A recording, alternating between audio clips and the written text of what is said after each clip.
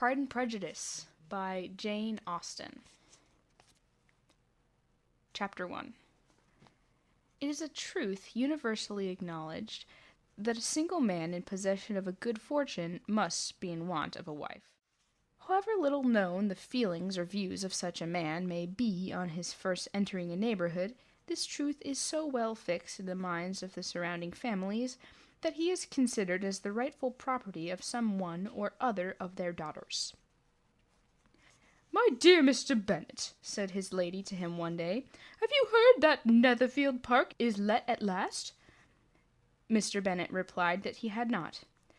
"But it is," returned she, "for Miss Long has just been there, and she told me all about it." Mr. Bennet made no answer. "Do you not want me to tell you? Do you not want to know who has taken it?" cried his wife impatiently. "You want to tell me, and I have no objection to hearing it." This was invitation enough. "Well, my dear, you must know Miss Long says that Netherfield is taken by a young man of large fortune from the north of England, that he came down on Monday in a chaise and four to see the place, and was so much delighted with it that he agreed with Mr. Morris immediately that he is to take possession before Michaelmas, and some of his servants are to be in the house by the end of next week." "What is his name?" "Bingley." "Is he married or single?" "Oh, single, my dear, to be sure. A single man of large fortune, 4,000 or 5,000 a year. What a fine thing for our girls!" "How so? How can it affect them?" "My dear Mr. Bennet," replied his wife, "how can you be so tiresome? You must know that I am thinking of his marrying one of them." "Is that his design in settling here?" "Design? Nonsense! How can you talk so?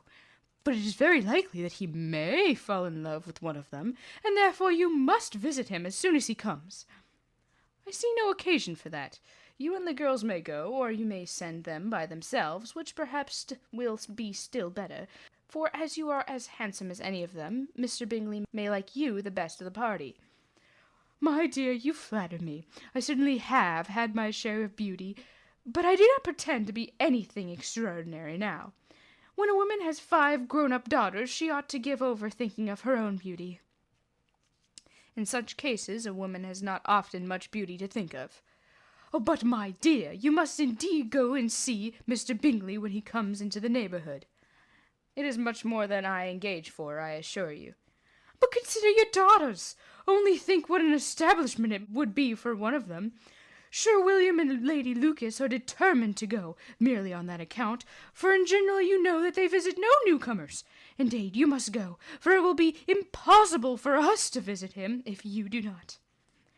"You are over-scrupulous, surely. I dare say Mr. Bingley will be very glad to see you, and I will send a few lines by you to assure him of my hearty consent to his marrying whichever he chooses of the girls, though I must throw in a good word for my little Lizzie." "I desire you will do no such thing. Lizzie is not a bit better than the others, and I am sure she is not half so handsome as Jane, nor half so good-humoured as Lydia. But you are always giving her the preference." "They have none of them much to recommend them," replied he. "They are all silly and ignorant like other girls. But Lizzie has something more of quickness than her sisters." "Mr. Bennet, how can you abuse your own children in such a way? You take delight in vexing me. You have no compassion on my poor nerves." "You mistake me, my dear. I have a high respect for your nerves. They are my old friends. I have heard you mention them with consideration these 20 years at least." "Ah, you do not know what I suffer." "But I hope you will get over it, and live to see many young men of 4,000 a year come into the neighborhood." "It will be no use to us, if 20 such should come, since you will not visit them." "Depend upon it, my dear, that when there are 20 I will visit them all." Mr. Bennet was so odd a mixture of quick parts, sarcastic humour, reserve, and caprice, that the experience of 23 years had been insufficient to make his wife understand his character. Her mind was less difficult to develop. She was a woman of mean understanding, little information, and uncertain temper. When she was discontented, she fancied herself nervous. The business of her life was to get her daughters married. Its solace was visiting and news. Chapter 2.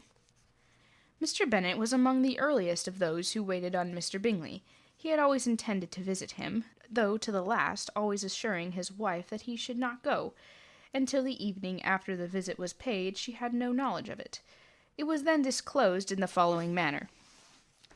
Observing his second daughter employed in trimming a hat, he suddenly addressed her with, "I hope Mr. Bingley would like it, Lizzie." "We are not in a way to know what Mr. Bingley likes," said her mother resentfully, "since we are not to visit." "But you forget, mamma," said Elizabeth, "that we shall meet him at the assemblies, and that Mr. Long has promised to introduce him." "I do not believe Miss Long will do any such thing. She has 2 nieces of her own. She is a selfish, hypocritical woman, and I have no opinion of her."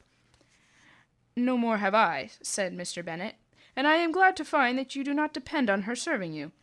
Mrs. Bennet deigned not to make any reply, but unable to contain herself, began scolding one of her daughters. "Don't keep coughing so, Kitty, for heaven's sake. Have a little compassion on my nerves. You tear them to pieces." "Kitty has no discretion in her coughs," said her father. "She times—" "I do not cough for my own amusement," replied Kitty fretfully. "When is your next ball to be, Lizzie?" "Tomorrow fortnight." "Ay, so it is," cried her mother, "and Miss Long does not come back till the day before, so it will be impossible for her to introduce him, for she will not know him herself." "Then, my dear, you may have the advantage of your friend, and introduce Mr. Bingley to her." "Impossible, Mr. Bennet, impossible. When I am not acquainted with him myself, how can you be so teasing?" "I honor your circumspection. A fortnight's acquaintance is certainly very little. One cannot know what a man really is by the end of a fortnight, but if we do not venture, somebody else will, and after all, Mrs. Long and her nieces must stand their chance, and therefore, as she will think it an act of kindness, if you decline the office, I will take it on myself." The girls stared at their father. Mrs. Bennet said only, "Nonsense, nonsense." "What can be the meaning of that emphatic exclamation?" cried he. "Do you consider the forms of introduction, and the stress that is laid on them, as nonsense? I cannot quite agree with you there. What say you, Mary? For you are a young lady of deep reflection, I know, and read great books and make extracts." Mary wished to say something very sensible, but knew not how. "While Mary is adjusting her ideas," he continued, "let us return to Mr. Bingley." "I am sick of Mr. Bingley," cried his wife. "I am sorry to hear that. But why did you not tell me so before? If I had known as much this morning, I certainly would not have called on him. It was very unlucky. But as I have actually paid the visit, we cannot escape the acquaintance now." The astonishment of the ladies was just what he wished, and that of Miss Bennet, perhaps surpassing the rest, thought when the first tumult of joy was over, she began to declare that it was what she had expected all the while. "How good it was in you, my dear Mr. Bennet! But I knew I should persuade you at last. I was sure you loved your girls too well to neglect such an acquaintance. Well, how pleased I am! And it is such a good joke, too, that you should have gone this morning, and never said a word about it until now." "Now, Kitty, you may cough as much as you choose," said Mr. Bennet, and as he spoke, he left the room, fatigued with the raptures of his wife. "What an excellent father you have, girls," said she, when the door was shut. "I do not know how you will ever make him amends for his kindness, or me either, for that matter. At our time of life, it is not so pleasant, I can tell you, to be making new acquaintance every day. But for your sakes, we would do anything. Lydia, my love, though you are the youngest, I dare say Mr. Bingley will dance with you at the next ball." "Oh!" said Lydia stoutly, "I am not afraid, for though I am the youngest, I am the tallest." The rest of the evening was spent in conjecturing how soon he would return to Mr. Bennet's visit, and determining when they should ask him to dinner. Chapter 3. Not all that Mrs. Bennet, however, with the assistance of her 5 daughters, could ask on the subject was sufficient to draw from her husband any satisfactory description of Mr. Bingley. They attacked him in various ways, with barefaced questions, ingenious suppositions, and distant surmises, but he eluded the skill of them all, and they were at last obliged to accept the second-hand intelligence of their neighbour, Lady Lucas. Her report was highly favourable. Sir William had been delighted with him. He was quite young, wonderfully handsome, extremely agreeable, and to crown the whole, he meant to be at the next assembly with a large party. Nothing could be more delightful. To be fond of dancing was a certain step towards falling in love, and very lively hopes of Mr. Bingley's heart were entertained. "If I can but see one of my daughters happily settled at Netherfield," said Mrs. Bennet to her husband, "and all the others equally well married, I shall have nothing to wish for." In a few days Mr. Bingley returned Mr. Bennet's visit, and sat about 10 minutes with him in his library. He had entertained hopes of being admitted to a sight of the young ladies, of whose beauty he had heard much, but he saw only the father. The ladies were somewhat more fortunate, for they had the advantage of ascertaining from an upper window that he wore a blue coat and rode a black horse. An invitation to dinner was soon afterwards dispatched, and already had Mrs. Bennet planned the courses that were to do credit to her housekeeping, when an answer arrived which deferred it all. Mr. Bingley was obliged to be in town the following day, and consequently unable to accept the honour of their invitation. Ansi. Mrs. Bennet was quite disconcerted. She could not imagine what business he could have had in town so soon after his arrival in Hertfordshire, and she began to fear that he might be always flying about from one place to another, and never settled at Netherfield as he ought to be. Lady Lucas quieted her fears a little by starting the idea of his being gone to London only to get a large party for the ball, and a report soon followed that Mr. Bingley was to bring 12 ladies and 7 gentlemen with him to the assembly. The girls grieved over such a number of ladies, but were comforted in the day before the ball by hearing that instead of 12 he had brought only 6 with him from London, his 5 sisters and a cousin.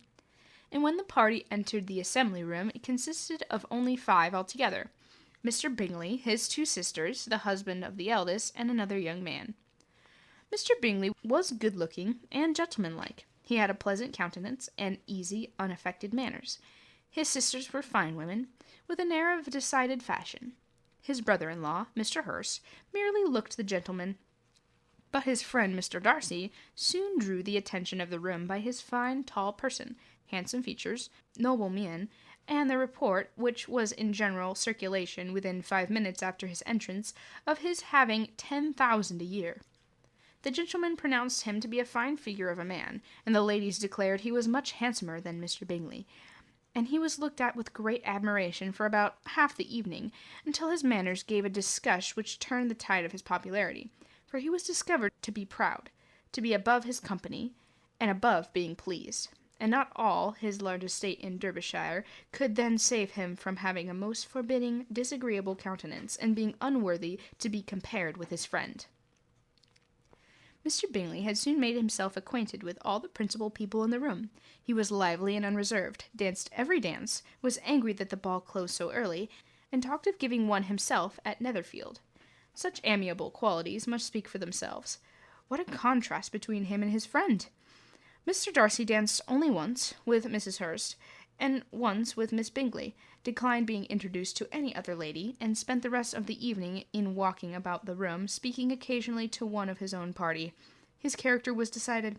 He was the proudest, most disagreeable man in the world, and everybody hoped that he would never come there again. Amongst the most violent against him was Mrs. Bennet, whose dislike of his general behaviour was sharpened into particular resentment by his having slighted one of her daughters. Elizabeth Bennet had been obliged, by the scarcity of gentlemen, to sit down for 2 dances, and during part of that time Mr. Darcy had been standing near enough for her to overhear a conversation between him and Mr. Bingley, who came from the dance for a few minutes to press his friend to join it. "Come, Darcy," said he, "I must have you dance. I hate to see you standing about by yourself in this stupid manner. You had much better dance." "I certainly shall not. You know how I detest it, unless I am particularly acquainted with my partner. At such an assembly as this, it would be unsupportable. Your sisters are engaged, and there is not another woman in the room who would not be a punishment to me to stand up with." "I would not be so fastidious as you are," cried Bingley, "for a kingdom. Upon my honour, I have never met with so many pleasant girls in my life as I have this evening, and there are several of them that you see uncommonly pretty." "You are dancing with the only handsome girl in the room," said Mr. Darcy, looking at the eldest Miss Bennet. "Oh, she is the most beautiful creature I ever beheld. But there is one of her sisters sitting down just behind you, who is very pretty, and I dare say very agreeable. Do not let me ask my partner to introduce you."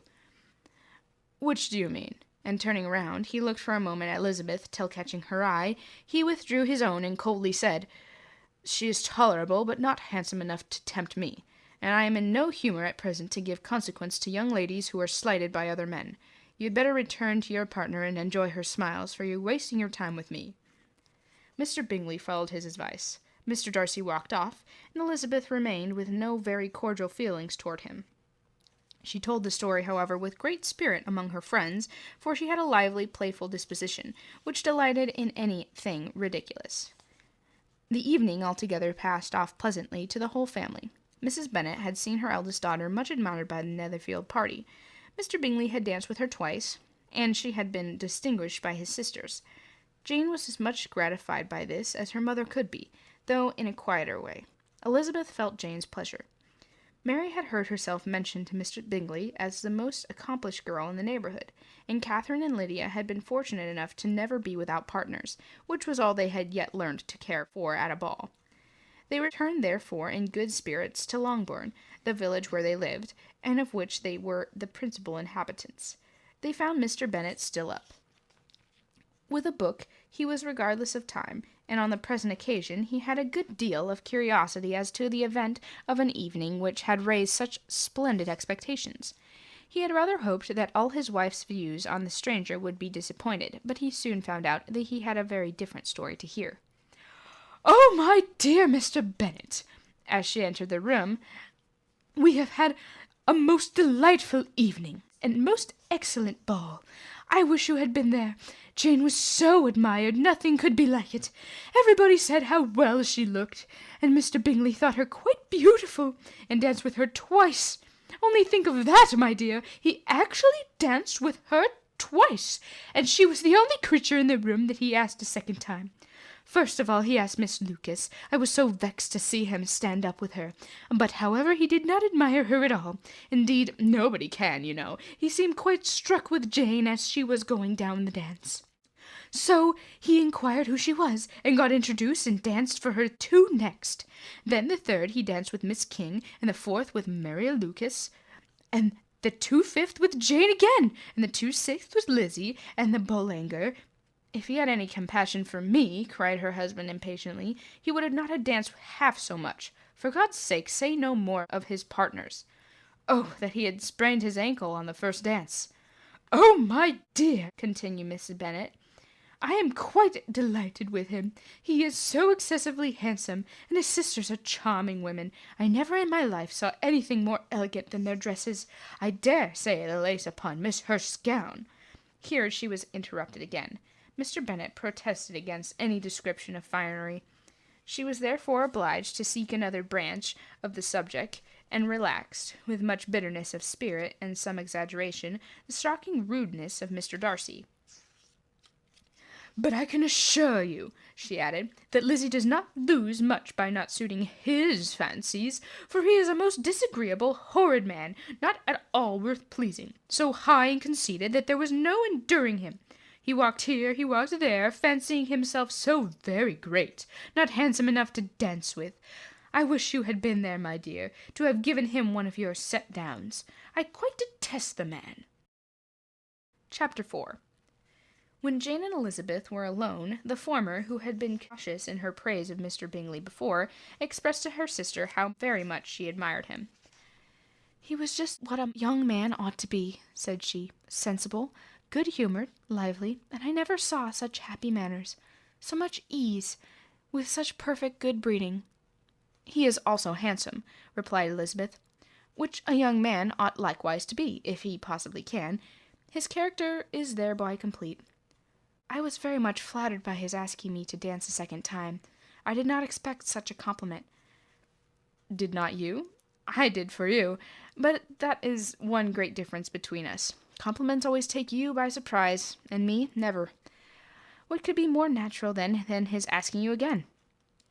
He could not help seeing that you were about 5 times as pretty as every other woman in the room. No thanks to his gallantry for that. Well, he certainly is very agreeable, and I give you leave to like him. You have liked many a stupider person.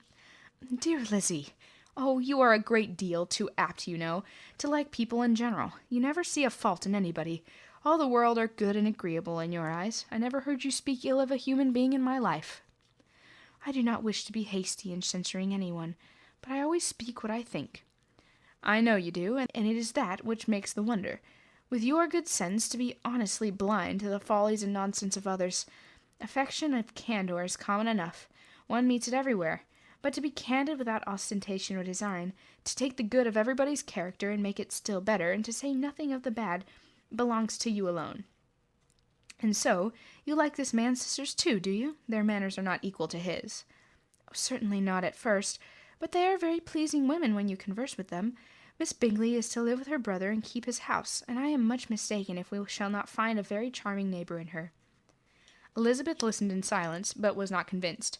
Their behaviour at the assembly had not been calculated to please in general, and with more quickness of observation and less pliancy of temper than her sister, and with a judgment too unassailed by any attention to herself, she was very little disposed to approve them. They were in fact very fine ladies, not deficient in good humour when they were pleased, nor in the power of being agreeable when they chose it, but proud and conceited. They were rather handsome, and had been educated in one of the first private seminaries in town, had a fortune of £20,000, were in the habit of spending more than they ought, and of associating with people of rank, and were therefore, in every respect, entitled to think well of themselves, and meanly of others. They were a respectable family in the north of England, a circumstance more deeply impressed on their memories than that their brother's fortune and their own had been acquired by trade. Mr. Bingley inherited property to the amount of nearly £100,000 from his father, who had intended to purchase an estate, but did not live to do it. Mr. Bingley intended it likewise, and sometimes made choice of his country, but as he was now provided with a good house and the liberty of a manor, it was doubtful to many of those who best knew the easiness of his temper whether he might not spend the remainder of his days at Netherfield, and leave the next generation to purchase. His sisters were very anxious of his having an estate of his own, but though he was now established only as a tenant, Miss Bennet was by no means unwilling to preside at his table, nor was Miss Hurst, who had married a man of more fashion than fortune, less disposed to consider his house as her home when it suited her. Mr. Bingley had not been of age 2 years when he was tempted by an accidental recommendation to look at Netherfield House. He did look at it, and into it for half an hour, and was pleased with the situation, and the principal rooms, satisfied with what the owner said in its praise, and took it immediately. Between him and Darcy there was a very steady friendship, in spite of a great opposition of character. Bingley was endeared to Darcy by the easiness, openness, ductility of his temper, though no disposition could offer a greater contrast to his own, and though with his own he never appeared dissatisfied. On the strength of Darcy's regard, Bingley had the firmest reliance, and of his judgment the highest opinion. In understanding Darcy was the superior, Bingley was by no means deficient, but Darcy was clever. He was at the same time haughty, reserved, and fastidious, and his manners, though well-bred, were not inviting. In that respect, his friend had greatly the advantage. Bingley was sure of being liked wherever he appeared. Darcy was continually giving offence. The manner of which they spoke of the Meryton assembly was sufficiently characteristic. Bingley had never met with pleasanter people or prettier girls in his life. Everybody had been the most kind and attentive to him. There had been no formality, no stiffness. He had soon felt acquainted with all in the room, and as to Miss Bennet, he could not conceive an angel more beautiful. Darcy, on the contrary, had seen a collection of people in whom there was little beauty and no fashion, for none of whom he had felt the smallest interest, and from none received either attention or pleasure. Mrs. Bennet he acknowledged to be pretty, but she smiled too much. Miss Hurst and her sisters allowed it to be so, but still they admired her and liked her, and pronounced her to be a sweet girl, and one whom they should not object to know more of. Miss Bennet was therefore established as a sweet girl, and their brother felt authorized by such commendation to think of her as he chose. Chapter 5. Within a short walk of Longbourn lived a family with whom the Bennets were particularly intimate. Sir William Lucas had been formerly in trade in Meryton, where he had made a tolerable fortune and risen to the honour of knighthood by an address to the king during his mayoralty. The distinction had perhaps been felt too strongly. It had given him a disgust to his residence in a small market town. In quitting them both, he had removed with his family to a house about a mile from Meryton, denominated from the period Lucas Lodge, where he could think with pleasure of his own importance, and, unshackled by business, occupy himself solely in being civil to all the world. For though, by his rank, it did not render him supercilious, on the contrary, he was all attention to everybody. By nature inoffensive, friendly, and obliging, his presentation at St. James's had made him courteous. Lady Lucas was a very good kind of woman, not too clever to be a valuable neighbour to Miss Bennet. They had several children. The eldest of them, a sensible, intelligent young woman about 27, was Elizabeth's intimate friend. That the Miss Lucases and the Miss Bennets should meet to talk over the ball was absolutely necessary, and the morning after the assembly brought the former to Longbourn to hear and to communicate. "You began the evening well, Charlotte," said Miss Bennet with civil self-command to Miss Lucas. "You were Mr. Bingley's first choice." "Yes, but he seemed to like his second better." "Oh, you mean Jane, I suppose, because he danced with her twice. To be sure, that did seem as if he admired her. Indeed, I rather believe he did. I heard something about it, but I hardly know what. Something about Mr. Robinson."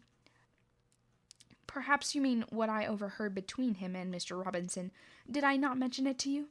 Mr. Robinson's asking him how he liked our Meryton assemblies, and whether he did not think there were a great many pretty women in the room, at which he thought was the prettiest, and his answering immediately to the last question, 'Oh, the eldest Miss Bennet, beyond a doubt. There cannot be two opinions on that point.'" "Upon my word! Well, that was very decided indeed. That does not seem as if... but however, it may come to nothing, you know." "My overhearings were much the purpose than yours, Eliza," said Charlotte. "Mr. Darcy was not so well worth listening to as his friend, as he... Poor Eliza, to be only just tolerable." "I beg you would not put it into Lizzie's head to be vexed by his ill treatment, for he is such a disagreeable man that it would be quite a misfortune to be liked by him. Miss Long told me last night that he sat close to her for half an hour without once opening his lips." "Are you quite sure, ma'am? Is there not a little mistake?" said Jane. "I certainly saw Mr. Darcy speaking to her." "Aye, because she asked him at last how he liked Netherfield, and he could not help answering her, but she said he seemed very angry at being spoken to." "Miss Bingley told me," said Jane, "that he never speaks much unless among his intimate acquaintance. With them he is remarkably agreeable." "I do not believe a word of it, my dear. If he had been so very agreeable, he would have talked with Miss Long, but I can guess how it was. Everybody says that he is ate up with pride, and I dare say he has heard somehow that Miss Long does not keep a carriage, and had come to the ball in a hack chaise." "I do not mind his talking to Miss Long," said Miss Lucas, "but I wish he had danced with Eliza." "Another time, Lizzie," said her mother. "I would not dance with him, if I were you." "I believe, ma'am, I may safely promise you never to dance with him." "His pride," said Miss Lucas, "does not offend me so much as pride often does, because there is an excuse for it. One cannot wonder that so very fine a young man, with family, fortune, everything in his favour, should think highly of himself. If I may so express it, he has a right to be proud." "That is very true," replied Elizabeth, "and I could easily forgive his pride if he had not mortified mine." "Pride," observed Mary, who piqued herself upon the solidarity of her reflection, "is a very common failing, I believe. By all that I have ever read, I am convinced that it is very common indeed, that human nature is particularly prone to it, and that there are very few of us who do not cherish a feeling of self-complacency on the score of some quality or other, real or imaginary. Vanity and pride are very different things, although the words are often used simultaneously. A person may be proud without being vain. Pride relates more to our opinion of ourselves, vanity to what we would often have others think of us." "If I were so rich as Miss Darcy," cried a young Lucas, who came with her sisters, "I should not care how proud I was. I would keep a pack of foxhounds and drink a bottle of wine every day." "Then you would drink a great deal more than you ought," said Mrs. Bennet, "and if I were to see you at it, I should take away your bottle directly." The boy protested that she should not. She continued to declare that she would, and the argument ended only with the visit. Chapter 6. The ladies of Longbourn soon waited on those of Netherfield. The visit was returned in due form.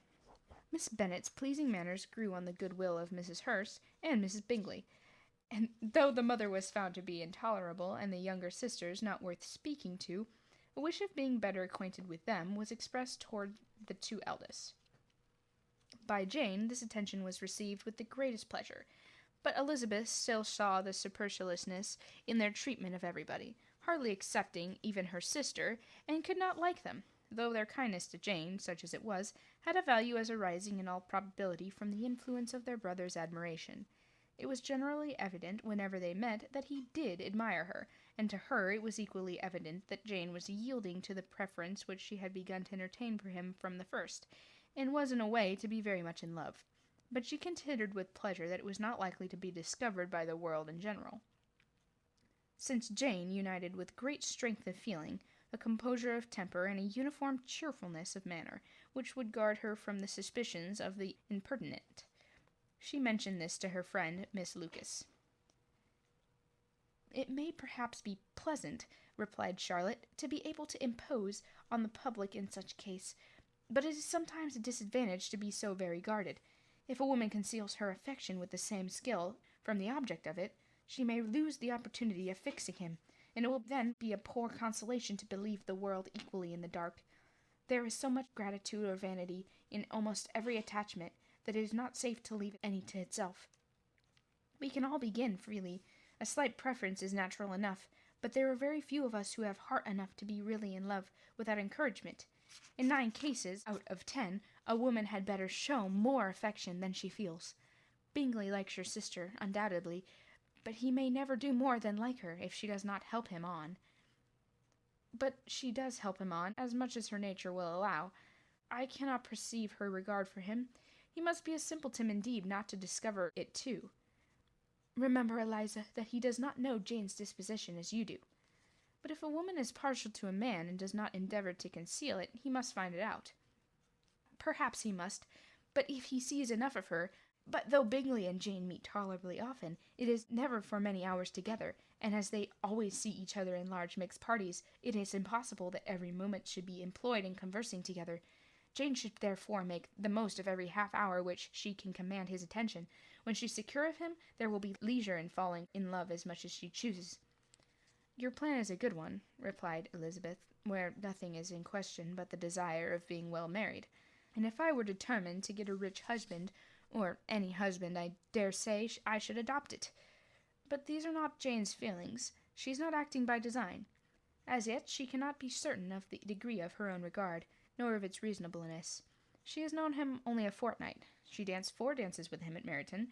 She saw him one morning at his own house, and has since dined in company with him 4 times. This is not quite enough to make her understand his character.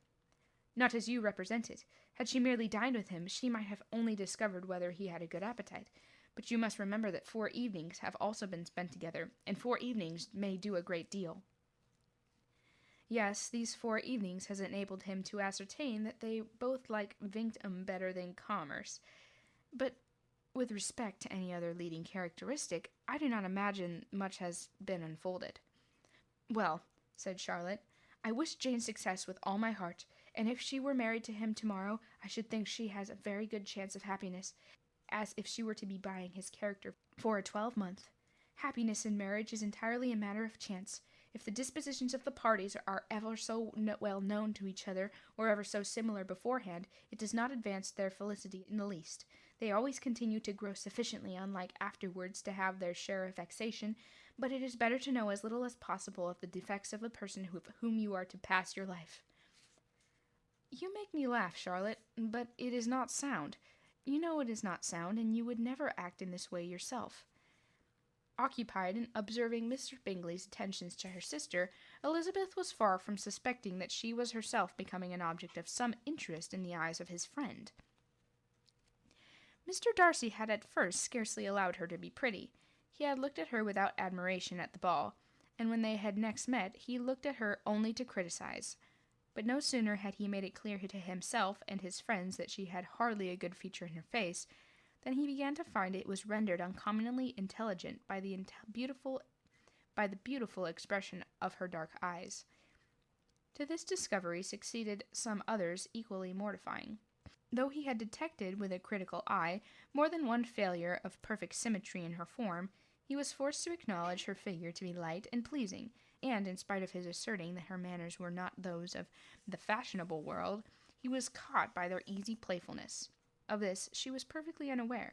To her he was only the man who had made himself agreeable to nowhere, and who had not thought her handsome enough to dance with. He began to wish to know more of her, and as a step towards conversing with her himself, attended to her conversation with others. His doing so drew her notice. It was at Sir William Lucas's, where a large party was assembled. "What does Mr. Darcy mean," says she to Charlotte, "by listening to my conversation with Colonel Forster?" "That is a question which Mr. Darcy only can answer." "But if he does it any more, I shall certainly let him know that I see what he is about. He has a very satirical eye, and if I do not begin with being impertinent myself, I shall soon grow afraid of him." On his approaching them soon afterwards, though without seeming to have any intention of speaking, Miss Lucas defied herself to her friend to mention such a subject to him, which immediately provoking Elizabeth to do it, she turned to him and said, "Do you not think, Mr. Darcy, that I expressed myself uncommonly well just now when I was teasing Colonel Forster to give us a ball at Meryton?" "With great energy, but it is a subject which always makes a lady energetic." "You are severe on us." "It will be her turn soon to be teased," said Miss Lucas. "I am going to open the instrument, Eliza, and you know what follows." "You are a very strange creature by way of a friend, always wanting me to play and sing before anybody and everybody. If my vanity had taken a musical turn, you would have been invaluable, but as it is, I would really rather not sit before those who must be in the habit of hearing the very best performers." "Very well, if it must be so, it must." And gravely glancing over at Mr. Darcy, "There's a fine old saying, which everybody here is of course familiar with, 'Keep your breath to cool your porridge,' and I shall keep mine to swell my song." Her performance was pleasing, though by no means capital, and after a song or two, and before she could reply entreaties of several that she would sing again, she was eagerly succeeded at the instrument by her sister Mary, who, having in consequence of being the only plain one in the family, worked hard for knowledge and accomplishments, was always impatient for display. Mary had neither genius nor taste, and though vanity had given her application, it had given her likewise a pedantic air and conceited manner, which would have injured a higher degree of excellence than she had reached. Elizabeth, easy and unaffected, had been listened to with much more pleasure, though not playing half so well, and Mary, at the end of a long concerto, was glad to purchase praise and gratitude by Scotch and Irish airs. At the request of her younger sisters, with some of the Lucases and 2 or 3 officers, joined eagerly in dancing at one end of the room.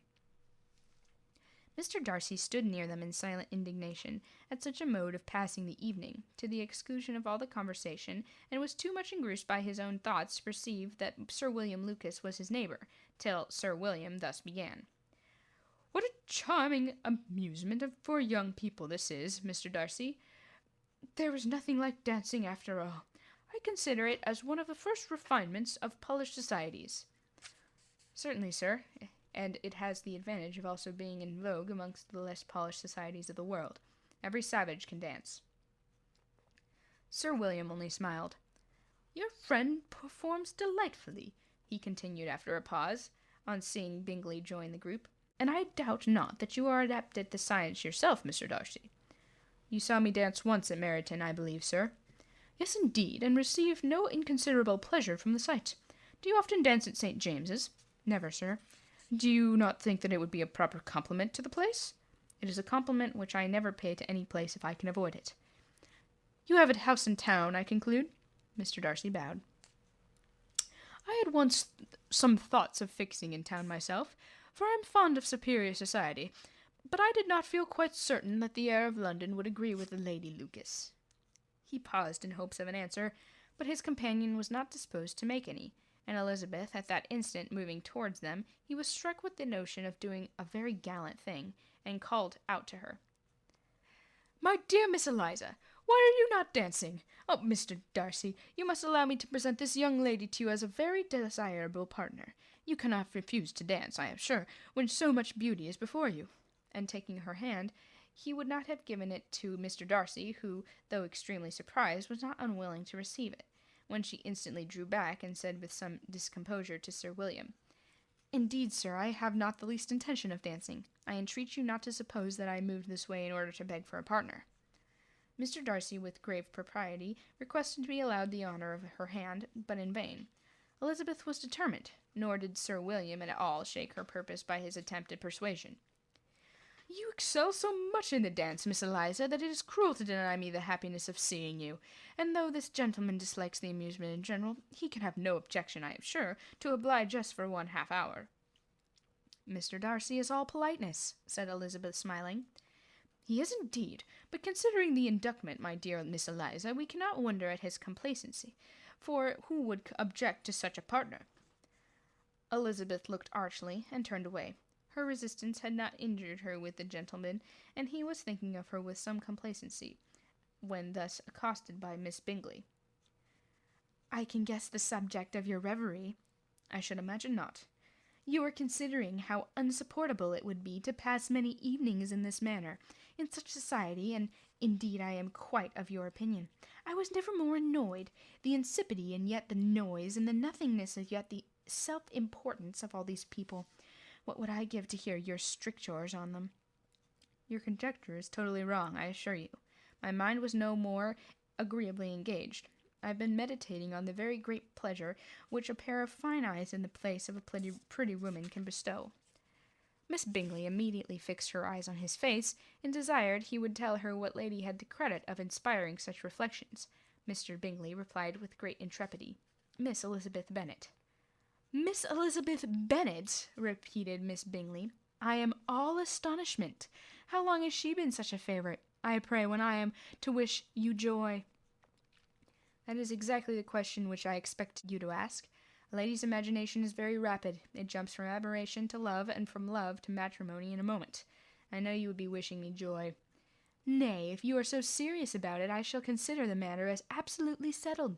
You will have a charming mother-in-law, indeed. Of course she will always be at Pemberley with you."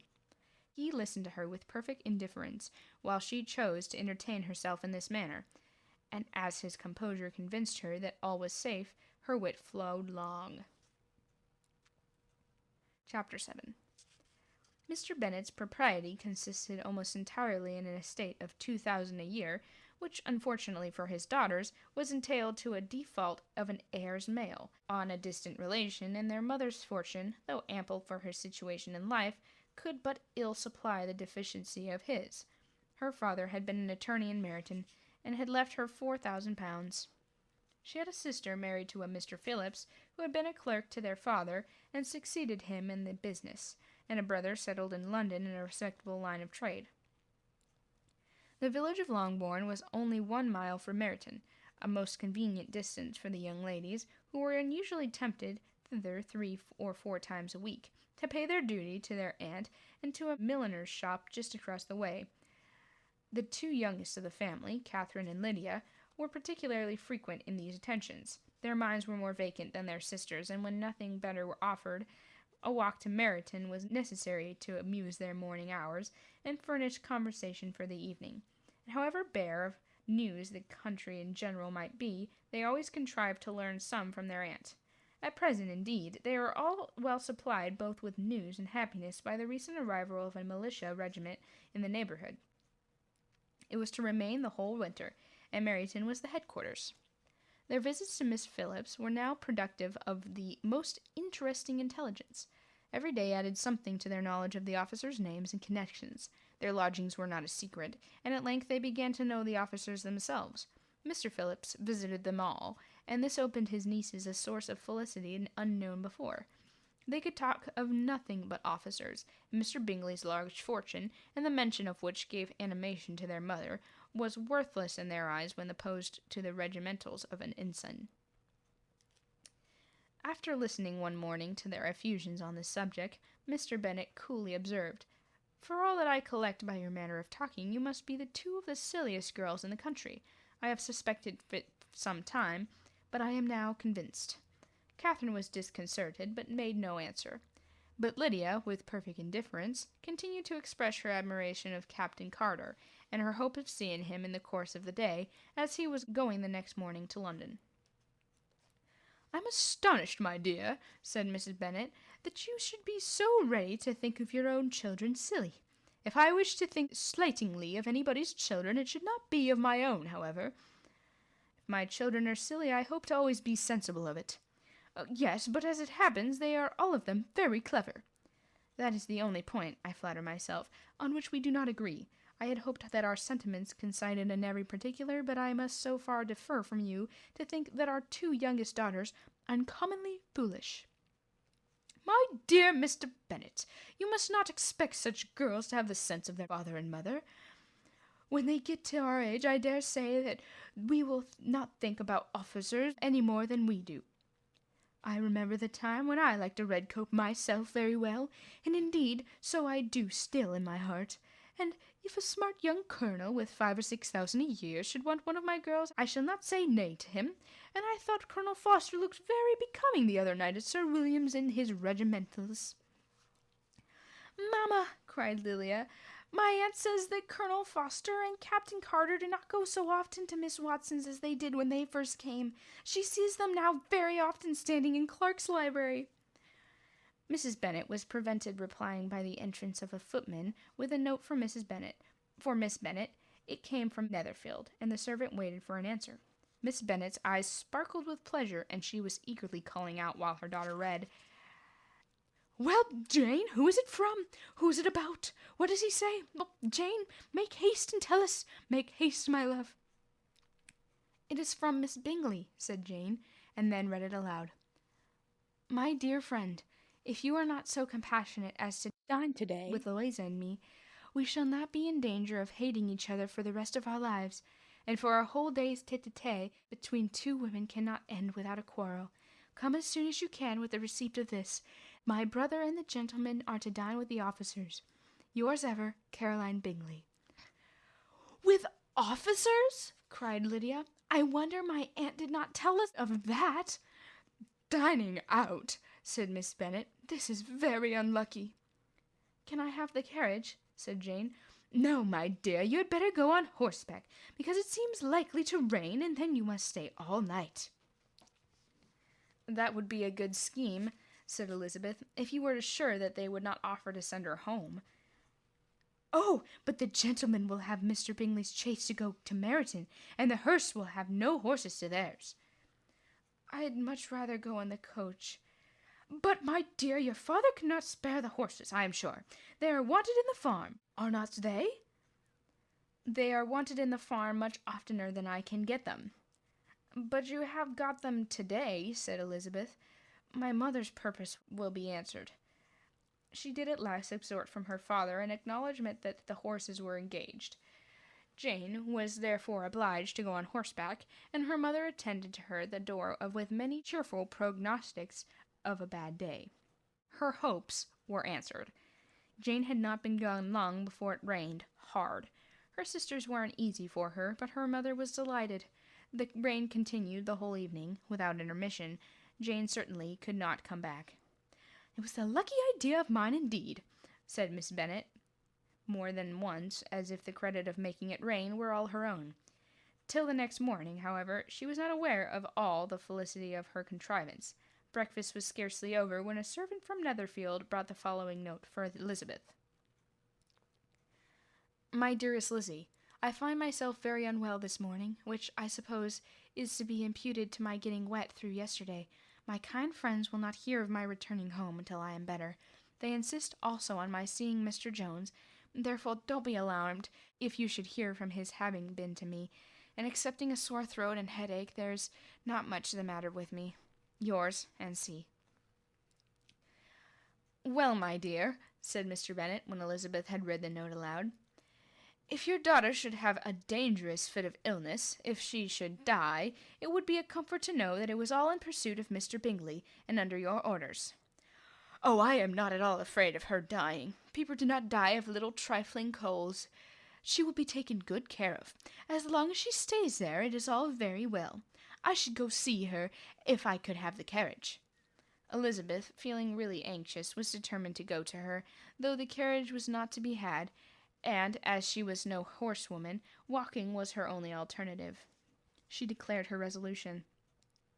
"How can you be so silly," cried her mother, "as to think of such a thing?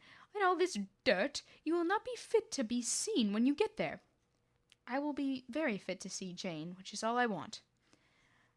"Is this a hint to me, Lizzie," said her father, "to send for the horses?" "No, indeed. I do not wish to avoid the walk. The distance is nothing when one has a motive. Only 3 miles. I shall be back by dinner." "I admire the activity of your benevolence," observed Mary, "but every impulse of feeling should be guided by reason, and, in my opinion, exertion should always be in proportion to what is required." "We shall go as far as Meryton with you," said Catherine and Lydia. Elizabeth accepted their company, and the 3 young ladies set off together. "If we make haste," said Lydia as they walked along, "perhaps we may see something of Captain Carter before he goes." In Meryton they parted. The 2 youngest repaired the lodgings of one of the officers' wives, and Elizabeth continued her walk alone, crossing field after field at a quick pace, jumping over stiles and springing over puddles with impatient activity, and finding herself at last within the view of the house, with weary ankles, dirty stockings, and a face glowing with the warmth of exercise. She was shown into the breakfast parlour, where all but Jane were assembled, and where her appearance created a great deal of surprise. That she had walked 3 miles so early in the day, in such dirty weather, all by herself, was almost incredible, and Elizabeth was convinced that they held her in contempt for it. She was received, however, very politely by them, and in their brother's manners there was something better than politeness. There was good humour and kindness. Mr. Darcy said very little, and Mr. Hurst nothing at all. The former was divided between admiration of the brilliancy which exercise had given to her complexion, and doubt as to the occasions justifying her coming so far alone. The latter was thinking only of his breakfast. Her inquiries after her sisters were not very favourably answered. Miss Bennet had slept ill, and though up, was very feverish, and not well enough to leave her room. Elizabeth was glad to be taken in to her immediately, and Jane, who had only been withheld by the fear of giving alarm or inconvenience from expressing in her note how much she longed for such a visit, was delighted at her entrance. She was not equal, however, to much conversation, and when Miss Bingley left them together, could attempt little beside expressions of gratitude for the extraordinary kindness she was treated with. Elizabeth silently attended her. When breakfast was over, they were joined by the sisters, and Elizabeth began to like them herself, when she saw how much affection and solicitude they showed for Jane. The apothecary came, and having examined his patient, said, as might have been supposed, that she had caught a violent cold, and that they must endeavour to get the better of it, advised her return to bed, and promised her some draughts. The advice was followed readily, for the feverish symptoms increased, and her head ached acutely. Elizabeth did not quit her room for a moment, nor were the other ladies often absent. The gentlemen being out, they had in fact nothing to do elsewhere. When the clock struck 3, Elizabeth felt that she must go, and very unwillingly said so. Miss Bingley offered her the carriage, and she only wanted a little pressing to accept it, when Jane testified such concern in parting with her that Miss Bingley was obliged to convert the offer of chaise to an invitation to remain at Netherfield for the present. Elizabeth most thankfully consented, and a servant was dispatched to Longbourn to acquaint the family with her stay, and bring back a supply of clothes. Chapter 8. At 5 o'clock the 2 ladies retired to dress, and at 6:30 Elizabeth was summoned to dinner. To the civil inquiries which then poured in, and amongst which she had the pleasure of distinguishing the much superior solicitude of Mr. Bingley's, she could not make a very favourable answer. Jane was by no means better. The sisters, on hearing this, repeated 3 or 4 times how much they were grieved, and how shocking it was to have a bad cold, and how excessively they disliked being ill themselves, and then thought no more of the matter. and their indifference towards Jane, when not immediately before them, restored Elizabeth to the enjoyment of all of her original dislike. Their brother, indeed, was the only one of the party whom she regarded with any complacency. His anxiety for Jane was evident, and his attentions to herself were most pleasing, and they prevented her feeling herself so much an intruder as she believed she was considered by the others. She had very little notice from any but him. Miss Bingley was engrossed by Mr. Darcy, her sister scarcely less so, and as for Mr. Hurst, by whom Elizabeth sat, he was an indolent man, who lived only to eat, drink, and play at cards, who, when he found her prefer a plain dish to a rag-out, had nothing to say to her. When dinner was over, she returned directly to Jane, and Miss Bingley began abusing her as soon as she was out of the room. Her manners were pronounced to be very bad indeed, a mixture of pride and impertinence. She had no conversation, no style, no taste, no beauty. Mrs. Hurst thought the same, and added, "She has nothing, in short, to recommend her but being an excellent walker. I shall never forget her appearance this morning. She really looked almost wild." "She did indeed, Louisa. I could hardly keep my countenance. Very nonsensical to come at all. Why must she be scampering about the country because her sister had a cold? Her hair is so untidy, so blousy." "Yes, and her petticoat, I hope you saw her petticoat, 6 inches deep in the mud, I am absolutely certain, and the gown which had been let down to hide it not doing its office." "Your picture may be very exact, Louisa," said Bingley, "but this was all lost upon me. I thought Miss Elizabeth Bennet looked remarkably well. When she came into the room this morning, her dirty petticoat quite escaped my notice." "You observed it, Mr. Darcy, I am sure," said Miss Bingley, "and I am inclined to think that you would not wish to see your sister make such an exhibition." "Certainly not." "To walk 3 miles, or 4 miles, or 5 miles, or whatever it is, above her ankles in dirt, and alone, quite alone. What could she mean by it? It seems to me to show an abominable sort of conceited independence, a most country town indifference to decorum." "Well, it shows an affection for her sister that is very pleasing," said Bingley. "I am afraid, Mr. Darcy," observed Miss Bingley, in a half-whisper, "that this adventure has rather affected your admiration of her fine eyes." "Not at all," he replied. "They were brightened by the exercise." A short pause followed this speech, and Mrs. Hurst began again.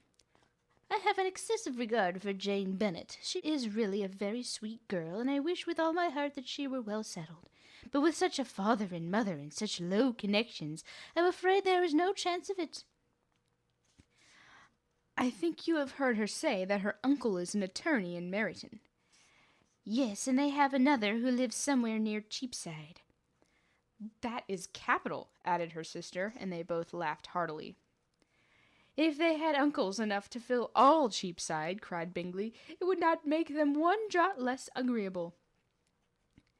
"But it must very materially lessen their chance of marrying men of any consideration in the world," replied Darcy. To this speech Bingley made no answer, but his sisters gave it their hearty assent, and indulged their mirth for some time at the expense of their dear friend's vulgar reactions. With a renewal of tenderness, however, they repaired to her room on leaving the dining parlour, and sat with her until summoned to coffee. She was still very poorly, and Elizabeth would not quit her at all, till late in the evening, when she had the comfort of seeing her asleep, and then it appeared to her rather right than pleasant that she should go downstairs herself. On entering the drawing-room, she found the whole party at loo, and was immediately invited to join them. But suspecting them to be playing high, she declined it, and making her sister the excuse, said she would amuse herself for the short time she could stay below with a book. Mr. Hurst looked at her with astonishment. "Do you prefer reading to cards?" said he. "That is rather singular." "Miss Eliza Bennet," said Miss Bingley, "despises cards. She is a great reader, and has no pleasure in anything else." "I deserve neither such praise nor such censure," cried Elizabeth. "I am not a great reader, and I have pleasure in many things." "In missing your sister I hope you have pleasure," said Bingley, "and I hope it will soon be increased by seeing her quite well."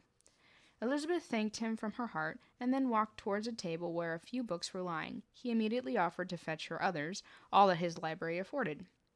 "And I wish my collection were larger for your benefit and my own credit, but I am an idle fellow, and though I have not many, I have more than I ever look into." Elizabeth assured him that she could suit herself perfectly with those in the room. "I am astonished," said Miss Bingley, "that my father should have left such a small collection of books. What a delightful library you have at Pemberley, Mr. Darcy." "It ought to be good," he replied. "It has been the work of many generations." "And then you have added so much to it yourself. You are always buying books." "I cannot comprehend the neglect of a family library in such days as these." "Neglect! I am sure you neglect nothing that can add to the beauties of that noble place. Charles, when you build your house, I wish it may be half as delightful as Pemberley. I wish it may. But I would really advise you to make your purchase in that neighbourhood, and take Pemberley for a kind of model. There is not a finer country in England than Derbyshire. With all my heart I will buy Pemberley itself if Darcy will sell it." "I'm taking of possibilities, Charles." "Upon my word, Caroline, I should think it more possible to get Pemberley by purchase than by intimidation." Elizabeth was so much caught by what passed as to leave her very little attention for her book, and soon laying it wholly aside, she drew near the card table and stationed herself between Mr. Bingley and his eldest sister to observe the game. "Is Miss Darcy much grown since the spring?" said Miss Bingley. "Will she be as tall as I am?" "I think she will. She is now Miss Elizabeth Bennet's height, or rather taller." "How I long to see her again! I never met with anybody who delighted me so much. Such a countenance, such manners, and so extremely accomplished for her age. Her performance on the pianoforte is exquisite." "It is amazing to me," said Bingley, "how young ladies can have patience to be so very accomplished as they all are." "All young ladies accomplished! My dear Charles, what do you mean?" "Yes, all of them, I think. They are all pate tables, cover screens, and net purses. I scarcely know any one who cannot do all of this, and I am sure I never heard a young lady spoken of for the first time without being informed that she was very accomplished." "Your list of the common extent of accomplishments," said Darcy, "has too much truth. The word is applied to many women who deserves it, no otherwise than by netting a purse or covering a screen. But I am very far from agreeing with you in your estimation of ladies in general. I cannot boast of knowing more than half a dozen, in the whole range of my acquaintance, that are really accomplished." "Nor I am sure," said Miss Bingley. "Then," observed Elizabeth, "you must comprehend a great deal in your idea of accomplished women." "Yes, I do comprehend a great deal in it."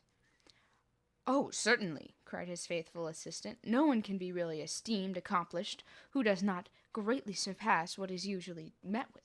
A woman must have a thorough knowledge of music, singing, drawing, dancing, and the modern languages to deserve the word, and besides all this she must possess a certain something in her air and manner of walking, the tone of her voice, her address and expressions, or the word will be but half deserved." "All this she must possess," added Darcy, "and to all this she must yet add something more substantial, in the improvement of her mind by extensive reading. I am no longer surprised at your knowing only 6 accomplished women. I rather wonder at your knowing any." "Are you so severe upon your own sex as to doubt the possibility of all this?" "I never saw such capacity and taste and application and elegance as you describe, united." Mrs. Hurst and Miss Bingley both cried out against the injustice of her implied doubt, and were protesting that they knew many women who answered this description, when Mr. Hurst called them to order with bitter complaints of their inattention to what was going forward. As all conversation was thereby at an end, Elizabeth soon afterwards left the room.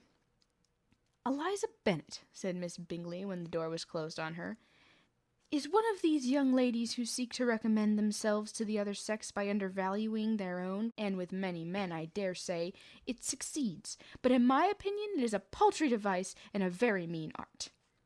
"Undoubtedly," replied Darcy, to whom this remark was chiefly addressed. "There is meanness in all the arts which ladies sometimes condescend to employ for captivation. Whatever bears affinity to cunning is despicable." Miss Bingley was not so entirely satisfied with this reply as to continue the subject. Elizabeth joined them again, only to say that her sister was worse, and that she could not leave her. Bingley urged Mr. Jones being sent for immediately, while his sisters, convinced that no country advice could be of any service, recommended an express to town for one of the more eminent physicians. This she would not hear of, but she was not so unwilling to comply with their brother's proposal, and it was settled that Mr. Jones would be sent for early in the morning, if Miss Bennet were not decidedly better. Bingley was quite uncomfortable. His sisters declared that they were miserable. They solaced their wretchedness, however, by duets after supper, while he could find no better relief to his feelings than by giving his housekeeper directions that every possible attention might be paid to the sick lady and her sister. Chapter 9. Elizabeth passed the chief of that night in her sister's room, and in the morning had the pleasure of being able to send a tolerable answer to the inquiries which she very early received from Mr. Bingley by a housemaid, and some time afterwards from the two elegant ladies who waited on his sisters. In spite of this amendment, however, she requested to have a note sent to Longbourn, desiring her mother to visit Jane, and dispatched, and its contents as quickly as complied with. Miss Bennet, accompanied by her two youngest girls, reached Netherfield soon after the family breakfast. Had she found Jane in any apparent danger, Mrs. Bennet would have been very miserable, but being satisfied on seeing her that her illness was not alarming, she had no wish of her recovering immediately, as her restoration to health would probably remove her from Netherfield. She would not listen, therefore, to her daughter's proposal of being carried home. Neither did the apothecary, who arrived about the same time, think it was at all advisable. After sitting a little while with Jane on Miss Bingley's appearance and invitation, the mother and three daughters all attended her into the breakfast parlour. Bingley met them with hopes that Mrs. Bennet had not found Miss Bennet worse than she expected. "Indeed I have, sir," was her answer. "She is a great deal too ill to be moved. Mr. Jones says we must not think of moving her. We must trespass a little longer on your kindness." "Removed?" cried Bingley. "It must not be thought of. My sister, I am sure, will not hear of her removal." "You may depend on it, madam," said Miss Bingley with cold civility, "that Miss Bennet shall receive every possible attention while she remains with us." Mrs. Bennet was profuse in her acknowledgments. "I am sure," she added, "that if it was not for such good friends I do not know what would become of her, for she is so very ill indeed, and suffers a vast deal, though with the greatest patience in the world, which is always the way with her, for she has, without exception, the sweetest temper I have ever met with. I often tell my other girls they are nothing to her. You have a sweet room here, Mr. Bingley, and a charming prospect over that gravel walk. I do not know a place in the country that is equal to Netherfield. You will not think of quitting it in a hurry, I hope, though you have but a short lease." "Whatever I do is done in a hurry," replied he, "and therefore, if I should resolve to quit Netherfield, I should probably be off in 5 minutes. At present, however, I consider myself as quite fixed here." "That is exactly what I should have supposed of you," said Elizabeth. "You begin to comprehend me, do you?" cried he, turning towards her.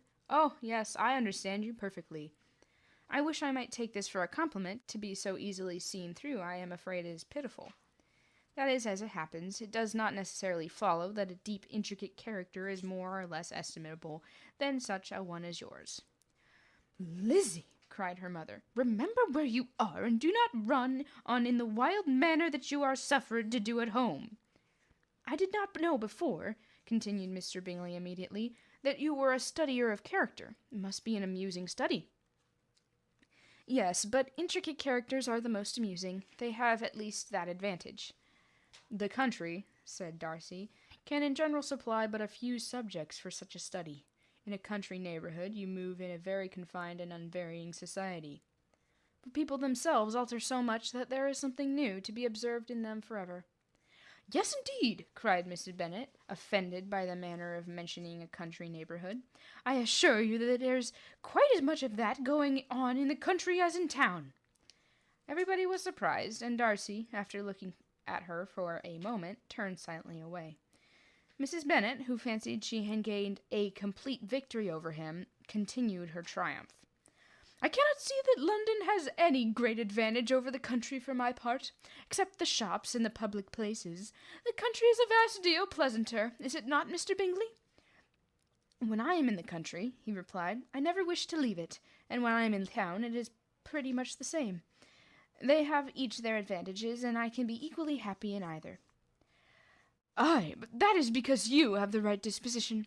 But that gentleman," looking at Darcy, seemed to think the country was nothing at all."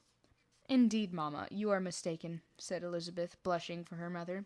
"You quite mistook Mr. Darcy. He only meant that there was not such a variety of people to be met with in the country as in town, which you must certainly acknowledge to be true." "Certainly, my dear, nobody said there were. But as to not meeting with many people in this neighbourhood, I believe there are few neighbourhoods larger. I know we dine with 24 families." Nothing but concern for Elizabeth could enable Bingley to keep his countenance. His sister was less delicate, and directed her eyes towards Mr. Darcy with a very expressive smile. Elizabeth, for the sake of saying something that might turn her mother's thoughts, now asked her if Charlotte Lucas had been at Longbourn since her coming away. "Yes, she called yesterday with her father. What an agreeable man Sir William is, Mr. Bingley, is he not? So much the man of fashion, so gentle and so easy. He has always something to say to everybody. That is my idea of good breeding, and those persons who fancy themselves very important, and never open their mouths, quite mistake the matter." "Did Charlotte dine with you?" "No, she would go home.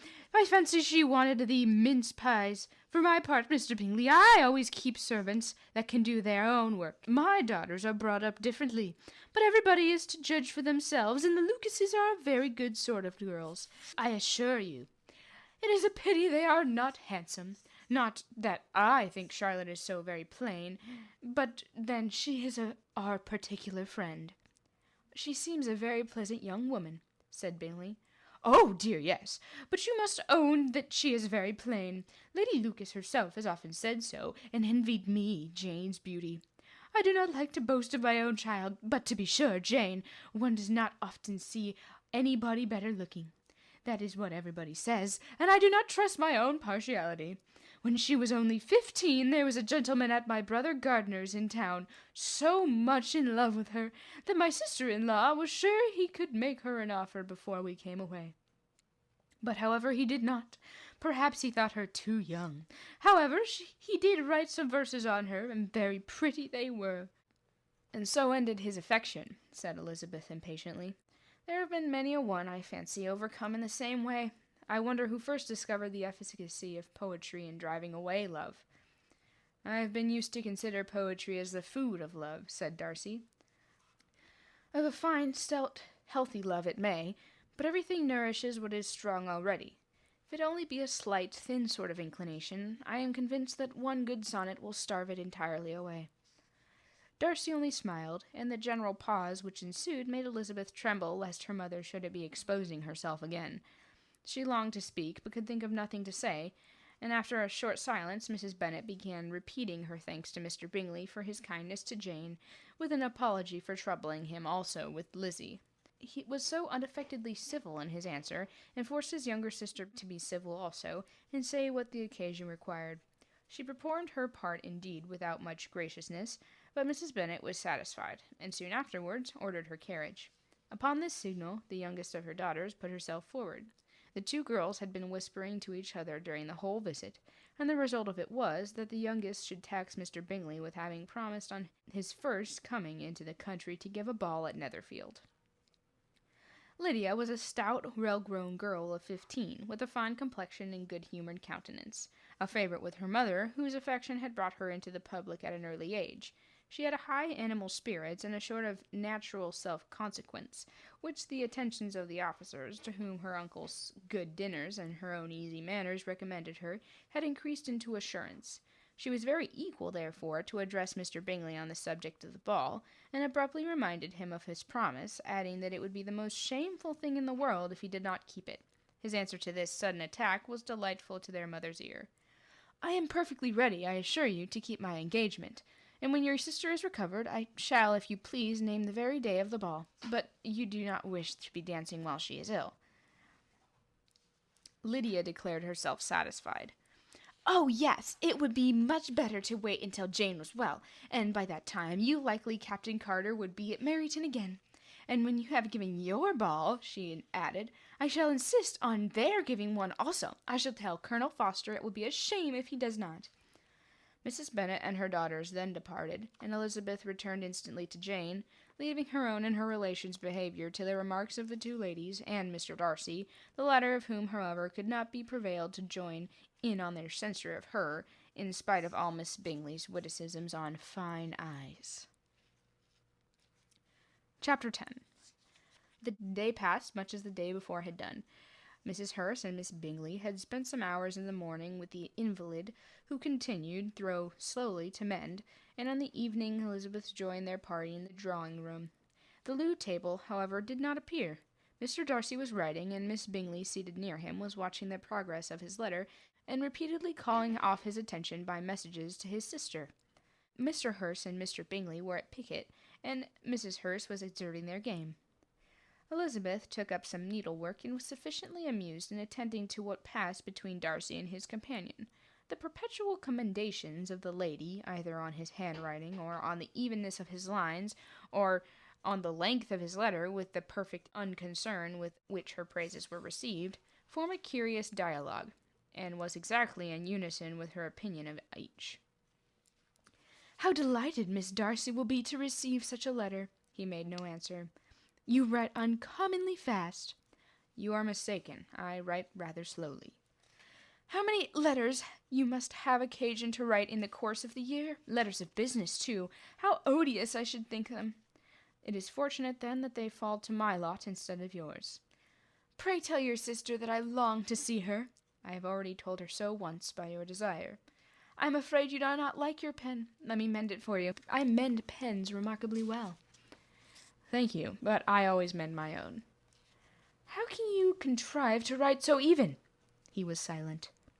"Tell your sister I am delighted to hear of her improvement on the harp, and pray let her know that I am quite in raptures with her beautiful little design for a table. I think it infinitely superior to Miss Grantley's." "Will you give me leave to defer your raptures till I write again? At present I have not room to do them justice." "Oh, it is of no consequence. I shall see her in January. But do you always write such charming long letters to her, Mr. Darcy?" "They are generally long, but whether always charming it is not for me to determine. It is a rule with me that a person who can write a long letter with ease cannot write ill." "That will not do for a compliment to Darcy, Caroline," cried her brother, "because he does not write with ease. He studies too much for words of 4 syllables. Do not you, Darcy?" "My style of writing is very different from yours." "Oh!" cried Miss Bingley, "Charles writes in the most careless way imaginable. He leaves out half his words and blots the rest.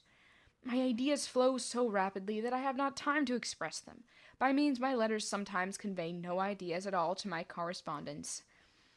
"Your humility, Mr. Bingley," said Elizabeth, "must disarm reproof." "Nothing is more deceitful," said Darcy, "than the appearance of humility. It is often only carelessness of opinion, and sometimes an indirect boast." "And which do you call my little recent piece of modesty?" "An indirect boast, for you are really proud of your defects in writing, because you consider them as proceeding from a rapidity of thought and carelessness of execution, which, if not estimable, you think at least highly interesting. The power of doing anything with quickness is always much prized by the possessor, and often without any attention to the imperfection of the performance. When you told Mrs. Bennet this morning that if you ever resolved in quitting Netherfield you should have be gone in 5 minutes, you meant it to be sort of panegyric, of compliment to yourself. And yet, what is there to be so laudable in a precipitance which must leave very necessary business undone, and can be of no real advantage to yourself or anyone else?" "Nay," cried Bingley, "it is too much to remember at night all the foolish things that were said in the morning. And yet, upon my honour, I believed what I said of myself to be true, and I believe it at this moment. At least, therefore, I did not assume the character of needless precipitance merely to show off before the ladies." "I dare say you believed it, but I am by no means convinced that you would be gone with such celerity. Your conduct would be quite as dependent on chance as that of any man, and if, as you were mounting your horse, a friend were to say, 'Bingley, you'd better not stay till next week,' you probably do it. You would probably not go, and, at another word, might stay a month." "You have only proved by this," cried Elizabeth, "that Mr. Bingley did not do justice to his own disposition. You have shown him off now much more than he did himself." "I am exceedingly gratified," said Bingley, "by your converting what my friend says into a compliment. on the sweetness of my temper, but I am afraid you are giving it a turn which that gentleman did by no means intend, for he would certainly think the better of me, if under such circumstance I were to give a flat denial, and ride off as fast as I could. Would Mr. Darcy then consider the rashness of your original intention as atoned for by your obstinacy in adhering to it? Upon my word, I cannot exactly explain the matter. Darcy must speak for himself. You expect me to account for opinions which you choose to call mine, but which I have never acknowledged. Allowing the case, however, to stand according to your reputation, you must remember, Miss Bennet, that the friend who is supposed to desire his return to the house, and the delay of his plan, has merely desired it, asked it without offering one argument in favour to its propriety. To yield readily, easy, to the persuasion of a friend is no merit with you.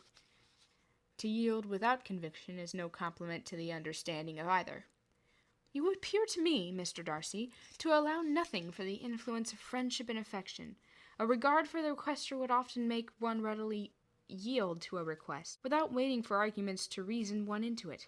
I am not particularly speaking with such a case as you have supposed about Mr. Bingley. We may as well wait, perhaps, until the circumstance occurs, before we discuss the discretion of his behaviour thereupon. But in general, in ordinary cases between friend and friend, where one of them is desired by the other to change a resolution of no very great moment, should you think ill of that person for complying with the desire without waiting to be argued into it? Would it not be advisable, before we proceed on this subject, to arrange with rather more precision the degree of importance which is to pertain to this request, as well as the degree of intimacy subsisting between the parties? By all means, cried Bingley. Let us hear all the particulars, not forgetting their comparative height and size, for that will have more weight in the argument. Miss Bennet, that you may be aware of, I assure you that if Darcy were not such a great tall fellow in comparison with myself, I should not pay him half so much deference. I declare I do not know a more awful object than Darcy, on particular occasions, in particular places, at his own home especially, and of a Sunday evening when he has nothing to do. Mr. Darcy smiled, but Elizabeth thought she could perceive that he was rather offended, and therefore checked her laugh. Miss Bingley warmly resented the indignity which he had received in an expostulation with her brother for talking such nonsense. I see your design, Bingley, said his friend. You dislike an argument, and want to silence this. Perhaps I do. Arguments are too much like disputes. If you and Miss Bennet will defer yours until I am out of the room, I shall be very thankful, and then you may say whatever you like of me. What you ask, said Elizabeth, is no sacrifice on my side, and Mr. Darcy, which had much better finish his letter. Mr. Darcy took her advice, and did finish his letter. When that business was over, he applied to Miss Bingley and Elizabeth for the indulgence of some music.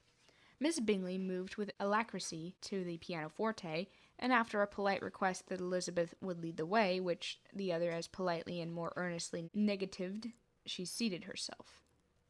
Mrs. Hurst staying with her sister, and while they were thus employed, Elizabeth could not help observing that she turned over some music books that lay on the instrument. How frequently Mr. Darcy's eyes were fixed on her. She hardly knew how to suppose that she could be an object of admiration to so great a man, and yet that he should look at her because he disliked her was still more strange. She could only imagine, however, at last, that she drew his notice because there was something about her more wrong and reprehensible, according to his ideas of right, than in any other person present. The supposition did not pain her. She liked him too little to care for his approbation. After playing some Italian songs, Miss Bingley varied the charm by a lively Scotch air, and soon afterwards Mr. Darcy, drawing near Elizabeth, said to her, Do you not feel a great inclination, Miss Bennet, to see such an opportunity of dancing a reel? She smiled, but made no answer. He repeated the question with some surprise at her silence. Oh, said she, I heard you before, but I could not immediately determine what to say in reply. You wanted me, I know, to say yes, that you might have had the pleasure of despising my taste, but I always delight in overthrowing those kind of schemes, and cheating a person of their premeditated contempt. I have therefore made up my mind to tell you that I do not want to dance a reel at all, and now despise me if you dare. Indeed, I do not dare. Elizabeth, having rather expected to affront him, was amazed at his gallantry, but there was a mixture of sweetness and archness in her manner which had made it difficult for her to affront anybody, and Darcy had never been so bewitched by any woman as he was by her. He really believed that were it not for the inferiority of her connections, he should be in some danger. Miss Bingley saw, or suspected enough to be jealous, and her great anxiety for the recovery of her dear friend Jane received some assistance from her desire of getting rid of Elizabeth. She often tried to provoke Darcy into disliking her guest by talking of their supposed marriage and planning his happiness in such an alliance. "I hope," said she, as they were walking together in the shrubbery of the next day, "you will give your mother-in-law a few hints when the desirable event takes place, as to the advantage of holding her tongue. If you can compass it, do cure the younger girls of running after the officers. And, if I may mention so delicate a subject, endeavour to check that little something, bordering on conceit and impertinence, which your lady possesses." "Have you anything else to propose for my domestic felicity?" "Oh, yes, do let the portraits of your uncle and Aunt Phillips be placed in the gallery at Pemberley. Put them next to your great uncle the judge. They are in the same profession, you know, only in different lines. As for your Elizabeth's picture, you must not attempt to have it taken, for what painter could do justice to those beautiful eyes?" It would not be easy indeed to catch their expression, but their color and shape, and the eyelashes so remarkably fine, might be copied. At that moment they were met from another walk by Mrs. Hurst and Elizabeth herself. "I did not know that you intended to walk," said Miss Bingley, in some confusion, lest they had been overheard. "You used us abominably well," answered Mrs. Hurst, "in running away without telling us that you were coming out." Then, taking the disengaged arm of Mr. Darcy, she left Elizabeth to walk by herself. The path just admitted three. Mr. Darcy felt their rudeness, and immediately said, "This walk is not wide enough for our party. We'd better go into the avenue." But Elizabeth, who had not the least inclination to remain with them, laughingly answered, "No, no, stay where you are. You are charmingly grouped, and appear to uncommon advantage. The picturesque would be spoiled by admitting a fourth. Good-bye." She then ran gaily off, rejoicing as she rambled about, in the hope of being at home again in a day or two. Jane was already so much recovered as to intend leaving her room for a couple of hours that evening. Chapter 11. When the ladies removed after dinner, Elizabeth ran up to her sister, and seeing her well guarded from the cold, attended her to the drawing-room, where she was welcomed by two friends with many professions of pleasure, and Elizabeth had never seen them so agreeable as they were during the hour which passed before the gentlemen appeared. They could describe an entertainment with accuracy, relate an anecdote with humour, and laugh at their acquaintance with spirit. But when the gentlemen entered, Jane was no longer the first object. Miss Bingley's eyes were instantly turned towards Darcy, and she had something to say to him before he had advanced many steps. He addressed himself directly to Miss Bennet, with a polite congratulation. Mr. Hurst also made her a slight bow, and said he was very glad, but diffuseness and warmth remained for Bingley's salutation. He was full of joy and attention. The first half-hour was spent piling up the fire, lest she should suffer from the change of room, and she removed, at his desire, to the other side of the fireplace, that she might be farther from the door. He then sat down by her, and talked scarcely to anyone else. Elizabeth, at work in the opposite corner, saw it all with great delight. When tea was over, Mr. Hurst reminded her sister-in-law of the card-table, but in vain. She had obtained private intelligence that Mr. Darcy did not wish for cards, and Mr. Hurst soon found even his open petition rejected. She assured him that no one intended to play, and the silence of the whole party on the subject seemed to justify her. Mr. Hurst had therefore nothing to do but to stretch himself on one of the sofas and go to sleep. Darcy took up a book, Miss Bingley did the same, and Mrs. Hurst, principally occupied in playing with her bracelets and rings, joined now and then in her brother's conversation with Miss Bennet. Miss Bingley's attention was quite as much engaged in watching Mr. Darcy's progress through his book as in reading her own, and she was perpetually either making some inquiry or looking at his page. She could not win him, however, to any conversation. He merely answered her question and read on. At length, quite exhausted by the attempt to be amused with her own book, which she had only chosen because it was the second volume of his, She gave a great yawn and said, "How pleasant it is to spend an evening in this way. I declare after there is no enjoyment like reading. How much sooner one tires of anything than a book. When I have a house of my own, I shall be miserable if I have not an excellent library." No one made any reply. She then yawned again, threw aside her book, and cast her eyes around the room in quest of some amusement, when hearing her brother mention a ball to Miss Bennet, she turned suddenly toward him and said, "By the by, Charles, are you really serious in meditating a dance at Netherfield? I would advise you, before you determine on it, to consult the wishes of the present party.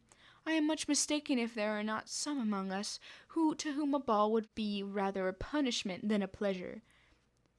"If you mean Darcy," cried her brother, "he may go off to bed if he chooses before it begins. But as for the ball, it is quite a settled thing, and as soon as Nicholas has made white soup enough I shall send around my cards." "I should like balls infinitely better," she replied, "if they were carried on in a different manner, but there is something insufferably tedious in the usual process of such a meeting. It would surely be much more rational if conversation instead of dancing made the order of the day." "Much more rational, my dear Caroline, I dare say, but it would not be near so much like a ball." Miss Bingley made no answer, and soon afterwards got up and walked about the room. Her figure was elegant, as she walked well, but Darcy, at whom it was aimed, was still inflexibly studious. In the desperation of her feelings, she resolved in one effort more, and turning to Elizabeth, said, "Miss Eliza Bennet, let me persuade you to follow my example and take a turn about the room. I assure you it is very refreshing after sitting so long in one attitude." Elizabeth was surprised, but agreed to it immediately. Miss Bingley succeeded no less in the real object of her civility. Mr. Darcy looked up. He was as much awake to the novelty of attention in that quarter as Elizabeth herself could be, and unconsciously closed his book. He was directly invited to join their party, but he declined it, observing that he could imagine but two motives for their choosing to walk up and down the room together, with either of which motives his joining them would interfere. What could he mean? She was dying to know what could be considered his meaning, and asked Elizabeth whether she could at all understand him. "Not at all," was her answer, "but depend on it, he means to be severe on us, and our surest way of disappointing him will be to ask nothing about it." Miss Bingley, however, was incapable of disappointing Mr. Darcy in anything, and persevered therefore in requiring an explanation of his two motives. "I have not the smallest objection to explaining them," said he, as soon as she allowed him to speak. "You either choose this method of passing the evening because you are in each other's confidence and have secret affairs to discuss, or because you are conscious that your figures appear to the greatest advantage in walking. In the first I shall be completely in your way, and if in the second I can admire you much better, I sit by the fire." "Oh, shocking!" cried Miss Bingley. "I never heard anything so abominable. How shall we punish him for such a speech?" "Nothing so easy, if you have but the inclination," said Elizabeth. "We can all plague and punish one another, tease him, laugh at him. Intimate as you are, you must know how it is to be done." "Upon my honor, I do not. I do assure you that my intimacy has not yet taught me that. Tease calmness of temper and presence of mind. No, no. I feel he may defy us there. And as to laughter, we will not expose ourselves, if you please, by attempting to laugh without a subject. Mr. Darcy may hug himself." "Mr. Darcy is not to be laughed at," cried Elizabeth. "That is an uncommon advantage, and uncommon I hope it will continue, for it will be a great loss to me to have such an acquaintance. I dearly love a laugh." "Miss Bingley," said he, "has given me credit for more than can be. The wisest and best of men, nay, the wisest and best of their actions, may be rendered ridiculous by a person whose first object in life is a joke."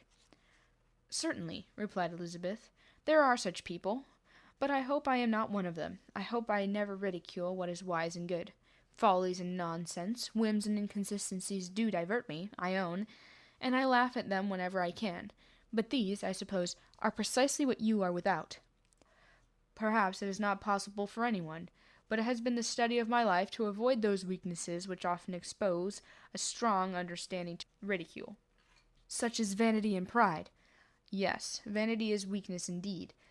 But pride, where there is a real superiority of mind, Pride will always be under good regulation. Elizabeth turned away to hide a smile. "Your examination of Mr. Darcy is over, I presume?" said Mrs. Bingley. "And pray what is the result?" "I am perfectly convinced by it that Mr. Darcy has no defect. He owns it himself without disguise." "No," said Darcy, "I have made no such pretension. I have faults enough, but they are not, I hope, of understanding. My temper I dare not vouch for. It is, I believe, too little yielding, certainly too little for the convenience of the world. I cannot forget the follies and vices of others so soon as I ought, know their offences against myself. My feelings were not puffed about with every attempt to move them. My temper would perhaps be called resentful. My good opinion once lost is lost forever." "Oh, that is a failing indeed," cried Elizabeth. "Implacable resentment is a shade in character. But you have chosen your fault well. I really cannot laugh of it. You are safe from me. There is, I believe, in every disposition a tendency to some particular evil, a natural defect which not even the best education can overcome. And your defect is a propensity to hate everybody. And yours," he replied with a smile, "is wilfully to misunderstand them." "Do let us have a little music," cried Miss Bingley, tired of a conversation in which she had no share. "Louisa, you will not mind my walking Mr. Hurst?" Her sister made not the smallest objection, and the pianoforte was opened, and Darcy, after a few moments' recollection, was not sorry for it. He began to feel the danger of paying Elizabeth too much attention. Chapter 12. In consequence of an agreement between the sisters, Elizabeth wrote the next morning to her mother, to beg that the carriage might be sent for them in the course of the day. But Mrs. Bennet, who had calculated on her daughters remaining at Netherfield till the following Tuesday, which would exactly finish Jane's week, could not bring herself to receive them with pleasure before. Her answer, therefore, was not propitious, at least not to Elizabeth's wishes, for she was impatient to get home. Mrs. Bennet sent them word that they could not possibly have the carriage before Tuesday, and in her postscript it was added that if Mr. Bingley and his sister pressed them to stay longer, she could spare them very well. Against staying longer, however, Elizabeth was positively resolved, nor did she much expect it would be asked, and fearful, on the contrary, as being considered as intruding themselves needlessly long, she urged Jane to borrow Mr. Bingley's carriage immediately, and at length it was settled that their original design of leaving Netherfield that morning should be mentioned, and the request made. The communication excited many professions of concern, and enough was said of wishing them to stay at least till the following day to work on Jane, and till the morrow their going was deferred. Miss Bingley was then sorry that she had proposed the delay, for her jealousy and dislike of one sister much exceeded her affection for the other. The master of the house heard with real sorrow that they were to go so soon, and repeatedly tried to persuade Miss Bennet that it would not be safe for her, that she was not enough recovered, but Jane was firm where she felt herself to be right. To Mr. Darcy it was welcome intelligence. Elizabeth had been at Netherfield long enough. She attracted him more than he liked, and Miss Bingley was uncivil to her, and more teasing than usual to himself. He wisely resolved to be particularly careful that no sign of admiration should now escape him, nothing that could elevate her with the hope of influencing his felicity, sensible that if such an idea had been suggested, his behaviour during the last day must have marital weight in confirming or crushing it. Steady to his purpose, he scarcely spoke 10 words to her through the whole of Saturday, and though they were at one time left by themselves for half an hour, he adhered most conscientiously to his book, and would not even look at her. On Sunday, after morning service, the separation, so agreeable to almost all, took place. Miss Bingley's civility to Elizabeth increased at last very rapidly, as well as her affection for Jane, and when they parted, after assuring the latter of the pleasure it would always give her to see her either at Longbourn or Netherfield, and embracing her most tenderly, she even shook hands with the former, Elizabeth took leave of the whole party in the liveliest spirits. They were not welcomed home very cordially by their mother. Mrs. Bennet wondered at their coming, and thought them very wrong to give so much trouble, and was sure Jane would have caught cold again, But their father, though very laconic in his expressions of pleasure, was really glad to see them. He had felt their importance in the family circle. The evening conversation, when they were all assembled, had lost much of its animation, and almost all of its sense, by the absence of Jane and Elizabeth. They found Mary, as usual, deep in the study of thorough base and human nature, and had some new extracts to admire, and some new observations of threadbare morality to listen to. Catherine and Lydia had information for them of a different sort. Much had been done, and much had been said in the regiment since the preceding Wednesday. Several of the officers had dined lately with their uncle. A private had been flogged, and it had actually been hinted that Colonel Foster was going to be married. Chapter 13. "I hope, my dear," said Mr. Bennet to his wife, as they were at breakfast the next morning, "that you have ordered a good dinner today, because I have reason to expect an addition to our family party." "What do you mean, my dear? I know of nobody that is coming, and I am sure, unless Charlotte Lucas should happen to call in, and I hope my dinners are good enough for her. I do not believe she often sees such at home." "The person of whom I speak is a gentleman and a stranger." Mrs. Bennet's eyes sparkled.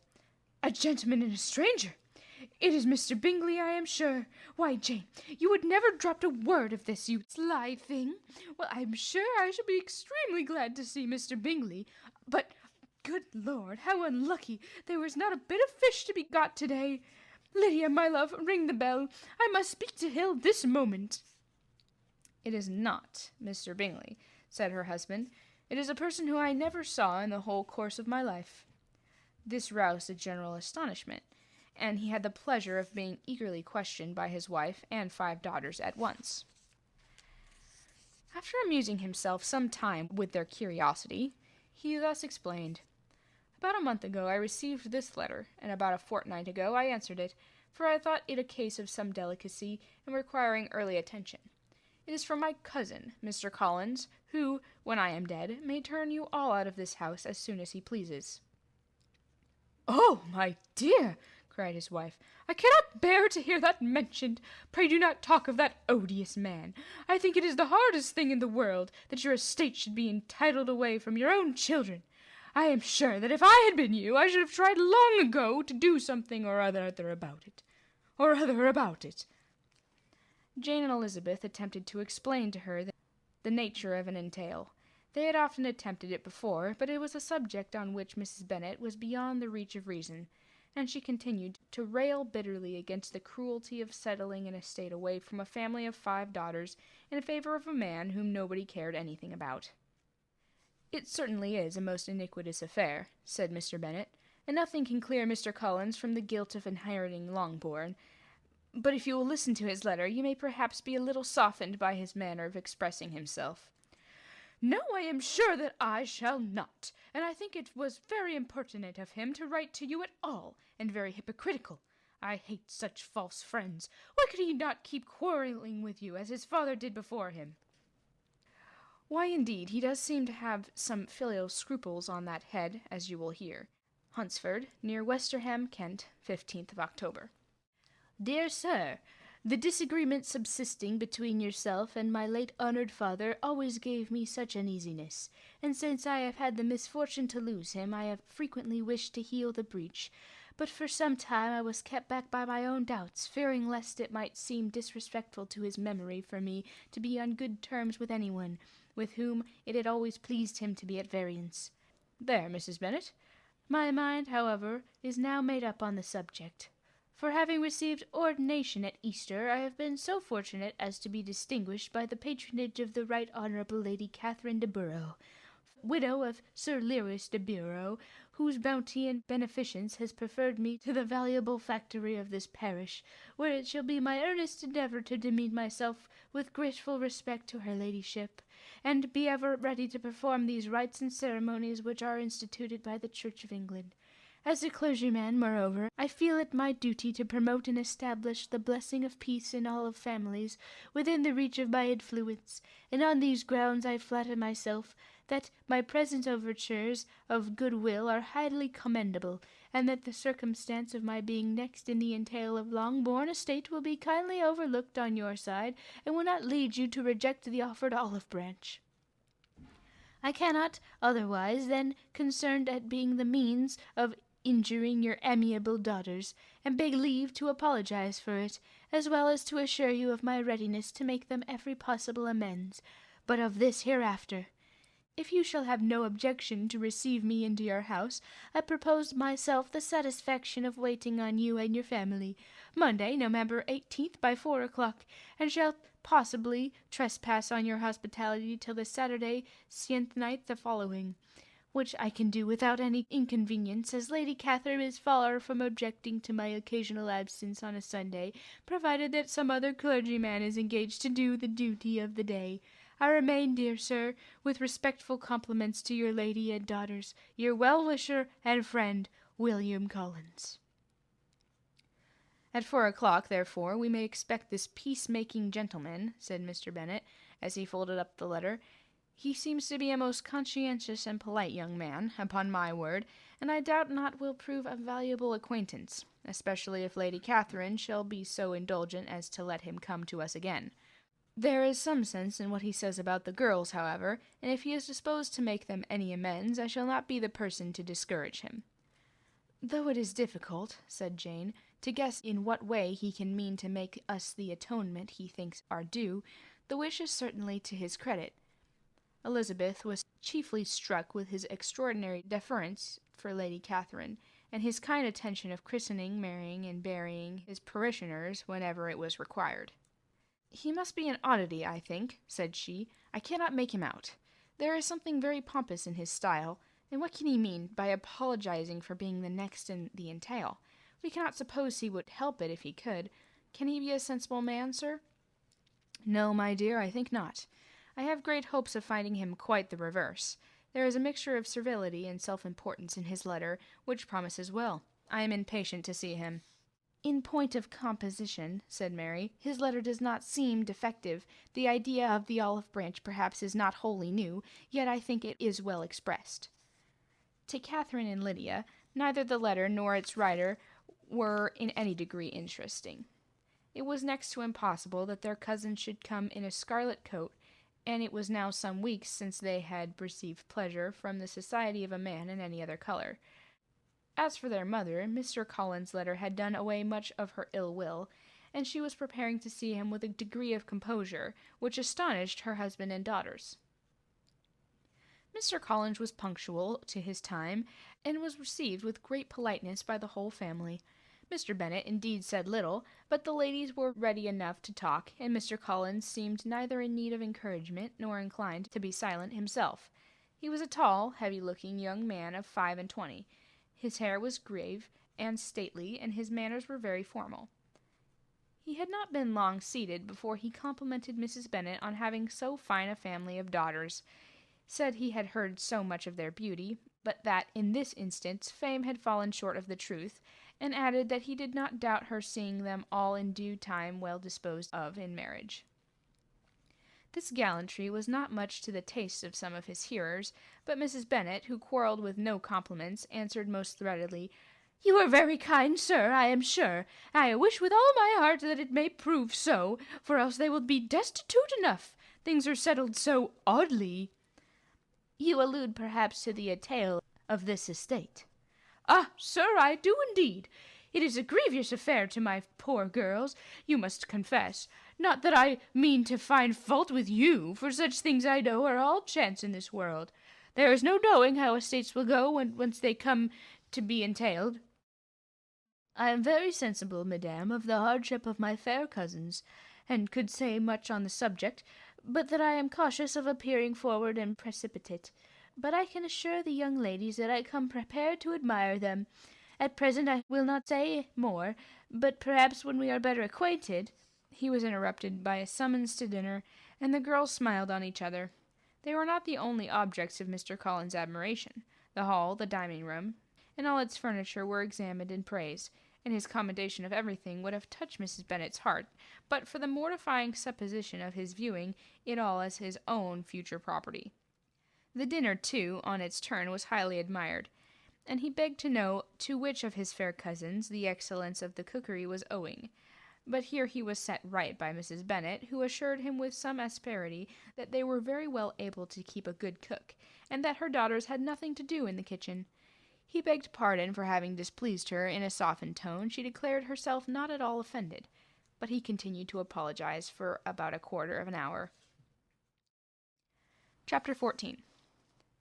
During dinner Mr. Bennet scarcely spoke at all, but when the servants were withdrawn he thought it time to have some conversation with his guest, and therefore started a subject in which he expected him to shine, by observing that he seemed very fortunate in his patroness. Lady Catherine de Borough's attention to his wishes and consideration for his comfort appeared very remarkable. Mr. Bennet could not have chosen better.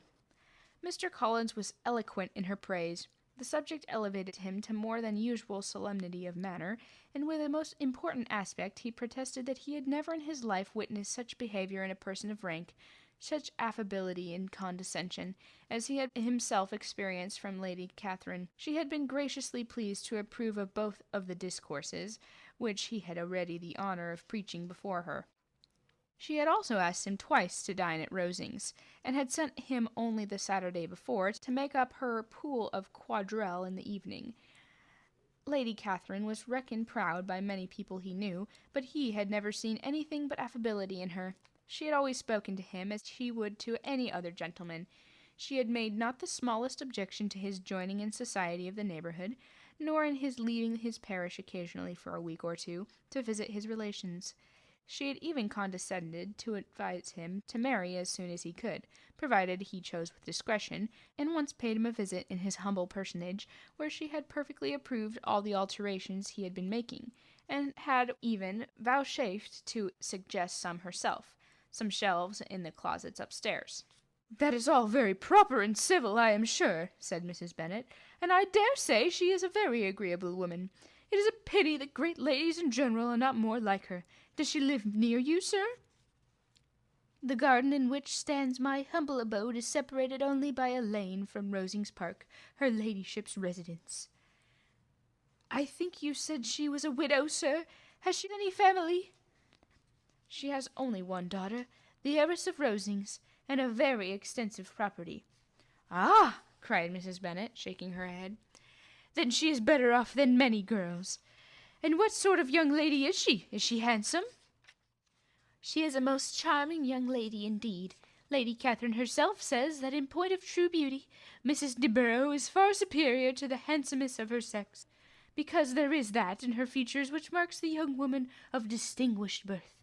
She is, unfortunately, of a sickly constitution, which has prevented her of making that progress in many accomplishments which she could not otherwise have failed of, as I am informed by the lady as superintendent of her education, and who still resides with them. But she is perfectly amiable, and often condescends to thrive by my humble abode in her little phaeton and ponies." "Has she been presented? I do not remember her name among the ladies of the court." "Her indifferent state of health unhappily prevents her from being in town, and by that means, as I told Lady Catherine myself one day, has deprived the British court of its brightest ornament. Her ladyship seemed pleased with the idea, and you may imagine that I am happy on every occasion to offer her the little delicate compliments which are always acceptable to ladies. I have more than once observed to Lady Catherine that her charming daughter seemed born to be a duchess, and that the most elevated rank, instead of giving her consequence, would be adorned by her. These are the kind little things which please her ladyship. It is a sort of attention which I conceive myself particularly bound to pay." "You judge very properly," said Mr. Bennet, "and it is happy for you that you possess the talent of flattering with delicacy.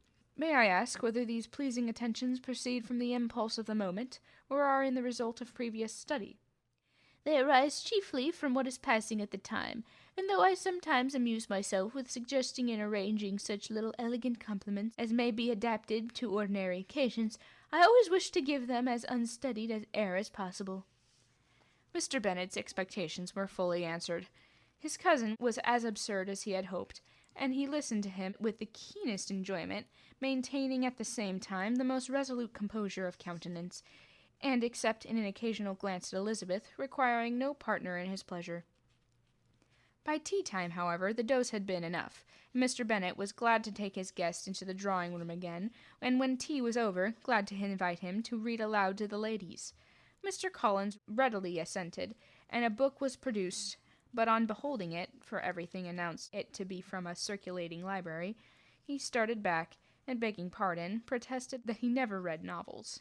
Kitty stared at him, and Lydia exclaimed.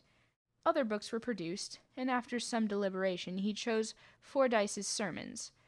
Lydia gaped as he opened the volume, and before he had, with very monotonous solemnity, read 3 pages, she interrupted him with, "Do you know, mamma, that my Uncle Phillips talks of turning away Richard, as if he does, Colonel Foster will hire him. My aunt told me so herself on Saturday. I shall walk to Meryton tomorrow to hear more about it, and ask when Mr. Denny comes back from town." Lydia was bid by her 2 eldest sisters to hold her tongue, but Mr. Collins, much offended, laid aside his book and said, "I have often observed how little young ladies are interested by books of a serious stamp, but though written solely for their benefit. It amazes me, I confess, for certainly there can be nothing so advantageous to them as instruction. But I will no longer importune my young cousin." Then turning to Mr. Bennet, he offered himself as his antagonist at backgammon. Mr. Bennet accepted the challenge, observing that he acted very wisely in leaving the girls to their own trifling amusements. Mrs. Bennet and her daughters apologized most civilly for Lydia's interruption, and promised that it should not occur again, if he would resume his book, but Mr. Collins, after assuring them that he bore his young cousin no ill will, and should never resent her behaviour as any affront, seated himself at another table with Mr. Bennet, and prepared for backgammon. Chapter 15. Mr. Collins was not a sensible man, and the deficiency of nature had been but little assisted by education or society, the greatest part of his life having been spent under the guidance of an illiterate and miserly father, and though he belonged to one of the universities, he had merely kept the necessary terms, without forming at it any useful acquaintance. The subjection in which his father had brought him up had given him originally a great humility of manner, but it was now a good deal counteracted by the self-conceit of a weak head, living in retirement, and the consequential feeling of early and unexpected prosperity. A fortunate chance had recommended him to Lady Catherine de Bourgh when the living at Hunsford was vacant, and the respect which he felt for her high rank and his veneration for her as his patroness, mingling with a very good opinion of himself, of his authority as a clergyman, and his rights as a rector, made him altogether a mixture of pride and obsequiousness, self-importance and humility.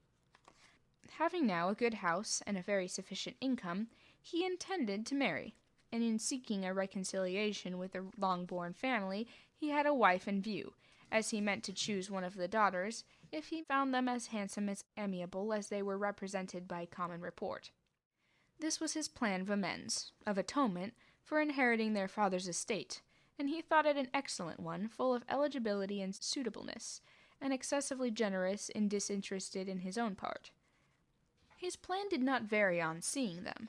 Miss Bennet's lovely face confirmed his views, and established all his strictest notions of what was due to seniority, and for the first evening she was his settled choice. The next morning, however, made an alteration, for in a quarter of an hour's tete-a-tete with Mrs. Bennet before breakfast, a conversation beginning with his parsonage house, and leading naturally to the avowal of his hopes that a mistress for it might be found at Longbourn, produced from her, amid very complacent smiles and general encouragement, a caution against the very Jane he had fixed on.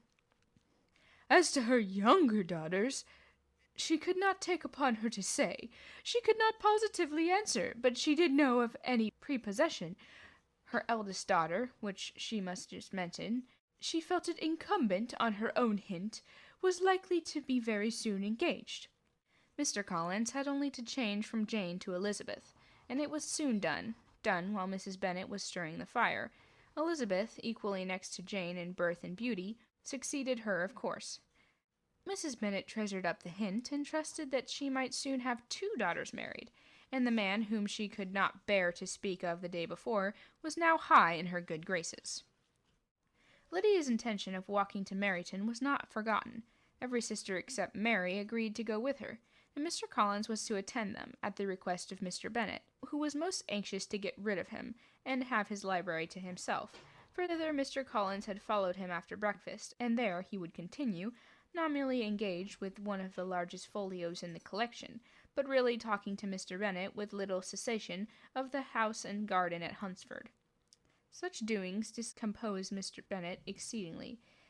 In his library he had been always sure of leisure and tranquillity, and though prepared, as he told Elizabeth, to meet with folly and conceit in every other room in the house, he was used to be free from them there.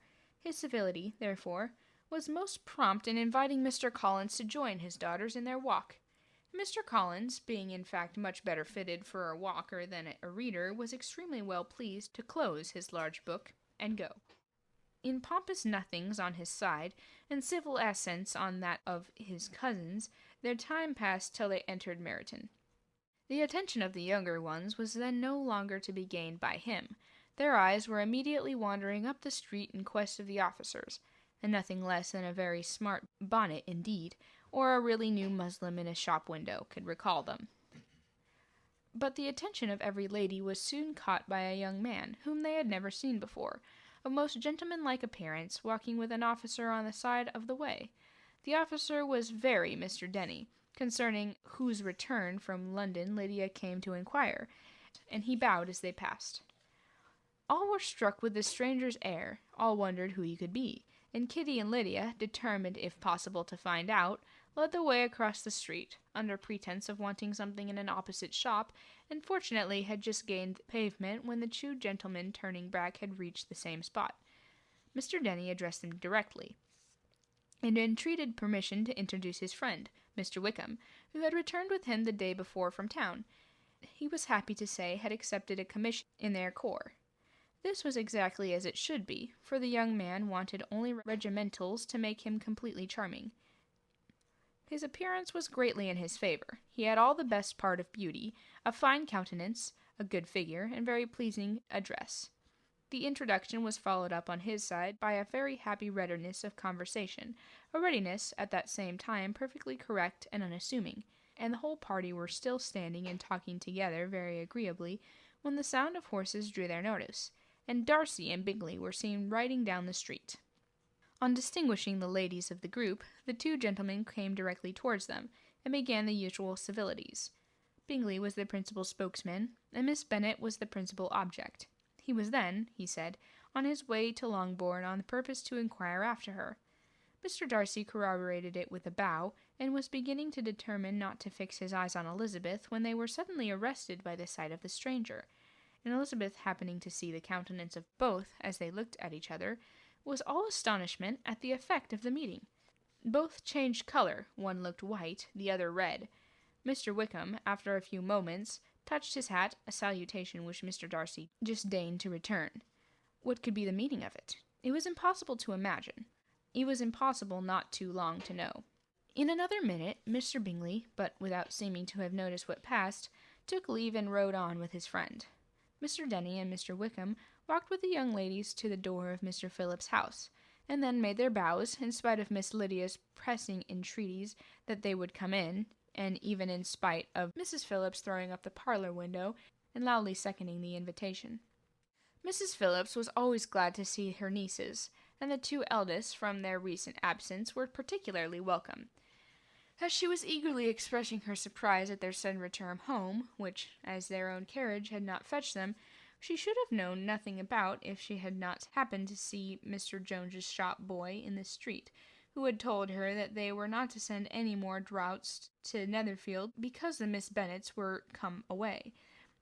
When her civility was claimed towards Mr. Collins by Jane's introduction of him, she received him with her very best politeness, which he returned with as much more, apologizing for his intrusion, without any previous acquaintance with her, which he could not help flattering himself, however, might be justified by his relationship to the young ladies who introduced him to her notice. Mrs. Phillips was quite awed by such an excess of good breeding, but her contemplation of one stranger was soon put to end by the exclamations and inquiries about the other, of whom, however, she could only tell her nieces what they already knew, that Mr. Denny had brought him from London, and that he was to have a lieutenant's commission in the shire.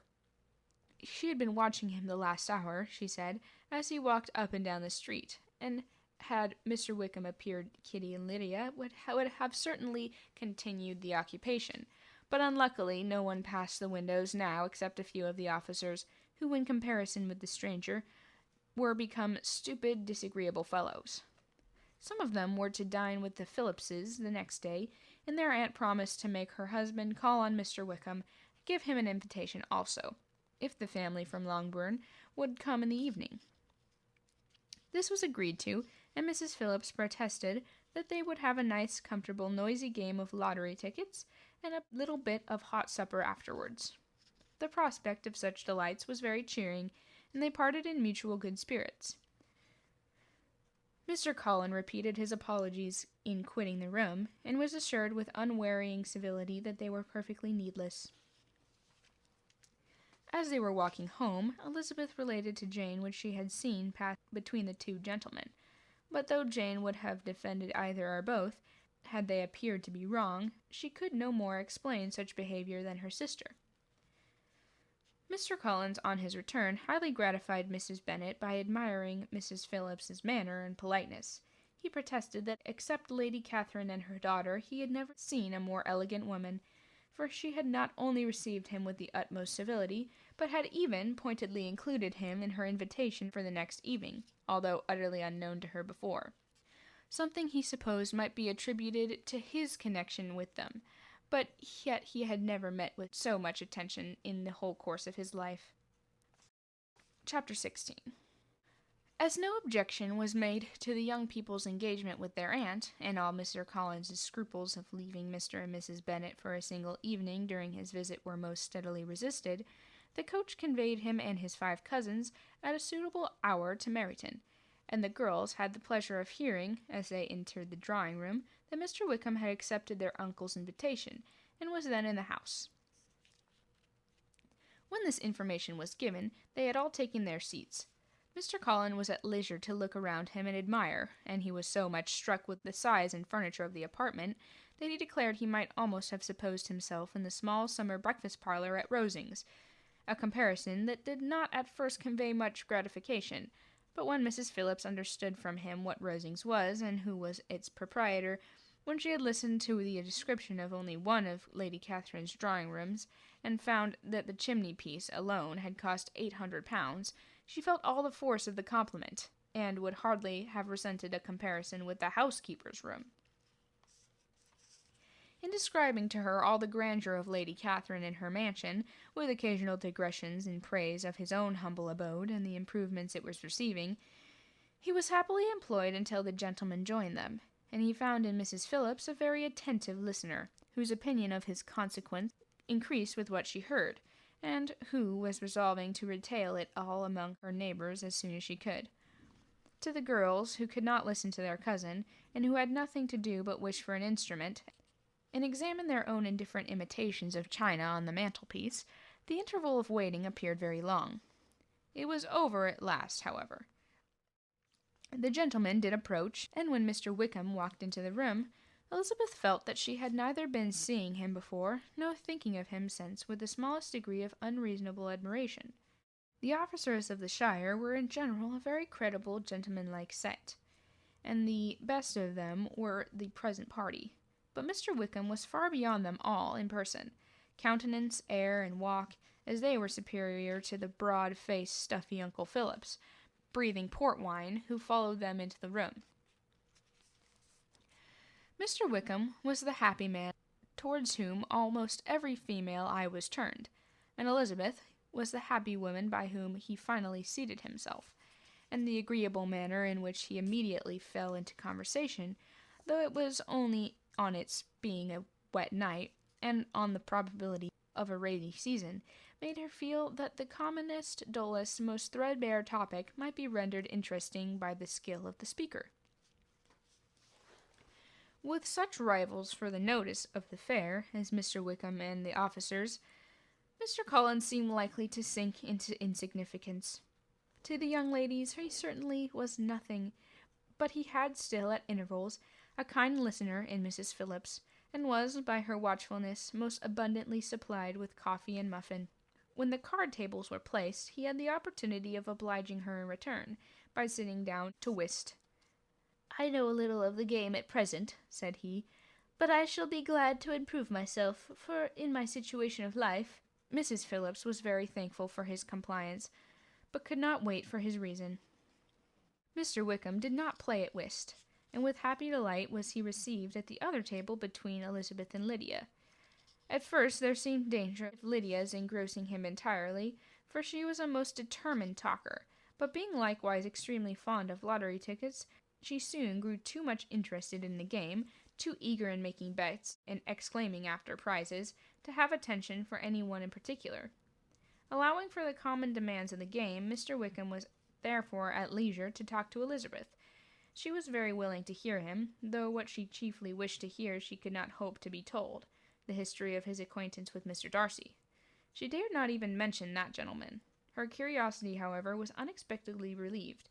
Mr. Wickham began the subject himself. He inquired how far Netherfield was from Meryton, and after receiving her answer, asked in a hesitating manner how long Mr. Darcy had been staying there.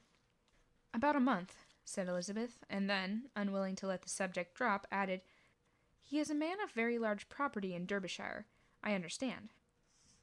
"Yes," replied Wickham. "His estate there is a noble one, a clear 10,000 annum.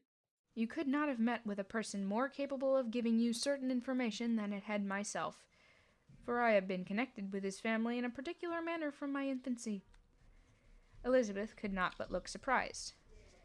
"You may well be surprised, Miss Bennet, at such an assertion, after seeing, as you probably might, the very cold manner of our meeting yesterday. Are you much acquainted with Mr. Darcy?" "As much as I ever wished to be," cried Elizabeth warmly. "I have spent 4 days in the same house with him, and I think him very disagreeable." "I have no right to give my opinion," said Wickham, "as to his being agreeable or otherwise. I am not qualified to form one. I have known him too long and too well to be a fair judge. It is impossible for me to be impartial. But I believe your opinion of him would be, in general, astonish, and perhaps you would not express it quite so strongly anywhere else. Here you are in your own family. Upon my word, I say no more here than I may say in any house in the neighbourhood, except Netherfield. He is not at all liked in Hertfordshire.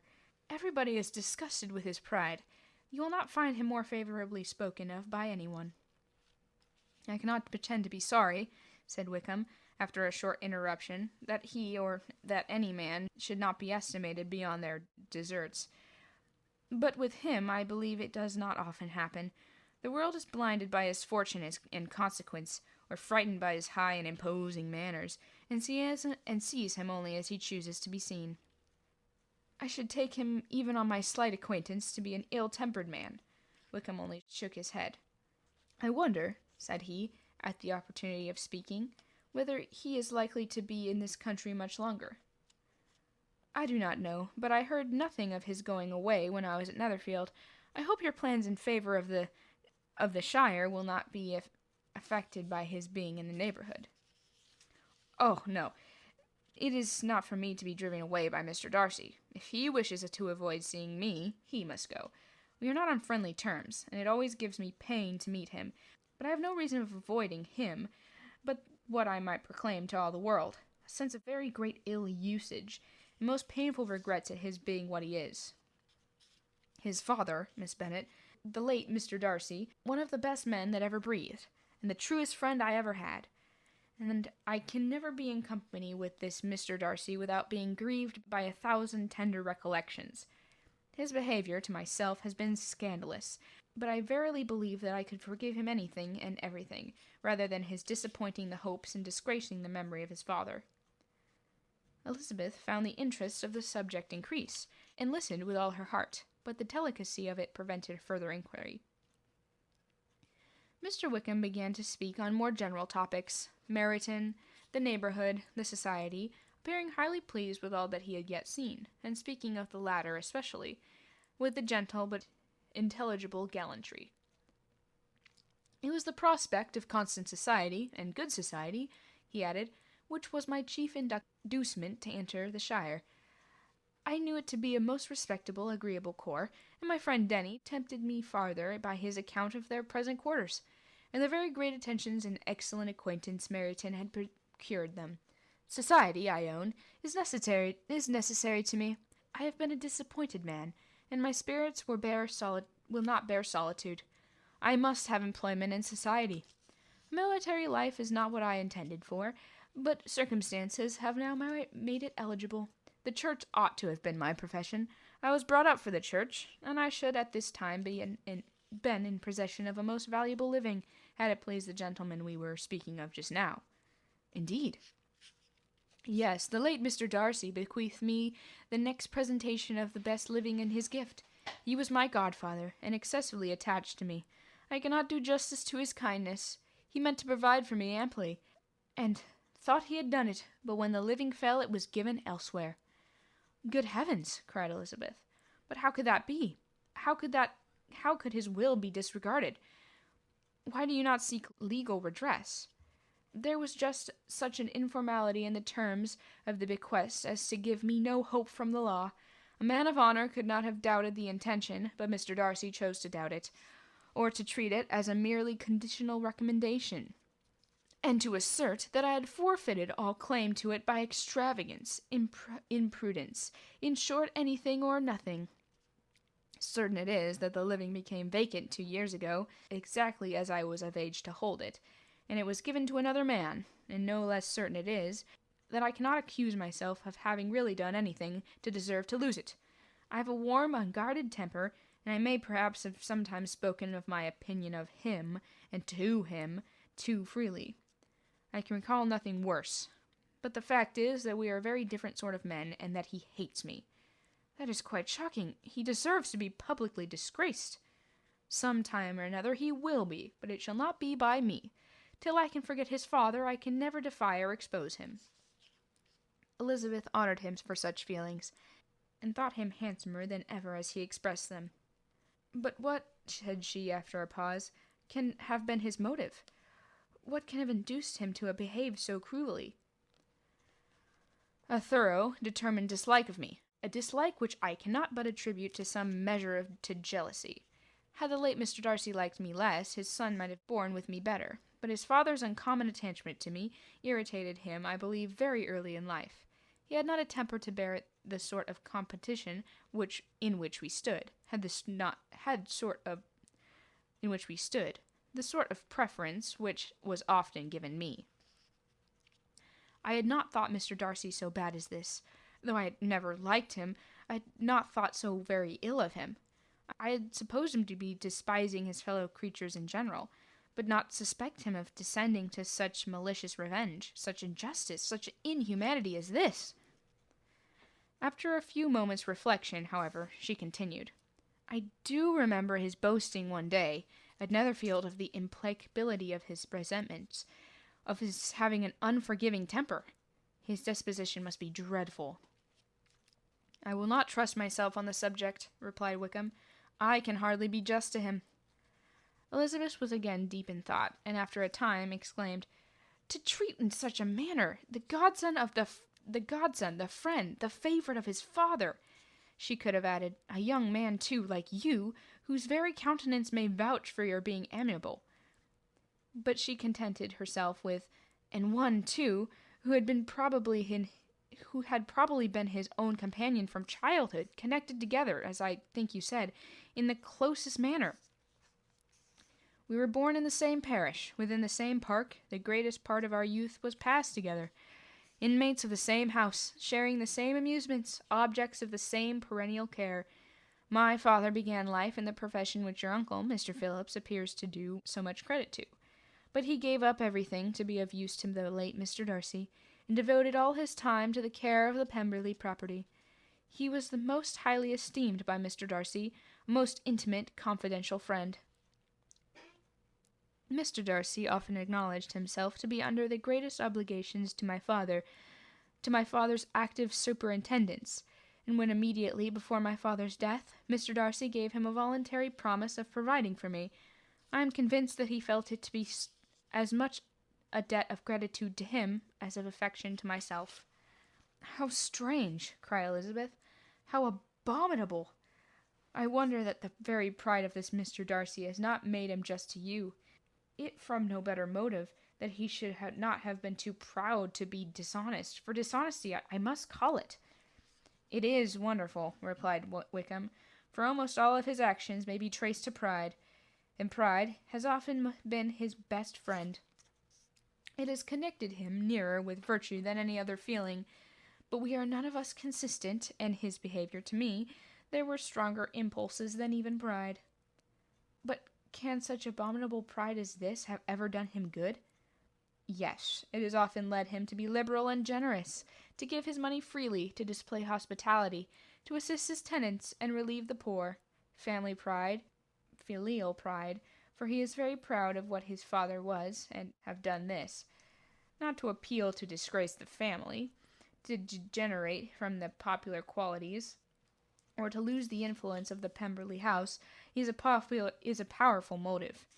He has also brotherly pride, which with some brotherly affection makes him a very kind and careful guardian of his sister, and you will hear him generally cried up as the most attentive and best of brothers.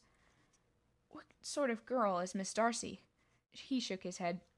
I wish I could call her amiable. It gives me pain to speak ill of a Darcy, but she is too much like her brother, very, very proud. As a child she was affectionate and pleasing, and extremely fond of me, and I have devoted hours and hours to her amusement, but she is nothing to me now. She is a handsome girl, about 15 or 16, and I understand highly accomplished. Since her father's death, her home has been in London, where a lady lives with her, and superintends her education. After many pauses and trials of other subjects, Elizabeth could not help reverting back once more to the first, and saying, I am astonished at his intimacy with Mr. Bingley. How can Mr. Bingley, who seems good humour itself, and is, I really believe, truly amiable, be in friendship with such a man? How can they suit each other? Do you know Mr. Bingley? Not at all. He is a sweet-tempered, amiable, charming man. He cannot know what Mr. Darcy is. Probably not. But Mr. Darcy can please where he chooses. He does not want abilities. He can be a conversable companion if he thinks it worth his while. Among those who are at his equals in consequence, he is a very different man from what he is to the less prosperous. His pride never deserts him, but with the rich he is liberal-minded, just, sincere, rational, honorable, and perhaps agreeable, allowing something for fortune and figure. The whist party soon afterwards breaking up, the players gathered around the other table, and Mr. Collins took up his station between his cousin Elizabeth and Mrs. Phillips. The usual inquiries as to his success were made by the latter. It had not been very great, and he had lost every point, but when Mrs. Phillips began to express her concern thereupon, he assured her with much earnest gravity that it was not the least importance, that he considered the money as a mere trifle, and begged she would not make herself uneasy. I know very well, madame, said he, that when persons sit down to a card-table they must take their chance of these things, and happy I am not in such circumstances to make 5 shillings any object. There were undoubtedly many who could not say the same, but thanks to Lady Catherine de Bourgh, I am removed far beyond the necessity of regarding little matters. Mr. Wickham's attention was caught, and after observing Mr. Collins for a few moments, he asked Elizabeth in a low voice whether her relation were very intimately acquainted with the family of de Bourgh. Lady Catherine de Bourgh, she replied, has very lately given him a living. I hardly know Mr. Collins was first introduced to her notice, but he certainly has not known her long. You of course know that Lady Catherine de Bourgh and Lady Anne Darcy were sisters, consequently that she is the aunt to the present Mr. Darcy. No, indeed, I did not. I knew nothing at all of Lady Catherine's connections. I had never heard of her existence till the day before yesterday. Her daughter, Miss de Bourgh, will have a very large fortune, and it is believed that she and her cousin will unite the 2 estates. This information made Elizabeth smile, as she thought of poor Miss Bingley. Vain indeed must be all her attentions, vain and useless her affection for his sister and her praise of himself, as if he were already self-destined to another. Mr. Collins, said she, speaks highly of both Lady Catherine and her daughter, but from some particulars that he has related of her ladyship, I suspect gratitude misleads him, and that in spite of her being his patroness, she is an arrogant, conceited woman. I believe her to be both in a great degree, replied Wickham. I have not seen her for many years. But I very well remember that I never liked her, that her manners were dictatorial and insolent. She has had the reputation of being remarkably sensible and clever, but I rather believe she derives part of her abilities from her rank and fortune, part from her authoritative manner, and the rest from her pride of her nephew, who chooses that everyone connected with him should have an understanding of the first class. Elizabeth allowed that he had given a very rational account of it, and they continued talking together with mutual satisfaction till Summer put an end to cards, and gave the rest of the ladies their share of Mr. Wickham's attentions. There could be no conversation in the noise of Mrs. Phillips's supper party, but his manners recommended him to everybody. Whatever he said was said well, and whatever he did, done gracefully. Elizabeth went away with her head full of him. She could think nothing but of Mr. Wickham, and of what he had told her, and the way home, but all the way home. But there was not time for her even to mention his name as they went, for neither Lydia nor Mr. Collins were once silent. Lydia talked incessantly of lottery tickets, of the fish she had lost and the fish she had won, and Mr. Collins, in describing the civility of Mr. and Mrs. Phillips, protesting that he did not in the least regard his losses at whist, enumerating all the dishes at supper, and repeatedly fearing that he crowded his cousins, had more to say than he could well manage before the carriage stopped at Longbourn House. Chapter 17. Elizabeth related to Jane the next day what had passed between Mr. Wickham and herself. Jane listened with astonishment and concern. She knew not how to believe that Mr. Darcy could be so unworthy of Mr. Bingley's regard, and yet it was not in her nature to question the veracity of a young man of such amiable appearance as Wickham. The possibility of his having really endured such unkindness was enough to interest all her tender feelings, and nothing therefore remained to be done but to think well of them both, and to defend the conduct of each, and throw into the account of the incident or mistake whatever could not be otherwise explained. "They have both," said she, "been deceived, I dare say, in some way or the other, of which we can form no idea. Interested people have perhaps misrepresented each to the other. It is, in short, impossible for us to conjecture the causes or circumstances which may have alienated them, without actual blame on either side." "Very true indeed. And now, my dear Jane, what have you got to say on behalf of the interested people who have probably been concerned in the business? Do clear them, too, or we shall be obliged to think ill of somebody. Laugh as much as you choose, but you will not laugh me out of my opinion. My dearest Lizzie, do but consider what a disgraceful light it places Mr. Darcy, treating his father's favourite in such a manner, one whom his father had promised to provide for. It is impossible. No man of common humanity, no man who had any value in his character, could be capable of it. Could his most intimate friends be so excessively deceived in him? Oh, no! I can much more easily believe in Mr. Bingley's being imposed on than that Mr. Wickham should invent such a history of himself as he gave me last night. Names, facts, everything mentioned without ceremony. If it not be so, let Mr. Darcy contradict it. Besides, there is truth in his looks. It is difficult indeed. It is distressing. One does not know what to think. I beg your pardon. One knows exactly what to think. But Jane could think with certainty on only one point, that Mr. Bingley, if he had been imposed on, would have much to suffer when the affair became public. The two young ladies were summoned from the shrubbery where this conversation passed by the arrival of some of the very persons of whom they had been speaking. Mr. Bingley and his sisters came to give their personal invitation for the long-expected ball at Netherfield, which was fixed for the following Tuesday. The two ladies were delighted to see their dear friend again, called it an age since they had met, and repeatedly asked what she had been doing with herself since their separation. To the rest of the family they paid little attention, avoiding Mrs. Bennet as much as possible, saying not much to Elizabeth, and nothing at all to the others. They were soon gone again, rising from their seats with an activity which took their brother by surprise, and hurrying off as if eager to escape from Mrs. Bennet's civilities. The prospect of the Netherfield ball was extremely agreeable to every female in the family.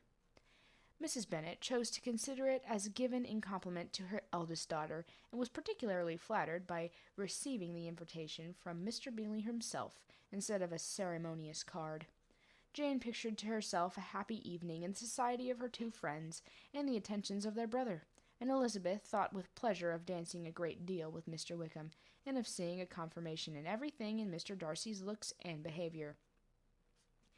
The happiness anticipated by Catherine and Lydia depended less on any single event or any particular person, for though they each, like Elizabeth, meant to dance half the evening with Mr. Wickham, he was by no means the only partner who could satisfy them, and a ball was at any rate a ball. And even Mary could assure her family that she had no disinclination for it. "Well, I can have my mornings to myself," said she. "It is enough. I think it no sacrifice to join occasionally an evening engagement. Society has claims on us all, and I profess myself of one of those who considers intervals of recreation and amusement as desirable for everybody." Elizabeth's spirits were so high on the occasion that, though she did not often speak unnecessarily to Mr. Collins, she could not help asking him whether he intended to accept Mr. Bingley's invitation, and if he did, whether he would think it proper to join in the evening's amusement.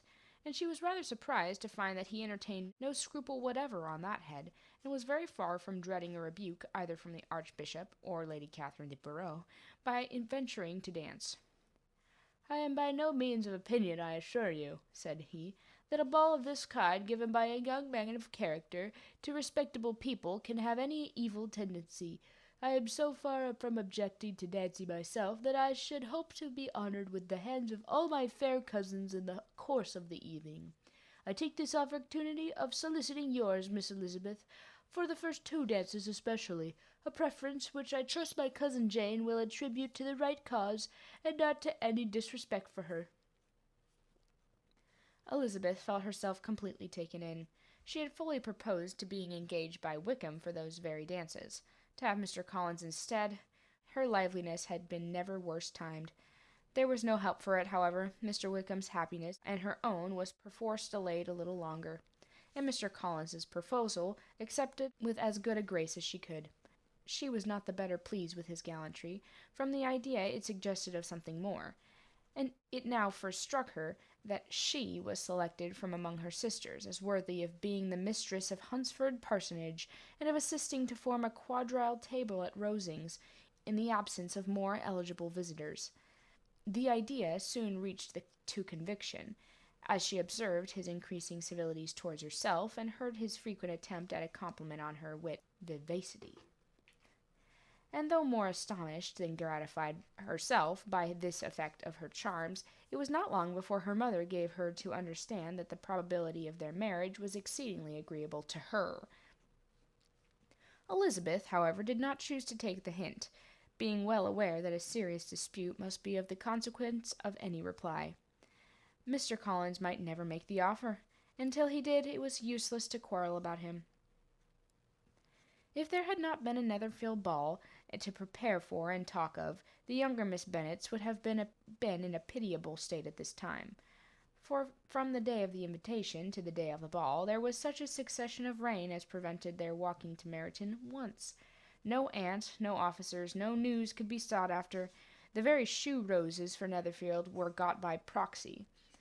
Even Elizabeth might have found some trial of her patience in weather, which totally suspended in the improvement of her acquaintance with Mr. Wickham, and nothing less than a dance on Tuesday could have made such a Friday, Saturday, Sunday, and Monday endurable to Katy and Lydia.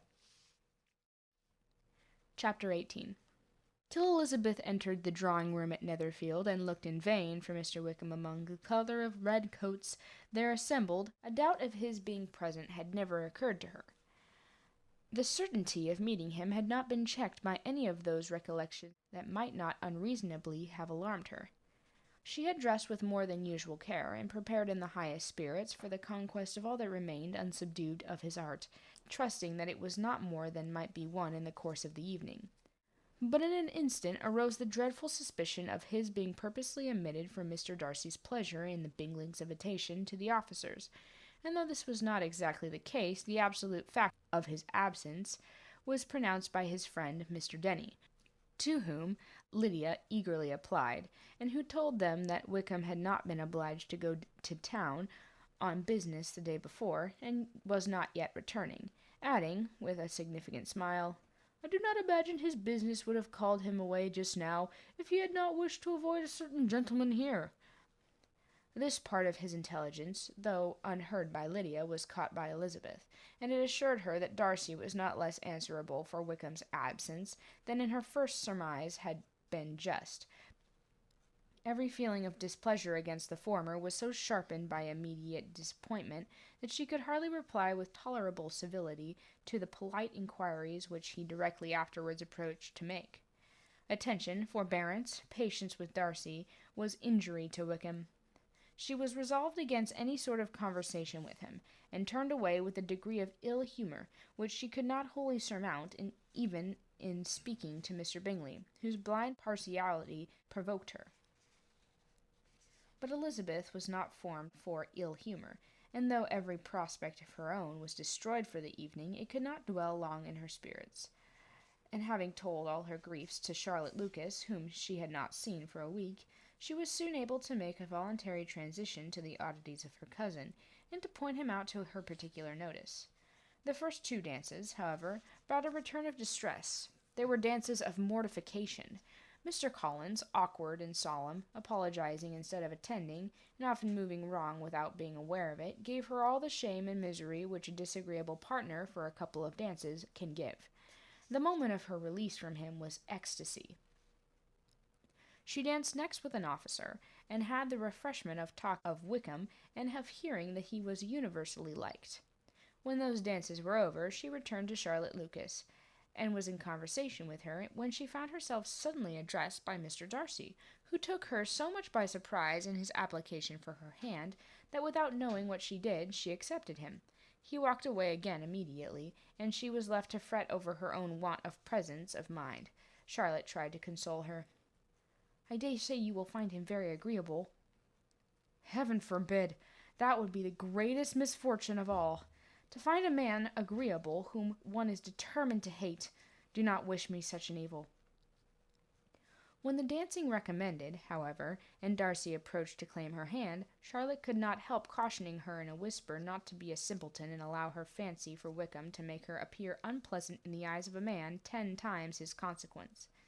Elizabeth made no answer, and took her place in the set, amazed at the dignity to which she was arrived in being allowed to stand opposite to Mr. Darcy, and reading in her neighbours' looks their equal amazement in beholding it. They stood for some time without speaking a word, and she began to imagine that their silence was to last through the 2 dances, and at first was resolved not to break it, till suddenly, fancying that it would be the greater punishment to her partner to oblige him to talk, she made some slight observation on the dance. He replied, and was again silent. After a pause of some minutes, she addressed him a second time, with, "It's your turn to say something now, Mr. Darcy. I talked about the dance, and you ought to make some kind of remark on the size of the room or the number of couples." He smiled, and assured her that whatever she wished him to say would be said. "Very well, that reply will do for the present. Perhaps by and by I may observe that private balls are much pleasanter than public ones, but now we may be silent." "Do you talk by rule, then, while you are dancing?" "Sometimes. One must speak a little, you know.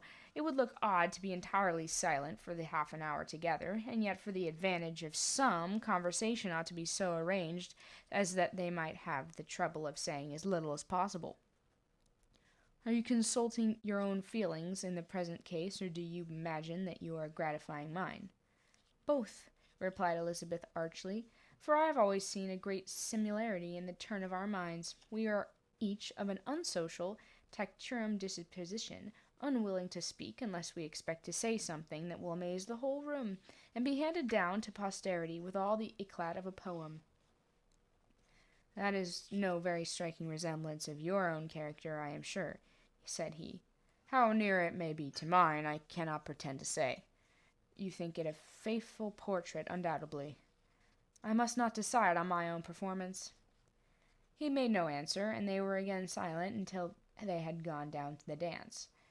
When he asked her if she and her sisters did not very often walk to Meryton, she answered in the affirmative, and, unable to resist the temptation, added, "When you met us there the other day, we had just been forming a new acquaintance." The effect was immediate. A deeper shade of hauteur overspread his features. But he said not a word, and Elizabeth, though blaming herself for her own weakness, could not go on. At length Darcy spoke, and in a constrained manner said, "Mr. Wickham is blessed with such happy manners as may ensure his making friends. Whether he may be equally able of retaining them is less certain." "He has been so unlucky as to lose your friendship," replied Elizabeth with emphasis, "and in a manner which he is likely to suffer from all of his life." Darcy made no answer, and seemed desirous of changing the subject. At that moment Sir William Lucas appeared close to them, meaning to pass through the set to the other side of the room, but on perceiving Mr. Darcy he stopped with a bow of superior courtesy to compliment him on his dancing and his partner. "I have not been most highly gratified indeed, my sir. Such very superior dancing is not often seen. It is evident that you belong to the first circles. Allow me to say, however, that your fair partner does not disgrace you, and that I most hope to have this pleasure often repeated, especially when a certain desirable event, my dear Miss Eliza," glancing at her sister and Bingley, "shall take place. What congratulations will then flow in! I appeal to Mr. Darcy, but let me not interrupt you, sir. You will not thank me for detaining you from the bewitching converse of that young lady, whose bright eyes are also upbraiding me." The latter part of this address was scarcely heard by Darcy, but Sir William's allusion to his friends seemed to strike him forcibly, and his eyes were directed with a very serious expression towards Bingley and Jane, who were dancing together. Recovering himself, however, shortly, he returned to his partner and said, "Sir William's interruption has made me forget what we were talking of." "I do not think we were speaking at all. Sir William could not have interrupted any two people in the room who had less to say for themselves. We have tried 2 or 3 subjects already without success, and what we have to talk about next I cannot imagine." "What think you of books?" said he, smiling. "Books! Oh, no. I am sure we never read the same, or not with the same feelings." "I am sorry you think so. But if that be the case, there can at least be no want of subject. We may compare our different opinions." "No, I cannot talk of books in a ballroom. My head is always so full of something else." "The present always occupies you in such senses, does it?" said he, with a look of doubt. "Yes, always," she replied, without knowing what she said, for her thoughts had wandered far from the subject, and soon afterwards appeared by her suddenly, exclaiming, "I remember hearing you once say, Mr. Darcy, that you hardly ever forgave, that your resentment, once created, was unappeasable. You are very cautious, I suppose, as to its being created." "I am," said he, with a firm voice. "And never allow yourself to be blinded by prejudice?" "I hope not." "It is particularly incumbent on those who never change in their opinion to be secure of judging properly at first. May I ask to what these questions tend?" "Merely to the illusion of your character," said she, endeavoring to shake off her gravity. "I am trying to make it out." "And what is your success?" She shook her head. "I do not get on at all. I hear such different accounts of you as to puzzle me exceedingly." "I can readily believe," answered he gravely, that report may vary greatly with respect to me, and I could wish, Miss Bennet, that you were not to sketch my character at the present moment, as there is reason to fear that the performance would reflect no credit on either." "But if I do not take your likeness now, I may never have another opportunity." "I would by no means suspend any pleasure of yours," he coldly replied.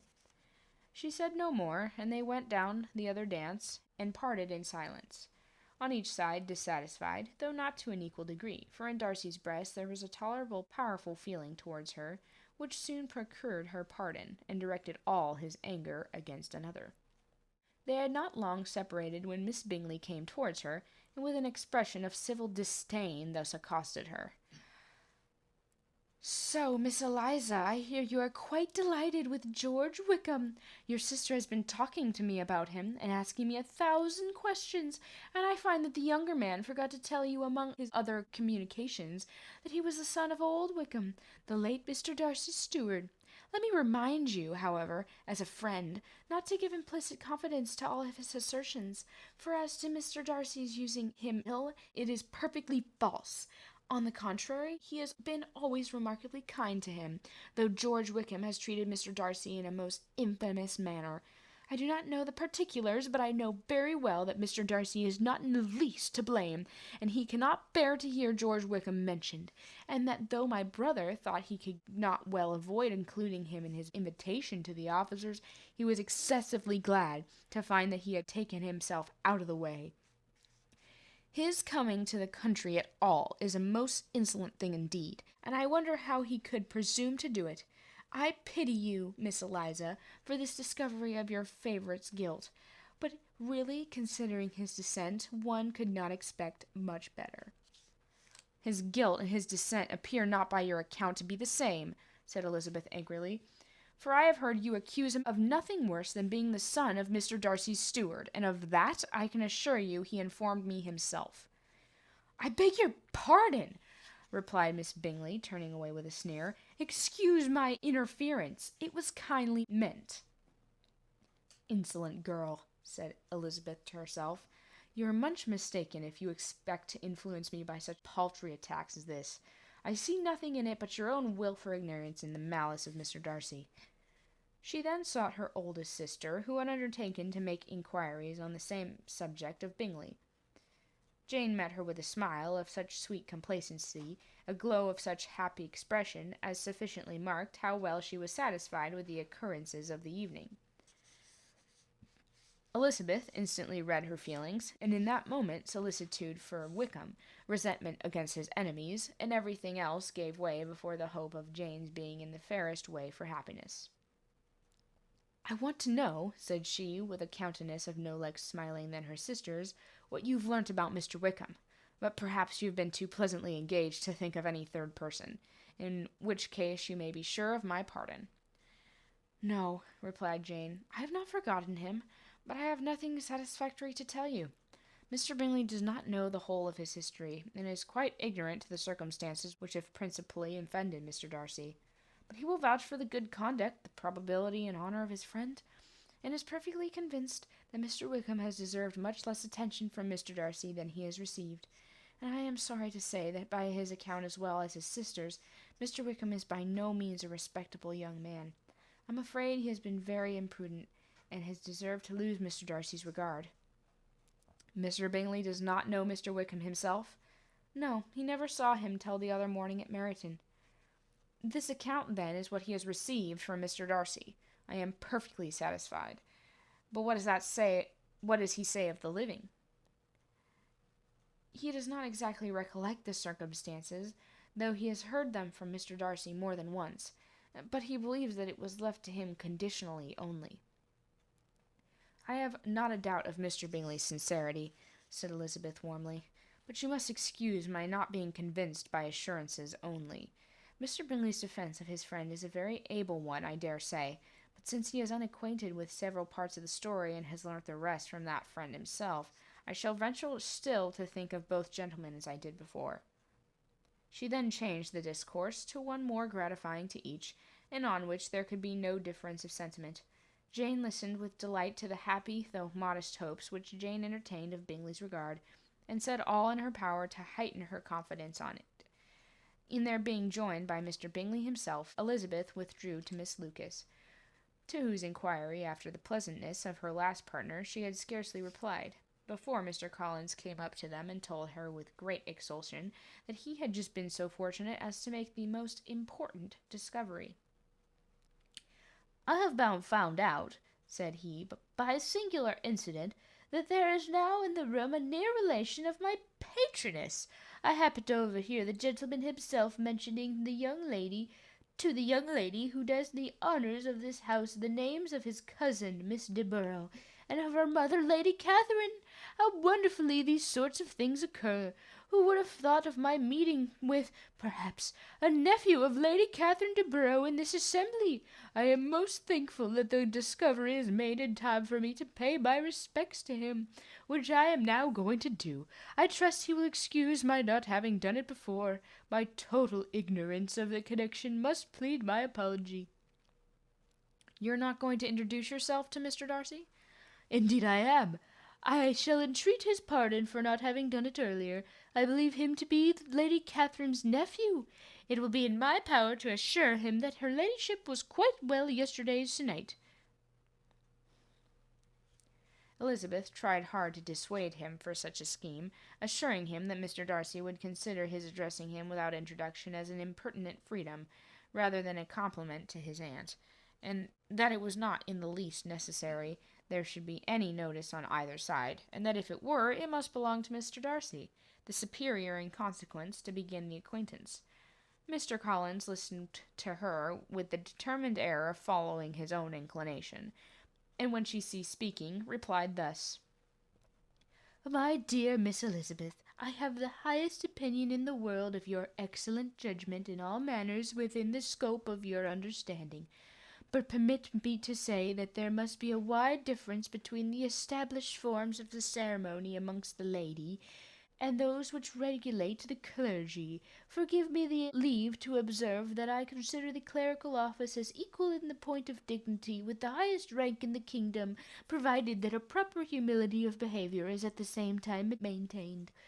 You must therefore allow me to lead the dictates of my own conscience in this occasion, which leads me to perform what I look on as a point of duty. Pardon me for neglecting to profit by your advice, which on every other subject shall be my constant guide, though in the case before us I consider myself more fitted by education and habitual study to decide on what is right than a young lady like yourself." And with a low bow he left her to attack Mr. Darcy, whose reception of his advances she eagerly watched, and whose astonishment at being so addressed was very evident. Her cousin prefaced his speech with a solemn bow, and though she could not hear a word of it, she felt as if hearing it all, and saw on the motion of his lips the words apology, Hunsford, and Lady Catherine de Bourgh. It vexed her to see him expose himself to such a man. Mr. Darcy was eyeing him with unrestrained wonder, and when at last Mr. Collins allowed him time to speak, replied with an air of distant civility. Mr. Collins, however, was not discouraged from speaking again, and Mr. Darcy's contempt seemed abundantly increasing with the length of his second speech, and at the end of it he only made him a slight bow, and moved another way. Mr. Collins then returned to Elizabeth. "I have no reason, I assure you," said he, "to be dissatisfied with my reception. Mr. Darcy seemed much pleased with the attention. He answered me with the utmost civility, and even paid me the compliment of saying that he was so well convinced of Lady Catherine's discernment as to be certain she could never bestow a favour unworthily. It was really a very handsome thought. Upon the whole, I am much pleased with him." As Elizabeth had no longer any interest of her own to pursue, she turned her attention almost entirely on her sister and Mr. Bingley, and the train of agreeable reflections which her observations gave birth to made her perhaps almost as happy as Jane.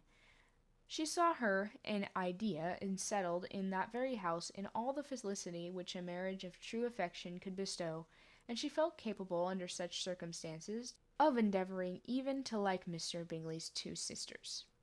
Her mother's thoughts, she plainly saw, were bent the same way, and she determined not to venture near her, lest she might hear too much.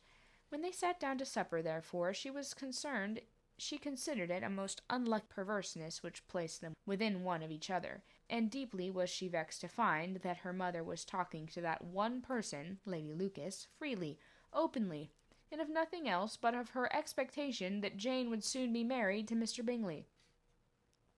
It was an animating subject, and Mrs. Bennet seemed incapable of fatigue while enumerating the advantages of the match. His being such a charming young man, and so rich, and living but 3 miles from them, were the first points of self-gratulation. And then it was such a comfort to think how fond the two sisters were of Jane, and to be certain that they must desire the connection as much as she could do.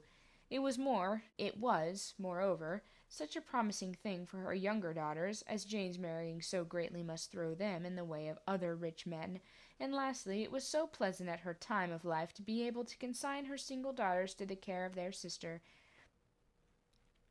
that she might not be obliged to go into company more than she liked.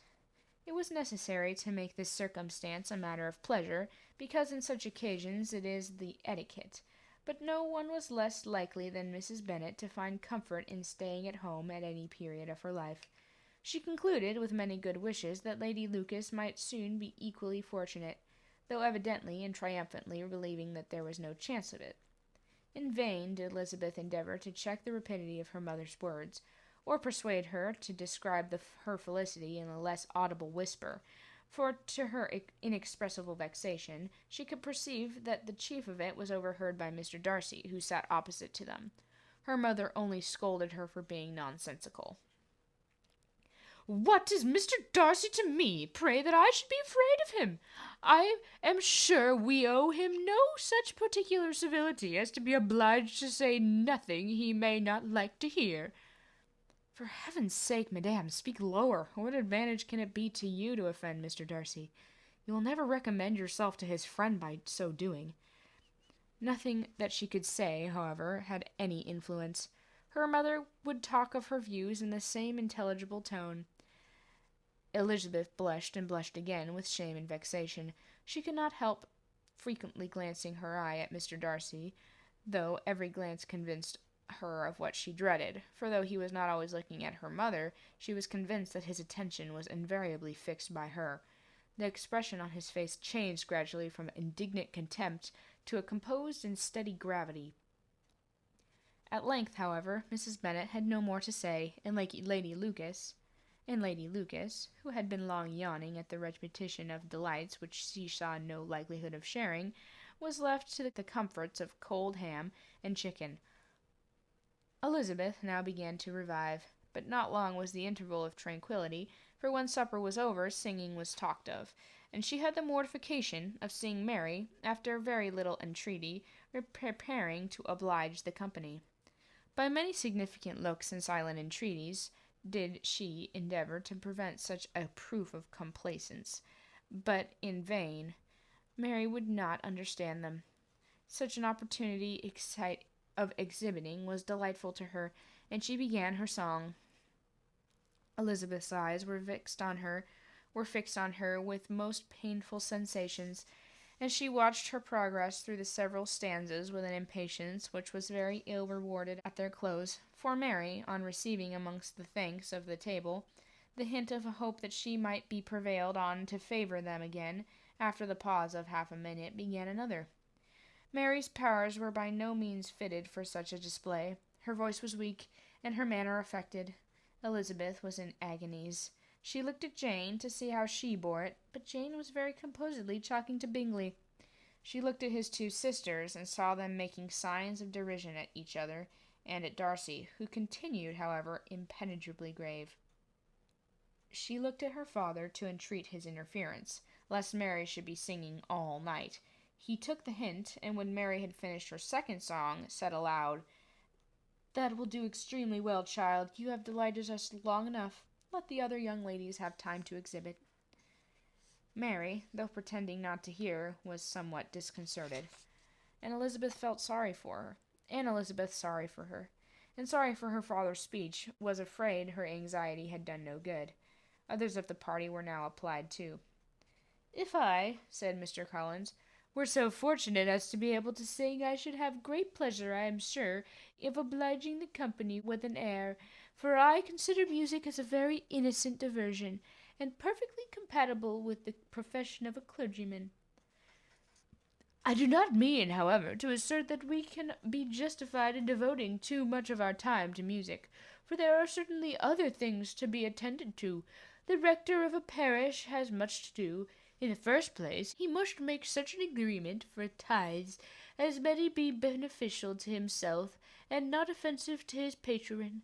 He must write his own sermons, and the time that remains will not be too much for his parish duties, and the care of improvements of his dwelling, which he cannot be excused from making as comfortable as possible, and I do not think of it light importance that he should have attentive and conciliatory manners towards everybody, especially towards those to whom he makes his preferment.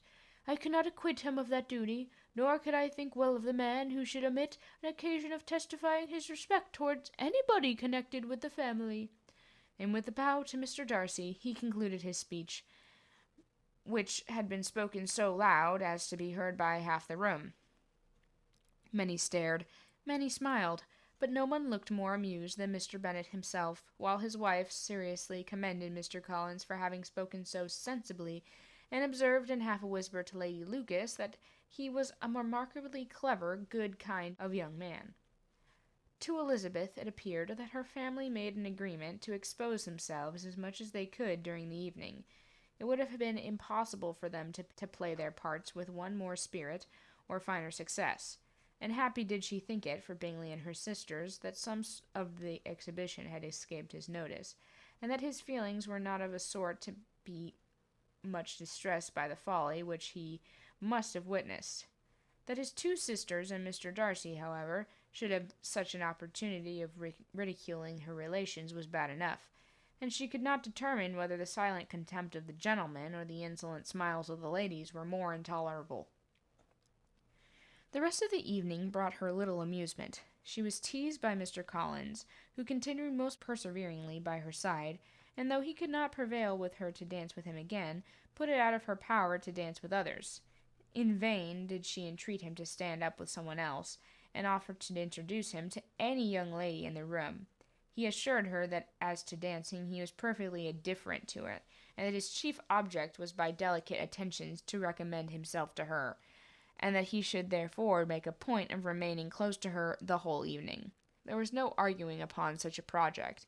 She owed her greatest relief to her friend Miss Lucas, who often joined them, and good-naturedly engaged Mr. Collins's conversation to herself. She was at least free from the offence of Mr. Darcy's further notice. Though often standing within a very short distance of her, quite disengaged, he never came near enough to speak.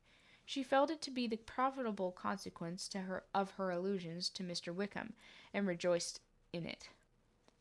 The Longbourn party were the last of all the company to depart, and by a manoeuvre of Mrs. Bennet had to wait for their carriages a quarter of an hour after everyone else was gone, which gave them time to see how heartily they were wished away by some of the family. Mrs. Hurst and her sisters scarcely opened their mouths except to complain of the fatigue, and were evidently impatient to have the house to themselves. They repulsed every attempt of Mrs. Bennet at conversation, and by so doing threw a languor over the whole party, which was very little relieved by the long speeches of Mr. Collins, who was complimenting Mr. Bingley and his sisters on the elegance of their entertainment, and the hospitality and politeness which had marked their behaviour to their guests. Mr. Darcy said nothing at all. Mr. Bennet, in equal silence, was enjoying the scene. Mr. Bingley and Jane were standing together, a little detached from the rest, and only talked to each other. Elizabeth preserved as steady a silence as either Mrs. Hurst or Miss Bingley, and even Lydia was too much fatigued to utter more than the occasional exclamation of "Lord, how tired I am!" accompanied by a violent yawn. When at length they arose to take leave, Mrs. Bennet was most pressingly civil in her hope of seeing the whole family soon at Longbourn, and addressed herself particularly to Mr. Bingley, to assure him how happy he would make them by eating a family dinner with them at any time, without the ceremony of a formal invitation. Bingley was all grateful pleasure, and he readily engaged for taking the earliest opportunity of waiting on her after his return from London, whither he was obliged to go the next day for a short time. Mrs. Bennet was perfectly satisfied, and quitted the house under a delightful persuasion that, allowing for the necessary preparations of settlements, new carriages, and wedding clothes, she should undoubtedly see her daughter settled at Netherfield in the course of 3 or 4 months. Of having another daughter married to Mr. Collins, she thought with equal certainty, and with considerable, though not equal, pleasure. Elizabeth was the least endeared of all of her children. Though the man and the match were quite good enough for her, the worth of each was eclipsed by Mr. Bingley in Netherfield. Chapter 19. The next day opened a new scene at Longbourn. Mr. Collins made his declaration in form.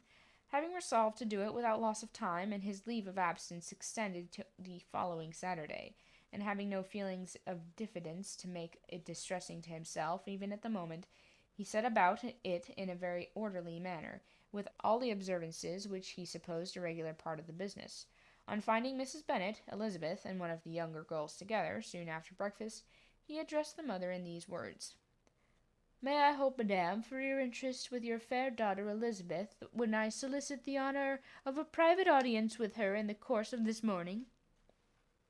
Before Elizabeth had time for anything but a blush of surprise, Mrs. Bennet instantly answered, "Oh dear, yes, certainly. I am sure that Lizzie will be very happy, and I am sure she can have no objection.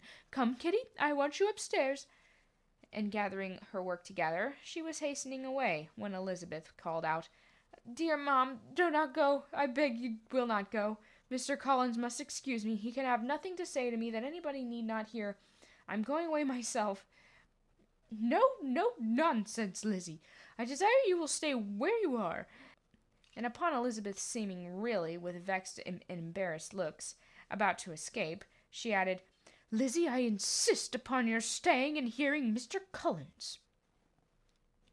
Elizabeth would not oppose such an injunction, and at a moment's consideration, making her also sensible that it would be the wisest to get it over with as soon as and as quietly as possible, she sat down again, and tried to conceal, by incessant employment of the feelings which were divided between distress and diversion.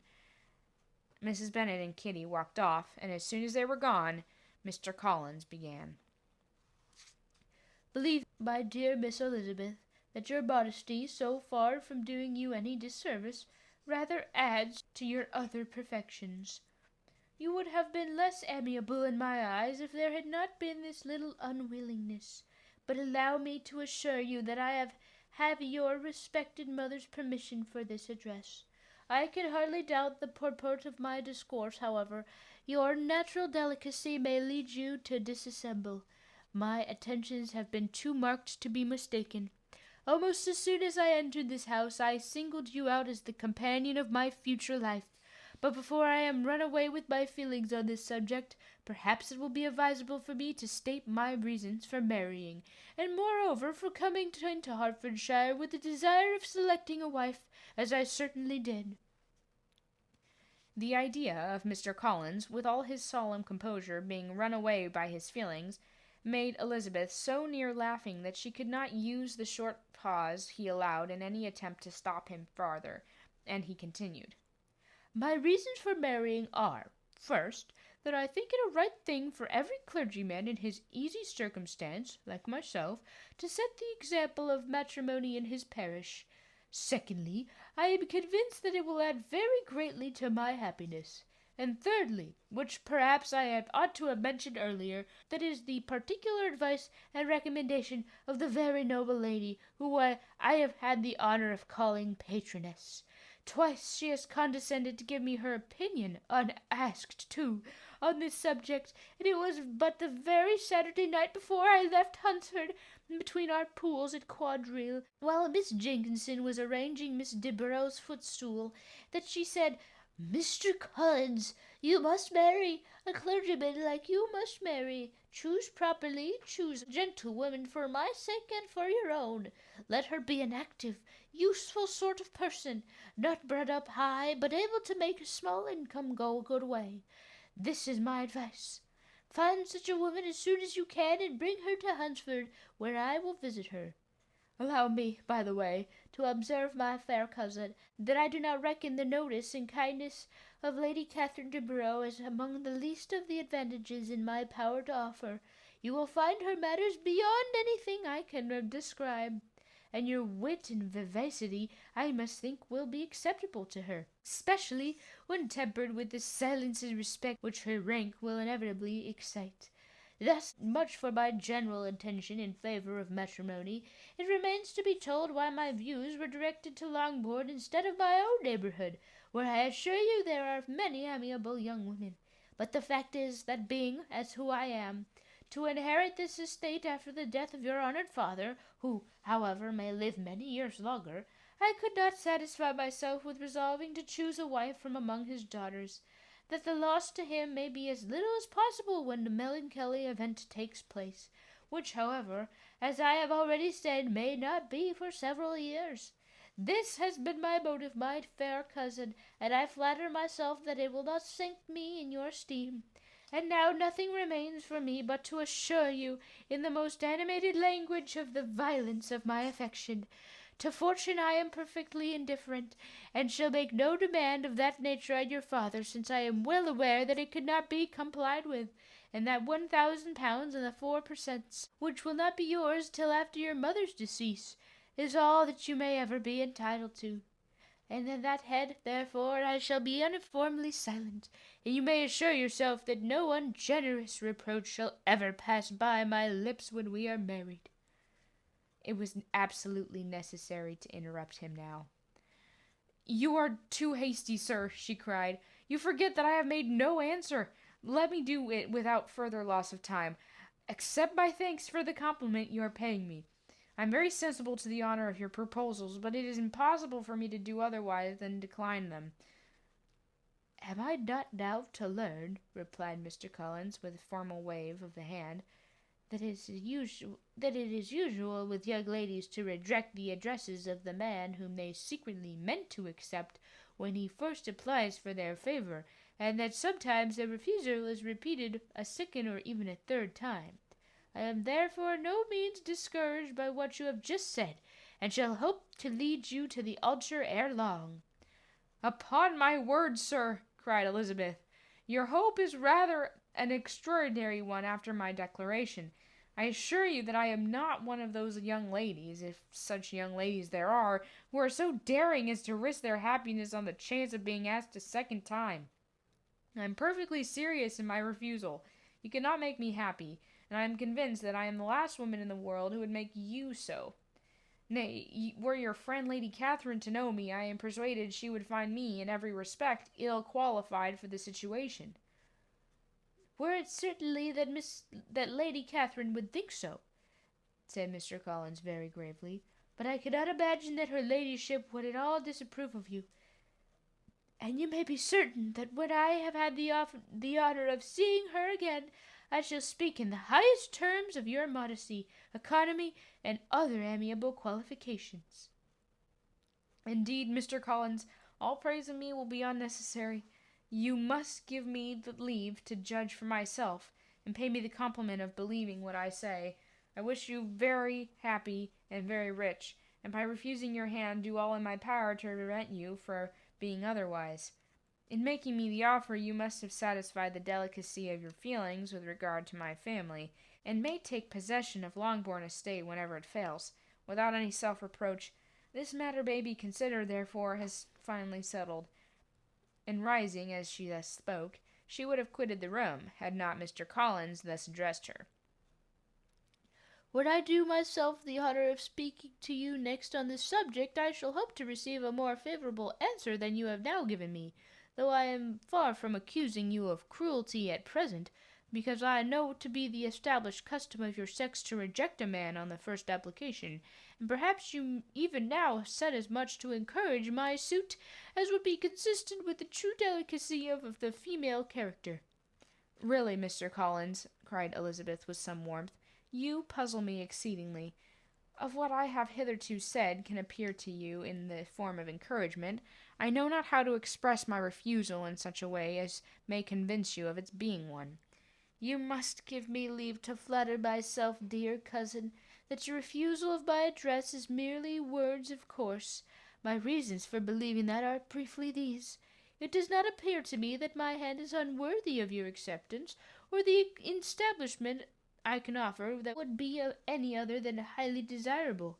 My situation in life, my connections with the family of de Bureau, and my relationship with your own, are circumstances highly in my favor, and you should take it into further consideration that in spite of your manifold attractions, it is by no means uncertain that another offer of marriage may ever be made on you. Your portion is unhappily so small that it will, in all likelihood, undo the effects of your loveliness and amiable qualifications. As I must therefore conclude that you are not serious of your rejection of me, I shall choose to attribute it to your wish of increasing my love by suspense, according to the usual practice of elegant females." "I do assure you, sir, that I have no pretension whatever to the kind of elegance which consists of tormenting a respectable man. I would rather be paid the compliment of being believed sincere. I thank you again for the honor which you have done me in your proposals, but to accept them is absolutely impossible. My feelings in every respect forbid it. Can I speak plainer? Do not consider me now as an elegant female intending to plague you, but as a rational creature speaking the truth from her heart." "You are uniformly charming," cried he, with an air of awkward gallantry, "and I am persuaded that when sanctioned by the express authority of both your excellent parents, my proposals will not fail of being acceptable." To such perseverance in wilful self-deception, Elizabeth would make no reply, and immediately and in silence withdrew, determined, if he persisted in considering her repeated refusals as flattering encouragement, as to apply to her father, whose negative might be uttered in such a manner as must be decisive, and whose behaviour at least could not be mistaken for the affection and coquetry of an elegant female. Chapter 20. Mr. Collins was not left long to the silent contemplation of his successful love for Mrs. Bennet. Having dawdled about in the vestibule to watch for the end of the conference, no sooner saw Elizabeth open the door and with quick step pass her towards the staircase, than she entered the breakfast-room, and congratulated both him and herself on warm terms on the happy prospect of their nearer connection. Mr. Collins received and returned these felicitations with equal pleasure, and then proceeded to relate the particulars of their interview, with the result of which he trusted he had every reason to be satisfied, since the refusal of his cousin had steadfastly given him would naturally flow from her bashful modesty and the genuine delicacy of her character. This information, however, startled Mrs. Bennet. She would have been glad to be equally satisfied that her daughter had meant to encourage him by protesting against his proposals, but she dared not to believe it, and could not help by saying so. "But depend upon it, Mr. Collins," she added, "that Lizzie shall be brought to reason. I will speak to her about it myself directly. She is a very headstrong, foolish girl, and does not know her own interest, but I will make her know it." "Pardon me for interrupting you, madam," cried Mr. Collins, "but if she really is headstrong and foolish, I know not whether she would altogether be a very desirable wife to a man in my situation, who naturally looks for happiness in a marriage state. If therefore she actually persists in rejecting my suit, perhaps it were better not to force her into accepting me, because if liable such defects of temper, she could not contribute much to my felicity." "Sir, you quite misunderstand me," said Mrs. Bennet, alarmed. "Lizzie is only headstrong in such matters as these. In everything else she is as good-natured a girl as ever lived. I will go directly to Mr. Bennet, and we shall very soon settle it with her, I am sure." She would not give him the time to reply, but, hurrying instantly to her husband, called out as she entered the library, "Oh, Mr. Bennet, you are wanted immediately. We are all in an uproar. You must come and make Lizzie marry Mr. Collins, for she vows she will not have him, and if you do not make haste, he will change his mind and not have her." Mr. Bennet raised his eyes from his book as she entered, and fixed them on her face with a calm unconcern which was not in the least altered by her communication. "I have not the pleasure of understanding you," said he, when she had finished her speech. "Of what are you talking?" "Of Mr. Collins and Lizzie. Lizzie declares she will not have Mr. Collins, and Mr. Collins begins to say that he will not have Lizzie." "And what am I to do in this occasion? It seems a hopeless business." "Speak to Lizzie about it yourself. Tell her that you insist upon her marrying him." "Let her be called down. She shall hear my opinion." Mrs. Bennet rang the bell, and Miss Elizabeth was summoned into the library. "Come here, child," cried her father as she appeared. "I have sent for you on an affair of importance. I understand that Mr. Collins has made you an offer of marriage. Is it true?" Elizabeth replied that it was. "Very well. And this offer of marriage you have refused?" "I have, sir." "Very well. Well, we now come to the point. Your mother insists upon you accepting it. Is this not true, Mrs. Bennet?" "Yes, or I will never see her again." "An unhappy alternative is before you, Elizabeth. From this day you must be a stranger to one of your parents. Your mother will never see you again if you do not marry Mr. Collins, and I will never see you again if you do." Elizabeth could not but smile at such a conclusion, but Mrs. Bennet, who had persuaded herself that her husband regarded the affair as she wished, was excessively disappointed. "What do you mean, Mr. Bennet, by talking in this way? You promised me to insist upon her marrying him." "My dear," replied her husband, "I have two small favours to request. First, that you will allow me the free use of my understanding on the present occasion, and secondly, of my room. I should be glad to have the library to myself as soon as may be." Not yet, however, in spite of her disappointment in her husband, did Mrs. Bennet give up the point. She talked to Elizabeth again and again, coaxed and threatened her by turns. She endeavoured to secure Jane in her interest, but Jane, with all possible mildness, declining interfering, and Elizabeth, sometimes with real earnestness and sometimes with playful gaiety, replied to her attacks. Though her manner varied, however, her determination never did. Mr. Collins, meanwhile, was meditating in solitude on what had passed. He thought too well of himself to comprehend on what motive his cousin could refuse him, and though his pride was hurt, he suffered in no other way. His regard for her was quite imaginary, and the possibility of her deserving her mother's reproach prevented his feeling any regret. While the family was in this confusion, Charlotte Lucas came to spend the day with them. She was met in the vestibule by Lydia, who, flying to her, cried in a half-whisper, "I am glad you're come, for there is such fun here. What do you think has happened this morning? Mr. Collins had made an offer to Lizzie, but she will not have him." Charlotte had hardly time to answer, before they were joined by Kitty, who came to tell the same news, and no sooner had they entered the breakfast-room, where Mrs. Bennet was not alone, than she likewise began on the subject, calling Miss Lucas for her compassion, and entreating her to persuade her friend Lizzie to comply with the wishes of all her family. "Pray do, my dear Lucas," she added with a melancholy tone, "for nobody is on my side, nobody takes part with me. I am cruelly used, nobody feels for my poor nerves." Charlotte's reply was spared by the entrance of Jane and Elizabeth. "Aye, there she comes," continued Miss Bennet, "looking as unconcerned as may be, and caring no more for us than if we were at York, provided she can have her own way. But I tell you what, Miss Lizzie, if you take it into your head to go on refusing every offer of marriage in this way, you will never get a husband at all, and I am sure I do not know who is to maintain you when your father is dead. I shall not be able to keep you, and so I warn you, I have done with you from this very day. I told you in the library, you know, that I shall never speak to you again, and you will find me as good as my word. I will have no pleasure in talking to undutiful children. Not that I have much pleasure indeed in talking to anybody. People who suffer as much as I do from nervous complaints can have no great inclination for talking. Nobody can tell what I suffer, but it is always so. Those who do not complain are never pitied." Her daughters listened in silence to this effusion, sensible that any attempt to reason with or soothe her would only increase the irritation.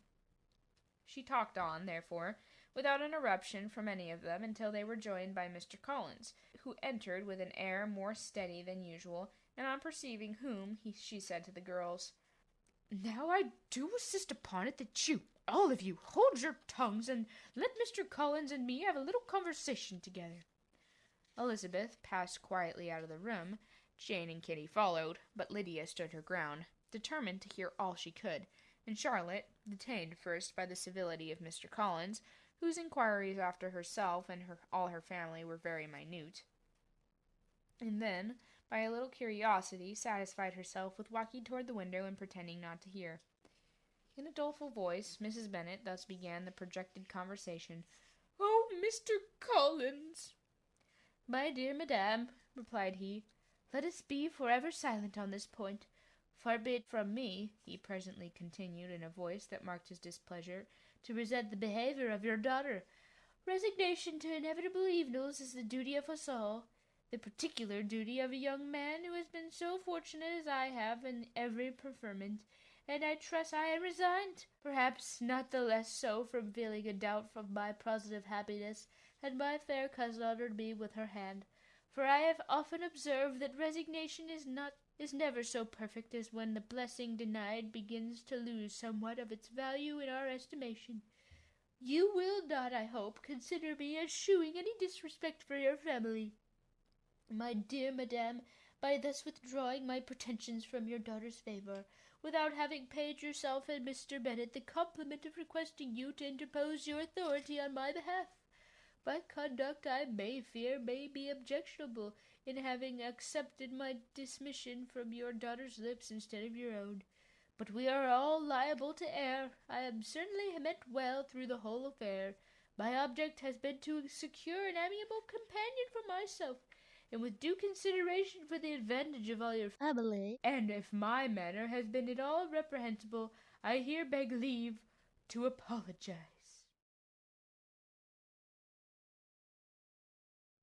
Chapter 21. The discussion of Mr. Collins's offer was now nearly at an end, and Elizabeth had only to suffer from the uncomfortable feelings necessarily attending it, and occasionally from some peevish allusion of her mother.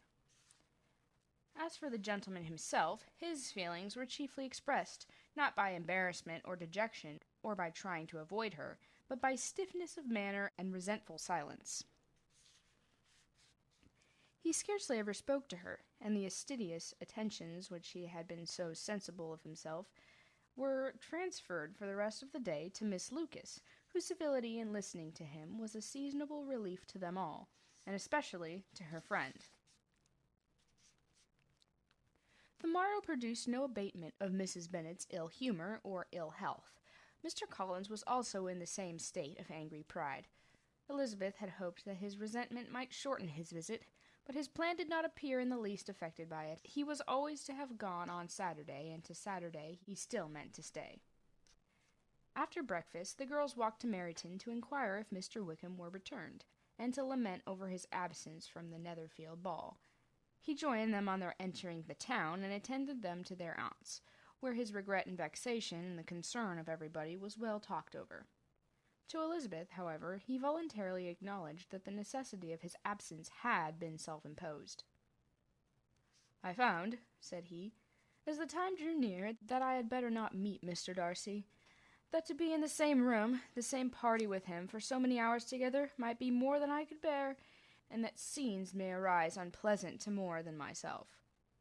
She highly approved his forbearance, and they had leisure for a full discussion of it, and for all the commendation which civilly bestowed on each other, as Wickham and another officer walked back with them to Longbourn, and during the walk he particularly attended to her. His accompanying them was a double advantage.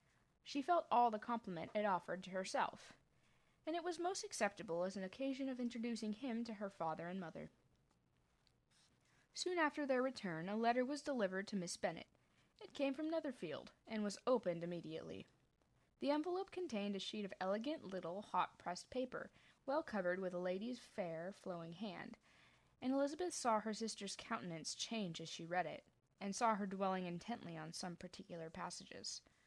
Jane recollected herself soon, and putting the letter away, tried to join with her usual cheerfulness in the general conversation, but Elizabeth felt an anxiety on the subject which drew her attention even from Wickham, and no sooner had he and his companion taken leave, than a glance from Jane invited her to follow her upstairs. When they had gained their own room, Jane, taking out the letter, said, "This is from Caroline Bingley. What it contains has surprised me a good deal. The whole party have left Netherfield by this time, and are on their way to town, and without any intention of coming back again. You shall hear what she says."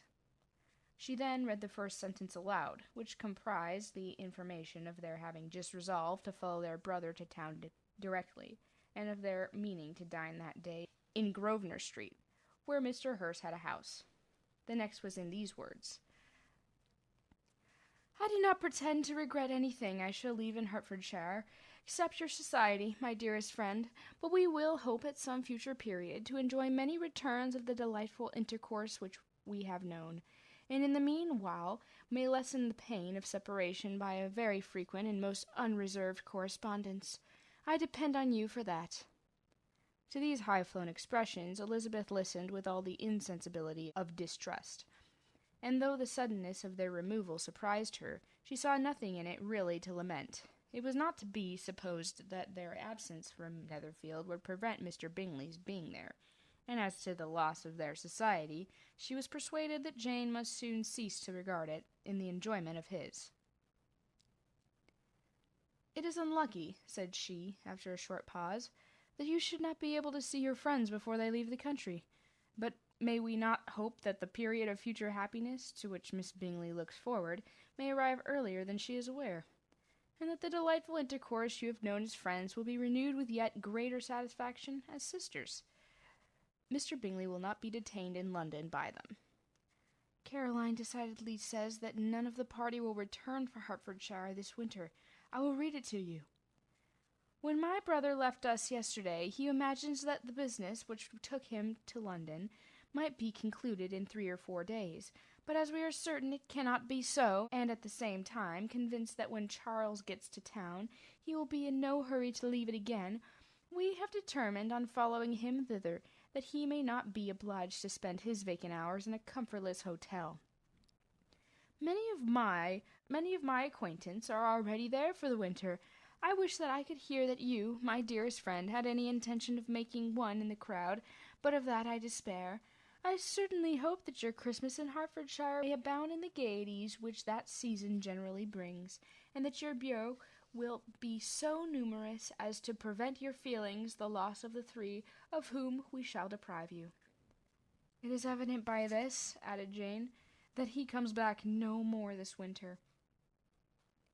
"It is only evident that Miss Bingley does not mean he should." "Why will you think so? It must be his own doing. He is his own master, but you do not know all. I will read you the passage which particularly hurts me.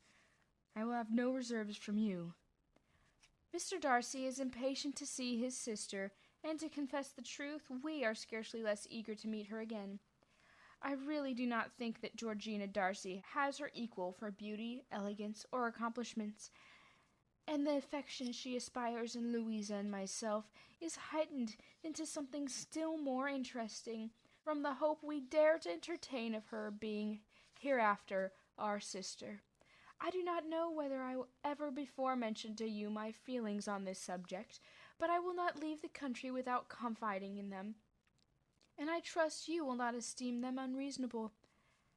My brother admires her greatly already. He will have frequent opportunity now of seeing her on the most intimate footing. Her relations all wish the connection as much as his own, and a sister's partiality is not misleading me, I think, when I call Charles most capable of engaging any woman's heart.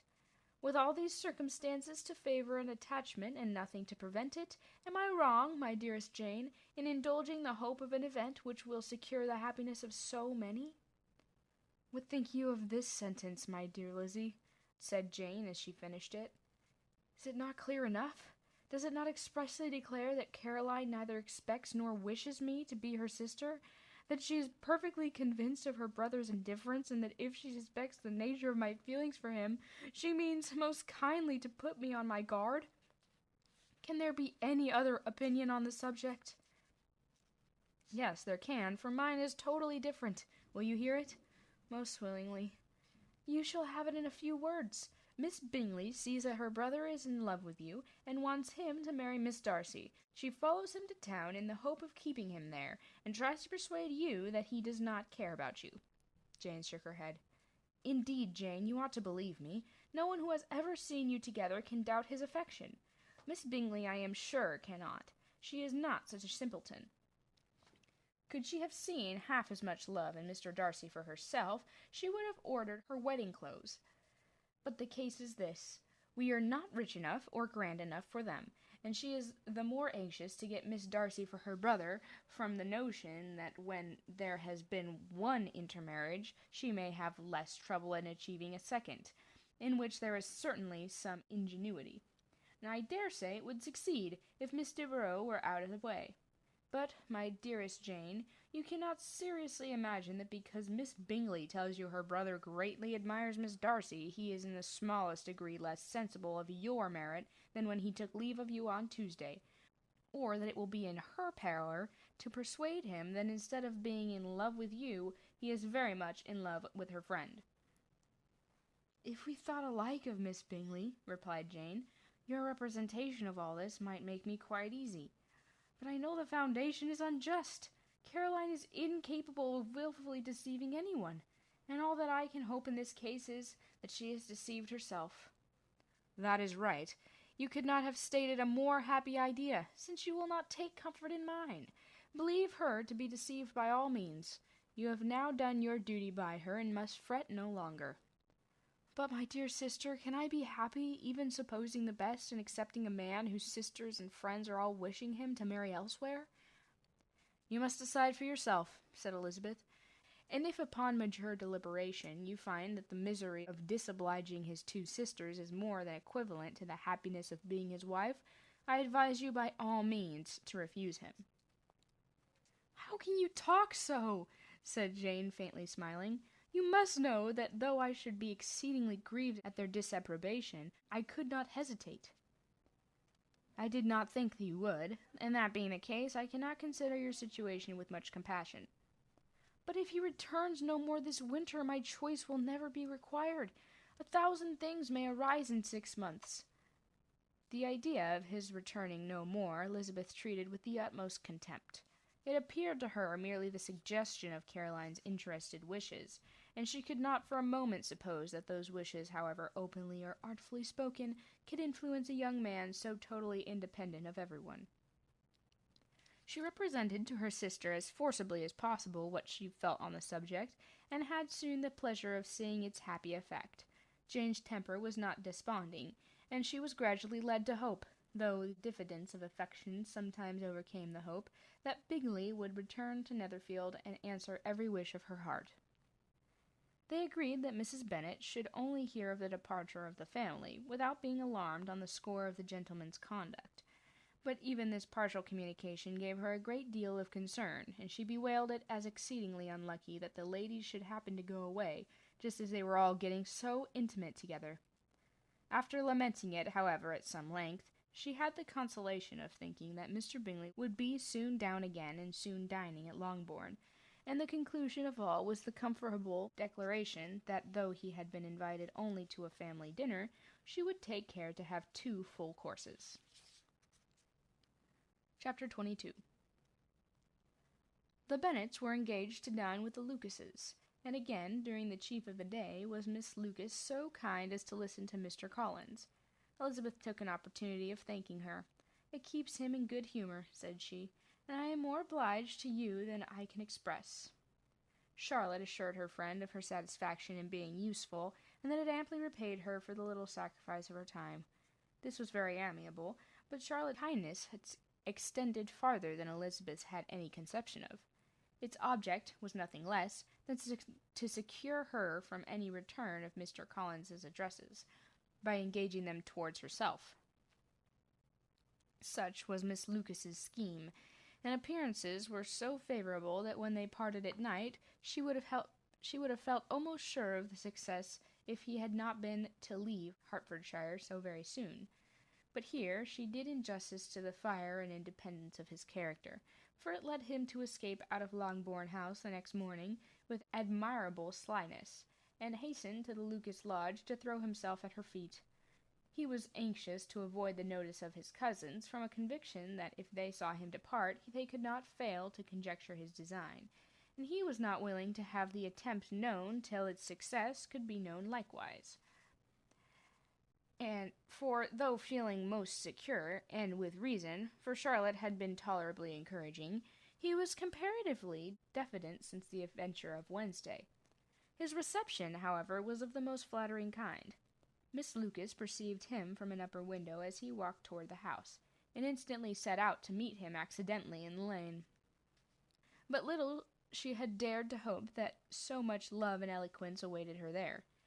In as short a time as Mr. Collins's long speeches would allow, everything was settled between them to the satisfaction of both, and as they entered the house he earnestly entreated her to name the day that was to make him the happiest of men, and though such a solicitation must be waived for the present, the lady felt no inclination to trifle with his happiness. The stupidity with which he was favoured by nature must guard his courtship from any charm that could make a woman wish for its continuance. And Miss Lucas, who accepted him solely from the pure and disinterested desire of an establishment, cared not how soon that establishment were gained.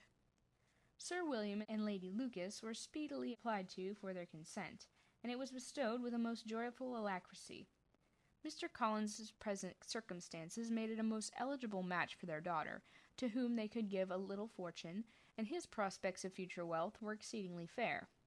Lady Lucas began directly to calculate with more interest than the matter had ever excited before how many years longer Mr. Bennet was likely to live, and Sir William gave it as his decided opinion that whenever Mr. Collins should be in the possession of the Longbourn estate, it would be highly expedient that both he and his wife should make their appearance at St. James's.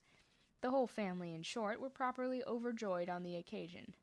The younger girls formed hopes of coming out a year or two sooner than they might otherwise have done, and the boys were relieved from their apprehension of Charlotte's dying an old maid. Charlotte herself was terribly composed. She had gained her point, and had time to consider of it. Her reflections were, in general, satisfactory. Mr. Collins, to be sure, was neither sensible nor agreeable. His society was irksome, and his attachment to her must be imaginary, but still he would be her husband. Without thinking highly either of men or matrimony, marriage had always been her object. It was the only honorable provision for well-educated young women of small fortune, and however uncertain of giving happiness, must be their pleasantest preservative from want. This preservative she had now obtained, at the age of 27, without ever having been irksome, and she felt all the good luck of it. The least agreeable circumstance in the business was the surprise it must occasion to Elizabeth Bennet, whose friendship she valued beyond that of any other person. Elizabeth would wonder, and probably would blame her, and though her resolution was not to be shaken, her feelings must be hurt by such a disapprobation. She resolved to give her the information herself, and therefore charged Mr. Collins, when he returned to Longbourn for dinner, to drop no hint of what had passed before any of the family. A promise of secrecy was of course very dutifully given, but it could not be kept without difficulty, for the curiosity excited by his long absence burst forth in such very direct questions on his return as required some ingenuity to evade, and he was at the same time exercising great self-denial, for he was longing to publish his prosperous love. As he was to begin his journey too early on the morrow to see any of the family, the ceremony of leave-taking was performed when the ladies moved for the night, and Mrs. Bennet, with great politeness and cordiality, said how happy they should be to see him at Longbourn again, whatever his other engagements might allow for him to visit them. "My dear madam," he replied, "this invitation is particularly gratifying, because it is what I have been hoping to receive, and you may be very certain that I shall avail myself to it as soon as possible." They were all astonished, and Mr. Bennet, who could by no means wish for so speedy a return, immediately said, "Is there not a danger of Lady Catherine's disapprobation here, my good sir? You had better neglect your relations, and then run the risk of offending your patroness." "My dear sir," replied Mr. Collins, "I am particularly obliged to you for this friendly caution. You may depend upon my not taking so material a step without her ladyship's concurrence." "You cannot be too much on your guard. Risk anything rather than her displeasure, and if you find it likely to be raised by your coming to us again, which I should think exceedingly probable, stay quietly at home, and be satisfied that we shall take no offence."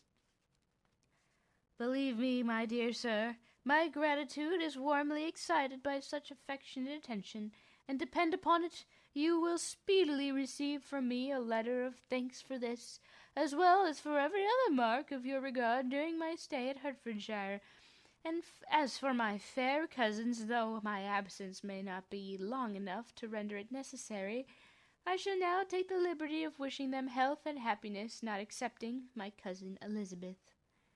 With proper civilities, the ladies then withdrew, all of them equally surprised to find that he had meditated a quick return.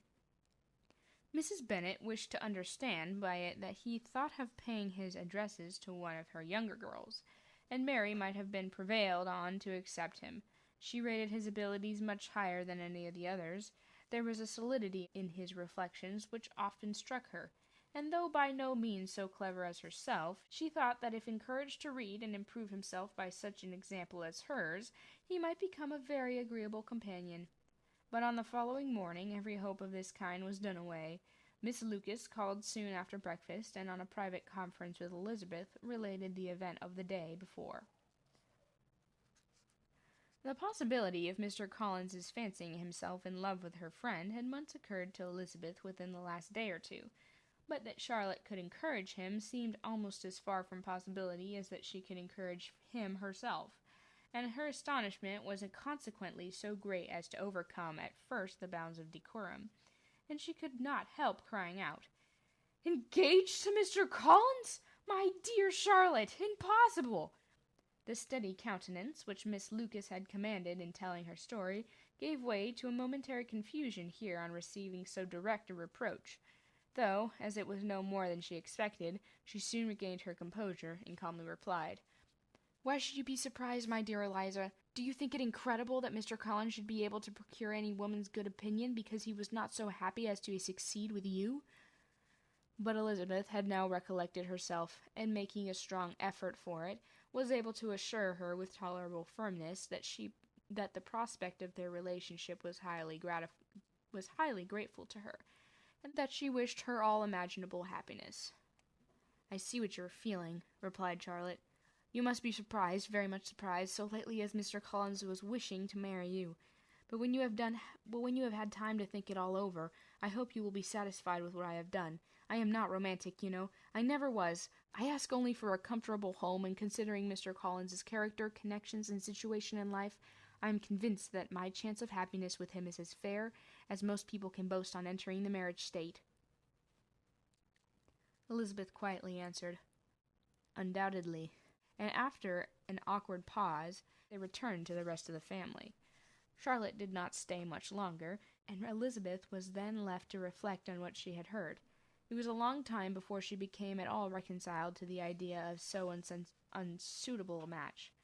The strangeness of Mr. Collins's making 2 offers of marriage within 3 days was nothing in comparison of his now being accepted. She had always felt that Charlotte's opinion of matrimony was not exactly like her own, but she could not have supposed it possible that when called into action she would have sacrificed every better feeling to worldly advantage. Charlotte, the wife of Mr. Collins, was a most humiliating picture, and to the pang of a friend disgracing herself and sunk into her esteem was added the distressing conviction that it was impossible for that friend to be tolerably happy in the lot she had chosen. Chapter 23.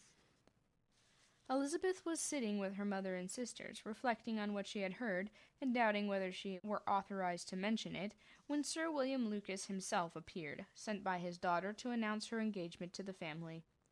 With many compliments to them, and much self-gratulation on the prospect of a connection between the houses, he unfolded the matter, to an audience not merely wondering, but incredulous, for Mrs. Bennet, with more perseverance than politeness, protested that he must be entirely mistaken, and Lydia, always unguarded and often uncivil, boisterously exclaimed, "Oh, Lord Sir William, how can you tell such a story? Do not you know that Mr. Collins wants to marry Lizzie?" Nothing less than the complacence of a courtier could have borne without anger such treatment, but Sir William's good breeding carried him through it all, and though he begged leave to be positive as to the truth of his information, he listened to all their impertinence with the most forbearing courtesy. Elizabeth, feeling it incumbent on her to relieve him so unpleasant a situation, now put herself forward to confirm his account, by mentioning her prior knowledge of it from Charlotte herself, and endeavored to put a stop on the exclamations from her mother and sisters, by the earnestness of her congratulations to Sir William, in which she was readily joined by Jane, and by making a variety of remarks on the happiness that might be expected from the match, the excellent character of Mr. Collins, and the convenient distance of Hunsford from London. Mrs. Bennet was in fact too much overpowered to say a great deal while Sir William remained, but no sooner had he left them than her feelings found a rapid vent. In the first place, she persisted in disbelieving the whole of the matter. Secondly, she was very sure that Mr. Collins had been taken in, and thirdly, she trusted that they would never be happy together, and fourthly, that the match might be broken off. Two inferences, however, were plainly deduced from the whole: one, that Elizabeth was the real cause of all the mischief, and the other, that she herself had been barbarously used by them all, and on these two points she principally dwelt during the rest of the day. Nothing could console and nothing could appease her, nor did that day wear out her resentment. A week elapsed before she could see Elizabeth without scolding her. A month passed before she could speak to Sir William or Lady Lucas without being rude, and many months were gone before she could at all forgive their daughter. Mr. Bennet's emotions were much more tranquil on the occasion, and such as he did experience he pronounced to be of a most agreeable sort, for it gratified him, he said, to discover that Charlotte Lucas, whom he had been used to think tolerably sensible, was as foolish as his wife, and more foolish than his daughter. Jane confessed herself a little surprised at the match, but she said less of her astonishment than her earnest desire for their happiness, nor could Elizabeth persuade her to consider it as improbable. Kitty and Lydia were far from envying Miss Lucas, for Mr. Collins was only a clergyman, and it affected them in no other way than as a piece of news to spread at Meryton. Lady Lucas could not be insensible of triumph on being able to retort on Mrs. Bennet the comfort of having a daughter well married, and she called at Longbourn rather oftener than usual to say how happy she was, though Mrs. Bennet's sour looks and ill-natured remarks might have been enough to drive happiness away. Between Elizabeth and Charlotte there was a restraint which kept them mutually silent on the subject, and Elizabeth felt persuaded that no real confidence could ever subsist between them again. Her disappointment in Charlotte made her turn with fonder regard to her sister, of whose rectitude and delicacy she was sure her opinion could never be shaken, and for whose happiness she grew daily more anxious, as Bingley had now been gone a week, and nothing was heard of his return. Jane had sent Caroline an early answer to her letter, and was counting the days until she might reasonably hope to hear again. The promised letter of thanks from Mr. Collins arrived on Tuesday, addressed to their father, and written with all the solemnity of gratitude which a 12 months' abode in the family might have prompted. After discharging his conscience on that head, he proceeded to inform them, with many rapturous expressions, of his happiness in having obtained the affection of their amiable neighbour, Miss Lucas, and then explained that it was merely with the view of enjoying her society that he had been so ready to come, with their kind wish of seeing him again at Longbourn, whither he hoped to be able to return on the Monday fortnight for Lady Catherine. He added, so heartily approved his marriage, that she wished it to take place as soon as possible, which he trusted would be an unanswerable argument with his amiable Charlotte to name an early day for making him the happiest of men. Mr. Collins's return into Hertfordshire was no longer a matter of pleasure to Mrs. Bennet. On the contrary, she was as much disposed to complain of it as her husband. It was very strange that he should come to Longbourn instead of to Lucas Lodge. It was also very inconvenient and exceedingly troublesome. She hated having visitors in the house while her health was so indifferent, and lovers were of all people the most disagreeable. Such were the gentle murmurs of Mrs. Bennet, and they gave way only to the greater distress of Mr. Bingley's continued absence. Neither Jane nor Elizabeth were comfortable on this subject. Day after day passed without bringing any other tidings to him than the report which shortly prevailed in Meryton of his coming no more to Netherfield the whole winter, a report which highly incensed Mrs. Bennet, and which she never failed to contradict as a most scandalous falsehood. Even Elizabeth began to fear, not that Bingley was indifferent, but that his sisters would be successful in keeping him away. Unwilling as she was to admit an idea so destructive to Jane's happiness, and so dishonourable to the stability of her lover, she could not prevent its frequently occurring. The united efforts of his two unfeeling sisters and of his overpowering friend, assisted by the attractions of Miss Darcy and the amusements of London, might be too much, she feared, for the strength of his attachment. As for Jane, her anxiety under this suspense was, of course, more painful than Elizabeth's. But whatever she felt she was desirous of concealing, and between herself and Elizabeth, therefore, the subject was never alluded to. But as no such delicacy restrained her mother, an hour seldom passed in which she did not talk of Bingley, express her impatience for his arrival, or even require Jane to confess that if he did not come back, she would think herself very ill-used. It needed all Jane's steady mildness to bear these attacks with tolerable tranquillity. Mr. Collins returned most punctually on the Monday fortnight, but his reception at Longbourn was not quite so gracious as had been on his first introduction. He was too happy, however, to need much attention, and luckily for the others, the business of love-making relieved them a great deal from his company. The chief of every day was spent by him at Lucas Lodge, and he sometimes returned to Longbourn only in time to make an apology from his absence before the family went to bed. Mrs. Bennet was really in a most pitiable state. The very mention of anything concerning the match threw her into an agony of ill humour, and wherever she went, she was sure of hearing it talked of. The sight of Miss Lucas was odious to her. As her successor in that house, she regarded her with jealous abhorrence. Whenever Charlotte came to see them, she concluded to her to be anticipating the hour of possession, and whenever she spoke in a low voice to Mr. Collins, was convinced that they were talking of the Longbourn estate, and resolving to turn herself and her daughters out of the house as soon as Mr. Bennet were dead. She complained bitterly of all this to her husband. "Indeed, Mr. Bennet," said she, "it is very hard to think that Charlotte Lucas should ever be mistress of this house, and that I should be forced to make way for her, and to live to see her take my place in it." "My dear, do not give away such gloomy thoughts.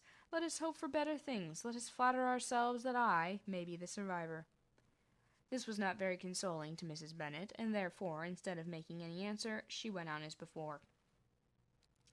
"I cannot bear to think that they should have all this estate.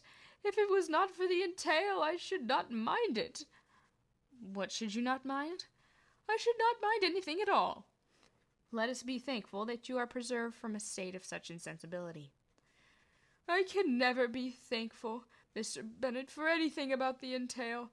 How anyone could have the conscience to entail away an estate from one's own daughters I cannot understand. And all for the sake of Mr. Collins, too. Why should he have it more than anybody else?" "I leave it to yourself to determine," said Mr. Bennet. Chapter 24. Miss Bingley's letter arrived, and put an end to doubt. The very first sentence conveyed the assurance of their being all settled in London for the winter, and concluded with her brother's regret of not having had time to pay his respects to his friends in Hertfordshire before he left the country. Hope was over, entirely over, and when Jane could attend to the rest of the letter, she found little, except the professed affection of the writer, that could give her any comfort. Miss Darcy's praise occupied the chief of it. Her many attractions were again dwelt on, and Caroline boasted joyfully of their increased intimacy, and ventured to predict the accomplishment of the wishes which had been unfolded in her former letter.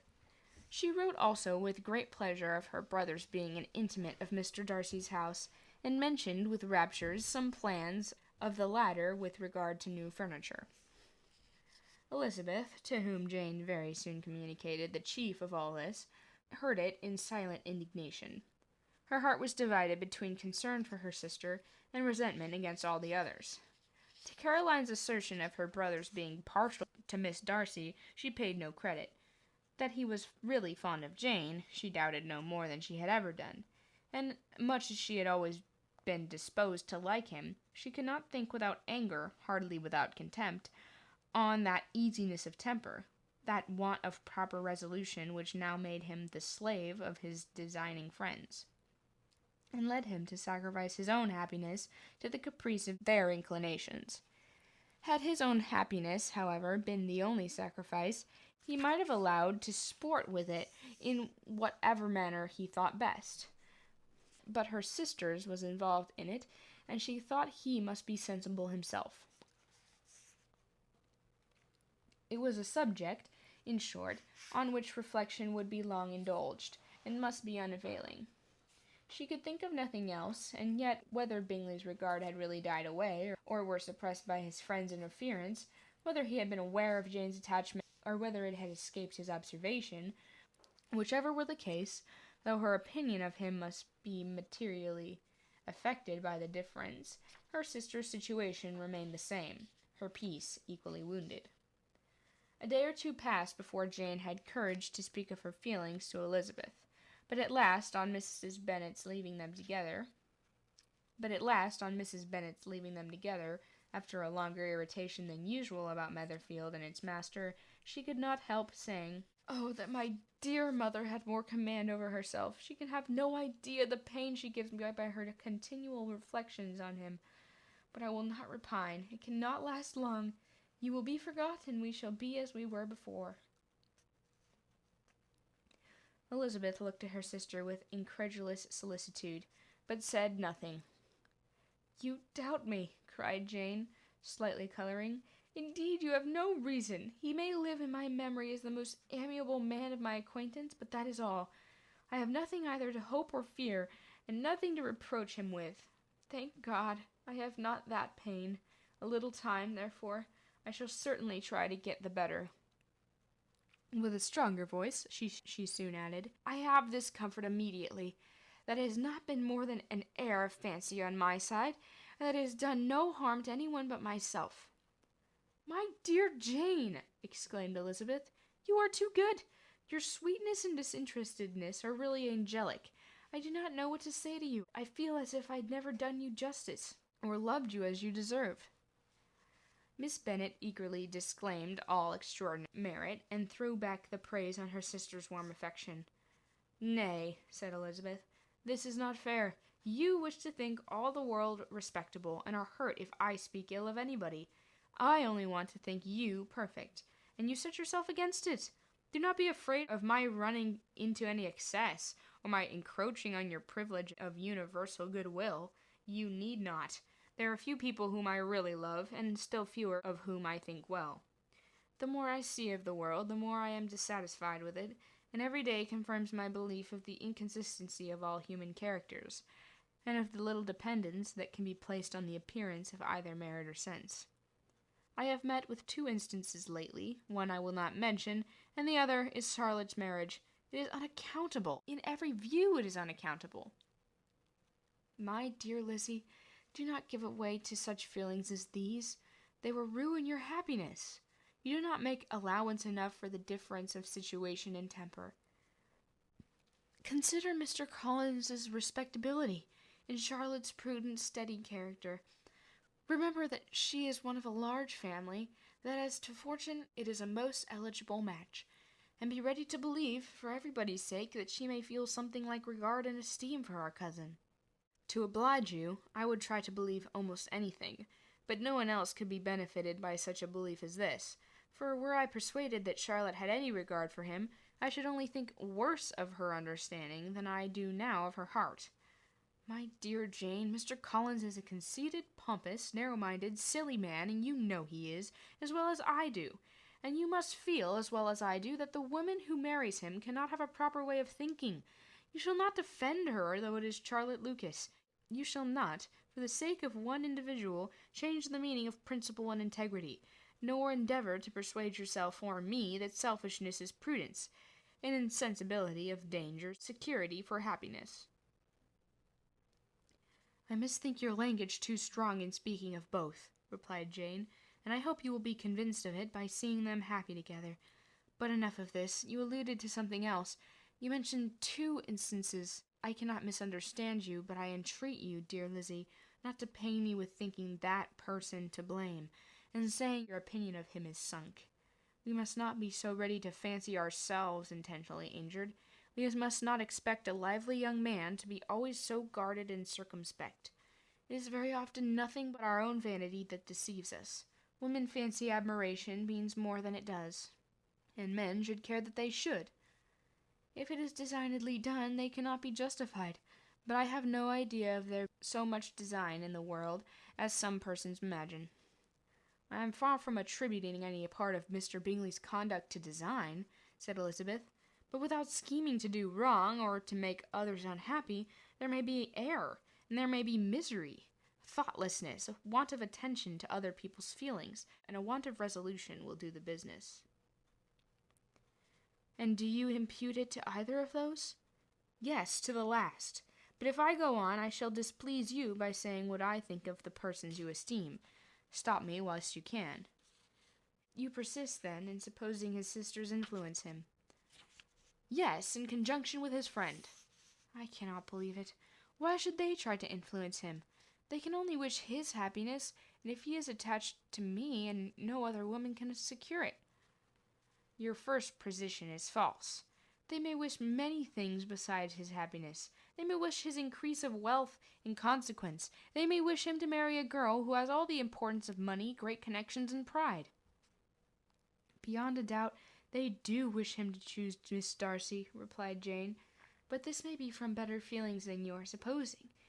They have known her much longer than they have known me. No wonder if they love her better.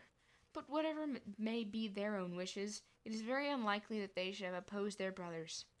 What sister would think herself at liberty to do it, unless there were something very objectionable? If they believed him attached to me, would they not try to part us? If he were so, they could not succeed. By supposing such an affection, you make everybody acting unnaturally and wrong, and me most unhappy. Do not distress me by the idea. I am not ashamed of having been mistaken, or, at least, it is slight. It is nothing in comparison of what I should feel in thinking of him or his sisters.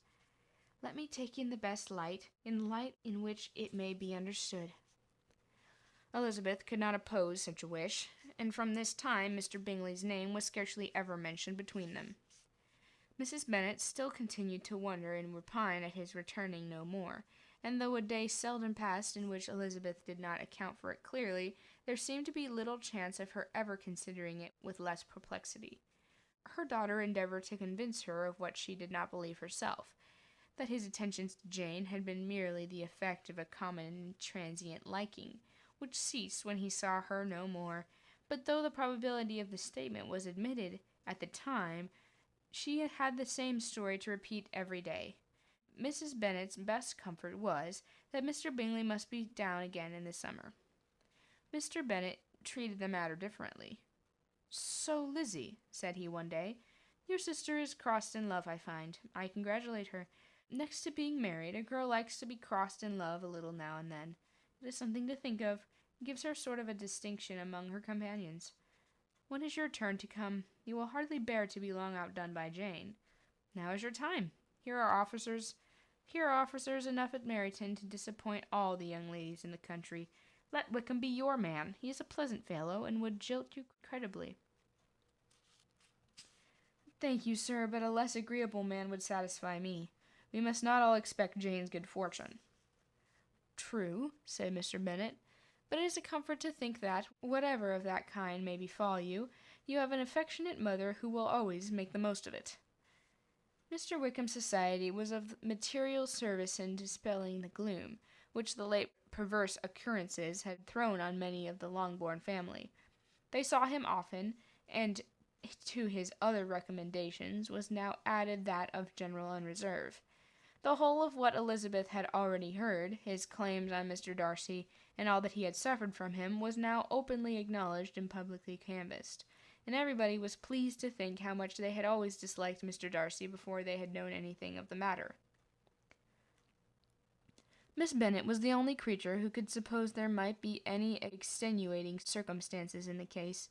Unknown to the society of Hertfordshire, her mild and steady candour always pleaded for allowances, and urged the possibility of mistakes. But by everybody else Mr. Darcy was condemned as the worst of men. Chapter 25. After a week spent in professions of love and schemes of felicity, Mr. Collins was called from his amiable Charlotte by the arrival of Saturday. The pain of separation, however, might be alleviated on his side by the preparations for the reception of his bride. As he had reason to hope, that shortly after his next return to Hertfordshire, the day would be fixed that was to make him the happiest of men. He took leave of his relations at Longbourn with as much solemnity as before, wished his fair cousin's health and happiness again, and promised their father another letter of thanks. On the following Monday, Mrs. Bennet had the pleasure of receiving her brother and his wife, who came as usual to spend the Christmas at Longbourn. Mr. Gardiner was a sensible, gentlemanlike man, greatly superior to his sister as well by the nature as education. The Netherfield ladies would have had difficulty in believing that a man who lived by trade and within view of his own warehouses could have been so well bred and agreeable. Mrs. Gardiner, who was several years younger than Mrs. Bennet and Mrs. Phillips, was an amiable, intelligent, elegant woman, and a great favorite with all her Longbourn nieces. Between the two eldest and herself especially, there subsisted a very particular regard. They had frequently been staying with her in town. The first part of Mrs. Gardiner's business, on her arrival, was to distribute her presents and describe the newest fashions. When this was done, she had a less active part to play. It came her turn to listen. Mrs. Bennet had many grievances to relate, and much to complain of. They had all been very ill since the last she saw her sister. 2 of her girls had been on the point of marriage, and after all, there was nothing in it. "I do not blame Jane," she continued, "for Jane would have got Mr. Bingley if she could. But Lizzie, oh, sister, it is very hard to think that she might have been Mr. Collins's wife by this time. Had it not been for her own perverseness, he made her an offer in this very room, and she refused him. The consequence of it is that Lady Lucas will have a daughter married before I have, and that the Longbourn estate is just as much entailed as ever. The Lucases are very artful people indeed, sister.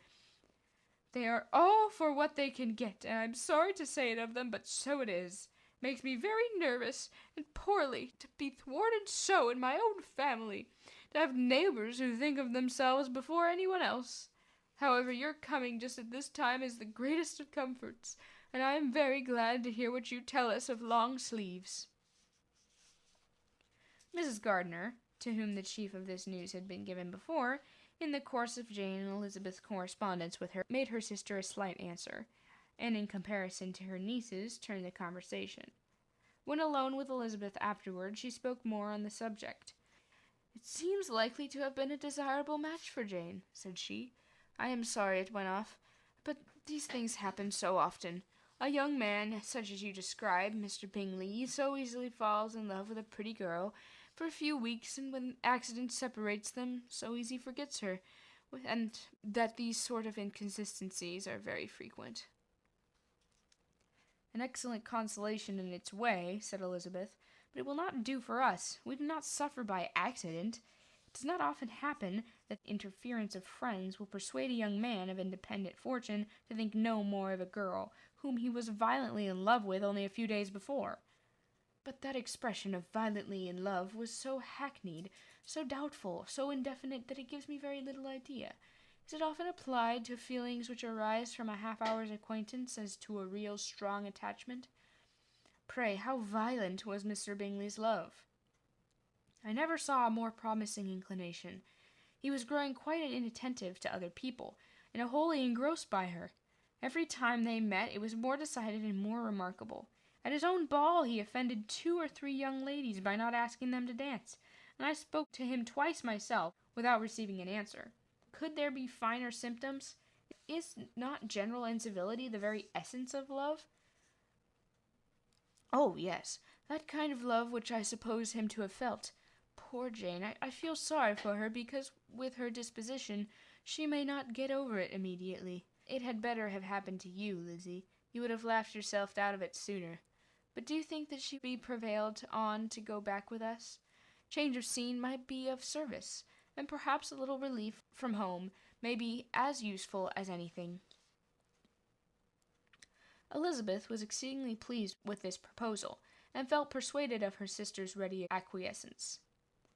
"I hope," added Mrs. Gardiner, "that no consideration with regard to this young man will influence her. We live in so different a part of town, that all our connections are so different, as you may well know. We go out so little, that it is very improbable that they should meet at all, unless he really comes to see her. And that is quite impossible, for he is now in the custody of his friend, and Mr. Darcy would no more suffer him to call on Jane in such a part of London. My dear aunt, how could you think of it? Mr. Darcy would perhaps have heard of such a place as Gracechurch Street, but he would hardly think a month's ablution enough to cleanse him from its impurities. Were he once to enter it and depend on it, Mr. Bingley never stirs without him. So much the better. I hope they will not meet at all. But does not Jane correspond with the sister? She will not be able to help calling. So much better. I hope they will not meet at all. But does not Jane correspond with the sister? She will not be able to help calling. She will drop the acquaintance entirely. But in spite of the certainty in which Elizabeth offered to place this point, as well as the still more interesting one of Bingley's being withheld from seeing Jane, she felt a solicitude on the subject which convinced her, on examination, she did not consider it entirely hopeless. It was possible, and sometimes she thought it probable, that his affection might be reanimated, and the influence of his friend successfully combined with the more natural influence of Jane's attractions. And the influence of his friends combated by the more natural influence of Jane's attractions. Miss Bennet accepted her aunt's invitation with pleasure, and the Bingleys were no otherwise in her thoughts at the time than as she hoped that by Caroline's not living in the same house with her brother, she might occasionally spend a morning with her, without any danger of seeing him. The Gardiners stayed a week at Longbourn, and with the Phillipses, the Lucases, and the officers, there was not a day without its engagement. Mrs. Bennet had so carefully provided for the entertainment of her brother and sister that they did not come once to sit down to a family dinner. While engagement was for home, some of the officers always made part of it, of which officers Mr. Wickham was sure to be one, and on these occasions Mrs. Gardiner, rendered suspicious by Elizabeth's warm commendation of him, narrowly observed them both. Without supposing them, from which she saw to be very seriously in love, their preference of each other was plain enough to make her a little uneasy, and she resolved to speak to Elizabeth on the subject before she left Hertfordshire, and represent to her the imprudence of encouraging such an attachment. To Mrs. Gardiner, Wickham had one means of affording pleasure, unconnected with his general powers. About 10 or a dozen years ago, before her marriage, she had spent a considerable time in that very part of Derbyshire, to which he belonged. They had, therefore, many acquaintances in common, and though Wickham had been very little there since the death of Darcy's father 5 years before, it was yet in his power to give her fresher intelligence of her former friends than she had been in the way of procuring. Mrs. Gardiner had seen Pemberley and known the late Mr. Darcy by character perfectly well. Here, consequently, was an inexhaustible subject of discourse. In comparing her recollection of Pemberley with the minute description which Wickham could give, and in bestowing her tribute of praise on the character of its late possessor, she was delighting both him and herself. On being made acquainted with the present Mr. Darcy's treatment of him, she tried to remember something of that gentleman's reputed disposition, when quite a lad, which might agree with it, and was confident at last that she recollected having heard Mr. Fitzwilliam Darcy formerly spoken of as a very proud, ill-natured boy.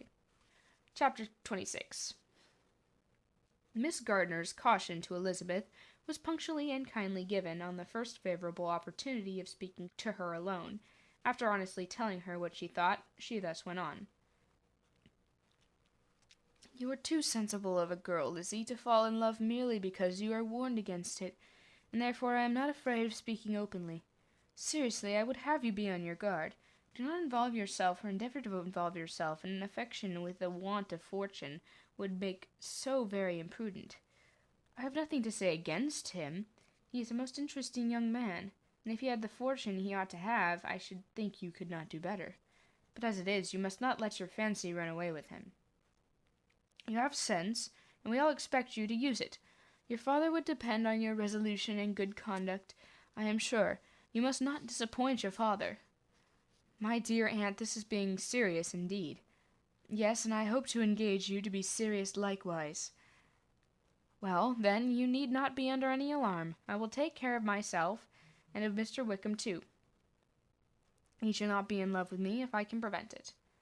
Elizabeth, you are not serious now. I beg your pardon, I will try again. At present I am not in love with Mr. Wickham. No, I'm certainly not. But he is, beyond all comparison, the most agreeable man I ever saw, and if he ever becomes really attached to me, I believe it will be better that he should not. I see the imprudence of it. Oh, that abominable Mr. Darcy! My father's opinion of me does me the greatest honor, and I should be miserable to forfeit it. My father, however, is partial to Mr. Wickham. In short, my dear aunt, I shall be very sorry to be the means of making any of you unhappy.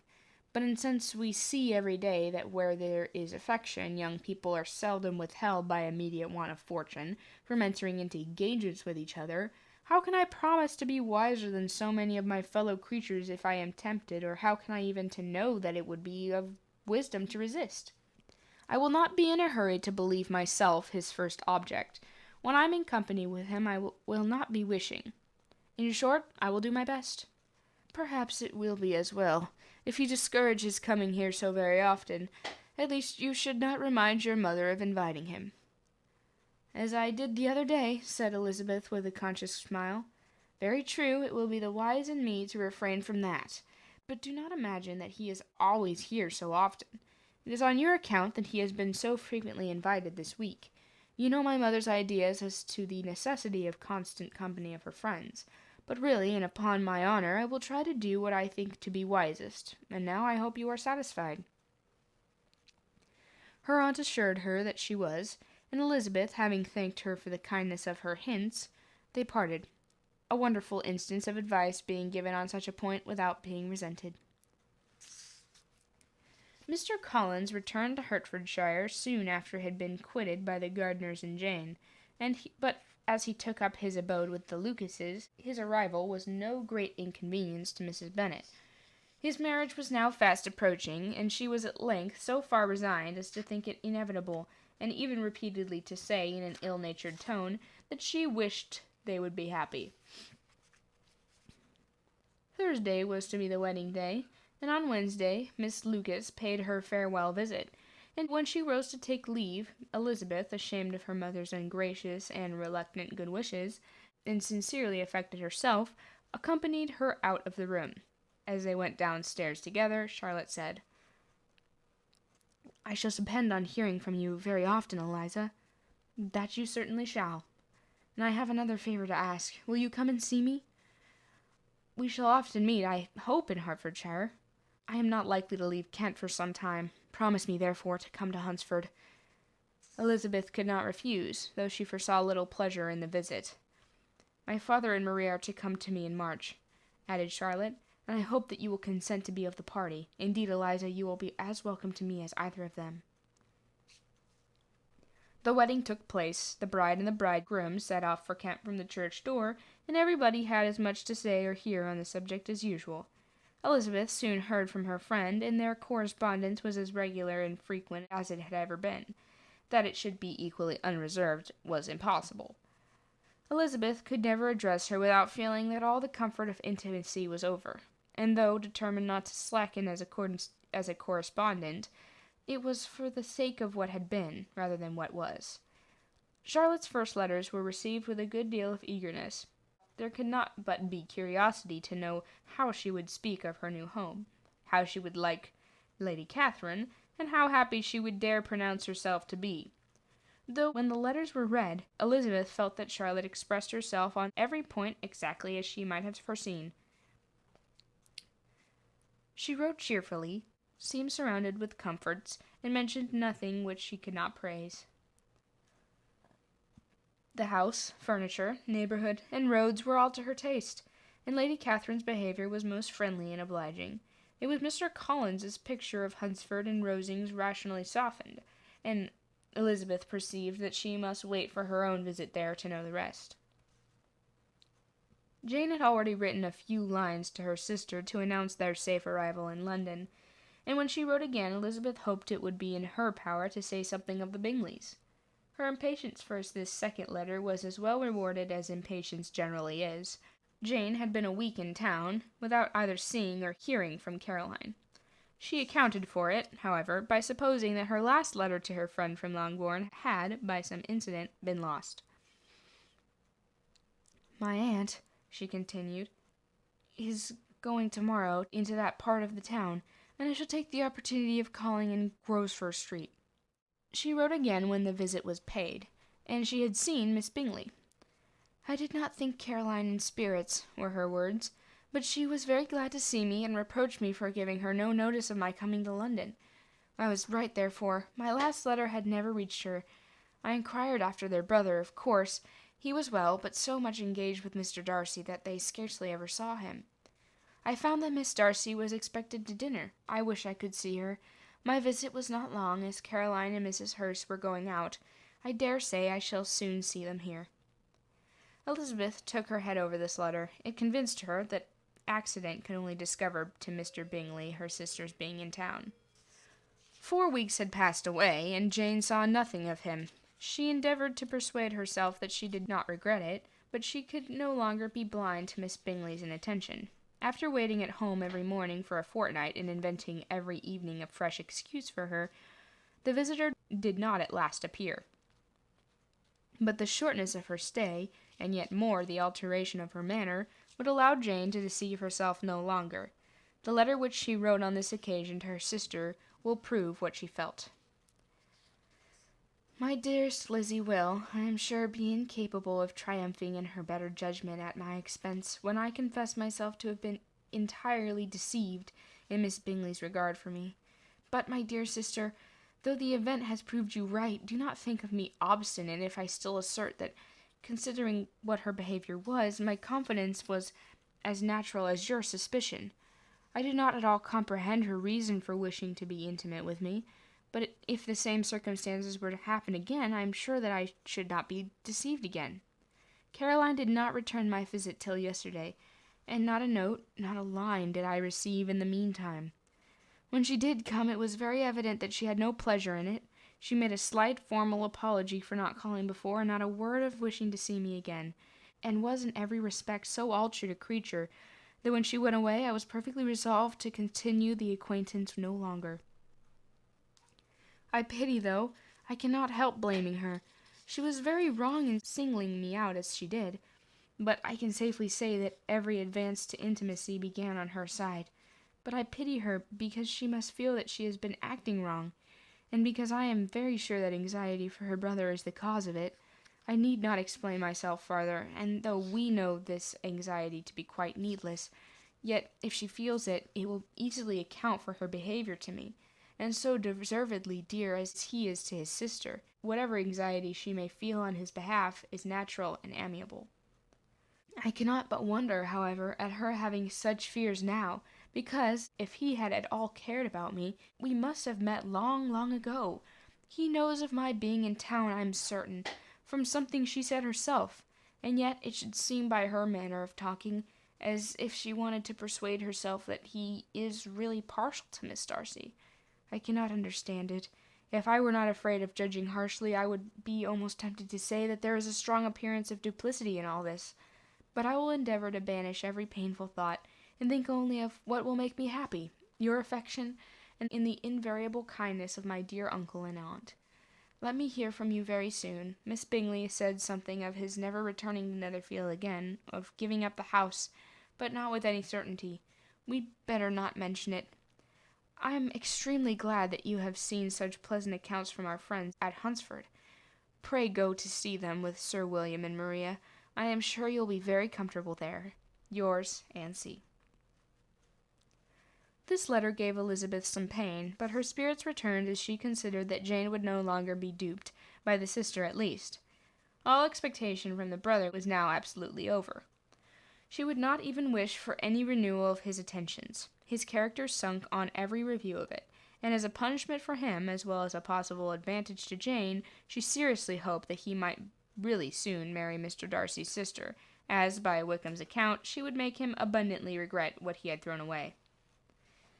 Mrs. Gardiner about this time reminded Elizabeth of her promise concerning that gentleman, and required information, and Elizabeth had such to send as might rather give contentment to her aunt than herself. His apparent partiality had subsided, and his attentions were over. He was the admirer of someone else. Elizabeth was watchful enough to see it all, but she could see it and write it off without material pain. Her heart had been but slightly touched, and her vanity was satisfied with believing that she would have been his only choice, had fortune permitted it. The sudden acquisition of £10,000 was the most remarkable charm of the young lady, to whom he was now rendering himself agreeable. But Elizabeth, less clear-sighted perhaps in his case than in Charlotte's, did not quarrel with him for his wish of independence. Nothing, on the contrary, could be more natural, and while able to suppose that it cost him a few struggles to relinquish her, she was ready to allow it a wise and desirable measure for both, and could very sincerely wish him happy. All this was acknowledged to Mrs. Gardiner, and after relating the circumstances, she thus went on. I am now convinced, my dear aunt, that I have never been so much in love, for if I had really experienced that pure and elevated passion, I should at present detest his very name, and wish him all the manner of evil. But my feelings are not only cordial towards him, they are even impartial towards Miss King. I cannot find out that I hate her at all, or that I am in the least unwilling to think her a very good sort of girl.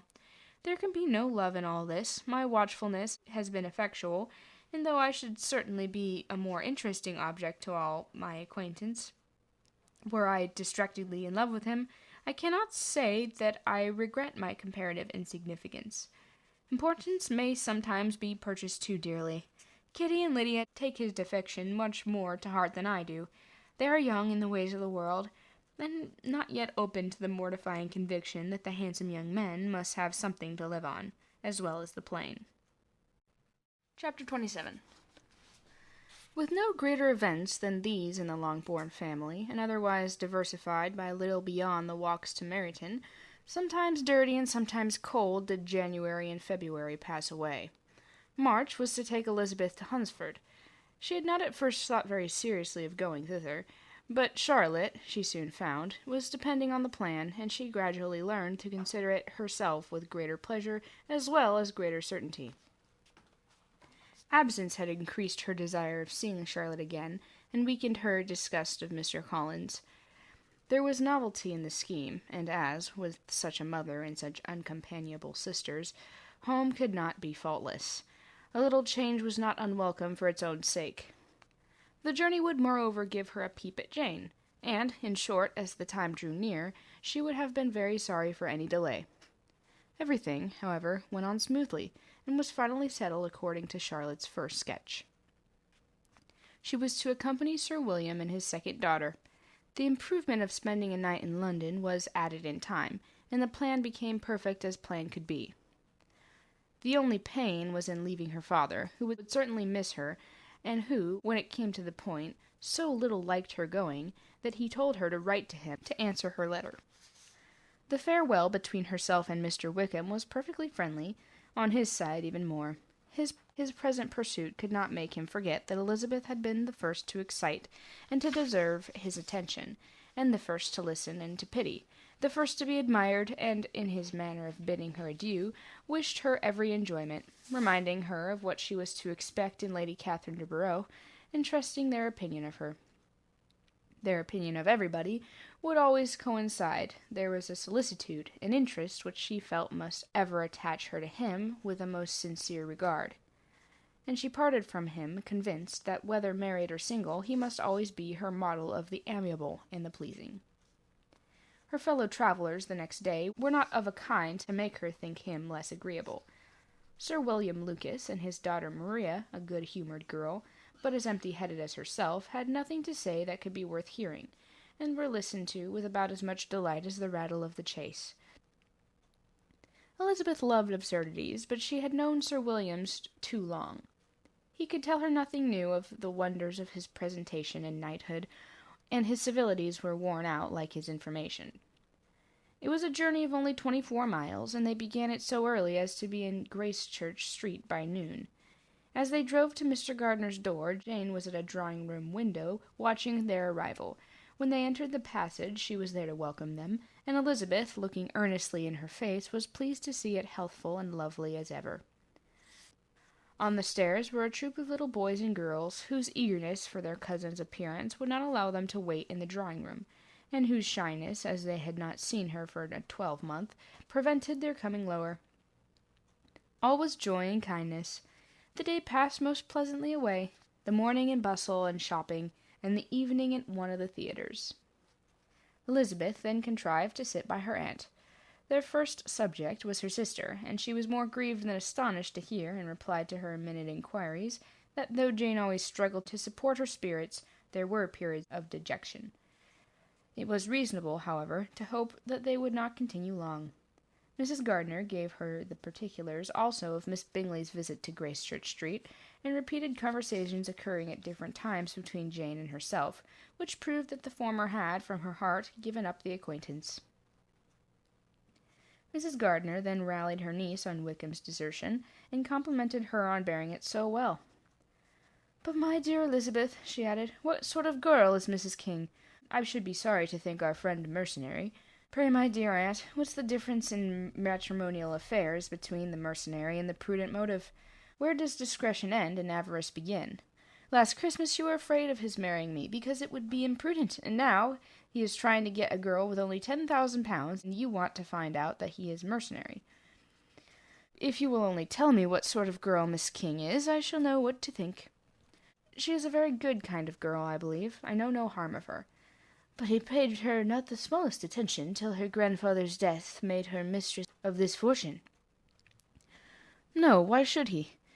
If it was not allowable for him to gain my affections, because I had no money, what occasion could there be for making love to a girl whom he did not care about, and who was equally poor?" "But there seems a delicacy in directing his attentions towards her so soon after this event." "A man in distressed circumstances has not time for all those elegant decorums which other people may observe. Her not objecting does not justify him. It only shows her being deficient in something herself, sense or feeling." "Well," cried Elizabeth, "have it as you choose. He shall be mercenary, and she shall be foolish." "No, Lizzie, this is not what I choose. I should be sorry, you know, to think ill of a young man who has lived so long in Derbyshire." "Oh, if that is all, I have a very poor opinion of young men who live in Derbyshire, and their intimate friends who live in Hertfordshire are not much better. I am sick of them all, thank heaven. I am going tomorrow where I should find a man who has not one agreeable quality, who has neither manner nor sense to recommend him. Stupid men are the only ones worth knowing, after all." "Take care, Lizzie, that speech savours strongly of disappointment." Before they were separated by the conclusion of the play, she had the unexpected happiness of an invitation to accompany her uncle and aunt in a tour of pleasure which they proposed taking in the summer. "We have not quite determined how far it should carry us," said Miss Gardiner, "but perhaps to the lakes." No scheme could have been more agreeable to Elizabeth, and her acceptance of the invitation was most ready and grateful. "My dear, dear aunt," she rapturously cried, "what delight! What felicity! You give me fresh life and vigour. Adieu to the disappointment and spleen. What are men to rocks and mountains? Oh, what hours of transport we shall spend! And when we do return, it shall not be like other travellers, without being able to give one accurate idea of anything. We will know where we have gone, and we will recollect what we have seen. Lakes, mountains, and rivers shall not be jumbled together in our imaginations, nor, when we attempt to describe any particular scene, will we begin quarrelling about its relative situation. Let our first effusions be less insupportable than those of the generality of travellers." Chapter 28. Every object in the next day's journey was new and interesting to Elizabeth, and her spirits were in a state for enjoyment, for she had seen her sister looking so well as to banish all fear for her health, and the prospect of her northern tour was a consistent source of delight.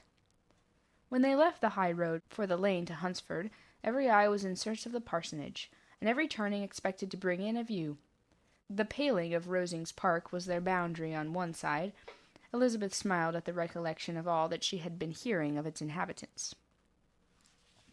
At length the parsonage was discernible. The garden sloping to the road, the house standing in it, the green pales and the laurel hedge, everything declared they were arriving. Mr. Collins and Charlotte appeared at the door, and the carriage stopped at the small gate, which led by a short gravel walk to the house, amidst the nods and smiles of the whole party. In a moment they were all out of the chaise, rejoicing at the sight of each other. Mrs. Collins welcomed her friend with the liveliest pleasure, and Elizabeth was more and more satisfied with the coming, when she found herself so affectionately received. She saw instantly that her cousin's manners were not altered by his marriage. His formal civility was just what it had been, and he detained her some minutes at the gate to hear and satisfy his inquiries after all her family. They were then, with no other delay than his pointing out the neatness of the entrance, taken into the house, and as soon as they were in the parlor, he welcomed them a second time with ostentatious formality to his humble abode, and punctually repeated all his wife's offers of refreshment. Elizabeth was prepared to see him in his glory, and she could not help fancying that in displaying the good proportion of the room, its aspect and its furniture, he addressed himself particularly to her, as if wishing to make her feel what she had lost in refusing him. But though everything seemed neat and comfortable, she was not able to gratify him by any sigh of repentance, and rather looked with wonder at her friend that she could have so cheerful an air with such a companion. When Mr. Collins said anything of which his wife might reasonably be ashamed, which certainly was not unseldom, she involuntarily turned her eye on Charlotte. Once or twice she could discern a faint blush, but in general Charlotte wisely did not hear. After sitting long enough to admire every article of furniture in the room, from the sideboard to the fender, to give an account of their journey and all that had happened in London, Mr. Collins invited them to take a stroll in the garden, which was large and well laid out, and to the cultivation of which he attended himself. To work in his garden was one of his most respectable pleasures, and Elizabeth admired the command of countenance with which Charlotte talked of the healthfulness of the exercise, and owned she encouraged it as much as possible. Here, leading the way through every walk and cross-walk, and scarcely allowing them an interval to utter the praises he asked for, every view was pointed out with a minuteness which left beauty entirely behind. He could number the fields in every direction, and could tell how many trees there were in the most distant clump. But of all the views which his garden, or which the country or the kingdom could boast, none were to be compared with the prospect of Rosings, afforded by an opening in the trees that bordered the park nearly opposite the front of his house. It was a handsome, modern building, well situated on rising ground. From his garden, Mr. Collins would have led them round his 2 meadows, but the ladies, not having shoes to encounter the remains of a white frost, turned back, and while Sir William accompanied him, Charlotte took her sister and friend over the house, extremely well pleased, probably, to have the opportunity of showing it without her husband's help. It was rather small, but well built and convenient, and everything was fitted up and arranged with a neatness and consistency of which Elizabeth gave Charlotte all the credit. When Mr. Collins could be forgotten, there was really a great air of comfort throughout, and by Charlotte's evident enjoyment of it, Elizabeth supposed he must be often forgotten. She had already learnt that Lady Catherine was still in the country. It was spoken of again when they were at dinner, when Mr. Collins, joining in, observed, "Yes, Miss Elizabeth, you would have the honour of seeing Lady Catherine de Bourgh in the ensuing Sunday at church, and I need not say you will be delighted with her. She is all affability and condescension, and I doubt not but you will be honoured with some portion of her notice when service is over. I have scarcely any hesitation in saying that she will include you and my sister Maria in every invitation with which she honours us during your stay here. Her behaviour to my dear Charlotte is charming. We dine at Rosings twice every week, and are never allowed to walk home. Her ladyship's carriage is regularly offered for us. I should say one of her ladyship's carriages, for she has several." "Lady Catherine is a very respectable, sensible woman indeed," added Charlotte, "and a most attentive neighbour." "Very true, my dear, that is exactly what I say. She is the sort of woman whom one cannot regard with too much deference." The evening was spent chiefly in talking over Hertfordshire news, and telling again what had already been written, and when it closed, Elizabeth, in the solitude of her chamber, had to meditate upon Charlotte's degree of contentment, to understand her address in guiding, and composure in bearing with her husband, and to acknowledge that it was all done very well. She had also to anticipate how her visit would pass, the quiet tenor of their usual employments, the vexatious interruptions of Mr. Collins, and the gaieties of their intercourse with Rosings.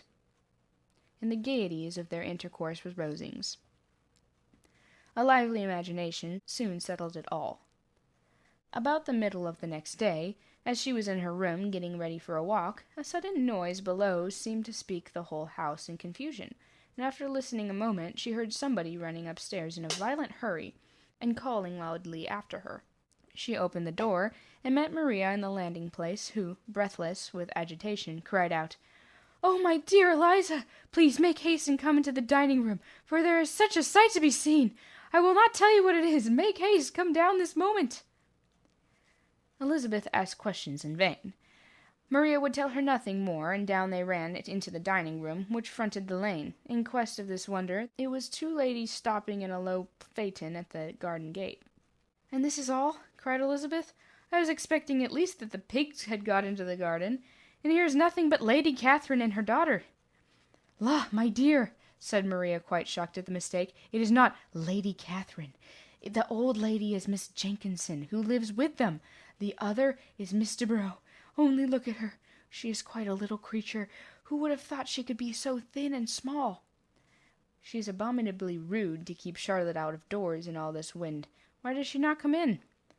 "Oh, Charlotte says she hardly ever does. It is the greatest of favours when Miss de Bourgh comes in."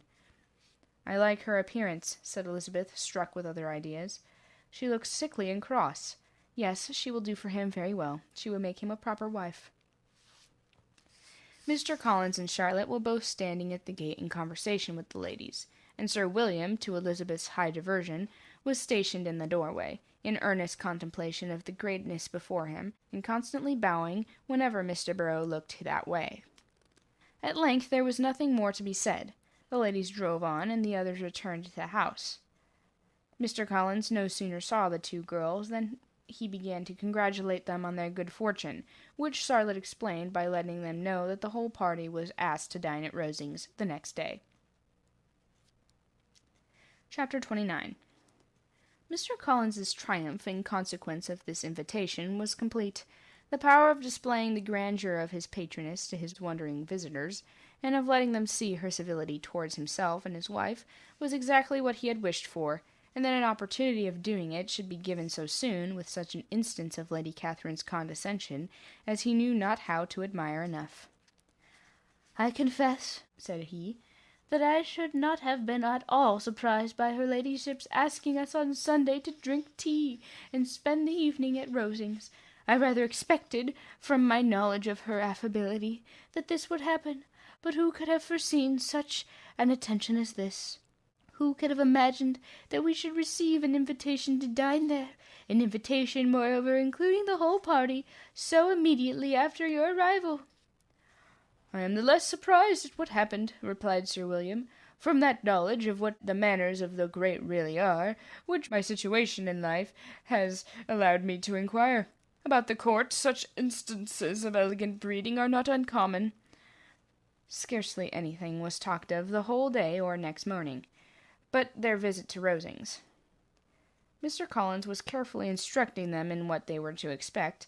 At the sight of such rooms, so many servants, and so splendid a dinner might not wholly overpower them. When the ladies were separating for the toilet, he said to Elizabeth, "Do not make yourself uneasy, my dear cousin, about your apparel. Lady Catherine is far from requiring that elegance of dress in us, which becomes herself and daughter. I would advise you to merely put on whatever of your clothes is superior to the rest. There is no occasion for anything more. Lady Catherine will not think the worse of you for being simply dressed. She likes to have the distinction of rank preserved." While they were dressing, he came 2 or 3 times to their different doors, to recommend their being quick, and Lady Catherine very much objected to be kept waiting for her dinner. Such formidable accounts of her ladyship, and the manner of living, quite frightened Maria Lucas, who had been little used to company, and she looked forward to her introduction at Rosings with as much apprehension as her father had done to his presentation at St. James's. As the weather was fine, they had a pleasant walk of about half a mile across the park. Every park has its beauty and its prospects, and Elizabeth saw much to be pleased with, though she could not be in such raptures as Mr. Collins expected the scene to inspire, and was but slightly affected by his enumeration of the windows in front of the house, and his relation of what the glazing altogether had originally cost Sir Louis de Bureau. When they ascended the steps to the hall, Maria's alarm was every moment increasing, and even Sir William did not look perfectly calm. Elizabeth's courage did not fail her. She had heard nothing of Lady Catherine that spoke her awful from any extraordinary talents or miraculous virtue, and the mere stateliness of money and rank she thought she could witness without trepidation.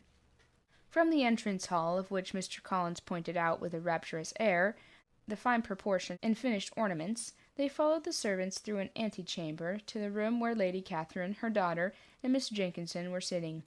Her ladyship, with great condescension, arose to receive them, and as Mr. Collins had settled it with her husband that the office of introduction should be hers, it was performed in a proper manner, without any of those apologies and thanks which he would have thought necessary. In spite of having been at St. James's, Sir William was so completely awed by the grandeur surrounding him that he had but just courage enough to make a very low bow, and take his seat without saying a word, and his daughter, frightened almost out of her senses, sat on the edge of her chair, not knowing which way to look. Elizabeth found herself quite equal to the scene, and could observe the three ladies before her composedly. Lady Catherine was a tall, large woman, with strong marked features which might once have been handsome. Her air was not conciliating, nor was her manner of receiving them such as to make her visitors forget their inferior rank.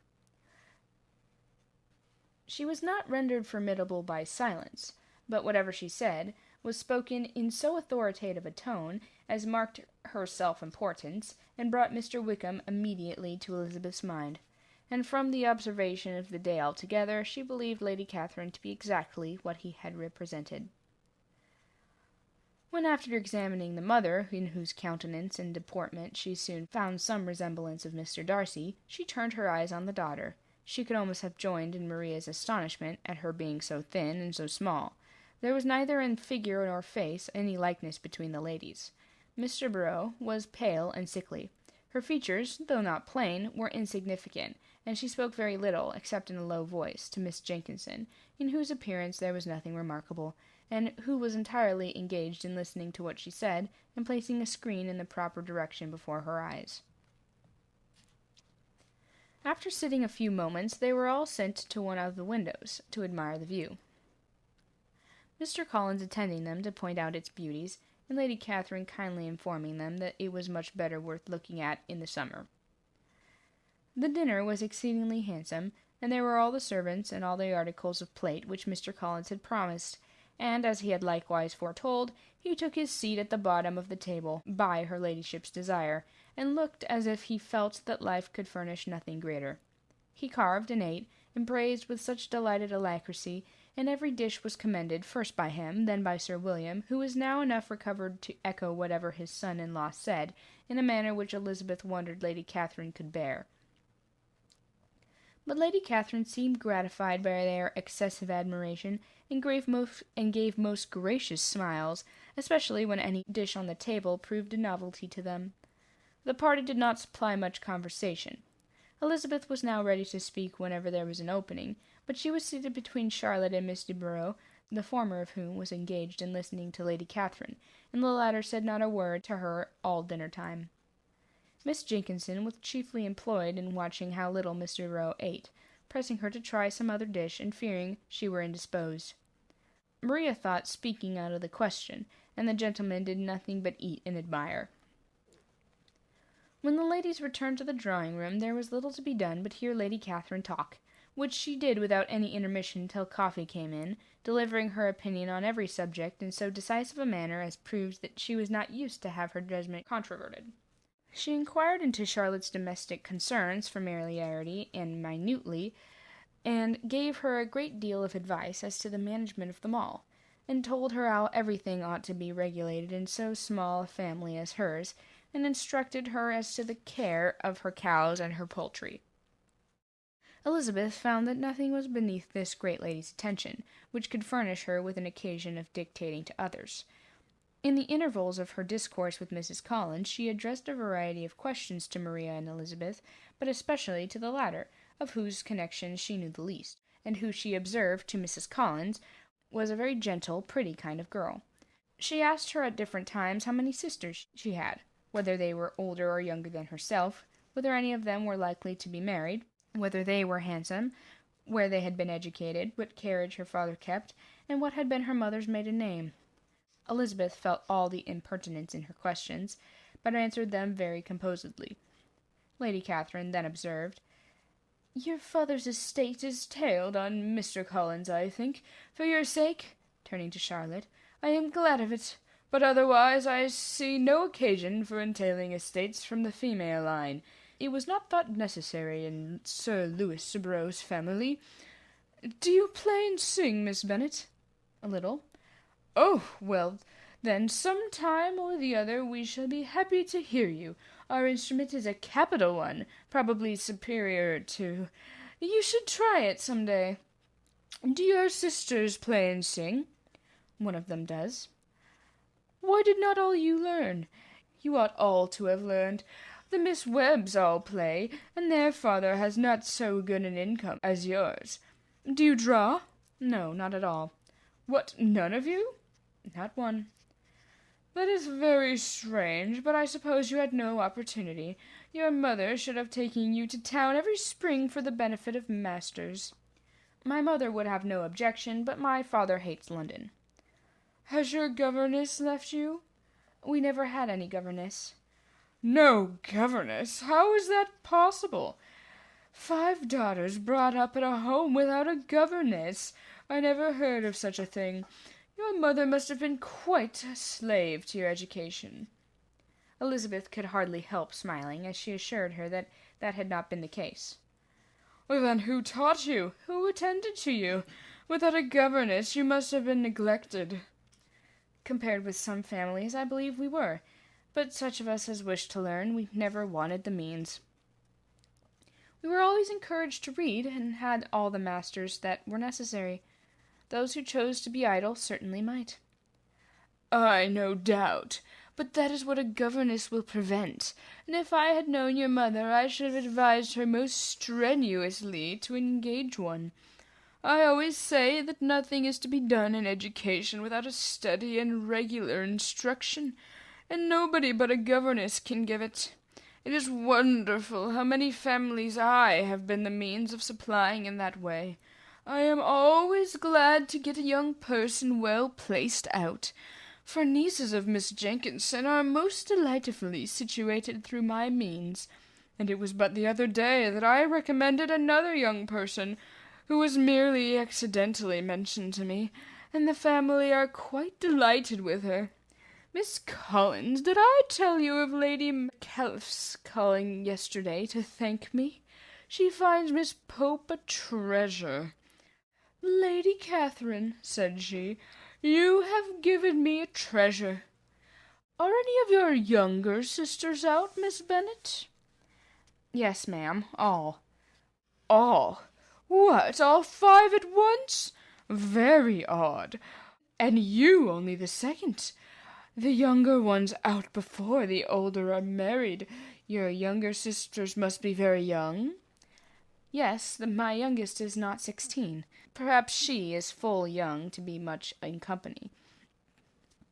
But really, ma'am, I think it would be very hard upon younger sisters that they should not have their share of society and amusement because the elder may not have the means or inclination to marry early. The last born has as good a right to the pleasures of youth as the first, and to be kept back on such a motive, I think it would not be very likely to promote sisterly affection or delicacy of mind." "Upon my word," said her ladyship, "you give your opinion very decidedly for so young a person. Pray, what is your age?" "With 3 sisters grown up," replied Elizabeth, smiling, "your ladyship can hardly expect me to own it." Lady Catherine seemed quite astonished at our receiving a direct answer, and Elizabeth suspected herself to be the first creature who had ever dared to trifle with so much dignified impertinence. "You cannot be more than 20, I am sure, therefore you need not conceal your age." "I am not 1 and 20." When the gentlemen had joined them, and tea was over, the card tables were placed. Lady Catherine, Sir William, and Mr. and Mrs. Collins sat down to quadrille. As Miss de Bourgh chose to play at casino, the two girls had the honour of assisting Mrs. Jenkins to make up her party. Their table was superlatively stupid. Scarcely a syllable was uttered that did not relate to the game, except when Miss Jenkinson expressed her fears of Miss de Bourgh's being too hot or too cold, or having too much or too little light. A great deal more passed at the other table. Lady Catherine was generally speaking, stating the mistakes of the three others, or relating some anecdote of herself. Mr. Collins was employed in agreeing to everything her ladyship said, thanking her for every fish she had won, and apologizing if he thought he had won too many. Sir William did not say much. He was storing his memory with anecdotes and noble names. When Lady Catherine and her daughter had played as long as they chose, the tables were broke up. The carriage was offered to Mrs. Collins, gratefully accepted, and immediately ordered. The party was then gathered round the fire to hear Lady Catherine determine what weather they were to have on the morrow. From these instructions they were summoned by the arrival of the coach, and with many speeches of thankfulness on Mr. Collins's side, and as many bows on Sir William's, they departed. As soon as they had driven from the door, Elizabeth was called on by her cousin to give her opinion of all that she had seen at Rosings, which, for Charlotte's sake, she made more favourable than it really was. But her commendation, though costing her some trouble, could by no means satisfy Mr. Collins, and he was very soon obliged to take her ladyship's praise into his own hands. Chapter 30. Sir William stayed only a week at Hunsford, but his visit was long enough to convince him of his daughter's being most comfortably settled, and of her possessing such a husband and such a neighbour as were not often met with. While Sir William was with them, Mr. Collins devoted his mornings to driving him out in his gig, and showing him the country. But when he went away, the whole family returned to their usual employments, and Elizabeth was thankful to find out that they did not see more of her cousin by the alteration, for the chief of the time between breakfast and dinner was now passed by him either at work in the garden or in reading and writing, and looking out of window in his own book-room, which fronted the road. The room in which the ladies sat was backward. Elizabeth, at first, had rather wondered why Charlotte should not prefer the dining parlour for common use. It was a better-sized room, and had a pleasanter aspect. But she soon saw that her friend had an excellent reason for what she did, for Mr. Collins would undoubtedly have been much less in his own apartment, had they sat in one equally lively, and she gave Charlotte credit for the arrangement.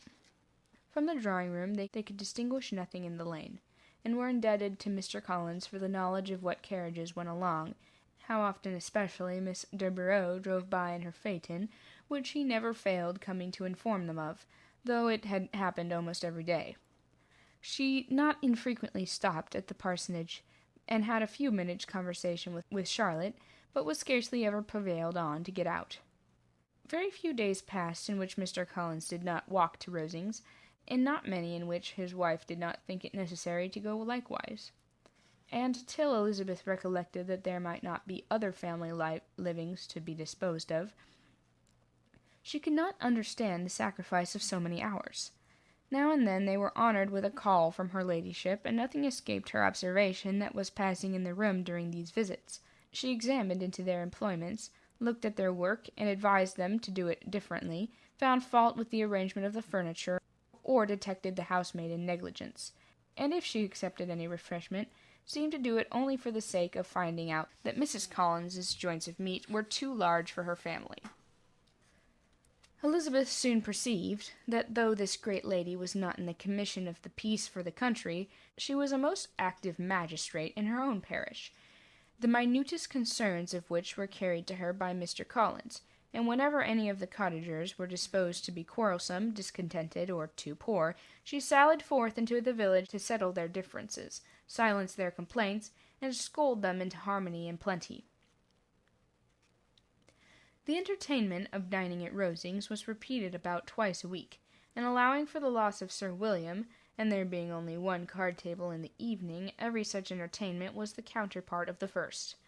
Their other engagements were few, as the style of living of the neighborhood in general was beyond the Collinses' reach. This, however, was no evil to Elizabeth, and upon the whole she spent her time comfortably enough.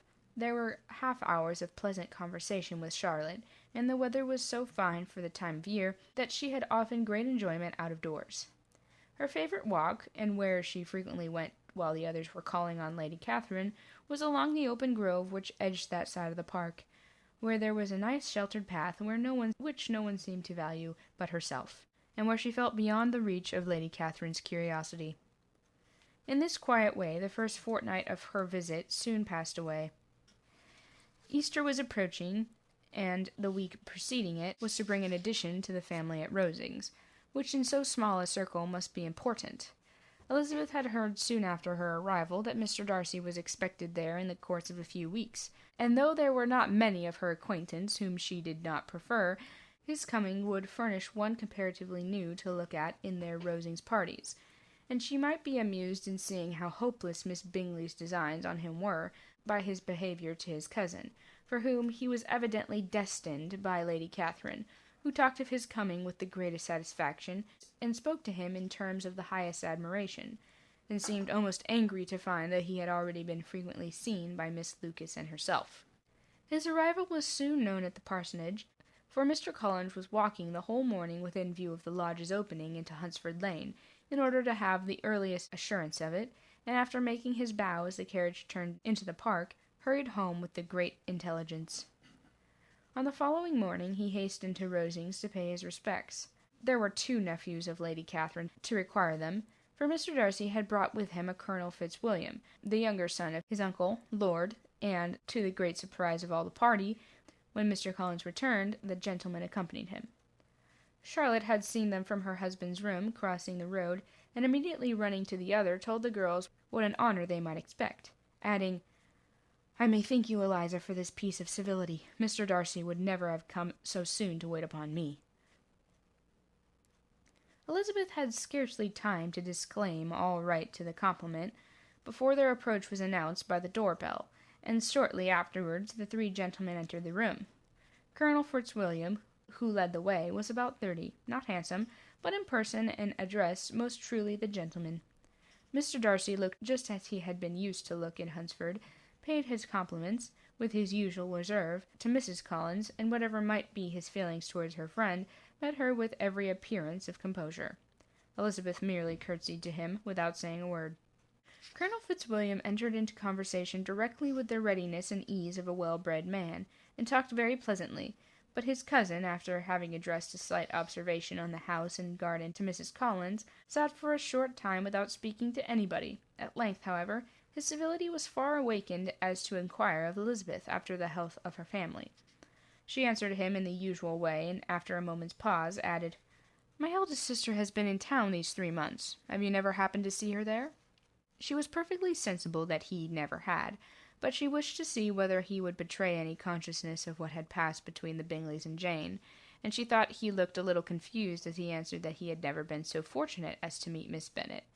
The subject was pursued no farther, and the gentlemen soon afterwards went away. Chapter 31.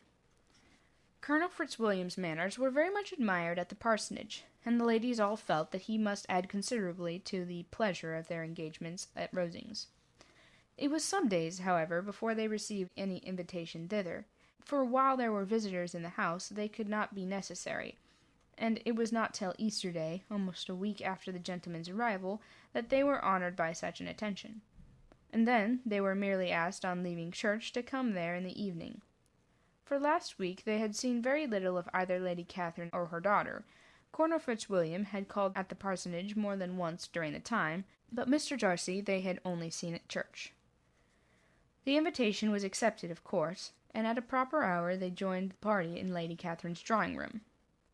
Her ladyship received them civilly, but it was plain that their company was by no means so acceptable as when she could get nobody else, and she was, in fact, almost engrossed by her nephews, speaking to them, especially to Darcy, much more than to any other person in the room. Colonel Fitzwilliam seemed really glad to see them, Anything was a welcome relief to him at Rosings, and Mrs. Collins's pretty friend had moreover caught his fancy very much. He now seated himself by her, and talked so agreeably of Kent and Hertfordshire, of travelling and staying at home, of new books and music, that Elizabeth had never been half so well entertained in that room before. And they conversed with so much spirit and flow as to draw the attention of Lady Catherine herself, as well as of Mr. Darcy. His eyes had been soon and repeatedly turned towards them with a look of curiosity, and that her ladyship after a while shared the feeling, was more openly acknowledged, for she did not scruple to call out, "What is it that you are saying, Fitzwilliam? What is it that you're talking of? What are you telling Mrs. Bennet? Let me hear what it is." "We are speaking of music, madame," said he, when no longer able to avoid a reply. "Of music! Well, then, pray speak aloud. It is of all subjects my delight. I must have my share in the conversation, if you are speaking of music. There are few people in England, I suppose, who have more true enjoyment of music than myself, or a better natural taste. If I had ever learned, I should have been a great proficient. And so would Anne, if her health had allowed her to apply. I am confident that she would have performed delightfully. How does Georgiana get on, Darcy?" Mr. Darcy spoke with affectionate praise of his sister's proficiency.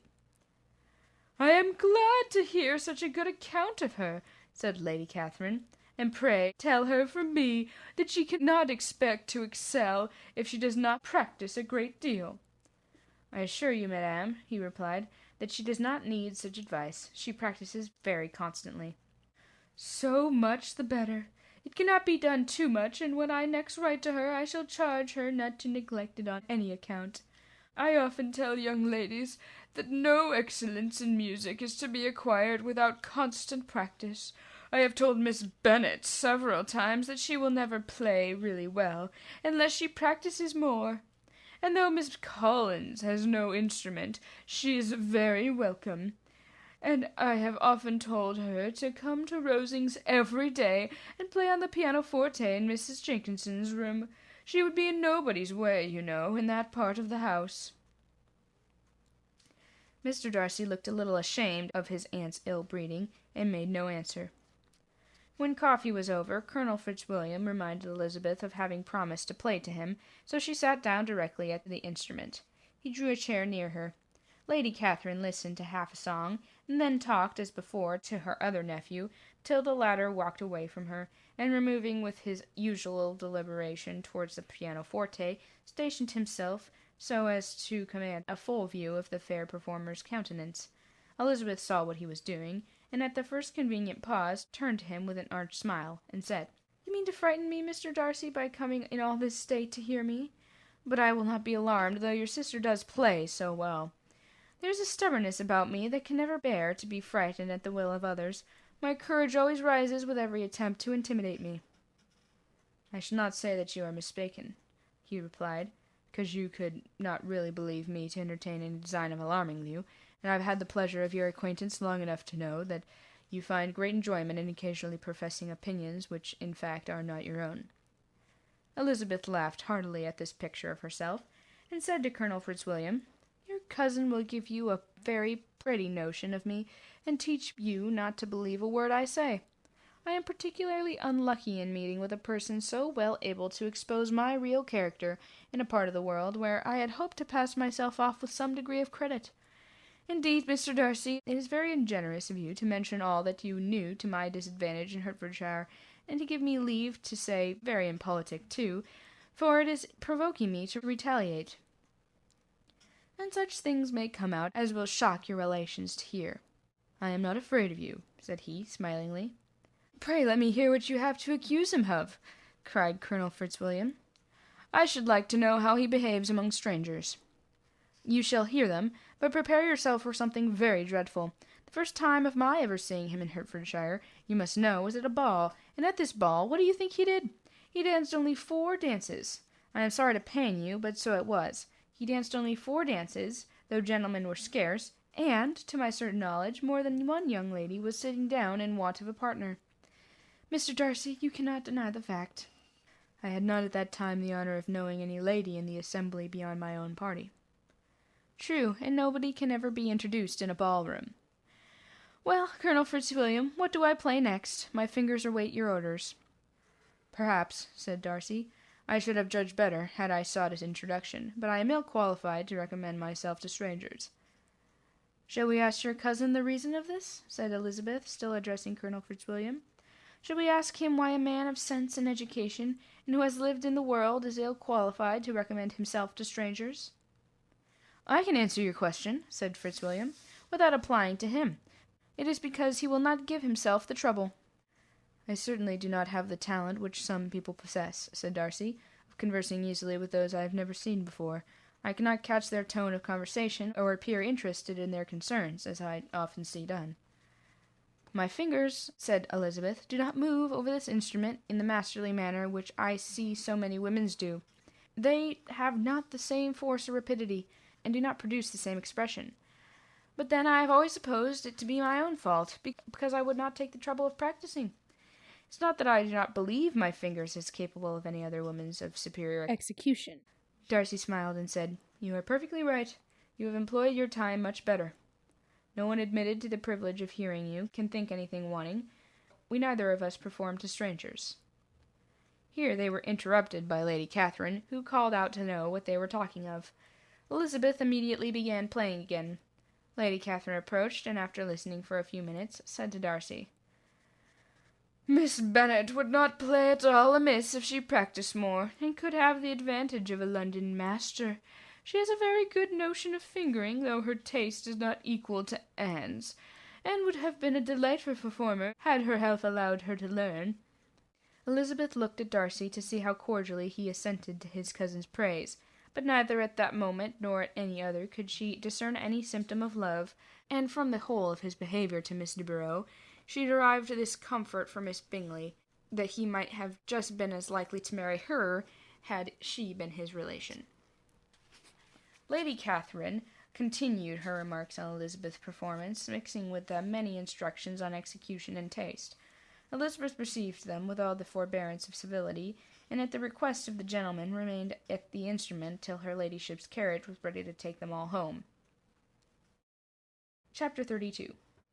Elizabeth was sitting by herself the next morning, and writing to Jane while Mrs. Collins and Maria were gone on business into the village, when she was startled by a ring at the door, the certain signal of a visitor. And she had heard no carriage, but she thought it not unlikely to be Lady Catherine, and under that apprehension was putting away her half-finished letter that she might escape all impertinent questions, when the door opened, and to her very great surprise, Mr. Darcy, and Mr. Darcy only, entered the room. He seemed astonished, too, at finding her alone, and apologized for his intrusion, by letting her know that he had understood all the ladies to be within.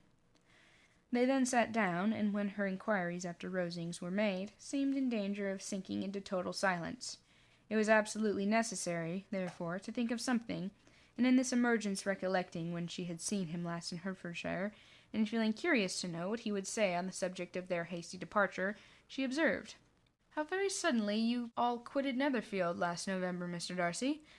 It must have been a most agreeable surprise to Mr. Bingley to see you all after him so soon. For, if I recollect right, he went but the day before. He and his sisters were well, I hope, when you left London. Perfectly so, I thank you. She found that she was to receive no other answer, and after a short pause, added, I think I have understood that Mr. Bingley has not much idea of ever returning to Netherfield again. I have never heard him say so, but it is probable that he might spend very little of his time there in the future. He has many friends, and he is at a time of life when friends and engagements are continually increasing. If he means to be but so little at Netherfield, it would be better for the neighbourhood that he should give up the place entirely, for then we might possibly get a settled family there. But perhaps Mr. Bingley did not take the house so much for the convenience of the neighbourhood as for his own, and we must expect him to keep or quit it on the same principle. I should not be surprised, said Darcy, if he were to give it up as soon as any eligible purchase offers. Elizabeth made no answer. She was afraid of talking longer of his friend, and, having nothing else to say, was now determined to leave the trouble of finding a subject to him. He took the hint, and soon began with, This seems a very comfortable house. Lady Catherine, I believe, did a great deal to it when Mr. Collins first came to Hunsford. I believe she did, and I am very sure that she could not have bestowed her kindness on a more grateful object. Mr. Collins appears very fortunate in his choice of a wife. Yes, indeed, his friends may well rejoice in his having met with one of the very few sensible women who would have accepted him, or have made him happy if they had. My friend has an excellent understanding, though I am not certain that I consider her marrying Mr. Collins as the wisest thing she ever did. She seems perfectly happy, however, in a prudential light. It is certainly a very good match for her. It must be very agreeable to her to be settled within so easy a distance of her own family and friends. An easy distance, do you call it? It's nearly 50 miles. And what is 50 miles of good road? Little more than half a day's journey. Yes, I call it a very easy distance. I should never have considered the distance as one of the advantages of the match, cried Elizabeth. I should never have said Mrs. Collins was settled near her family. It is a proof of your own attachment to Hertfordshire. Anything beyond the very neighbourhood of Longbourn, I suppose, would appear far.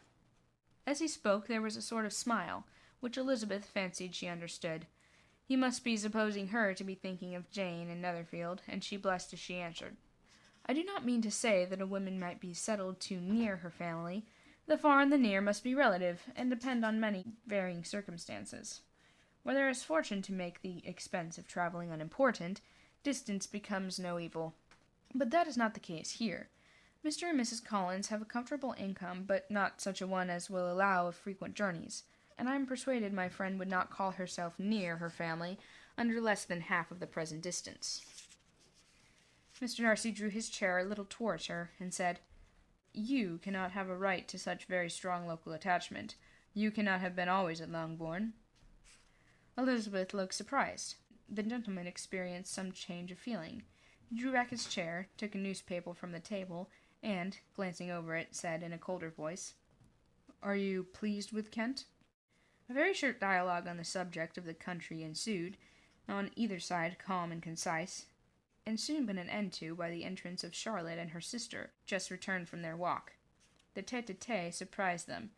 Mr. Darcy related the mistake which had occasioned his intruding on Miss Bennet, and after sitting a few moments longer without saying much to anybody, went away. What can be the meaning of this? Said Charlotte, as soon as he was gone.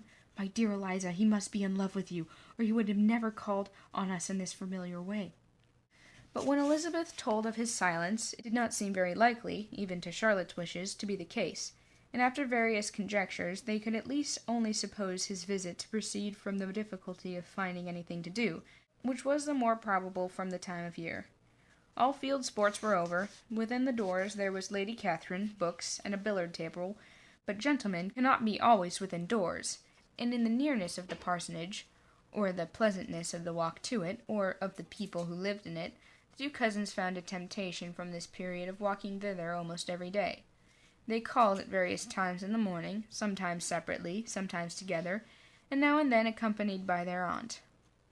It was plain to them all that Colonel Fitzwilliam came, because he had the pleasure in their society, a persuasion which, of course, recommended him still more, and Elizabeth was reminded by her own satisfaction in being with him, as well as by his evident admiration of her former favourite, George Wickham, and though, in comparing them, she saw there was less captivating softness in Colonel Fitzwilliam's manners, she believed he might have the best informed mind. But why Mr. Darcy came so often to the parsonage it was more difficult to understand. It cannot be for society, as he frequently sat there 10 minutes together without opening his lips, and when he did speak it seemed the effort of necessity rather than of choice, a sacrifice to propriety, not a pleasure to himself. He seldom appeared really animated. Mrs. Collins knew not what to make of him. Colonel Fitzwilliam's occasionally laughing at his stupidity proved that he was generally different, which her own knowledge of him could not have told her, and as she would have liked to believe this changed the effect of love, and the object of that love, her friend Eliza, she set herself seriously to work to find it out. She watched him whenever they were at Rosings, and whenever he came to Hunsford, but without much success. He certainly looked at her friend a great deal, but the expression of that look was disputable. It was an earnest, steadfast gaze, but she often doubted whether there was much admiration in it, and sometimes it seemed nothing but absence of mind. She had once or twice suggested to Elizabeth the possibility of his being partial to her, but Elizabeth always laughed at the idea, Mrs. Collins did not think it right to press the subject, from the danger of raising expectations which might only end in disappointment. For in her opinion it admitted not of a doubt that her friend's dislike would vanish, if she could suppose him to be in her power. In her kind schemes for Elizabeth, she sometimes planned her marrying Colonel Fitzwilliam. He was beyond comparison the pleasantest man, he certainly admired her, and his situation in life was most eligible. But to counterbalance these advantages, Mr. Darcy had considerable patronage in the church, and his cousin could have none at all. Chapter 33. More than once did Elizabeth in her ramble within the park unexpectedly meet Mr. Darcy. She felt all the perverseness of the mischance that should bring him where no one else was brought, and to prevent its ever happening again, took care to inform him at first that it was a favorable haunt of hers. How it could occur a second time, therefore, was very odd. Yet it did, and even a third. It seemed like a wilful ill nature or voluntary penance, for on those occasions it was not merely a few formal inquiries, and an awkward pause, then away, but he actually thought it necessary to turn back and walk with her.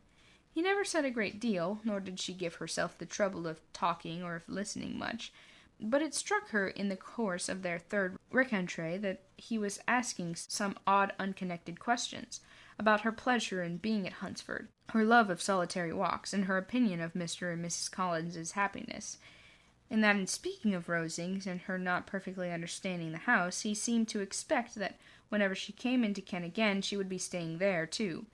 His words seemed to imply it. Could he have Colonel Fitzwilliam in his thoughts? She supposed, if he meant anything, he must mean an allusion to what might arise in that quarter. It distressed her a little, and she was quite glad to find herself at the gate in the pales opposite the parsonage. She was engaged one day as she walked, in re-pursuing Jane's last letter, and dwelling some passages which proved that Jane had not written in spirits, when, instead of being again surprised by Mr. Darcy, she saw, on looking up, that Colonel Fitzwilliam was meeting her.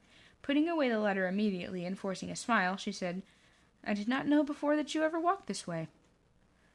"I have been making a tour of the park," he replied, "as I generally do every year, and I intend to close it with a call at the parsonage. Are you going much farther?" "No, I should have turned in a moment." And accordingly she did turn, and they walked toward the parsonage together. "Do you certainly leave Kent on Saturday?" said she. "Yes, if Darcy does not put it off again. But I am at his disposal. He arranges the business just as he pleases. And if not able to please himself in the arrangement, he has at least the great pleasure in the power of choice. I do not know anybody who seems more to enjoy the power of doing what he likes than Mr. Darcy." "He likes to have his own way very well," replied Colonel Fitzwilliam, "but so we all do. It is only because he has better means of having it than many others, because he is rich and many others are poor. I speak feelingly, as a younger son, you know, must be inured to self-denial and dependence. In my opinion, the younger son of an earl can know very little of either. Now, seriously, what have you ever known of self-denial and dependence? When have you been prevented of the want of money from going wherever you choose, or procuring anything you had a fancy for? Those are home questions, and perhaps I cannot say I have experienced many hardships of that nature, but in matters of greater weight I may suffer from the want of money.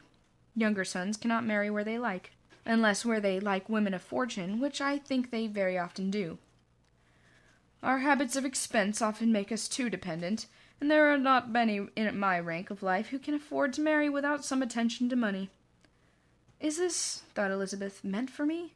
And she coloured at the idea, but recovering herself, said in a lively tone, "And pray, what is the usual price of an earl's younger son? Unless the elder brother is very sickly, I suppose you would not ask above 50,000 pounds. He answered her in the same style, and the subject dropped. To interrupt a silence which might make him fancy her affected with what had passed, she soon afterwards said, "I imagine your cousin brought you down with him chiefly for the sake of having somebody at his disposal.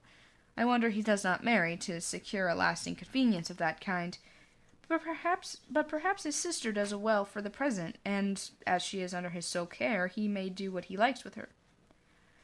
"No," said Colonel Fitzwilliam, "that is an advantage which he must divide with me.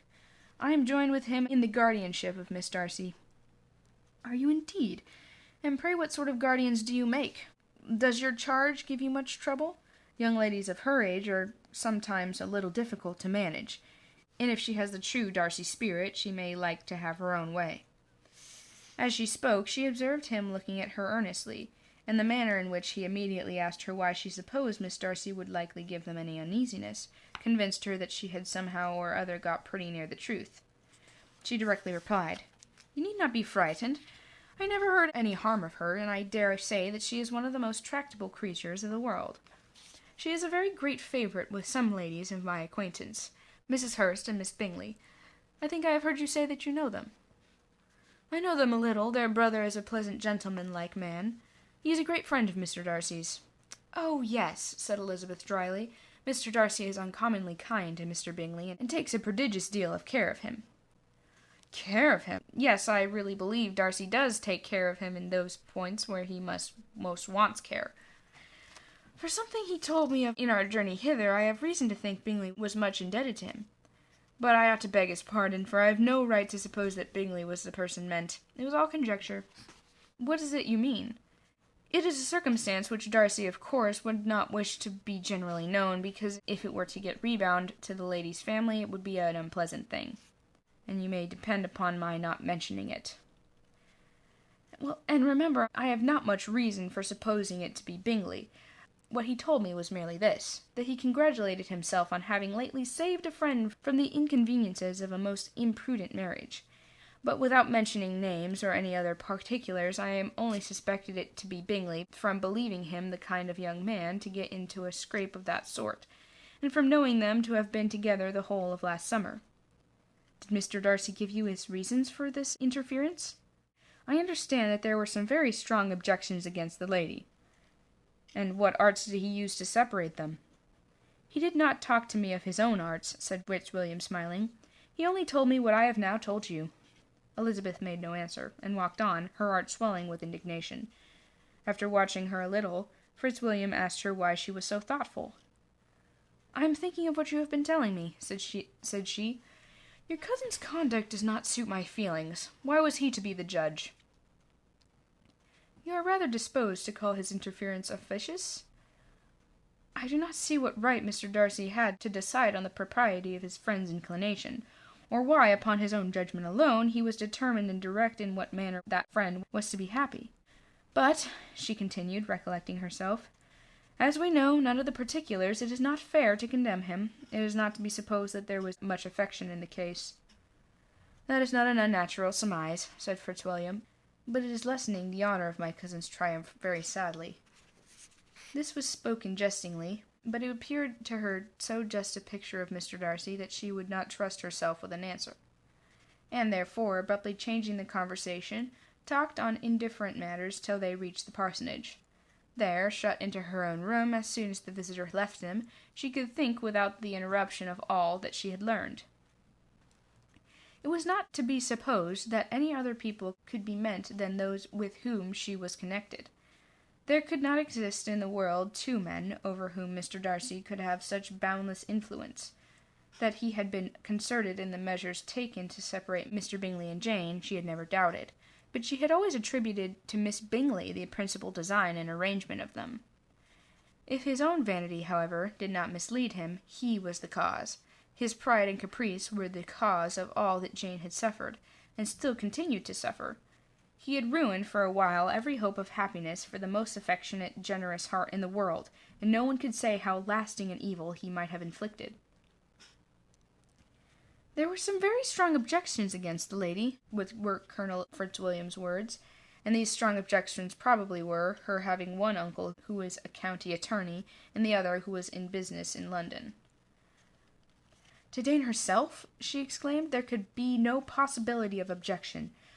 All loveliness and goodness as she is, her understanding excellent, her mind improved, and her manners captivating, neither could anything be urged against my father, who, though with some particularities, has abilities which Mr. Darcy himself need not disdain, and respectability which he will probably never reach."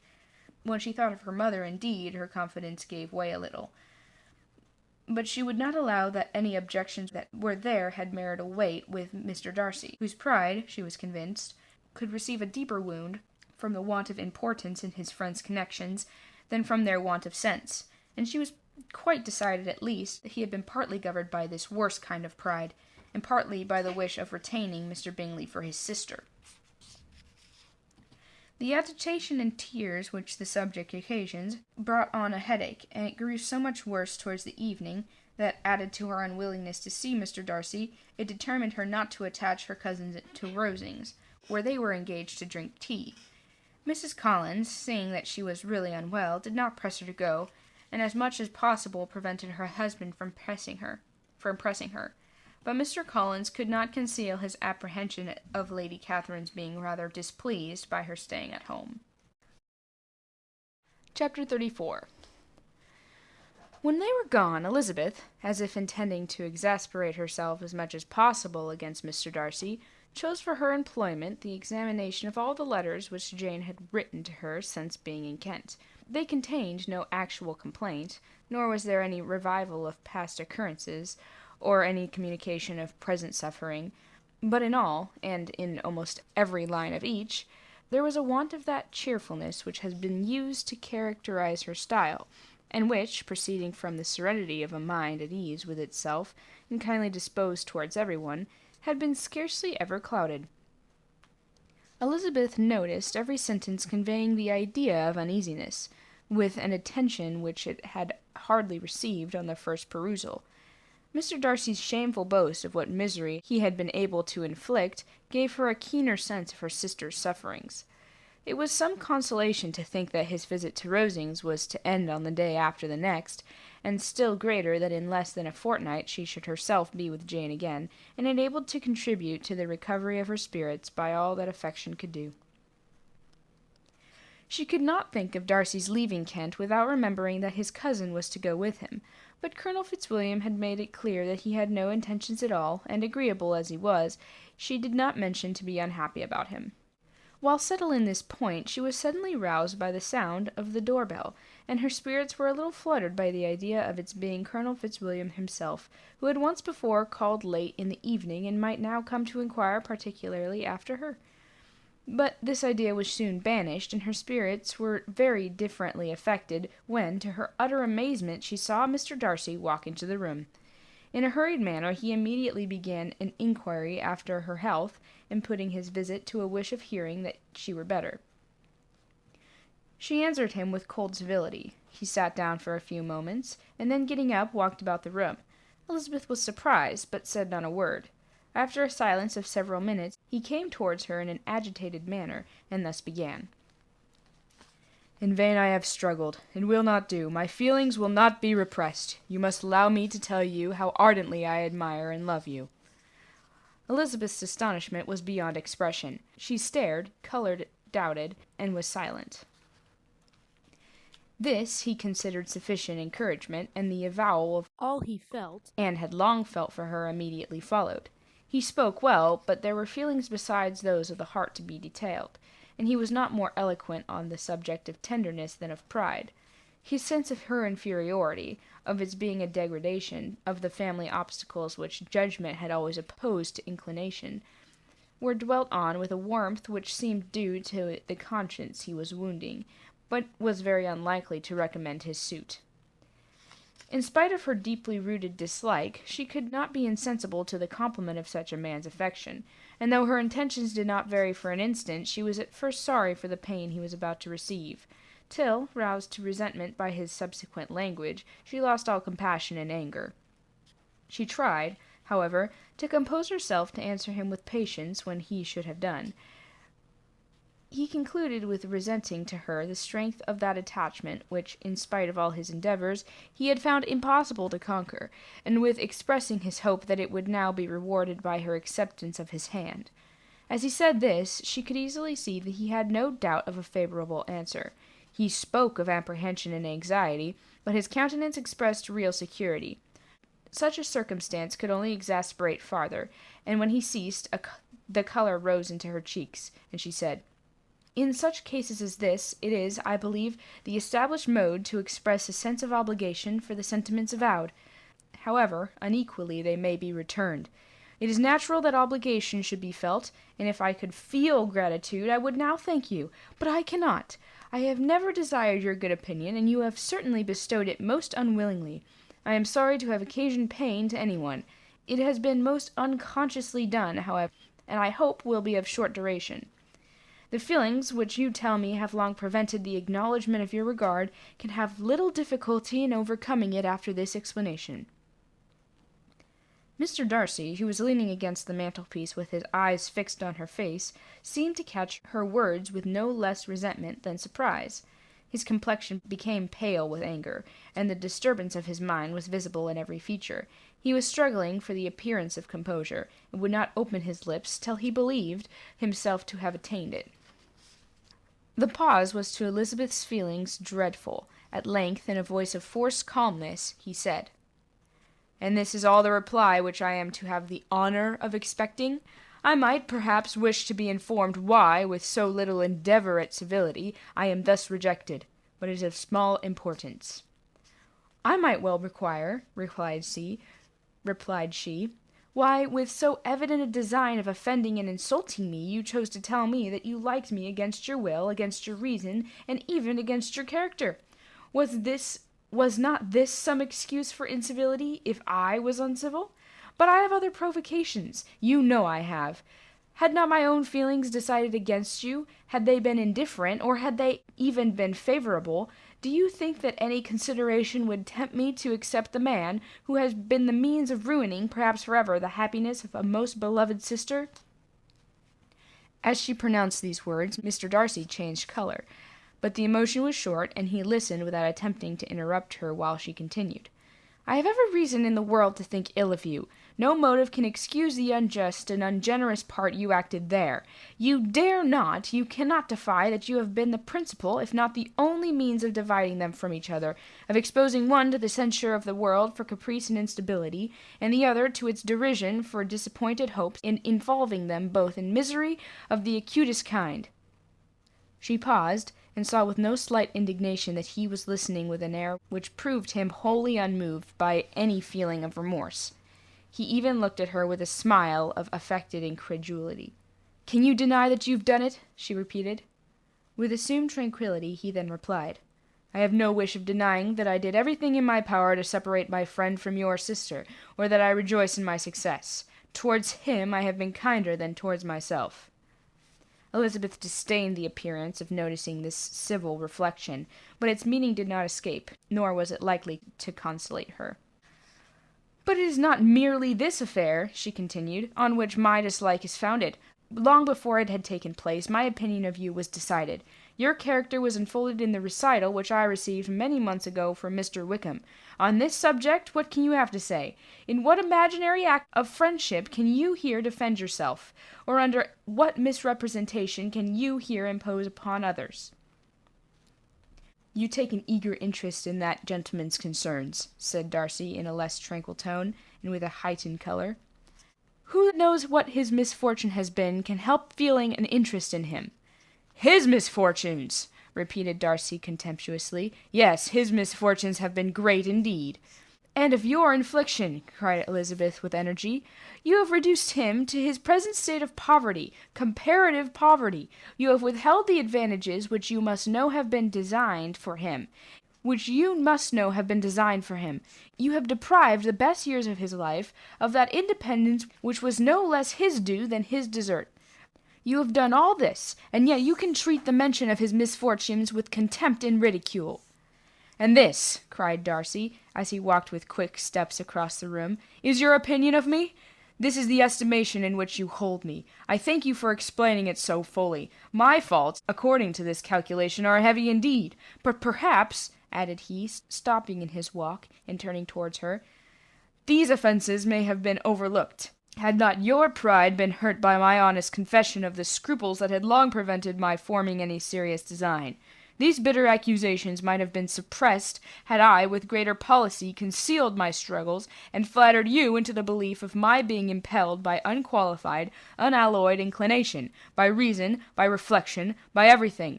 But disguise of every sort is my abhorrence, nor am I ashamed of the feelings I related. They were natural and just. Could you expect me to rejoice in the inferiority of your connections, to congratulate myself in the hope of relations whose condition in life is so decidedly beneath my own? Elizabeth felt herself growing more angry every moment, yet she tried to the utmost to speak with composure when she said, "You are mistaken, Mr. Darcy, if you suppose that the mode of your declaration affected me in any other way than as it spared me the concern which I might have felt in refusing you, had you behaved in a more gentlemanlike manner." She saw him start at this, but he said nothing, and she continued, "You could not have made me the offer of your hand in any possible way that would have tempted me to accept it." Again his astonishment was obvious, and he looked at her with an expression of mingled incredulity and mortification. She went on, "From the very beginning, from the first moment, I may almost say, of my acquaintance with you, your manners impressing me with the fullest belief of your arrogance, your conceit, and your selfish disdain of the feelings of others, were such as to form that groundwork of disapprobation on which succeeding events have built so immovable a dislike, and I had not known you a month before I felt you were the very last man in the world who I could ever be prevailed on to marry." "You have said quite enough, madame. I perfectly comprehend your feelings, and now have only to be ashamed of what my own have been. Forgive me for having taken up so much of your time, and accept my best wishes for your health and happiness." And with these words he hastily left the room, and Elizabeth heard him the next moment open the front door and quit the house. The tumult of her mind was now painfully great. She knew not how to support herself, and from actual weakness sat down and cried for half an hour. Her astonishment, as she reflected on what had passed, was increased by every view of it, that she should receive an offer of marriage from Mr. Darcy, and that he should have been in love with her for so many months, so much in love as to wish to marry her in spite of all the objections which had made him prevent his friends marrying her sister, and which must appear at least with equal force in his own case, was almost incredible. It was gratifying to have inspired unconsciously so strong an affection, but his pride, his abominable pride, his shameless avowal of what he had done with respect to Jane, his unpardonable assurance in acknowledging, though he could not justify it, an unfeeling manner in which he had mentioned Mr. Wickham, his cruelty towards whom he had not attempted to deny, soon overcame the pity which the consideration of his attachment had for a moment excited.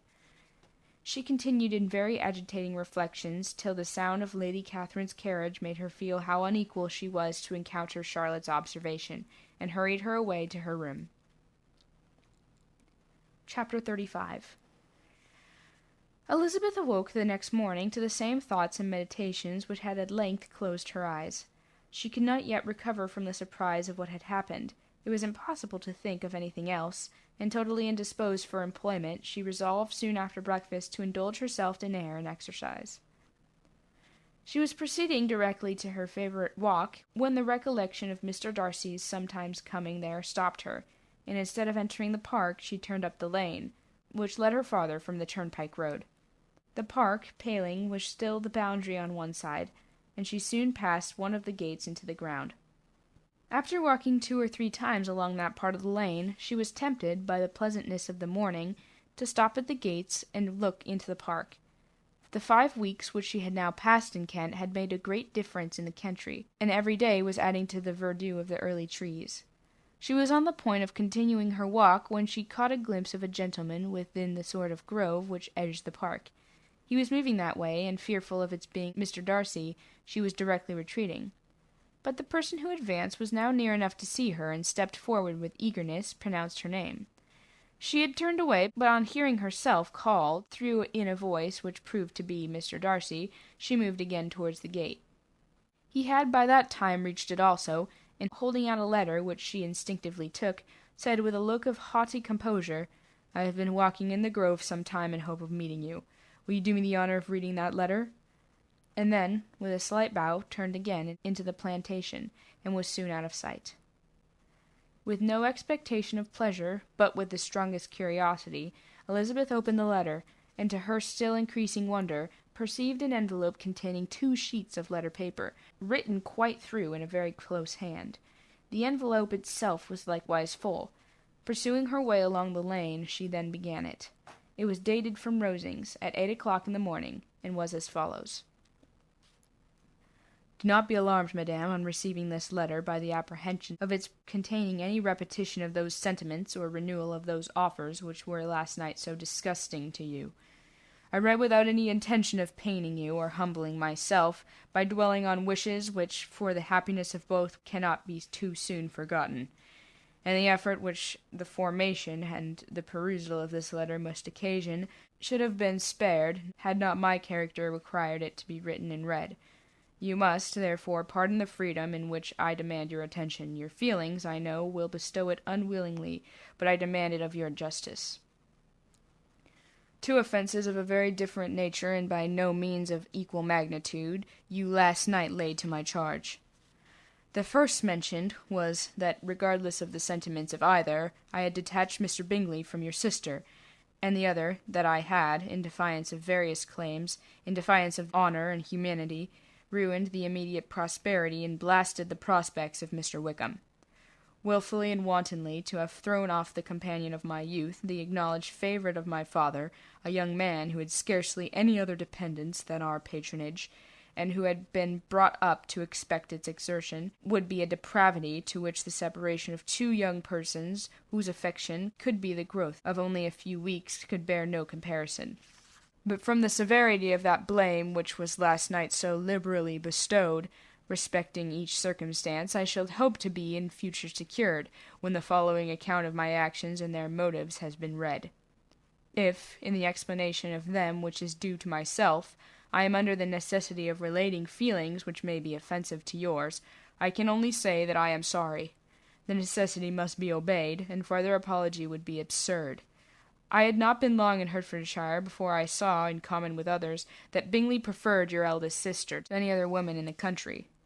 But it was not till the evening of the dance at Netherfield that I had any apprehension of his feeling a serious attachment. I had often seen him in love before. At that ball, where I had the honour of dancing with you, I was the first made acquainted, by Sir William Lucas's accidental information, that Bingley's attentions to your sister had given rise to a general expectation of their marriage. He spoke of it as a certain event, and which at the time alone could be undecided. From that moment I observed my friend's behaviour attentively.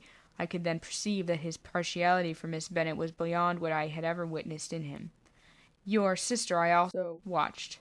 Her look and manners were open, cheerful, and engaging as ever, but without any symptom of particular regard, and I remained convinced from that evening's scrutiny that though she received his attentions with pleasure, she did not invite them by any participation of sentiment.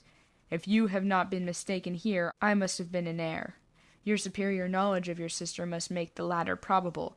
If it be so, I have been misled by such error to inflict pain on her. Your resentment has not been unreasonable. But I shall not scruple to assert that the serenity of your sister's countenance and air was such as might have given the most acute observer a conviction that, however amiable her temper, her heart was not likely to be easily touched. That I was desirous of believing her indifferent is certain, but I will venture to say that my investigations and decisions are not usually influenced by my hopes or fears. I did not believe her to be indifferent because I wished it. I believed it on impartial conviction, as truly as I wished it in reason. My objections to the marriage were not merely those which I last night acknowledged to have required the utmost force of passion to put aside. In my own case, the want of connection could not have been so great an evil to my friend as to me. But there are other causes of repugnance, causes which, though still existing, and existing to an equal degree in both instances, I had myself endeavoured to forget, because they were not immediately before me. These causes must be stated, though briefly. The situation of your mother's family, though objectionable, was nothing in comparison of the total want of propriety so frequently, almost uniformly betrayed by herself, by your 3 younger sisters, and occasionally even by your father. Pardon me. It pains me to offend you, but amidst your concern for the defects of your nearest relations, and your displeasure at this representation of them, let it give you consolation to consider that to have conducted yourselves so as to avoid any share of the like censure is praise no less generally bestowed on you and your eldest sister, that it is honourable to the sense and disposition of both. I will only say farther that from what passed that evening, my opinion of all parties was confirmed, and every inducement heightened which could have led me before to preserve my friend from what I esteemed a most unhappy connection. He left Netherfield for London on the day following, as you, I am certain, remember, with the design of soon returning. The part which I acted is now to be explained. His sister's uneasiness had been equally excited with my own. Our coincidence of feeling was soon discovered, and alike sensible that no time was to be lost in detaching their brother, we shortly resolved on joining him directly in London. We accordingly went, and there I readily engaged in the office of pointing out to my friend the certain evils of such a choice. I described and enforced them earnestly. But however this remonstrance might have staggered or delayed his determination, I do not suppose that it would ultimately have prevented the marriage, had it not have been seconded by the assurance which I hesitated not in giving of your sister's indifference. He had before believed her to return his affection with sincere, if not with equal regard, but Bingley has a great natural modesty, with a stronger dependence on my judgment than on his own. To convince him, therefore, that he had deceived himself was no very difficult point. To persuade him against returning to Hertfordshire, when then conviction had been given, was scarcely the work of a moment. I cannot blame myself for having done thus much. There is but one part of my conduct in the whole affair on which I do not reflect with satisfaction. It is that I condescended to adopt the measures of art so far to conceal from him your sister's being in town. I knew it myself, as it was known to Miss Bingley, but her brother is even yet ignorant of it. They might have met with ill consequence, it is perhaps probable, but his regard did not appear to me enough extinguished from him to see her without some danger. Perhaps this concealment, this disguise was beneath me. It is done, however, and it was done for the best. On this subject I have nothing more to say, no other apology to offer. If I have wounded your sister's feelings, it was unknowingly done, and though the motives which governed me may to you very naturally appear insufficient, I have not yet learned to condemn them. With respect to that other, more weighty accusation, of having injured Mr. Wickham, I can only refute it by laying before you the whole of his connection with my family. Of what he has particularly accused me I am ignorant, but the truth of what I shall relate I can summon more than one witness of undoubted veracity. Mr. Wickham is the son of a very respectable man, who had, for many years, the management of all the Pemberley estates, and whose conduct in the discharge of his trust naturally inclined my father to be of service to him, and on George Wickham, who was his godson, his kindness was therefore liberally bestowed. My father supported him at school, and afterwards at Cambridge. Most important assistance, as his own father, always poor from the extravagance of his wife, would have been unable to give him a gentleman's education. My father was not only fond of this young man's society, whose manners were always engaging, he had also the highest opinion of him, and hoping the church would be his profession, intended to provide him in it. As for myself, it is many, many years since I first began to think of him in a very different manner. The vicious propensities, the want of principle which he was careful to guard from the knowledge of his best friend, could not escape the observation of a young man nearly the same age with himself, and who had opportunities of seeing him in his unguarded moments which Mr. Darcy could not have. Here again I shall give you pain, to which degree you can only tell. But whatever may be the sentiments which Mr. Wickham has created, a suspicion of their nature should not prevent me from unfolding his real character. It adds even another motive. My excellent father died about 5 years ago, and his attachment to Mr. Wickham was to the last so steady that in his will he particularly recommended it to me to promote his advancement in the best manner that his profession might allow, and if he took orders, desired that a valuable family living might be his as soon as it became vacant.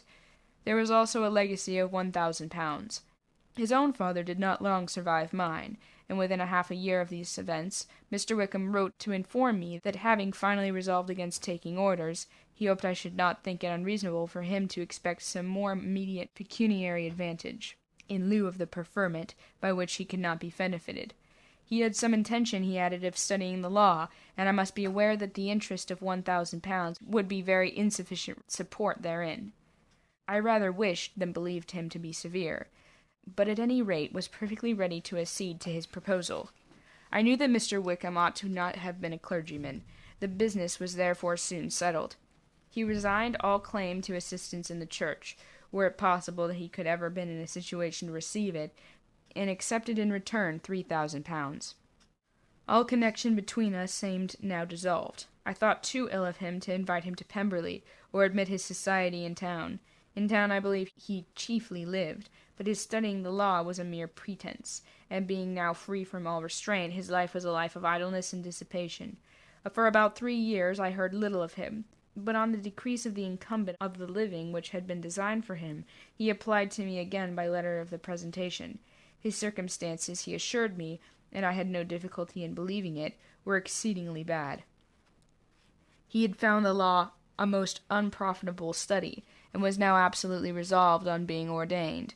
If I would present him to the living in question, of which he trusted there could be little doubt, as he was well assured that I had no other person to provide for, and I could not have forgotten my revered father's intentions. You will hardly blame me for refusing to comply with this entreaty, or for resisting every repetition of it.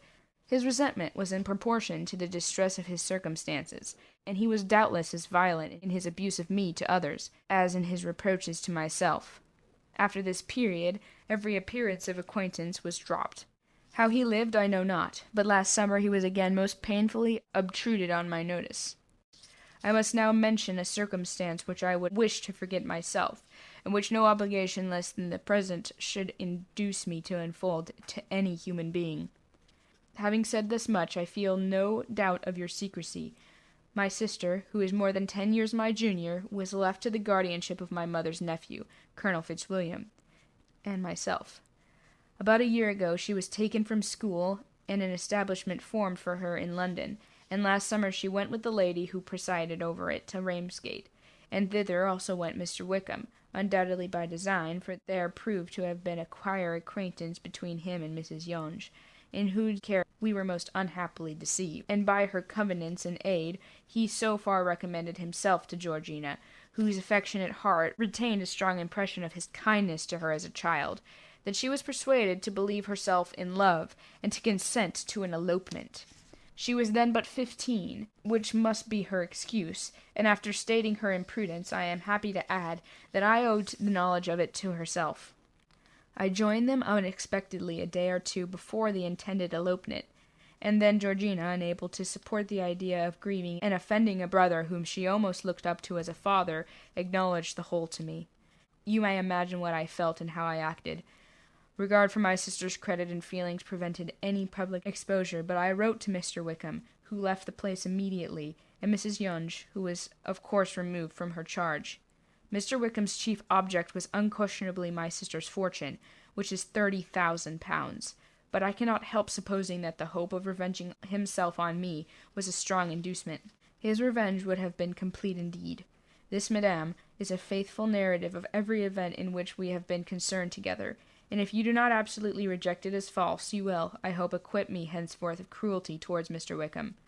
I know not in what manner, under what form of falsehood he has imposed on you, but his excess is not perhaps to be wondered at. Ignorant as you previously were to everything concerning either, detection could not be in your power, and suspicion certainly not in your inclination.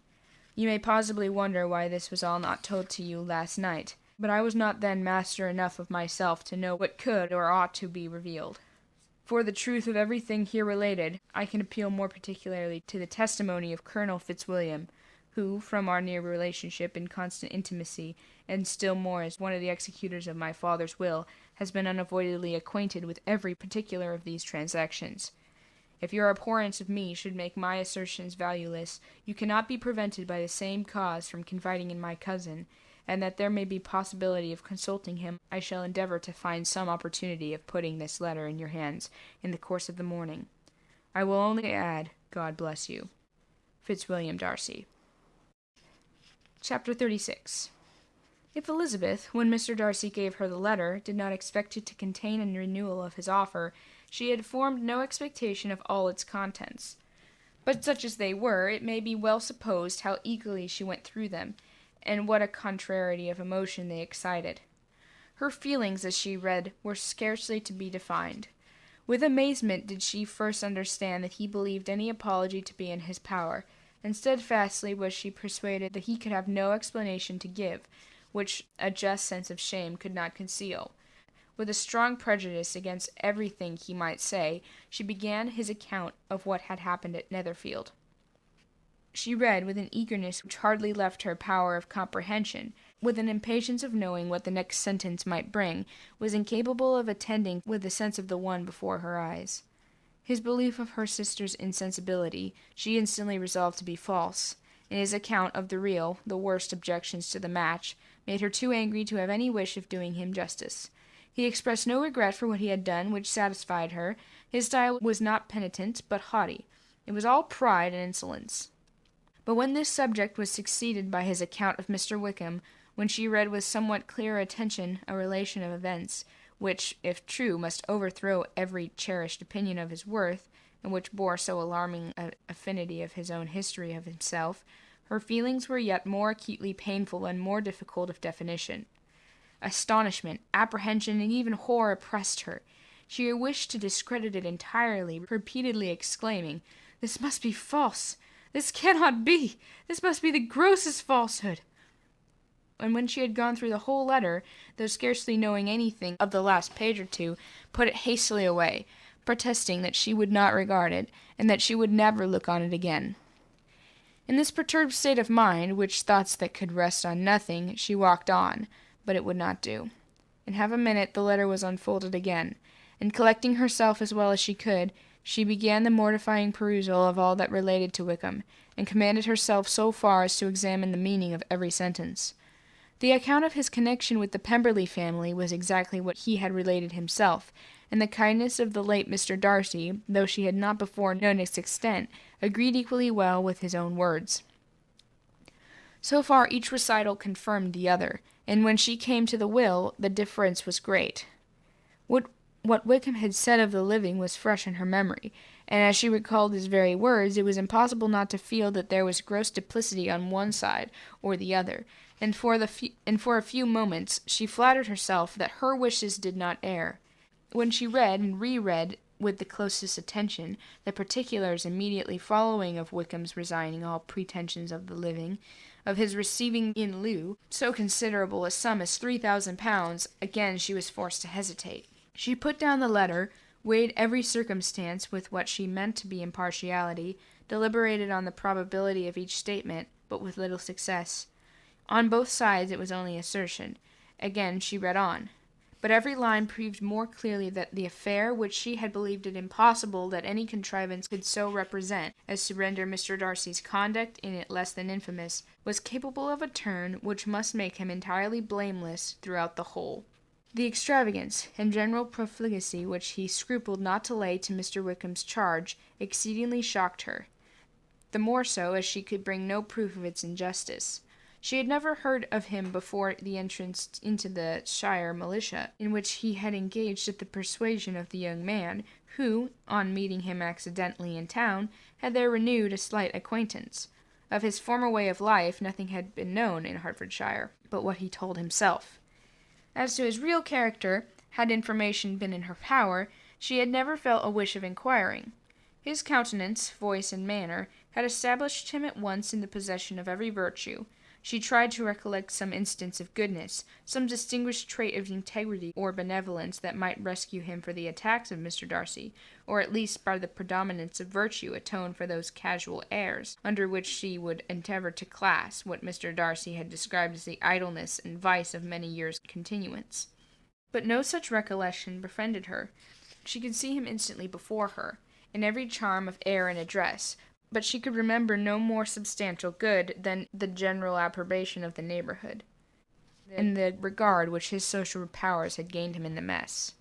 After pausing on this point a considerable while, she once more continued to read. But alas, the story which followed of his designs on Miss Darcy received some confirmation of what had passed between Colonel Fitzwilliam and herself only the morning before, and at last she was referred for the truth of every particular to Colonel Fitzwilliam himself, from whom she had previously received the information of his near concern in all his cousin's affairs, and whose character she had no reason to question.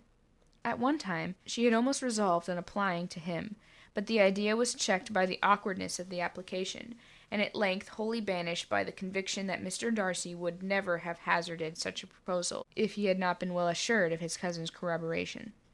She perfectly remembered everything that had passed in conversation between Wickham and herself, in their first evening at Mr. Phillip's, Many of his expressions were still fresh in her memory.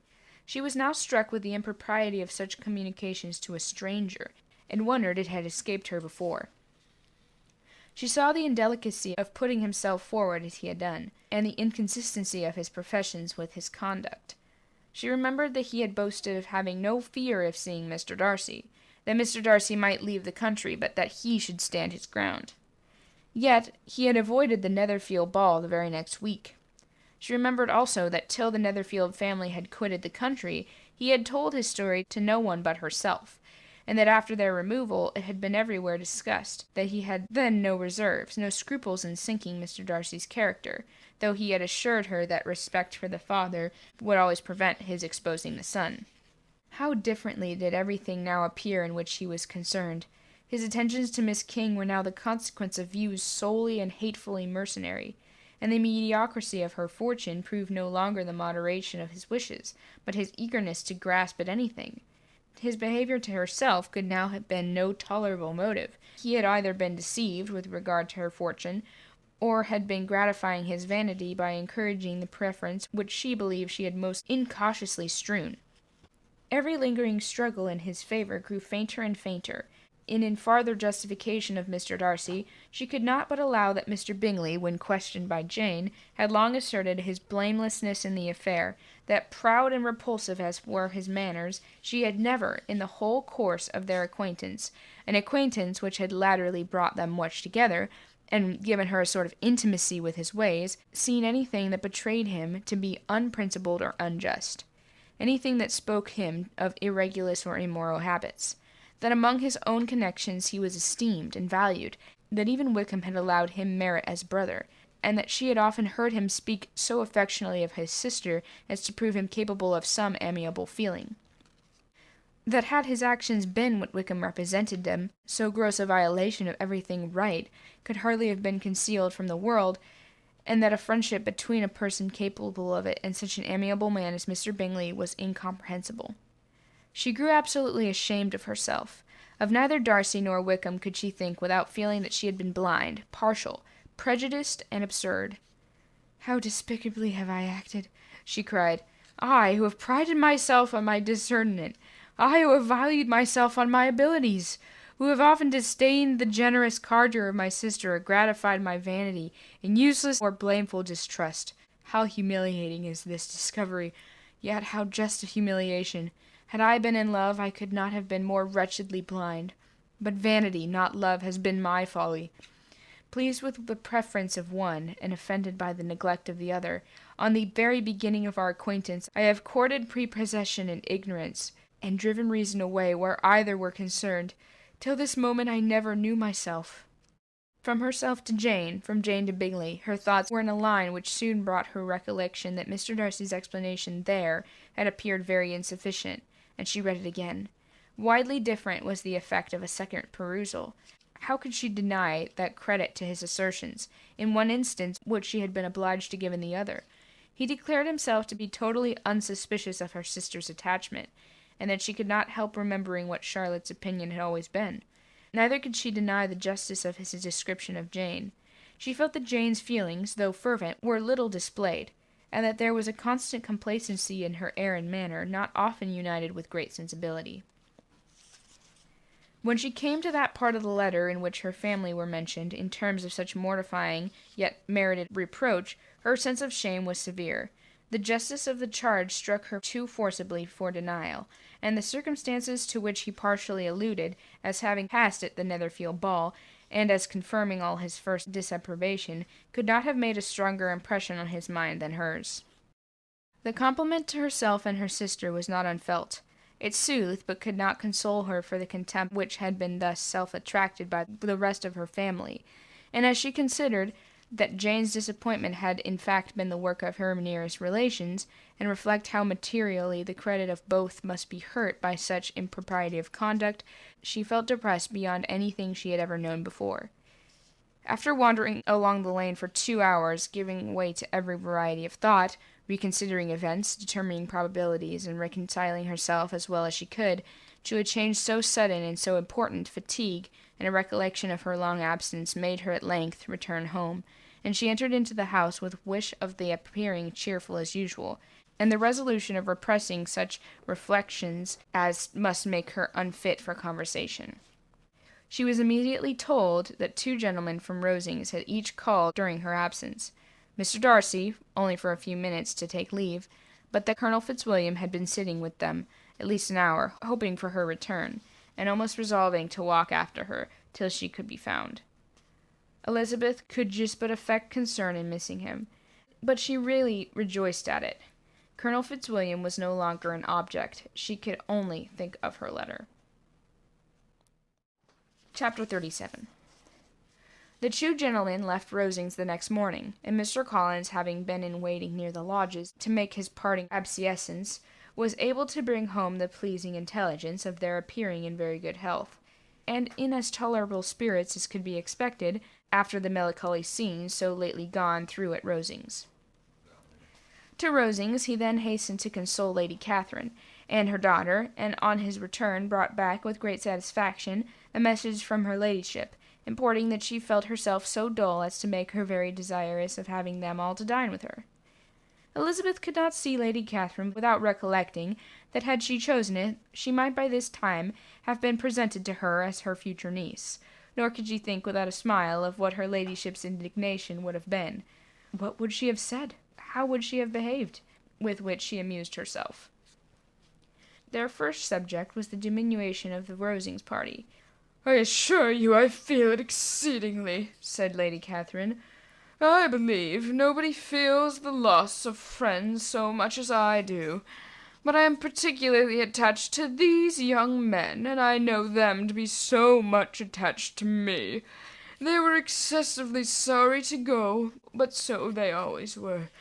The dear Colonel rallied his spirits tolerably till just at last, but Darcy seemed to feel it most acutely, more I think than last year. His attachment to Rosings certainly increases."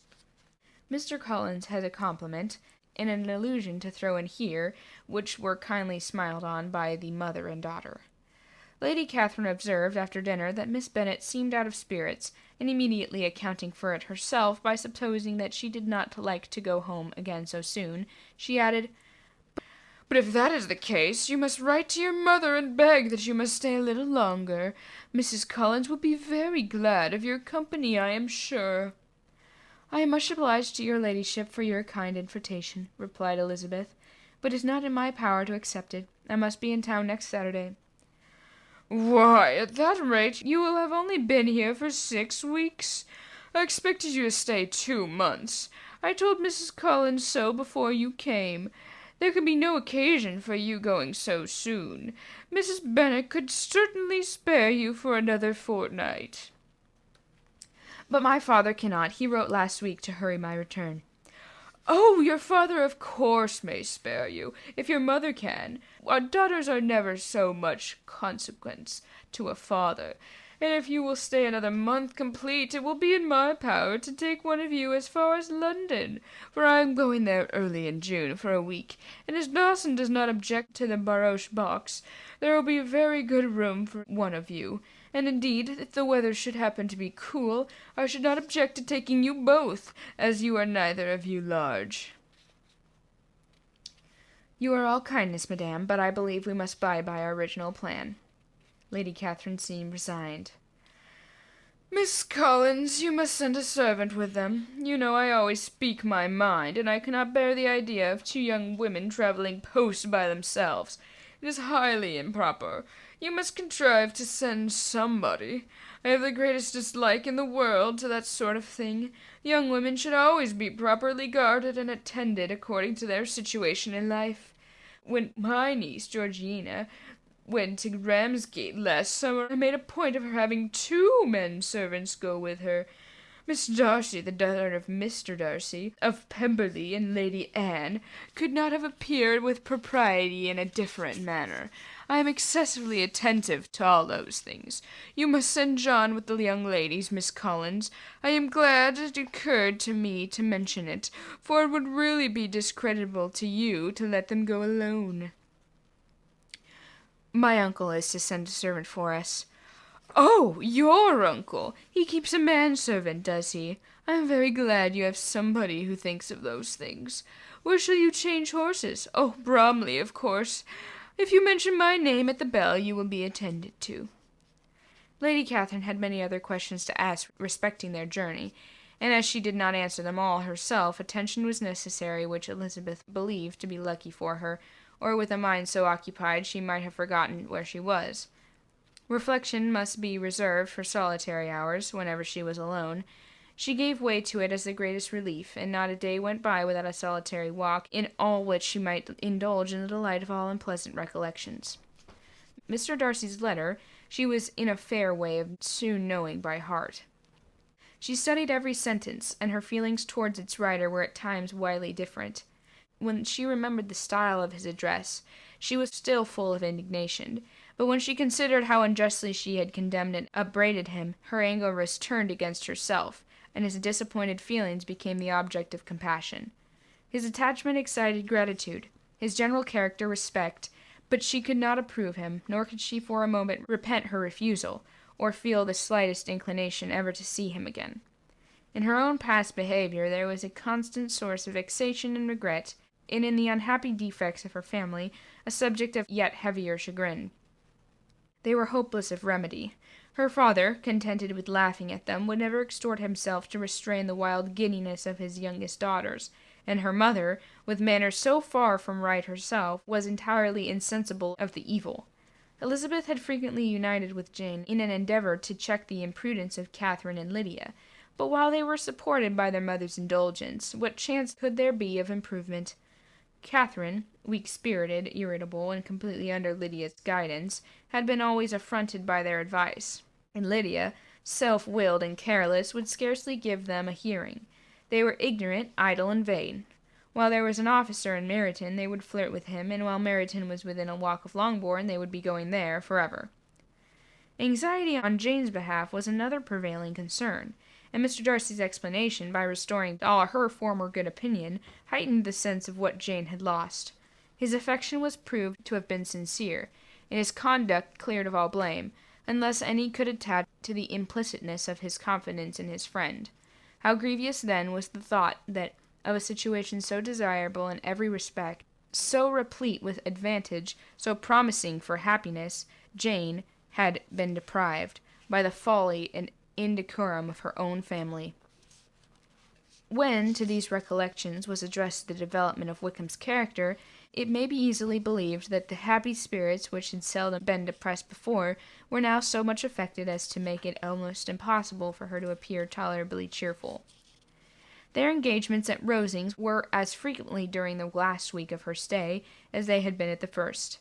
The very last evening was spent there, and her ladyship again inquired minutely to the particulars of their journey, gave them directions as to the best method of packing, and was so urgent on the necessity of placing gowns in the only right way, that Maria thought herself obliged, in her return, to undo all the work of the morning, and pack her trunk afresh. When they parted, Lady Catherine, with great condescension, wished them a good journey, and invited them to come to Hunsford again next year, and Mr. Barrow exerted herself so far as to curtsy and hold out her hand to both. Chapter 38. On Saturday morning, Elizabeth and Mr. Collins met for breakfast a few minutes before the others appeared, and he took the opportunity of paying the parting civilities which he deemed indispensably necessary. "I know not, Miss Elizabeth," said he, "whether Mrs. Collins has yet expressed her sense of your kindness in coming to us, but I am very certain you will not leave the house without receiving her thanks for it. The favour of your company has been much felt, I assure you. We know how little there is to tempt anyone to our humble abode. Our plain manner of living, our small rooms, a few domestics, and the little we see of the world must make Hunsford extremely dull to a young lady like yourself. But I hope you will believe us grateful for the condescension, and that we have done everything in our power to prevent you from spending your time unpleasantly." Elizabeth was eager with her thanks and assurances of happiness. She had spent 6 weeks with great enjoyment and the pleasure of being with Charlotte, and the kind attentions she had received must make her feel the obliged. Mr. Collins was gratified, and with a more smiling solemnity replied, "It gives me the greatest pleasure to hear that you have passed your time not disagreeably. We have certainly done our best, and most fortunately having it in our power to introduce you to very superior society, and from our connection with Rosings, the frequent means of varying the humble home scene, I think we may flatter ourselves that your Hunsford visit cannot have been entirely irksome. Our situation with regard to Lady Catherine's family is indeed the sort of extraordinary advantage and blessing which few can boast. You see on what a footing we are. You see how continually we are engaged there. In truth, I must acknowledge that with all the disadvantages of this humble parsonage, I should not think any one abiding in it an object of compassion, while they are sharers of our intimacy at Rosings." Words were insufficient for the elevation of his feelings, and he was obliged to walk about the room, while he tried to unite civility and truth in a few short sentences. "You may, in fact, carry a very favourable report of us into Hertfordshire, my dear cousin. I flatter myself, at least, that you will be able to do so. Lady Catherine's great attentions to Mrs. Collins you have been a daily witness of, and altogether I trust it does not appear that your friend has drawn an unfortunate, but on this point it will be as well to be silent. Only let me assure you, my dear Miss Elizabeth, that I can from my heart most cordially wish you equal felicity in marriage. My dear Charlotte and I have but one mind and one way of thinking. There is in everything a most remarkable resemblance of character and ideas between us. We seem to have been designed for each other." Elizabeth could safely say that it was a great happiness where that was the case, and with equal sincerity could add that she firmly believed and rejoiced in his domestic comforts.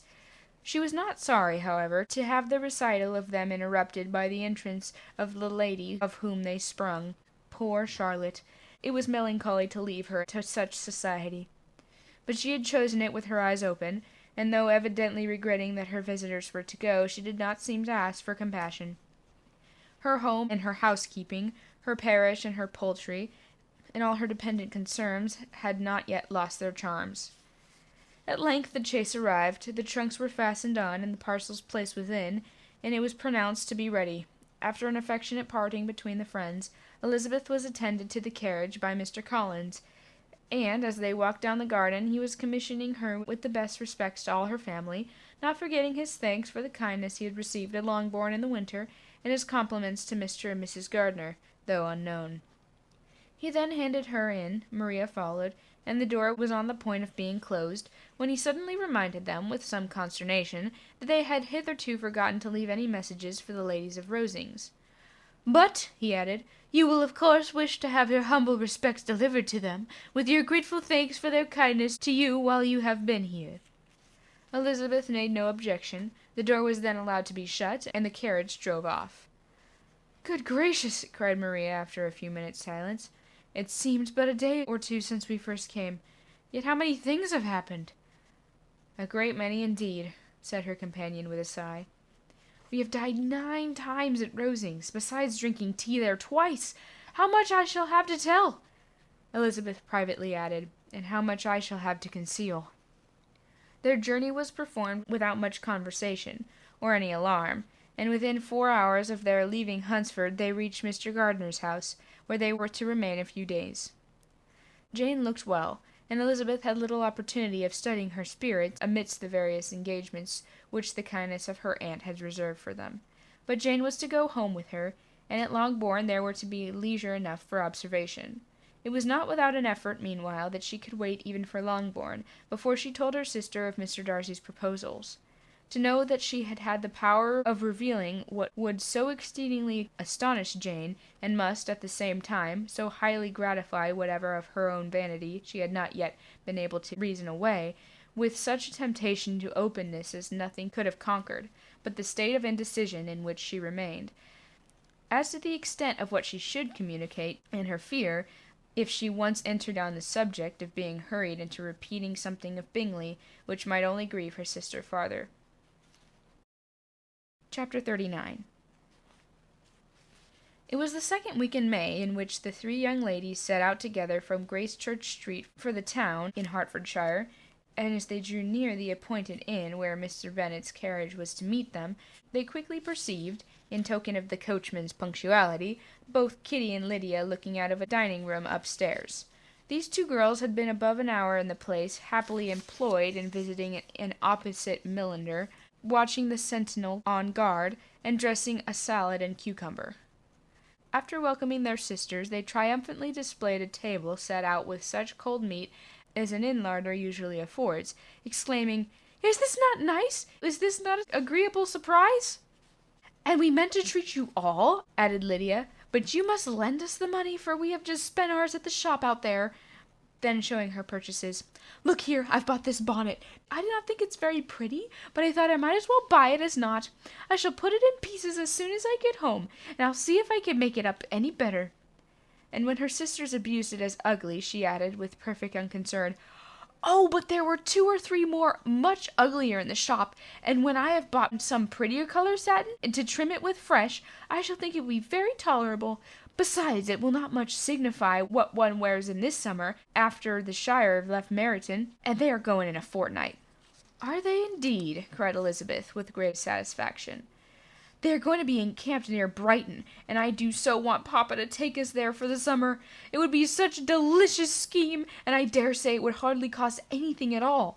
Mamma would like to go too, of all things. Only think what a miserable summer else we should have." Yes, thought Elizabeth, that would be a delightful scheme indeed, and completely do for us all at once. Good heaven, Brighton and a whole campful of soldiers to us, who have been overset already by one poor regiment of militia, and the monthly balls of Meryton. "Now I have got some news for you," said Lydia, as they sat down to a table. "What do you think? It is excellent news, capital news, and about a certain person that we all like." Jane and Elizabeth looked at each other, and the waiter was told that he need not stay. Lydia laughed and said, "Ay, it is just like your formality and discretion. You thought the waiter must not hear as if he cared. I dare say he often hears worse things said than I am going to say, but he is an ugly fellow. I'm glad he's gone. I never saw such a long chin in my life. Well, but now for my news. It is about dear Wickham. Too good for the waiter, is it not? There is no danger of Wickham's marrying Mary King. There is for you. She's gone down to her uncle at Liverpool. Gone to stay. Wickham is safe."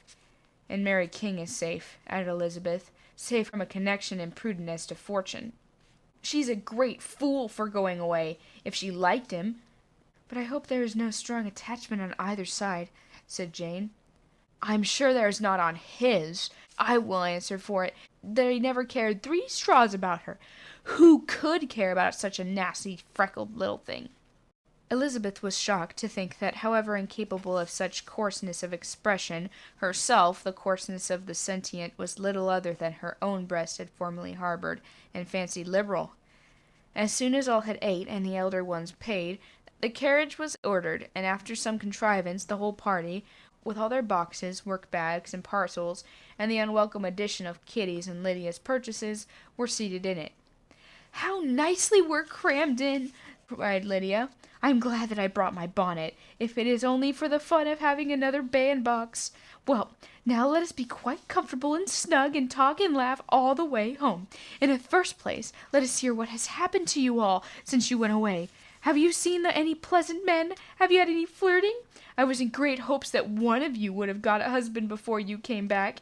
Jane will be quite an old maid soon, I declare. She's almost 23. Lord, how ashamed I should be of not being married before 23.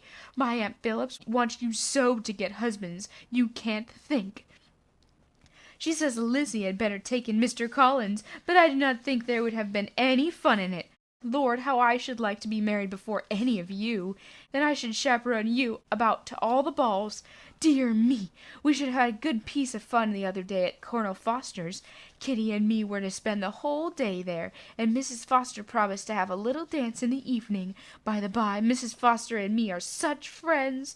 And so she asked the 2 Harringtons to come, but Harriet was ill, and so Pen was forced to come by herself. And then, what do you think we did? We dressed up chamberlain in woman's clothes on purpose to pass for a lady. Only think what fun! Not a soul knew of it, but Colonel and Mrs. Foster and Kitty and me, except my aunt, for we were forced to borrow one of her gowns, and you cannot imagine how well he looked.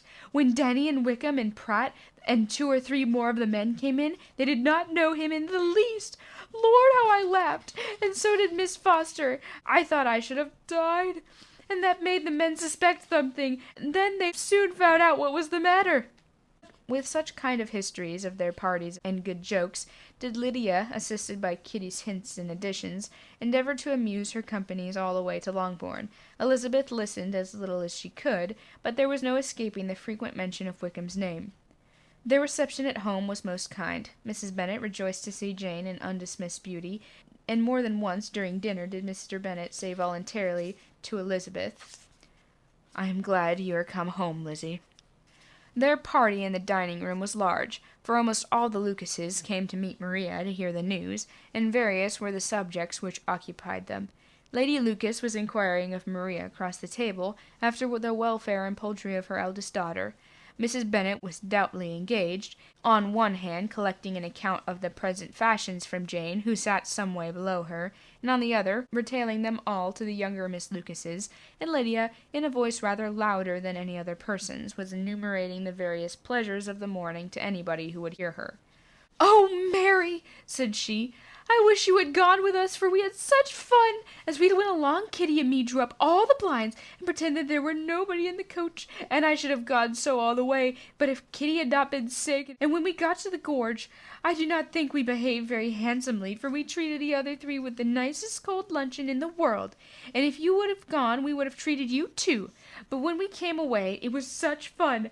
I thought we never should have got into the coach. I was ready to die of laughter. And then we were so merry all the way home. We talked and laughed so loud that anybody might have heard us 10 miles off." To this, Mary very gravely replied, "Far be it from me, my dear sister, to depreciate such pleasures. They would doubtless be congenial with the generality of female minds, but I confess they would have no charms for me. I would indefinitely prefer a book." But of this answer Lydia heard not a word. She seldom listened to anybody for more than half a minute, and never attended to Mary at all. In the afternoon Lydia was urgent with the rest of the girls to walk to Meryton and see how everybody went on, but Elizabeth steadily opposed the scheme. It should not be said that the Miss Bennets could not be at home half a day before they were in pursuit of the officers. There was another reason, too, for her opposition. She dreaded seeing Wickham again, and was resolved to avoid it as long as possible. The comfort to her of the regiment's approaching removal was indeed beyond expression. In a fortnight they were to go, and once gone she hoped there could be nothing more to plague her on his account. She had not been many hours at home before she had found that the Brighton scheme, of which Lydia had given them a hint at the inn, was under frequent discussion between her parents. Elizabeth saw directly that her father had not the smallest intention of yielding, but his answers were at the same time so vague and equivocal that her mother, though often disheartened, had never yet despaired of succeeding at last. Chapter 40. Elizabeth's impatience to acquaint Jane with what had happened could no longer be overcome, and at length, resolving to suppress every particular in which her sister was concerned, and preparing her to be surprised, she related to her the next morning the chief of the scene between Mr. Darcy and herself. Miss Bennet's astonishment was soon lessened by the strong sisterly partiality which made any admiration of Elizabeth appear perfectly natural, and all surprise was shortly lost in other feelings. She was sorry that Mr. Darcy should have delivered his sentiments in a manner so little suited to recommend them, but still more was she grieved for the unhappiness which her sister's refusal must have given him. "His being so sure of succeeding was wrong," said she, "and certainly ought not to have appeared, but consider how much it must increase his disappointment." "Indeed," replied Elizabeth, "I am heartily sorry for him, but he has other feelings which will probably soon drive away his regard for me. You do not blame me, however, for refusing him?" "Blame you? Oh, no." "But you blame me for having spoken so warmly of Wickham." "No, I do not know that you were wrong in saying what you did." "But you will know it when I have told you what happened the very next day." She then spoke of the letter, repeating the whole of its contents as far as they concerned George Wickham. What a stroke was this for poor Jane, who would willingly have gone through the world without believing that so much wickedness existed in the whole race of mankind, as was here collected in one individual. Nor was Darcy's vindication, though grateful to her feelings, capable of consoling her for such a discovery. Most earnestly did she labor to prove the probability of error, and seek to clear one without involving the other. "This will not do," said Elizabeth. "You will never be able to make both of them good for anything. Take your choice, but you must be satisfied with only one. There is but such a quantity of merit between them, just enough to make one good sort of man, and one of late it has been shifting about pretty much. For my part, I am inclined to believe it all Mr. Darcy's, but you shall do as you choose." It was some time, however, before a smile could be extorted from Jane. "I do not know when I have become more shocked," said she. "Wickham so very bad. It's almost past belief. And poor Mr. Darcy. Dear Lizzie, only consider what he must have suffered. Such a disappointment. And with the knowledge of your ill opinion, too, and having to relate such a thing of his sister, it is really too distressing. I'm sure you must feel it so." "Oh, no, my regret and compassion are all done away by seeing you so full of both. I know you will do him such ample justice that I am growing every moment more unconcerned and indifferent. Your profusion makes me saving, and if you lament over him much longer, my heart will be as light as a feather." "Poor Wickham! There is such an expression of goodness in his countenance, such an openness and gentleness in his manner." There certainly was some great mismanagement in the education of those two young men. One has got all the goodness, and the other all the appearance of it. "I never thought Mr. Darcy so deficient in the appearance of it as you used to do. And yet I meant to be uncommonly clever in taking so decided a dislike to him without any reason. It is such a spur to one's genius, such an opening for wit, to have a dislike of that kind. One may be continually abusive without saying anything just, but one cannot be always laughing at a man without now and then stumbling on something witty." "Lizzie, when you first read that letter, I am sure that you could not treat the matter as you do now." "Indeed I could not. I was uncomfortable enough. I was very uncomfortable, I may say unhappy, and with no one to speak to of what I felt, no Jane to comfort me and say that I had not been so very weak and vain and nonsensical as I knew I had. Oh, how I wanted you!" "How unfortunate that you should have used such very strong expressions in speaking of Wickham to Mr. Darcy, for now they do appear wholly undeserved." "Certainly, but the misfortune of speaking with bitterness is a most natural consequence of the prejudices I have been encouraging. There is one point on which I want your advice. I want to be told whether I ought or ought not to make our acquaintance in general understand Wickham's character." Miss Bennet paused a little, and then replied, "Surely there can be no occasion for exposing him so dreadfully. What is your own opinion?" "That it ought not to be attempted. Mr. Darcy has not authorized me to make his communication public. On the contrary, every particular relative to his sister was meant to be kept as much as possible to myself, and if I endeavour to undeceive people as to the rest of his conduct, who would believe me? The general prejudice against Mr. Darcy is so violent that it would be the death of half the good people in Meryton to attempt to place him in an amiable light. I am not equal to it. Wickham will soon be gone, and therefore it will not signify to anybody here what he really is. Some time hence it will be all found out, and then we may laugh at their stupidity in not knowing it before. At present I will say nothing about it." "You are quite right. To have his errors made public might ruin him forever. He is now perhaps sorry for what he has done, and anxious to re-establish a character. We must not make him desperate." The tumult of Elizabeth's mind was allayed by this conversation.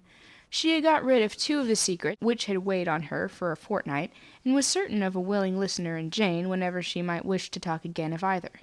But there was still something lurking behind, of which prudence forbade the disclosure. She dared not relate the other half of Mr. Darcy's letter, nor explain to her sister how sincerely she had been valued by his friend. Here was the knowledge in which no one could partake, and she was sensible that nothing less than a perfect understanding between the parties could justify her in throwing off this last encumbrance of mystery. "And then," said she, "if that very improbable event should ever take place, I shall merely be able to tell what Bingley may tell in such a more agreeable manner of himself. The liberty of communication cannot be mine until it has lost all its value." She was now, on being settled at home, at leisure to observe the real state of her sister's spirits. Jane was not happy. She still cherished a very tender affection for Bingley. Having never fancied herself in love before, her regard had all the warmth of first attachment, and from her age and disposition, greater steadiness than first attachments often boast, and so fervently did she value his remembrance, and prefer him to every other man, that her good sense, and all her attention to the feelings of her friends, were requisite to check the indulgence of those regrets, which must have been injurious to her own health and their tranquillity. "Well, Lizzie," said Mrs. Bennet one day, "what is your opinion now of this sad business of Jane's? For my part, I am determined never to speak of it again to anybody. I told my sister Phillips so the other day, but I cannot find out that Jane saw anything of him in London. Well, he is a very undeserving young man, and I do not suppose there is the least chance in the world of her ever getting him now. There was no talk of his coming to Netherfield again in the summer, and I have inquired of everybody, too, who is likely to know." "I do not believe that he will ever live at Netherfield any more." "Oh, well, it is just as he chooses. Nobody wants him to come. Though I shall always say that he used my daughter extremely ill, and if I was her, I would not have put up with it. Well, my comfort is, I am sure Jane will die of a broken heart, and then he will be very sorry for what he has done." But as Elizabeth could not receive comfort from any such expectation, she made no answer. "Well, Lizzie," continued her mother soon afterwards, "and so the Collinses live very comfortable, do they?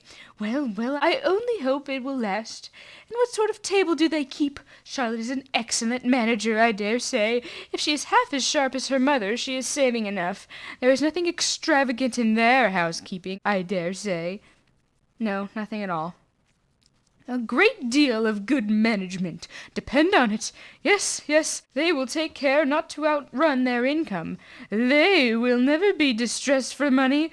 Well, much good it may do them. And so, I suppose, they often talk of having Longbourn when your father is dead.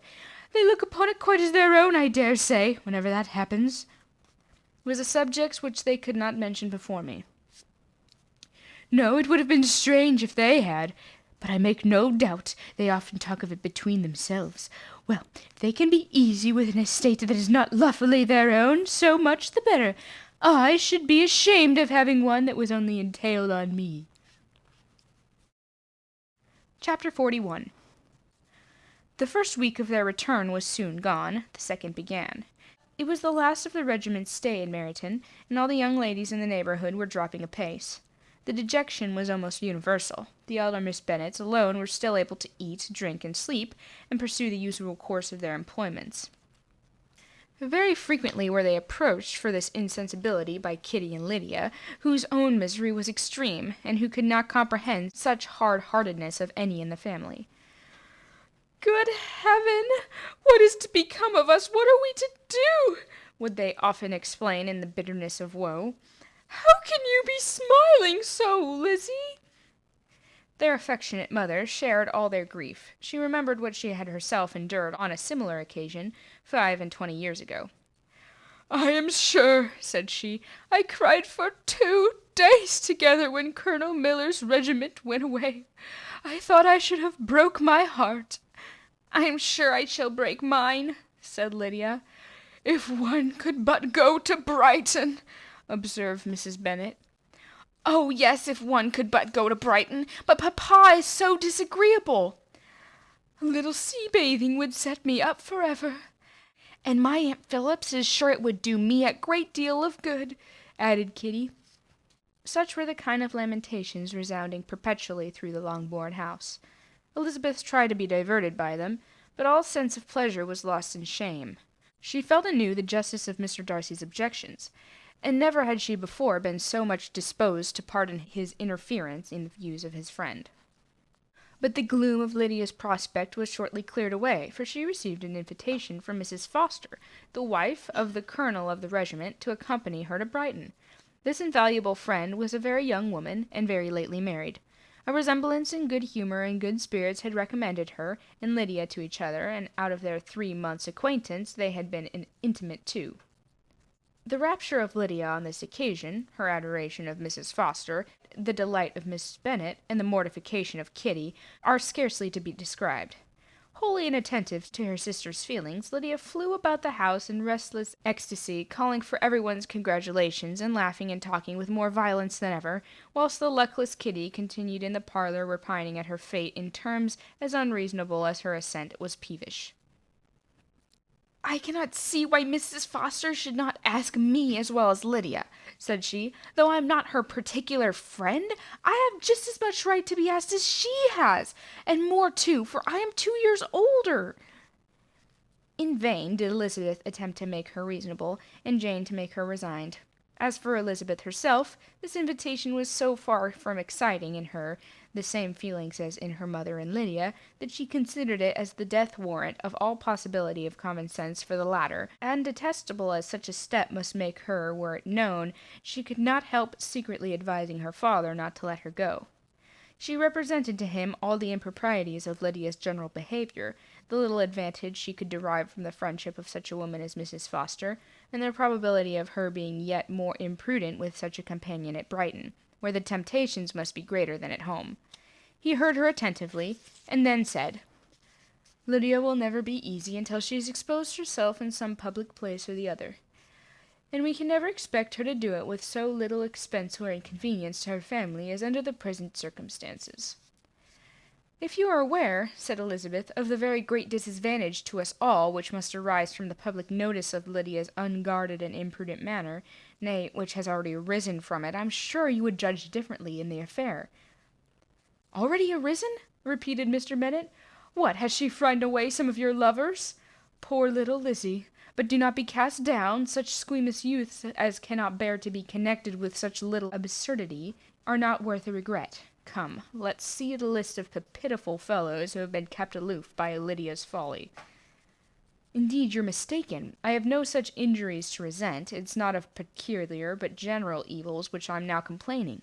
Our importance, our respectability in the world, must be affected by the wild volatility, the assurance and disdain of all restraint which mark Lydia's character. Excuse me, for I must speak plainly. If you, my dear father, will not take the trouble of checking her exuberant spirits, and of teaching her that her present pursuits are not to be the business of her life, she will soon be beyond the reach of amendment. Her character will be fixed, and she will, at 16, be the most determined flirt that ever made herself and her family ridiculous. A flirt, too, in the worst and meanest degree of flirtation, without any attraction beyond youth and a tolerable person, and from the ignorance and emptiness of her mind wholly unattainable to ward off any portion of that universal contempt which her rage for admiration will excite. In this danger Kitty is also comprehended. She will follow wherever Lydia leads, vain, ignorant, idle, and absolutely uncontrolled.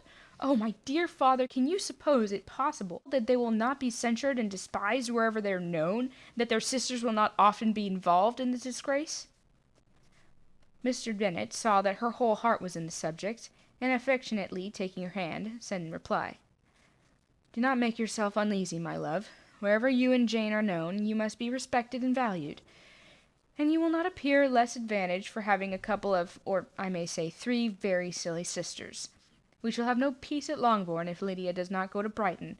Let her go, then. Colonel Foster is a sensible man, and will keep her out of any real mischief. And she is luckily too poor to be an object of prey to anybody. At Brighton she will be of less importance, even as a common flirt, than she has been here. The officers will find women better worth their notice. Let us hope, therefore, that her being there may teach her her own insignificance. At any rate, she cannot grow many degrees worse without authorizing us to lock her up for the rest of her life." With this answer Elizabeth was forced to be content, but her own opinion continued the same, and she left him disappointed and sorry. It was not in her nature, however, to increase her vexations by dwelling on them. She was confident of having performed her duty, and to fret over unavoidable evils, or argument them by anxiety, was no part of her disposition.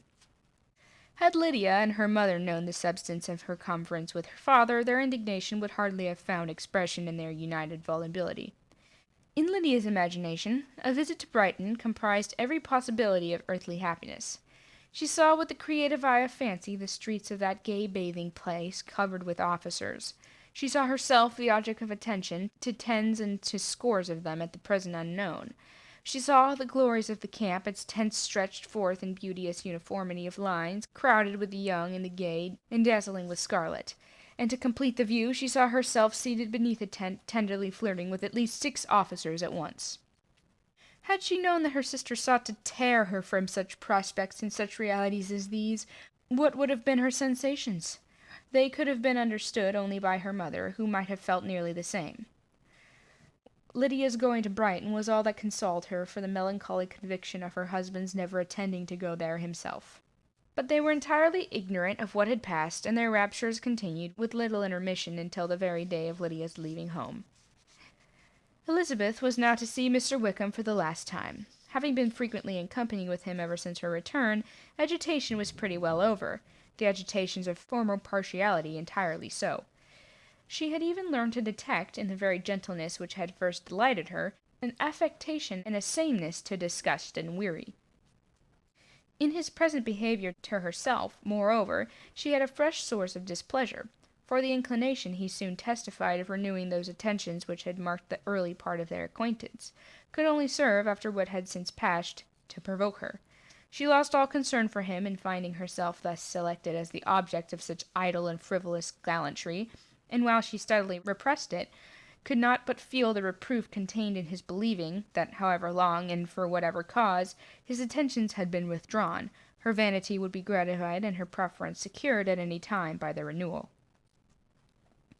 On the very last day of the regiment's remaining in Meryton, he dined with others of the officers at Longbourn, and so little was Elizabeth disposed to part from him in good humour, that on his making some inquiry as to the manner in which her time had passed in Hunsford, she mentioned Colonel Fitzwilliam's and Mr. Darcy's having both spent 3 weeks at Rosings, and asked him if he was acquainted with the former. He looked surprised, displeased, alarmed, but a moment's recollection and a returning smile replied that he had formerly seen him often, and after observing he was a very gentlemanlike man, asked how she had liked him. Her answer was warmly in his favour. With an air of indifference, he soon afterwards added, "How long did you say that he was at Rosings?" "Nearly 3 weeks." "And you saw him frequently?" "Yes, almost every day." "His manners are very different from his cousin's." "Yes, very different, but I think Mr. Darcy improves on acquaintance." "Indeed," cried Wickham, with a look which did not escape her. "And pray may I ask?" But checking himself, he added in a gayer tone, "Is it in address that he improves? Has he deigned to act aught of civility to his ordinary style? For I dare not hope," he continued in a lower and more serious tone, "that he has improved in essentials." "Oh, no," said Elizabeth. "In essentials, I believe, he is very much what he ever was." While she spoke, Wickham looked as if scarcely knowing whether to rejoice over her words, or distrust their meaning. There was something in her countenance which made him listen with an apprehensive and anxious attention, while she added, "When I said that he improved on acquaintance, I did not mean that either his mind or manners were in a state of improvement, but that from knowing him better, his disposition was better understood."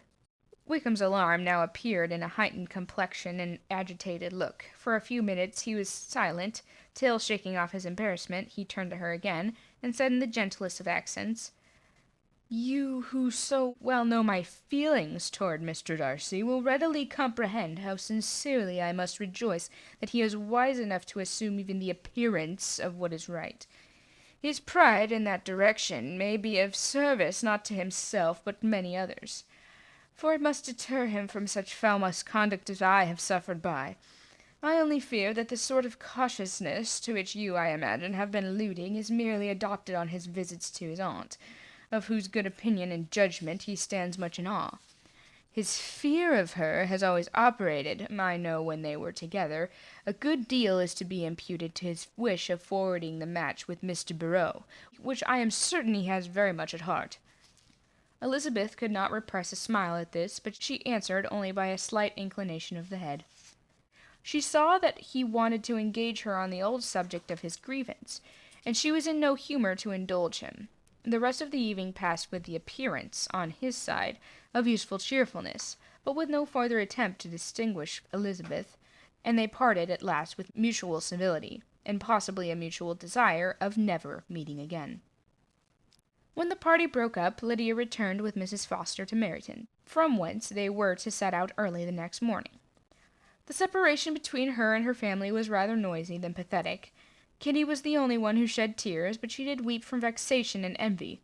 Mrs. Bennet was to diffuse in her good wishes for the felicity of her daughter, and impressive in her injunctions that she would not miss the opportunity of enjoying herself as much as possible, advice which there was every reason to believe would be attended to, and in the clamorous happiness of Lydia herself in bidding farewell, the more gentle adieus of her sisters were uttered without being heard.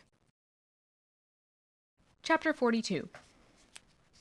Had Elizabeth's opinion been all drawn from her own family, she could not have formed a very pleasing picture of conjugal felicity or domestic comfort. Her father, captivated by youth and beauty, and that appearance of good humour which youth and beauty generally give, had married a woman whose weak understanding and illiberal mind had very clearly in their marriage put an end to all real affection for her. Respect, esteem, and confidence had vanished forever, and all his views of domestic happiness were overthrown. But Mr. Bennet was not of a disposition to seek comfort for the disappointment which his own imprudence had brought on, in any of those pleasures which too often console the unfortunate of their folly and their vice. He was fond of the country and of books, and from these tastes had arisen his principal enjoyments. To his wife he is very little otherwise indebted, than as her ignorance and folly had contributed to his amusement. This is not the sort of happiness which a man would in general wish to owe his wife, but where other powers of entertainment are wanting, the true philosopher will derive benefit from such as are given. Elizabeth, however, had never been blind to the impropriety of her father's behavior as a husband. She had always seen it with a pain, but respecting his abilities and grateful for his affectionate treatment of herself, she endeavored to forget what she could not overlook, and to banish from her thoughts that continual breach of conjugal obligation and decorum which, in exposing his wife to the contempt of her own children, was so highly reprehensible. But she had never felt so strongly as now the disadvantages which must attend the children of so unsuitable a marriage, nor ever been so fully aware of the evils arising from so ill-judged a direction of talents, which, rightly used, might at least have preserved the respectability of his daughters, even if incapable of enlarging the mind of his wife. When Elizabeth had rejoiced over Wickham's departure, she found little or other cause for satisfaction in the loss of regiment. Their parties abroad were less varied than before, and at home she had her mother and a sister whose constant repinings at the dullness of everything around them grew a real gloom over their domestic circle, and, though Kitty might in time regain her natural degree of sense, since the disturbers of her brain were removed, her other sister, from whose disposition greater evil might be apprehended, was likely to be hardened in all her folly and assurance by a situation of such double danger as a watering place and a camp. Upon the whole, therefore, she found what had been sometimes found before, that an event to which she had looked forward with impatient desire did not in taking place bring all the satisfaction she had promised herself. It was consequently necessary to name some other period for the commencement of actual felicity, to have some other point on which her wishes and hopes might be fixed, and by again enjoying the pleasures of anticipation, console herself for the present and prepare for another disappointment. Her tour to the lakes was now the object of her happiest thoughts. It was her best consolation for all the uncomfortable hours which the discontentedness of her mother and Kitty made inevitable. And could she have included Jane in the scheme, every part of it would have been perfect. "It is fortunate," thought she, "that I have something to wish for. Were the whole arrangement complete, my disappointment would have been certain. But here, by carrying with me one ceaseless source of regret in my sister's absence, I may reasonably hope to have all my expectations of pleasure realized. A scheme of which every part promises delight can never be successful, and general disappointment is only warded off by the defence of some little peculiar vexation." When Lydia went away, she promised to write very often and very minutely to her mother and Kitty, but her letters were always long expected, and always very short. Those to her mother contained little else than that they were just returned from the library, where such officers had attended them, and where she had seen beautiful ornaments as made her quite wild, that she had a new gown or a new parasol, which she would have described more fully, but was obliged to leave off in a violent hurry, as Miss Forster called her, and they were going to the camp. And from her correspondence with her sister there was still less to be learnt, for her letters to Kitty, though rather longer, were much too full of lines under the words to be made public. After the first fortnight, or 3 weeks of her absence, health, good humour, and cheerfulness began to reappear at Longbourn. Everything wore a happier aspect. The families who had been in town for the winter came back again, and summer finery and summer engagements arose. Mrs. Bennet was restored to her usual coolness serenity, and by the middle of June Kitty was so much recovered as to be able to enter Meryton without tears, an event of such happy promise as to make Elizabeth hope that by the following Christmas she might be so tolerably reasonable as to mention an officer above once a day, unless by some cruel and malicious arrangement at the War Office another regiment should be quartered at Meryton. At the time fixed for the beginning of their northern tour was now fast approaching, and a fortnight was only the wanting of it, when a letter arrived from Mrs. Gardiner, which at once delayed its commencement and curtailed its extent.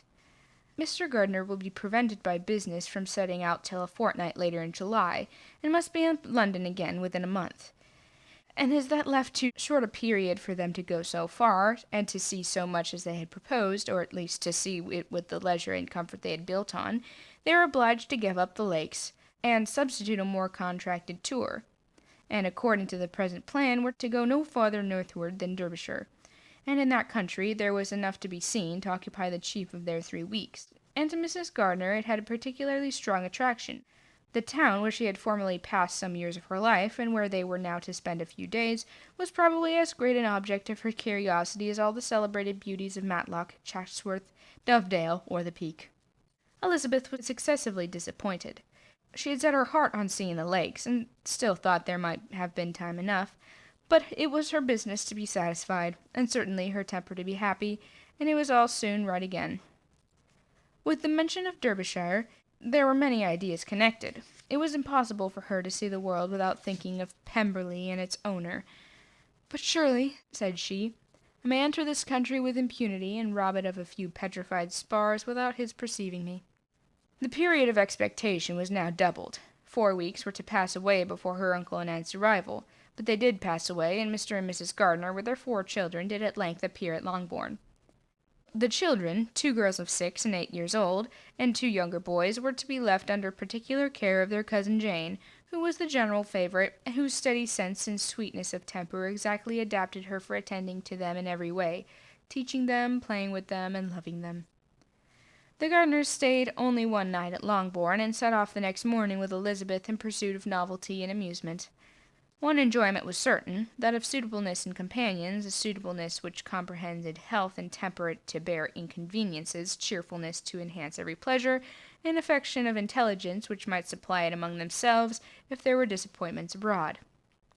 It is not the object of this work to give a description of Derbyshire, nor of any of the remarkable places through which their route thither lay, Oxford, Blenheim, Warwick, Kilnworth, Birmingham, and C. are sufficiently known. A small part of Derbyshire is all the present concern. To the little town of Lambton, the scene of Mrs. Gardiner's former residence, and where she had lately learned that some acquaintance still remained, they bent their steps, and having seen all the principal wonders of the country, and within 5 miles of Lambton, Elizabeth found from her aunt that Pemberley was situated. It was not in their direct road, no more than a mile or 2 out of it. In taking over their route the evening before, Mrs. Gardiner expressed an inclination to see the place again. Mr. Gardiner declared his willingness, and Elizabeth was applied to for approbation. "My love, should you not like to see a place of which you have heard so much?" said her aunt. "A place, too, which so many of your acquaintances are connected. Wickham passed all his youth there, you know." Elizabeth was distressed. She felt that she had no business at Pemberley, and was obliged to assume a disinclination for seeing it. She must own that she was tired of great houses, after going over so many. She really had no pleasure in fine carpets or satin curtains. Mrs. Gardiner abused her stupidity. "If it were merely a fine house, richly furbished," said she, "I should not care about it myself. But the grounds are delightful. They have some of the finest woods in the country." Elizabeth said no more, but her mind could not acquiesce. The possibility of meeting Mr. Darcy while viewing the place instantly occurred. It would be dreadful. She blushed at the very idea, and thought it would be better to speak openly to her aunt than to run such a risk. But against this there were objections, and she finally resolved that it could be the very last resource, if her private inquiries as to the absence of the family were unfavourably answered. Accordingly, when she retired at night, she asked the chambermaid whether Pemberley were not a very fine place, what was the name of its proprietor, and with no little alarm whether the family were down for the summer. A most welcome negative followed the last question, and her alarms being now removed, she was at leisure to feel a great deal of curiosity to see the house herself. And when the subject was revived the next morning, she was again applied to, could readily answer, and with a proper air of indifference, that she had not really any dislike to the scheme. To Pemberley, therefore, they would go. Chapter 43. Elizabeth, as they drove along, watched for the first appearance of Pemberley Woods with some perturbation, and when at length they turned in at the lodge, her spirits were in a high flutter. The park was very large, and contained a great variety of ground. They entered it in one of its lowest points, and drove for some time through a beautiful wood, stretching over a wide extent. Elizabeth's mind was too full for conversation, but she saw and admired every remarkable spot and point of view. They gradually ascended for half a mile, and then found themselves at the top of a considerable eminence, where the wood ceased, and the eye was instantly caught by Pemberley House, situated on the opposite side of a valley into which the road, with some abruptness, wound. It was a large, handsome stone building, standing well on rising ground, and backed by a ridge of high woody hills, and in front a stream of some natural importance was swelled into greater, but without any artificial appearance. Its banks were neither formal nor falsely adorned. Elizabeth was delighted. She had never seen a place for which nature had done more, or where natural beauty had been so little counteracted by an awkward taste. They were all of them warm in their admiration, and at that moment she felt that to be mistress of Pemberley might be something. They descended the hill, crossed the bridge, and drove to the door, and, while examining the nearer aspect of the house, all her apprehensions of meeting its owner returned. She dreaded lest the chambermaid had been mistaken. On applying to see the place, they were admitted into the hall, and Elizabeth, as they waited for the housekeeper, had leisure to wonder at her being where she was. The housekeeper came, a respectable-looking elderly woman, much less fine and more civil than she had any notion of finding her. They followed her into the dining parlour. It was a large, well-proportioned room, handsomely fitted up. Elizabeth, after slightly surveying it, went to a window to enjoy its prospect. The hill, crowned with wood, from which they had descended, receiving increased abruptness from the distance, was a beautiful object. Every disposition of the ground was good, and she looked on the whole scene, the river, the trees scattered on its banks, the winding of the valley as far as she could trace it, with delight. As they passed into other rooms, these objects were taking different positions, but from every window there were beauties to be seen. The rooms were lofty and handsome, and their furniture suitable to the fortune of their proprietor. But Elizabeth saw, with admiration of his taste, that it was neither gaudy or uselessly fine, with less of splendor and more real elegance than the furniture of Rosings. "And if this place," thought she, "I might have been the mistress, with these rooms I might now have been familiarly acquainted. Instead of viewing them as a stranger, I might have rejoiced in them as my own, and welcomed to them as visitors my uncle and aunt. But no," recollecting herself, "that could never be. My uncle and aunt would have been lost to me. I should not have been allowed to invite them." This was a lucky recollection. It saved her from something like regret. She longed to inquire of the housekeeper whether her master were really absent, but had not courage for it. At length, however, the question was asked by her uncle, and she turned away with alarm, while Mrs. Reynolds replied that he was, adding, "But we expect him tomorrow with a large party of friends." How rejoiced was Elizabeth that their own journey had not by any circumstance been delayed a day. Her aunt now called her to look at a picture. She approached, and now saw the likeness of Mr. Wickham suspended amongst several other miniatures over the mantelpiece. Her aunt asked her smilingly how she liked it. The housekeeper came forward and told them it was the picture of a young gentleman, the son of her late master's steward, who had been brought up by him at his own expense.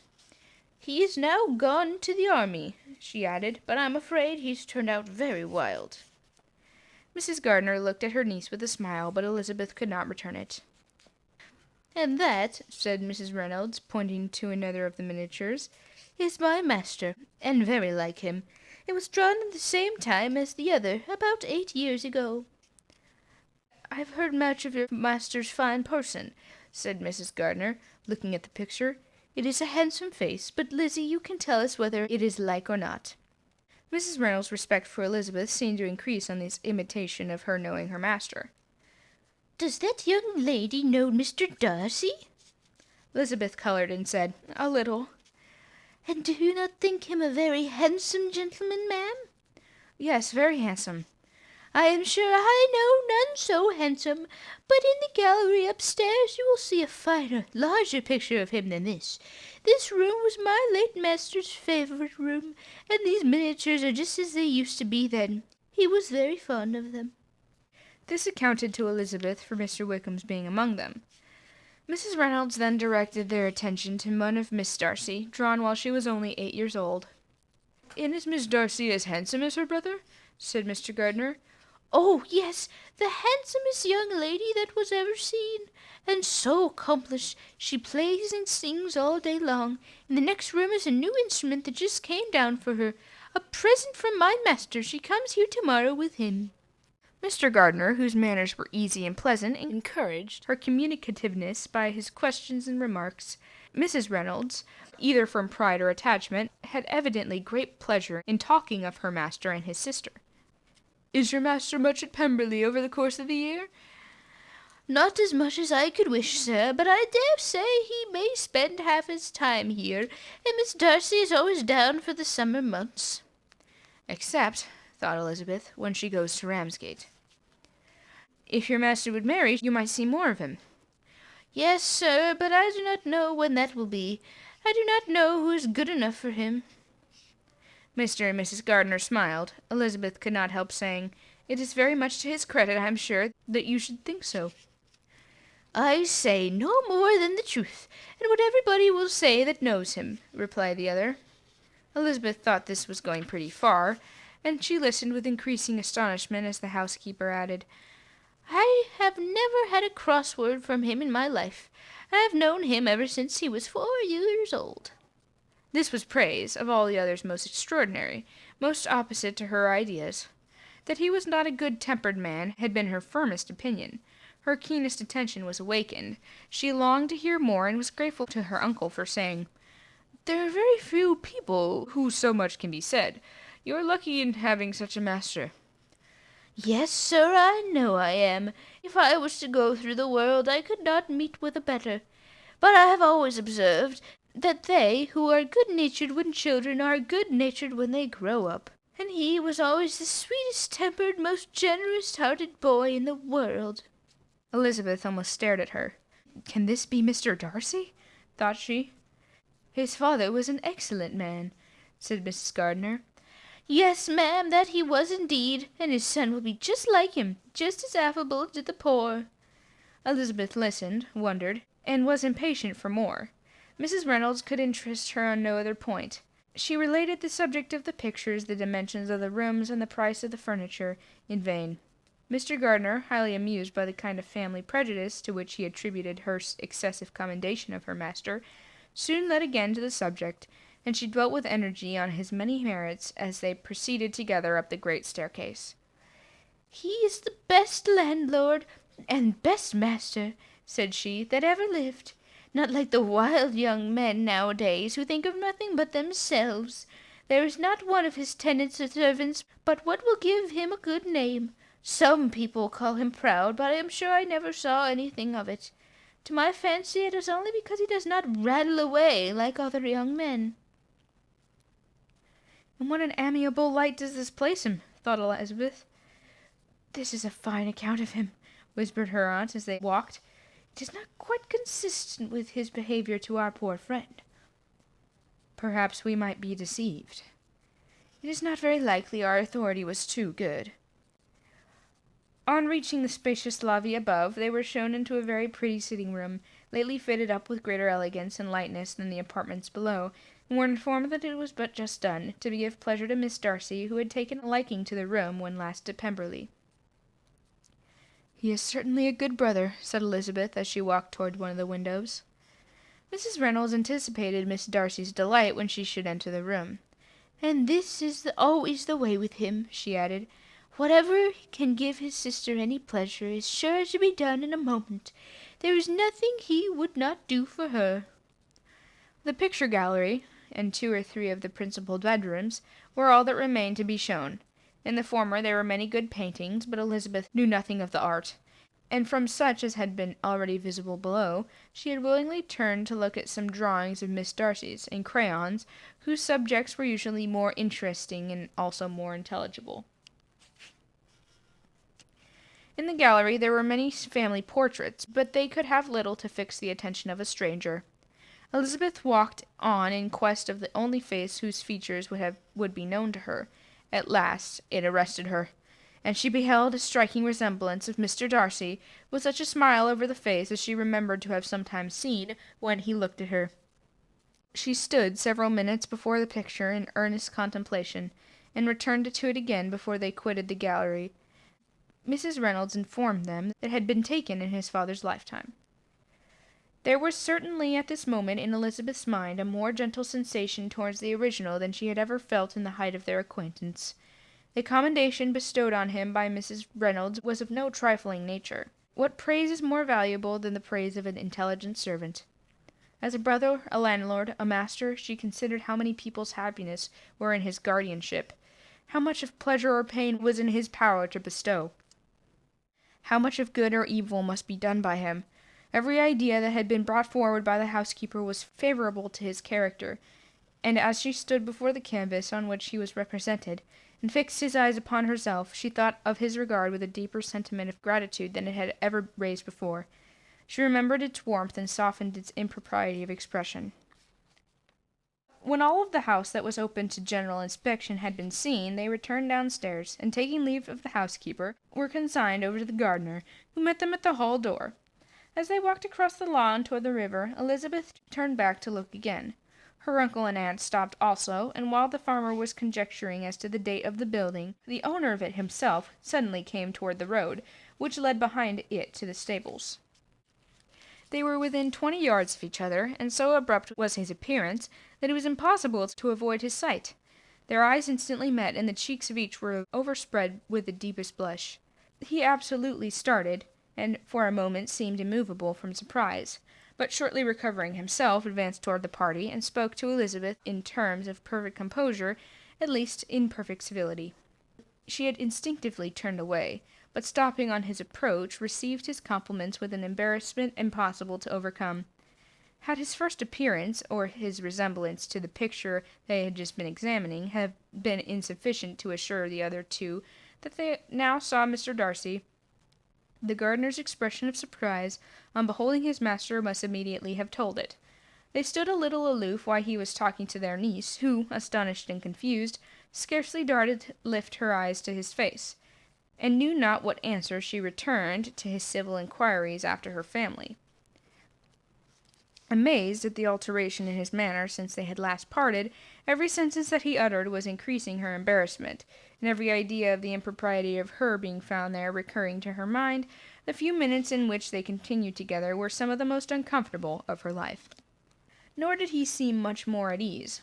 When he spoke, his accent had none of its usual sedateness, and he repeated his inquiries as to the time of her having left Longbourn, and of her stay in Derbyshire, so often in so hurried a way as plainly spoke the distraction of his thoughts. At length every idea seemed to fail him, and after standing a few moments without saying a word, he suddenly recollected himself, and took leave.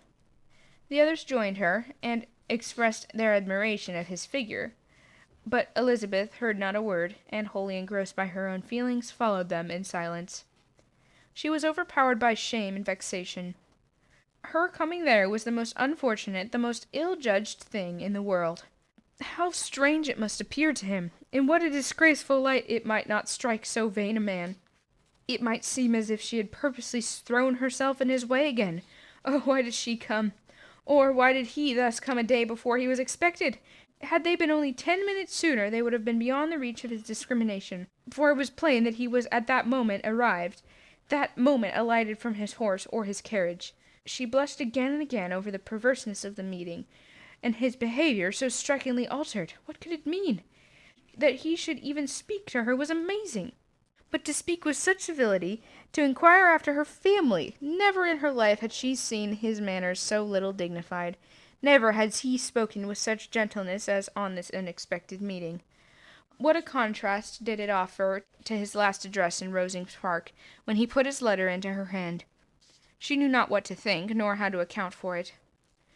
They had now entered a beautiful walk by the side of the water, and every step was bringing forward a nobler fall to the ground, or a finer reach of the woods, but it was some time before Elizabeth was sensible of any of it, and though she answered mechanically to the repeated appeals of her uncle and aunt, she seemed to direct her eyes to such objects as they pointed out.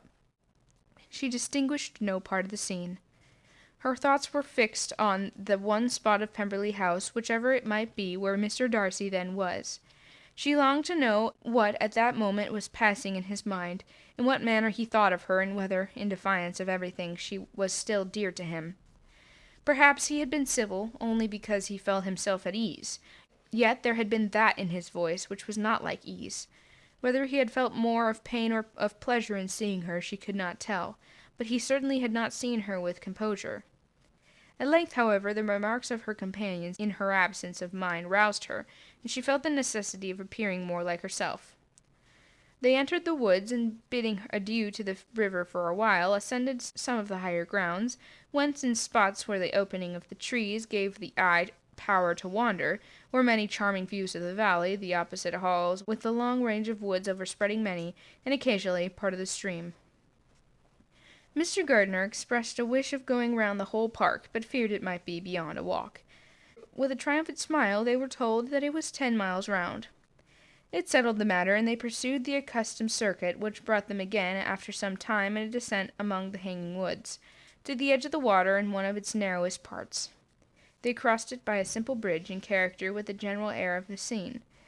It was a spot less adorned than any they had yet visited, and the valley, here contracted into a glen, allowed room for only the stream, and a narrow walk amidst the rough coppice wood which bordered it.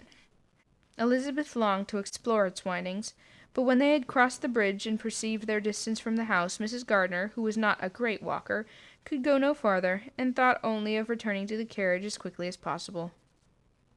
Her niece was, therefore, obliged to submit, and they took their way towards the house, the opposite side of the river in the nearest direction.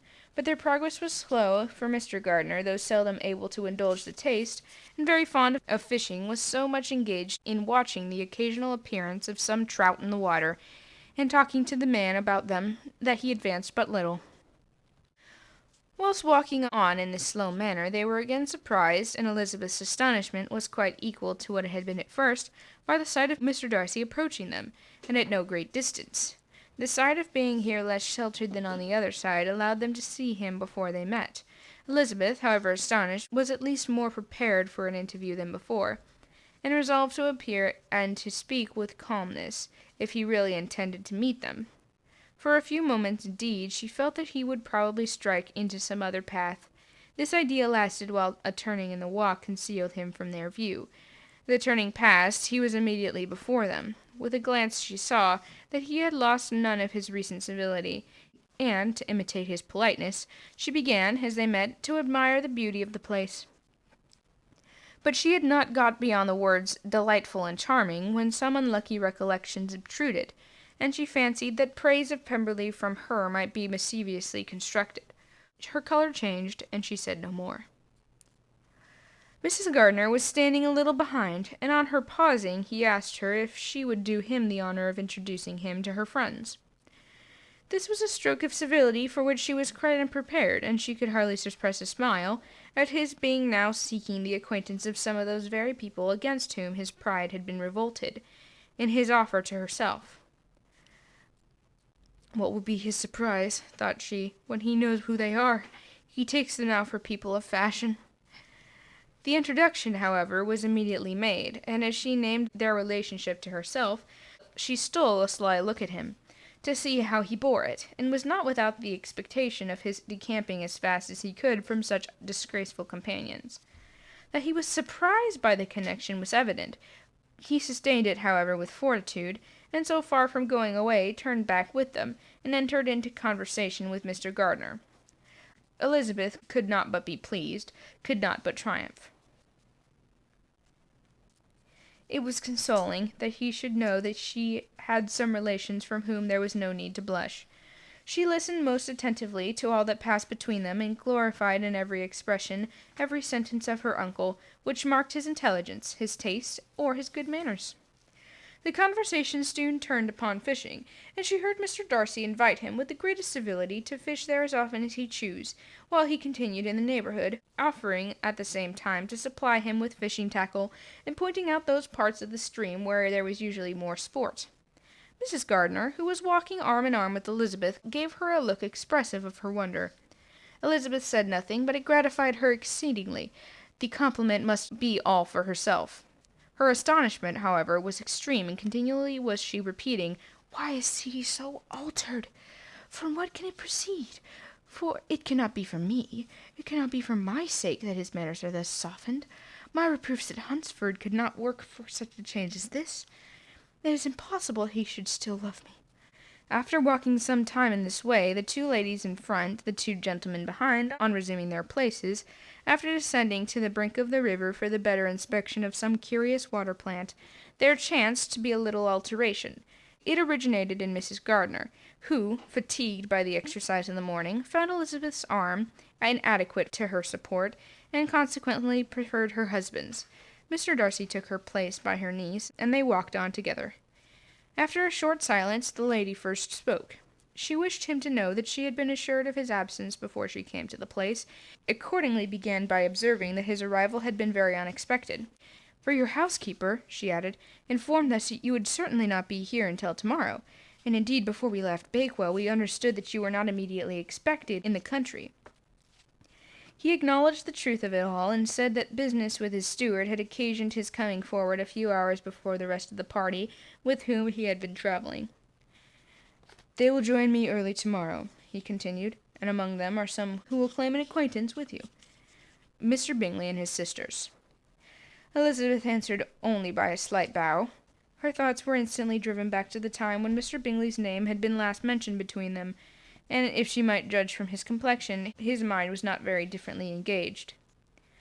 "There will also be one other person in the party," he continued after a pause, "who more particularly wishes to be known to you.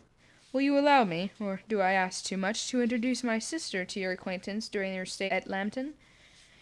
The surprise of such an application was great indeed. It was too great for her to know in what manner she acceded to it. She immediately felt that whatever desire Miss Darcy might have of being acquainted with her must be the work of her brother, and without looking farther it was satisfactory, it was gratifying to know that his resentment had not made him think really ill of her. They now walked on in silence, each of them deep in thought. Elizabeth was not comfortable, that was impossible, but she was flattered and pleased. His wish of introducing his sister to her was a compliment of the highest kind.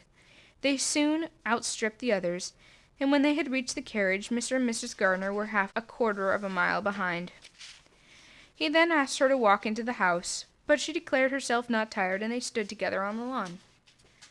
At such a time much might have been said, and silence was very awkward. She wanted to talk, but there seemed an embargo on every subject. At last she recollected that she had been travelling, and they talked of Matlock and Dovelet Dale with great perseverance. Yet time and her aunt moved slowly, and her patience and her ideas were nearly worn out before the tete-a-tete was over. On Mr. and Mrs. Gardiner's coming up, they were all pressed to go into the house and take some refreshment, but this was declined, and they parted on each side with the utmost politeness.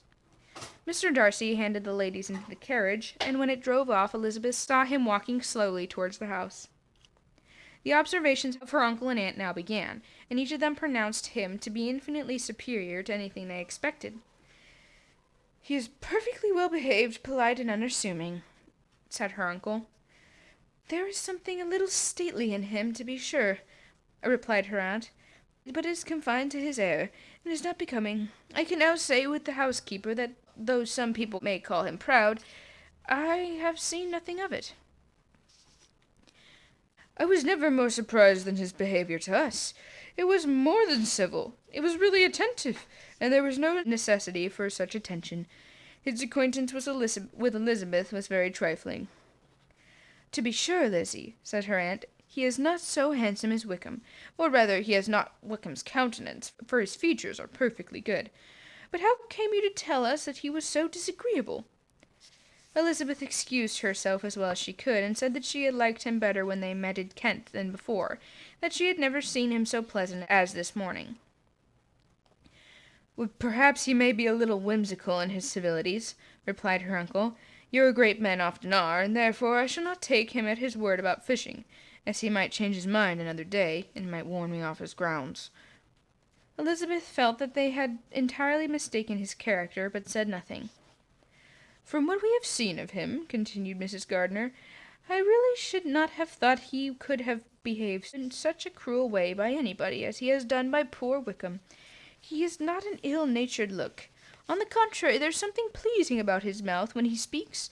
There is something of dignity in his countenance that would not give one an unfavourable idea of his heart.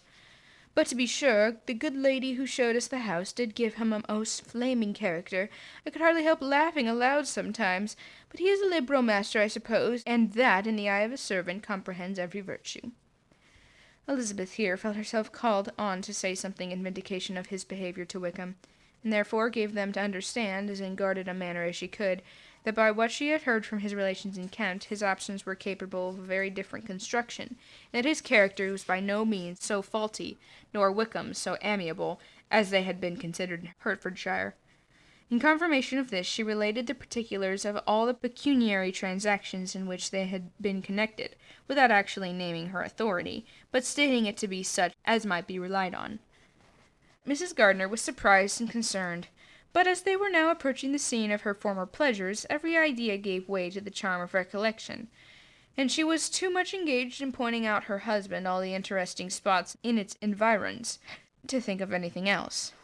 Fatigued as she had been by the morning's walk, they had no sooner dined than she set off again in quest of her former acquaintance, and the evening was spent in the satisfaction of an intercourse renewed after many years' discontinuance. The occurrences of the day were too full of interest to leave Elizabeth much attention for any of these new friends, and she could do nothing but think, and think with wonder, of Mr. Darcy's civility, and above all, of his wishing her to be acquainted with his sister. Chapter 44. Elizabeth had settled it that Mr. Darcy would bring his sister to visit her the very day after her reaching Pemberley, and was consequently resolved not to be out of sight of the inn the whole of that morning. But her conclusion was false, for on the very morning after their own arrival in Lambton, these visitors came. They had been walking about the place with some of their new friends, and were just returned to the inn to dress themselves for dining with the same family, when the sound of a carriage drew them to the window, and they saw a gentleman and a lady in a curricle driving up the street. Elizabeth, immediately recognizing the livery, guessed what it meant, and imparted no small degree of surprise to her relations by acquainting them with the honour which she expected. Her uncle and aunt were all in amazement, and the embarrassment of her manner as she spoke, joined to the circumstance itself and many of the circumstances of the preceding day, opened to them a new idea on the business. Nothing had ever suggested it before, but they now felt that there was no other way of accounting for such attentions from such a quarter, than by supposing a partiality for their niece. While these newly born notions were passing in their heads, the perturbation of Elizabeth's feelings was at every moment increasing. She was quite amazed at her own discomposure, but amongst other causes of disquiet, she dreaded lest the partiality of the brother should have said too much in her favour, and more than commonly anxious to please, she naturally suspected that every power of pleasing would fail her. She retreated from the window, fearful of being seen, and as she walked up and down the room, endeavouring to compose herself, saw such looks of inquiring surprise in her uncle and aunt as made everything worse. Miss Darcy and her brother appeared, and this formidable introduction took place. With astonishment did Elizabeth see that her new acquaintance was at least as much embarrassed as herself. Since her being at Lambton, she had heard that Miss Darcy was exceedingly proud, but the observation of a very few minutes convinced her that she was only exceedingly shy. She found it difficult to obtain even a word from her beyond a monosyllable. Miss Darcy was tall, and on a larger scale than Elizabeth, and though little more than 16, her figure was formed, and her appearance womanly and graceful. She was less handsome than her brother, but there was sense and good humour in her face, and her manners were perfectly unassuming and gentle. Elizabeth, who had expected to find in her as acute and unembarrassed an observer as ever Mr. Darcy had been, was much relieved by discerning such different feelings. They had not been long together before Darcy told her that Bingley was also coming to wait on her, and she had barely time to express her satisfaction and prepare for such a visitor when Bingley's quick step was heard on the stairs, and in a moment he entered the room. All Elizabeth's anger against him had been long done away, but had she still felt any, it could hardly have stood its ground against the unaffected cordiality with which he expressed himself on seeing her again. He inquired in a friendly, though general way, after her family, and looked and spoke with the same good-humoured ease that he had ever done. To Mr. and Mrs. Gardiner he was scarcely a less interesting personage than to herself. They had long wished to see him. The whole party before them, indeed, excited a lively attention. The suspicions which had just arisen of Mr. Darcy and their niece directed their observation towards each with an earnest, though guarded, inquiry, and they soon drew from those inquiries the full conviction that one of them at least knew what it was to love. Of the lady's sensations they remained a little in doubt, but that the gentleman was overflowing with admiration was evident enough. Elizabeth, on her side, had much to do. She wanted to ascertain the feelings of each of her visitors. She wanted to compose her own, and to make herself agreeable to all. And in the latter object, where she feared most to fail, she was most sure of success, for those whom she endeavoured to give pleasure were prepossessed in her favour. Bingley was ready, Georgiana was eager, and Darcy determined to be pleased. In seeing Bingley, her thoughts naturally flew to her sister, and oh, how ardently she longed to know whether any of his were directed in a like manner. Sometimes she would fancy that he talked less than on former occasions, and once or twice pleased herself with the notion that as he looked at her, he was trying to trace a resemblance. But, though this might be imaginary, she could not be deceived as to his behaviour to Miss Darcy, who had been set up as a rival of Jane. No look appeared on either side that spoke particular regard. Nothing occurred between them that could justify the hopes of his sister. On this point she was soon satisfied, and 2 or 3 little circumstances occurred ere they parted, which, in her anxious interpretation, denoted a recollection of Jane, not untinctured by tenderness, and a wish of saying more that might lead to the mention of her, had he dared. He observed to her, at a moment when the others were talking together, and in a tone which had something of real regret, that it was a very long time since he had had the pleasure of seeing her, and, before she could reply, he added, "It is above 8 months. We have not met since the 26th of November, when we were all dancing together at Netherfield." Elizabeth was pleased to find his memory so exact, and he afterwards took occasion to ask her, when unattended to by any of the rest, whether all her sisters were at Longbourn. There was not much in the question, nor in the preceding remark, but there was a look and manner which gave them meaning. It was not often that she could turn her eyes on Mr. Darcy himself, but whenever she did catch a glimpse, she saw an expression of general complacence, and in all that he said she heard an accent so far removed from the hauteur or disdain of his companions, and convinced her that the improvement of manners which she had yesterday witnessed, however temporary its existence might prove, had at least outlived one day. When she saw him thus seeking the acquaintance and courting the good opinion of people with whom any intercourse a few months ago would have been a disgrace, when she saw him thus civil not only to herself but to the very relations whom he had openly disdained, and recollected their last lively scene in Hunsford Parsonage, the difference, the change was so great, and struck so forcibly on her mind, that she could hardly restrain her astonishment from being visible. Never, even in the company of his dear friends at Netherfield, or his dignified relations at Rosings, had she seen him so desirous to please, so free from self-consequence or unbending reserve, as now, when no importance could result from the success of his endeavours, and when even the acquaintance of those whom his attentions were addressed would draw down the ridicule and censure of the ladies both at Netherfield and Rosings. Their visitors stayed with them above half an hour, and when they arose to depart, Mr. Darcy called on his sister to join him in expressing their wish of seeing Mr. and Mrs. Gardiner and Miss Bennet to dinner at Pemberley before they left the country. Miss Darcy, though with a diffidence that marked her little in the habit of giving invitations, readily obeyed.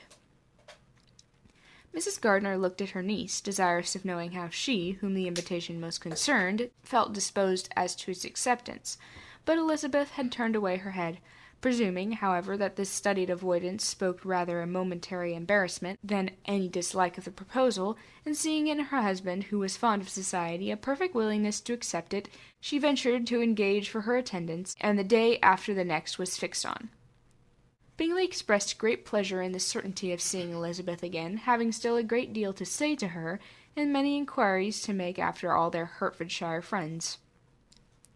Elizabeth, construing all this into a wish of hearing her speak of her sister, was pleased, and on this account, as well as some others, found herself, when their visitors left them, capable of considering the last half-hour with some satisfaction, though while it was passing, the enjoyment of it had been little. Eager to be alone, and fearful of inquiries or hints from her uncle and aunt, she stayed with them only long enough to hear their favourable opinion of Bingley, then hurried away to dress.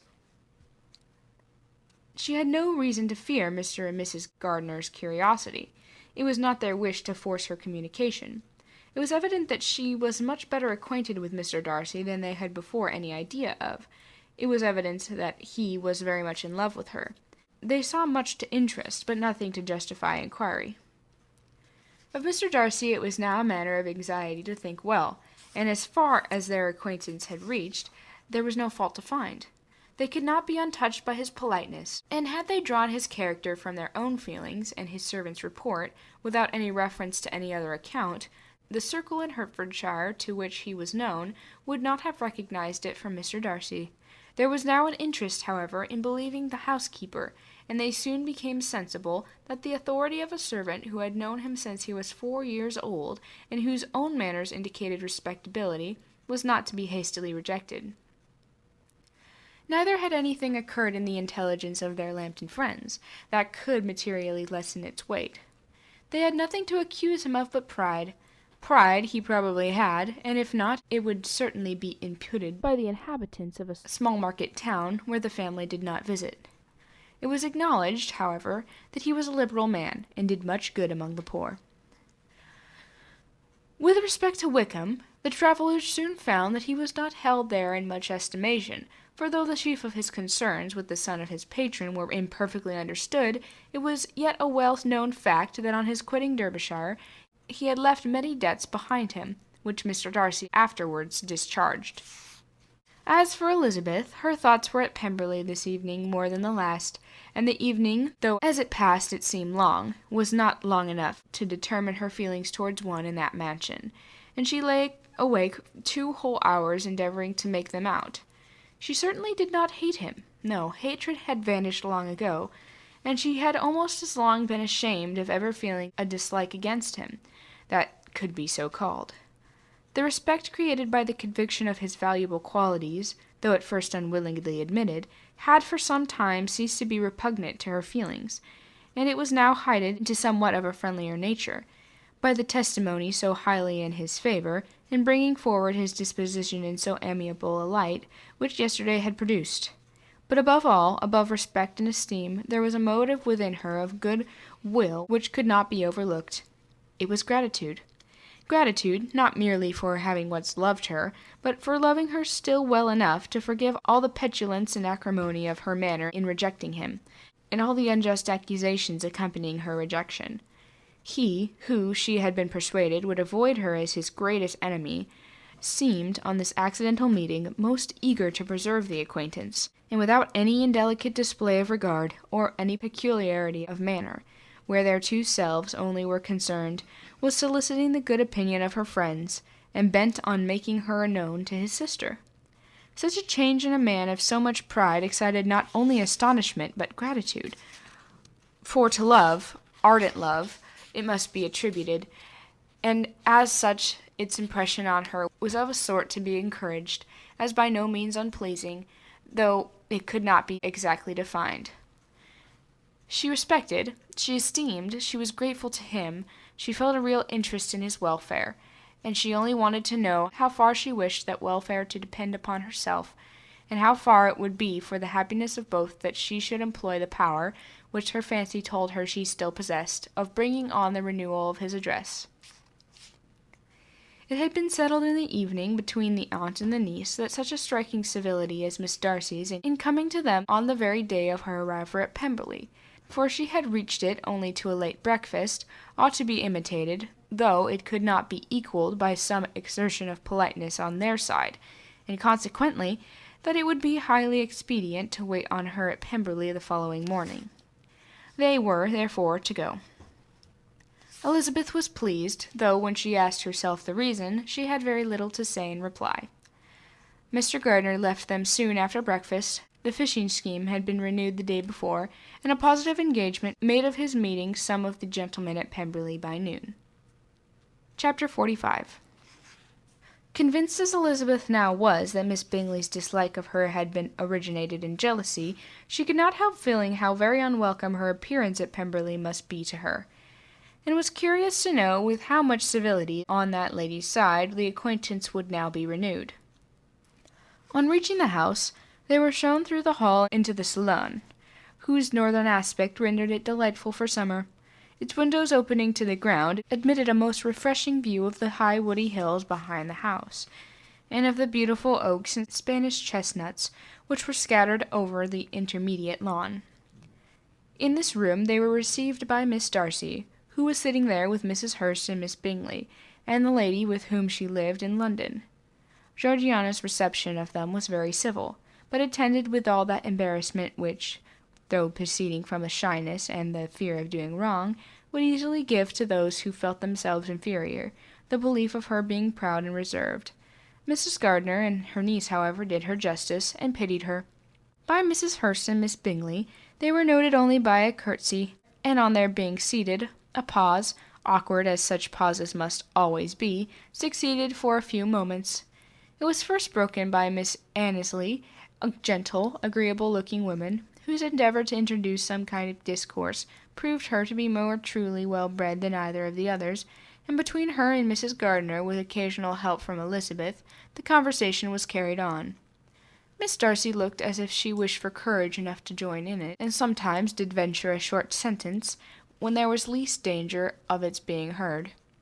Elizabeth soon saw that she was herself closely watched by Miss Bingley, and that she could not speak a word, especially to Miss Darcy, without calling her attention.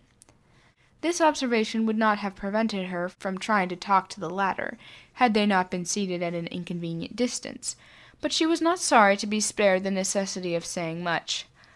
Her own thoughts were employing her. She expected every moment that some of the gentlemen would enter the room. She wished, she feared, that the master of the house might be amongst them, and whether she wished or feared it most, she could scarcely determine. After sitting in this manner a quarter of an hour, without hearing Miss Bingley's voice, Elizabeth was roused by receiving from her a cold inquiry after the health of her family. She answered with equal indifference and brevity, and the others said no more. The next variation which their visit afforded was produced by the entrance of servants with cold meat, cake, and a variety of all the finest fruits in season, but this did not take place until after many a significant look and smile from Mrs. Annesley to Miss Darcy had been given, to remind her of her post. There was now employment for the whole party, for though they could not at all talk, they could eat, and the beautiful pyramids of grapes, nectarines, and peaches soon collected them round the table. While thus engaged, Elizabeth had a fair opportunity of deciding whether she most feared or wished for the appearance of Mr. Darcy by the feelings which prevailed on his entering the room, and then, though but a moment before she had believed her wishes to predominate, she began to regret that he came. He had been some time with Mr. Gardiner, who, with 2 or 3 other gentlemen from the house, was engaged by the river, and had left him only on learning that the ladies of the family intended a visit to Georgiana that morning. No sooner did he appear than Elizabeth wisely resolved to be perfectly easy and unembarrassed, a resolution the more necessary to be made, but perhaps not the more easily kept, because she saw that the suspicions of the whole party were awakened against them, and that there was scarcely an eye which did not watch his behavior when he first came into the room. In no countenance was the attentive curiosity so strangely marked as in Miss Bingley's, in spite of the smiles which overspread her face whenever she spoke to one of its objects, for jealousy had not yet made her desperate, and her attentions to Mr. Darcy were by no means over. Miss Darcy, on her brother's entrance, exerted herself much more to talk, and Elizabeth saw that he was anxious for his sister and herself to get acquainted, and forwarded as much as possible every attempt at conversation on either side. Miss Bingley saw all this likewise, and in the impudence of anger, took the first opportunity of saying, with sneering civility, "Pray, Miss Eliza, are not the shire militia removed from Meryton? They must be a great loss to your family." In Darcy's presence she dared not mention Wickham's name, but Elizabeth instantly comprehended that he was uppermost in her thoughts, and the various recollections connected with him gave her a moment's distress. But exerting herself vigorously to repel the ill-natured attack, she presently answered the question in a tolerably disengaged tone. When she spoke, an involuntary glance showed her Darcy with a heightened complexion, earnestly looking at her, and his sister overcome with confusion, and unable to lift up her eyes. Had Miss Bingley known what pain she was then giving her beloved friend, she undoubtedly would have refrained from the hint, but she had merely intended to discompose Elizabeth by bringing forward the idea of a man whom she believed her partial, to make her betray a sensibility which might injure her in Darcy's opinion, and perhaps to remind the latter of all the follies and absurdities by which some part of her family were connected with that corps. Not a syllable had ever reached her of Miss Darcy's meditated elopement. To no creature had it been revealed, where secrecy was possible, except to Elizabeth, and from all Bingley's connections her brother was particularly anxious to conceal it, from that very wish which Elizabeth had long ago attributed to him of their becoming hereafter her own.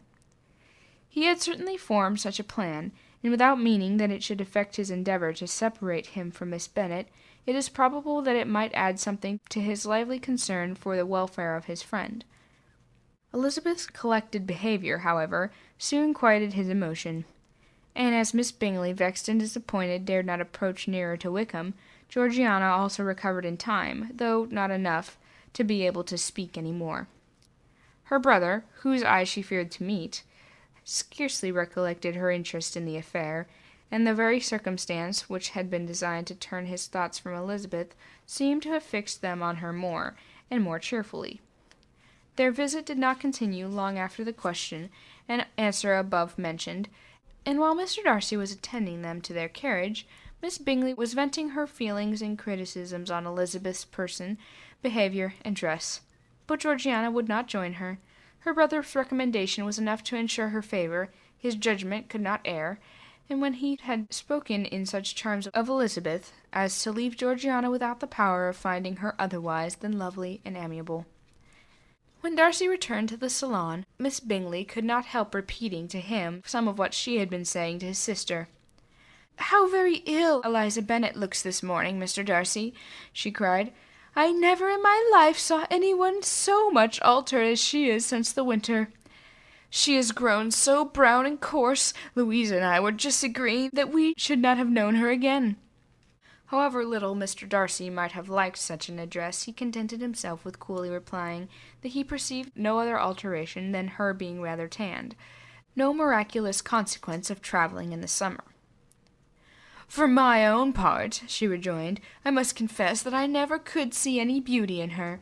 Her face is too thin, her complexion has no brilliancy, and her features are not at all handsome. Her nose wants character, there is nothing marked in its lines, her teeth are tolerable, but not out of the common way, and as for her eyes, which have sometimes been called so fine, I could never perceive anything so extraordinary in them. They have a sharp, shrewdish look, which I do not like at all, and in her air altogether there is self-sufficiency without fashion, which is intolerable." Persuaded as Miss Bingley was that Darcy admired Elizabeth, this was not the best method of recommending herself, but angry people are not always wise, and in seeing him at last look somewhat nettled, she had all the success she expected. He was resolutely silent, however, and from a determination of making him speak, she continued. "I remember, when we first knew her in Hertfordshire, how amazed we all were to find out she was a reputed beauty. And I particularly recollect your saying one night, after they had been dining at Netherfield, 'She a beauty? I should have soon called her mother a wit.' But afterwards she seemed to improve on you, and I believe you thought her rather pretty at one time." "Yes," replied Darcy, who could contain himself no longer, "but that was only when I first knew her, for it is many months since I have considered her as one of the handsomest women of my acquaintance." He then went away, and Miss Bingley was left all to the satisfaction of having forced him to say what gave no one any pain but herself. Mrs. Gardiner and Elizabeth talked of all that had occurred during their visit as they returned, except what had particularly interested them both. The looks and behavior of everybody they had seen were discussed, except of the person who had mostly engaged their attention. They talked of his sister, his friends, his house, his fruit, of everything but himself. Yet Elizabeth was longing to know what Mrs. Gardiner thought of him, and Mrs. Gardiner would have been highly gratified by her niece's beginning the subject. Chapter 46. Elizabeth had been a good deal disappointed in not finding a letter from Jane on their first arrival at Lambton, and this disappointment had been renewed on each of the mornings that had now been spent there. But on the third her repining was over, and her sister justified by the receipt of 2 letters from her at once, on one of which was marked that it had been missent elsewhere. Elizabeth was not surprised at it, as Jane had written the direction remarkably ill. They had just been preparing to walk as the letters came in, and her uncle and aunt, leaving her to enjoy them in quiet, set off by themselves. The one missent must first be attended to. It had been written 5 days ago. The beginning contained an account of all their little parties and engagements, with such news as the country afforded, but the latter half, which was dated a day later, and written in evident agitation, gave more important intelligence. It was to this effect: "Since writing the above, dearest Lizzie, something has occurred of a most unexpected and serious nature. But I'm afraid of alarming you. Be assured we are all well. What I have to say relates to poor Lydia. An express came at 12 last night, just as we were all gone to bed, from Colonel Forster, to inform us that she has gone off to Scotland with one of his officers, to own the truth, with Wickham. Imagine our surprise. To Kitty, however, it does not seem so wholly unexpected. I am very, very sorry, so imprudent a match on both sides, but I am willing to hope the best, that his character has been misunderstood. Thoughtless and so indiscreet I can easily believe him. But this step, and let us rejoice over it, marks nothing bad at heart. His choice is disinterested, for he must know that my father can give her nothing. Our poor mother is sadly grieved. My father bears it better. How thankful am I that we never let him know what has been said against him. We must forget it ourselves. They were off Saturday night about 12, as it conjectured, but were not missed till yesterday morning at 8. The express was sent off directly. My dear Lizzie, they must have passed within 10 miles of us. Colonel Forster gives us reason to expect him here soon. Lydia left a few lines for his wife, informing her to their intention. I must conclude, for I cannot be long from my poor mother. I am afraid you will not be able to make it out, but I hardly knew what I have written." Without allowing herself time for consideration, and scarcely knowing what she felt, Elizabeth, on finishing this letter, instantly seized the other, and opening it with the utmost impatience, read as follows. It had been written a day later than the conclusion of the first. "By this time, my dearest sister, you receive my hurried letter. I wish this may be more intelligible, but though I have not confined for time, my head is so bewildered that I cannot answer for being coherent. Dearest Lizzie, I hardly know what I would write, but I have bad news for you, and it cannot be delayed. Imprudent as a marriage between Mr. Wickham and our poor Lydia would be, we are now anxious to be assured that it has taken place, for there is but too much reason to fear that they are not gone to Scotland. Colonel Forster came yesterday, having left Brighton the day before, not many hours after the express. The Lydia's short letter to Mrs. Forster gave them to understand that they were going to Gretna Green. Something was dropped by Denny expressing his belief that Wickham never intended to go there, nor to marry Lydia at all, but was repeated to Colonel Forster, who, instantly taking the alarm, set off from Brighton, intending to trace their route. He did trace them easily to Clapham, but no farther, for on entering that place they removed into a hackney coach, and dismissed the chaise which brought them from Epsom. All that is known after this, that they were seen to continue the London road, I know not what to think. After making every possible inquiry on that side, London, Colonel Foster came into Hertfordshire, anxiously renewing them at all the turnpikes, and at all the inns in Barnet and Hatford, but without any success. No such people had been seen to pass through. With the kindest concern he came on to Longbourn, and broke his apprehensions to us in a manner most credible to his heart. I am sincerely grieved for him and Mrs. Foster, but no one can throw any blame on them. Our distress, my dear Lizzie, is very great. My father and mother believe the worst, but I cannot think so ill of him. Many circumstances might make it more eligible for them to be married privately in town than to pursue their first plan, and even if he could form such a design against a young woman of Lydia's connections, which is not likely, can I suppose her so lost to everything? Impossible! I grieve to find, however, that Colonel Foster is not disposed to defend upon their marriage. He shook his head when I expressed my hopes, and said he feared Wickham was not a man to be trusted. My poor mother is really ill and keeps to her room. Could she exert herself, it would be better, but this is not to be expected. As to my father, I never in my life saw him so affected. Poor Kitty has anger for having concealed their attachment, but it was a matter of confidence, one cannot wonder. I am truly glad, dearest Lizzie, that you have been spared something of these distressing scenes. But now, as the first shock is over, shall I own that I long for your return? I am not so selfish, however, to press for it, if inconvenient. Adieu. I take up my pen again to do what I have just told you I would not, but circumstances are such, I cannot help earnestly begging you all to come here as soon as possible. I know my dear uncle and aunt so well that I am not afraid of requesting it, though I have something more to ask of the former. My father is going to London with Colonel Foster instantly to try and discover her. What he means to do I am sure I know not, but his excessive distress will allow him to pursue any measure in the best and safest way, and Colonel Foster is obliged to be at Brighton again tomorrow evening. In such an exigence my uncle's advice and assistance would be everything in the world. He will immediately comprehend what I must feel, and I rely upon his goodness. "Oh, where is my uncle?" cried Elizabeth, darting from her seat as she finished the letter, in eagerness to follow him, without losing a moment of the time so precious. But as she reached the door, it was opened by a servant, and Mr. Darcy appeared. Her pale face and impetuous manner made him start, and before he could recover himself enough to speak, she, in whose mind every idea was superseded by Lydia's situation, hastily exclaimed, "I beg your pardon, but I must leave you. I must find Mr. Gardiner this moment on business that cannot be delayed. I have not an instant to lose." "Good God, what is the matter?" cried he, with more feeling than politeness, then recollecting himself. "I will not detain you in a minute, but let me, or let the servant go after Mr. and Mrs. Gardiner. You are not well enough, you cannot go by yourself." Elizabeth hesitated, but her knees trembled under her, and she felt how little would be gained by her attempting to pursue them. Calling back the servant, therefore, she commissioned him, though in so breathless an accent as made her almost intelligible, to fetch his master and mistress home instantly.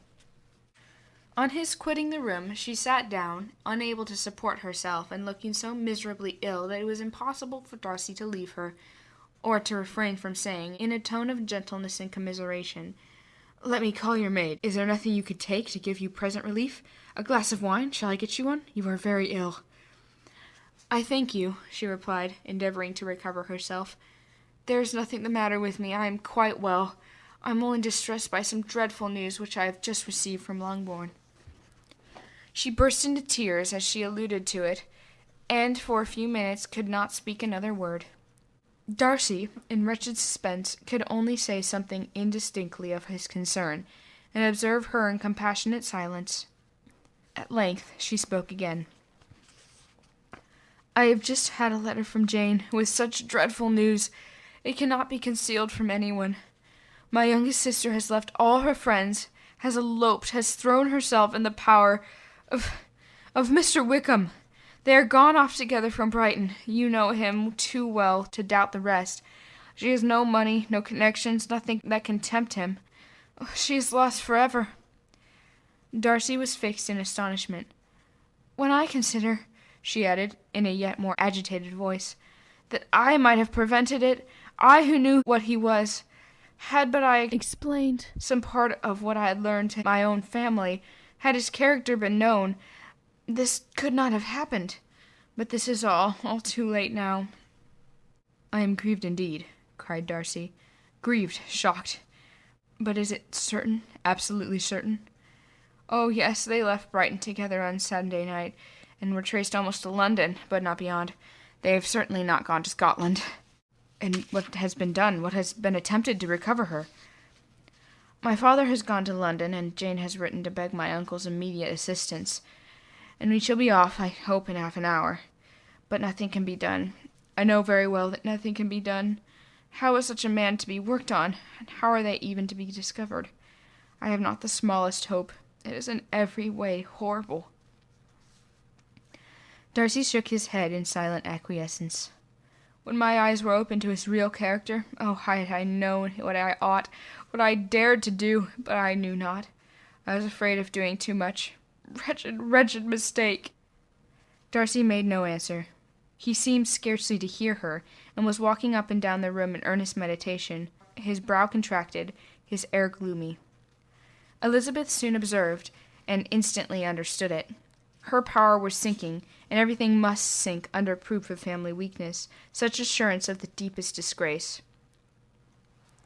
She could neither wonder nor condemn, but the belief of his self-conquest brought nothing consolatory to her bosom, no palliation of her distress. It was, on the contrary, exactly calculated to make her understand her own wishes, and never had she so honestly felt that she could have loved him as now, when all love must be vain. But self, though it would intrude, could not engross her.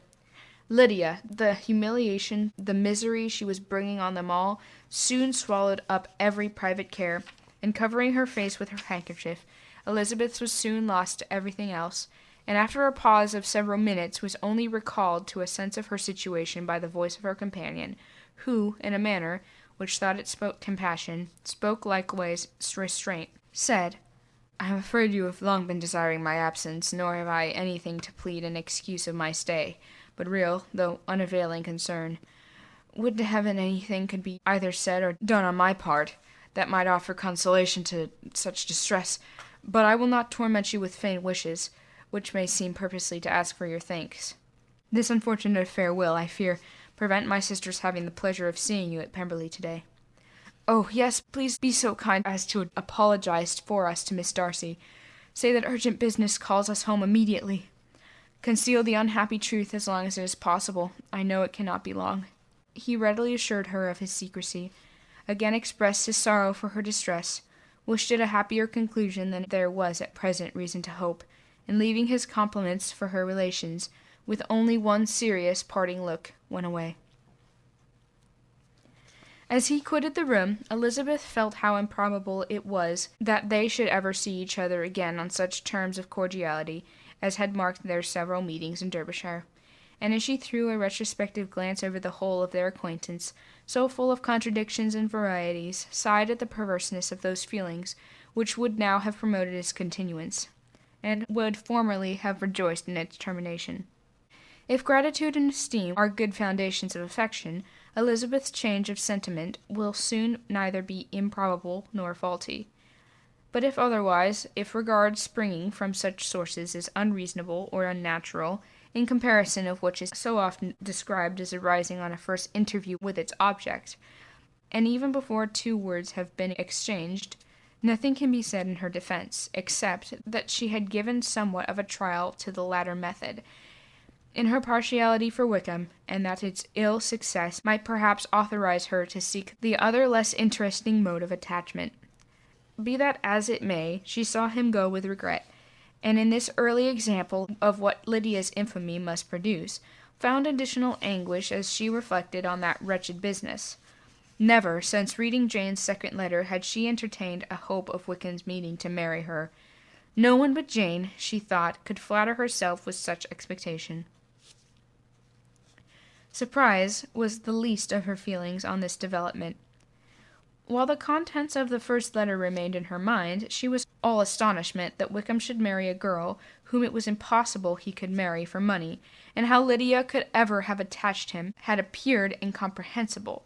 But now it was all too natural. For such an attachment as this she might have sufficient charms, and though she did not suppose Lydia to be deliberately engaged in an elopement without the intention of marriage, she had no difficulty in believing that neither her virtue nor her understanding would preserve her from falling an easy prey.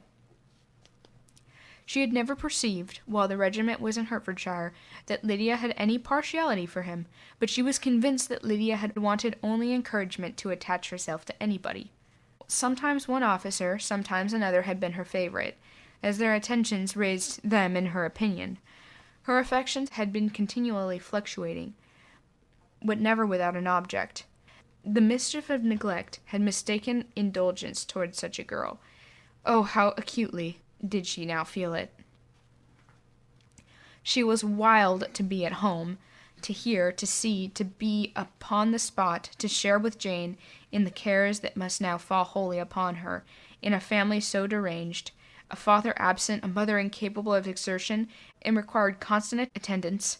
And though almost persuaded that nothing could be done for Lydia, her uncle's interference seemed of the utmost importance. Until he entered the room, the misery of her impatience was severe. Mr. and Mrs. Gardiner had hurried back in alarm, imposing, by the servant's account, that their niece was taken suddenly ill. But satisfying them instantly on that head, she eagerly communicated the cause of their summons, reading the 2 letters aloud, and dwelling on the postscript of the last with trembling energy. Though Lydia had been a favorite with them, Mr. and Mrs. Gardiner could not be deeply affected. Not Lydia only, but all were concerned in it. And after the first exclamations of surprise and horror, Mr. Gardiner readily promised every assistance in his power. Elizabeth, though expecting no less, thanked him with tears of gratitude, and all 3, being actuated by one spirit, everything relating to their journey was speedily settled. They were to be off as soon as possible. "But what is to be done about Pemberley?" cried Mrs. Gardiner. "John told us that Mr. Darcy was here when you sent for us. Was it so?" "Yes, I told him we should not be able to keep our engagement. That is all settled." "That is all settled," repeated the other, as she ran into her room to repair. "And they upon such terms as for her disclosure the real truth. Oh, that I knew how it was!" But wishes were vain, or at best could serve only to amuse her in the hurry and confusion of the following hour. Had Elizabeth been at leisure to be idle, she would have remained certain that all employment was impossible to one so wretched as herself. But she had her share of business as well as her aunt, and amongst the rest there were notes to be written to all their friends in Lambton, with false excuses for their sudden departure. An hour, however, saw the whole completed, and Mr. Gardiner meanwhile having settled his account at the inn, nothing remained to be done but to go, and Elizabeth, after all the misery of the morning, found herself, in a shorter space of time than she could have supposed, seated in the carriage, and on the road to Longbourn. Chapter 47. "I have been thinking it over again, Elizabeth," said her uncle as they drove from the town, "and really, upon serious consideration, I am much more inclined than I was to judge as your eldest sister does of the matter. It appears to me so very unlikely that any young man should form such a design against a girl who is by no means unprotected or friendless, and who is actually staying in his colonel's family, that I am strongly inclined to hope the best. Could he expect that her friends would not step forward? Could he expect to be noticed again by the regiment after such an affront to Colonel Foster? His temptation is not adequate to the risk." "Do you really think so?" cried Elizabeth, brightening up for a moment. "Upon my word," said Mrs. Gardiner, "I begin to be of your uncle's opinion. It is really too great a violation of decency, honour, and interest for him to be guilty of it. I cannot think so very ill of Wickham. Can you yourself, Lizzie, so wholly give him up as to believe him capable of it?" "Not perhaps of neglecting his own interest, but of every other neglect I can believe him capable, if indeed it should be so. But I dare not hope it. Why should they not go on to Scotland if that had been the case?" "In the first place," replied Mr. Gardiner, "there is no absolute proof that they are not gone to Scotland." Oh, but in their removing from the chaise into a hackney coach is such a presumption. And besides, no traces of them were to be found on the Barnet Road. Well, then, supposing them to be in London, they may be there, though for the purpose of concealment, for no more exceptional purpose. It is not likely that money should be very abundant on either side, and it might not strike them that they should be very more economically, though less expeditiously, married in London than in Scotland. But why all this secrecy? Why any fear of detection? Why must their marriage be private? Oh, no, no, this is not likely. His most particular friend, you see by Jane's account, was persuaded of his never intending to marry her. Wickham will never marry a woman without some money. He cannot afford it. And what claims has Lydia? What attractions has she beyond youth, health, and good humor that could make him, for her sake, forego every chance of benefiting herself by marrying well? As to what restraint the apprehension of disgrace in the corps might throw on a dishonorable elopement with her, I am not able to judge, for I know nothing of the effects that such a step might produce. But as to your other objection, I am afraid it will hardly hold good. Lydia has no brothers to step forward, and he might imagine, from my father's behavior and from his indolence, and the little attention he has ever seemed to give to what is going forward in his family, that he would do as little and think as little about it as any father could do in such a manner. But can you think that Lydia is so lost to everything but love of him as to consent to live with him on any other terms than marriage? It does seem, as it is, most shocking indeed, replied Elizabeth, with tears in her eyes, but that a sister's sense of decency and virtue in such a point should admit of doubt. But really I know not what to say. Perhaps I am not doing her justice. But she is very young, and she has never been taught to think on serious subjects. And for the last half-year, nay, for a 12-month, she has been given up to nothing but amusement and vanity. She has been allowed to dispose of her time in the most idle and frivolous manner, and to adopt any opinions that came her way. Since the shire were first quartered in Meryton, nothing but love, flirtation, and officers have been in her head. She has done everything in her power by thinking and talking on the subject, to give greater, what shall I call it, susceptibility to her feelings, which are naturally lively enough. We all know that Wickham has every charm of person and address that can captivate a woman. But you see that Jane, said her aunt, does not think so ill of Wickham as to believe him capable of the attempt. Of who does Jane ever think ill? And who is there, whoever might be their former conduct, that she would believe capable of such an attempt till it were proved against them? But Jane knows, as well as I do, that Wickham really is. We both know that he has been profligate in every sense of the word, that he has neither integrity or honor, that he is as false as deceitful as he is insinuating. And do you really know all this? Cried Mrs. Gardiner, whose curiosity as to the mode of her intelligence was all alive. I do indeed, replied Elizabeth, colouring. I told you the other day of his infamous behaviour to Mr. Darcy, and you yourself, when last at Longbourn, heard in what a manner he spoke of the man, who had behaved with such forbearance and liberality towards him. And there are other circumstances which I am not at liberty, which it is not worth while to relate, but his lies about the whole Pemberley family are endless. From what he said of Miss Darcy, I was thoroughly prepared to see a proud, reserved, disagreeable girl, yet he knew to the contrary himself. He must know that she was as amiable and unpretending as we have found her. But does Lydia know anything of this? Can she be ignorant of what you and Jane seem so well to understand? Oh, yes, and that is worst of all.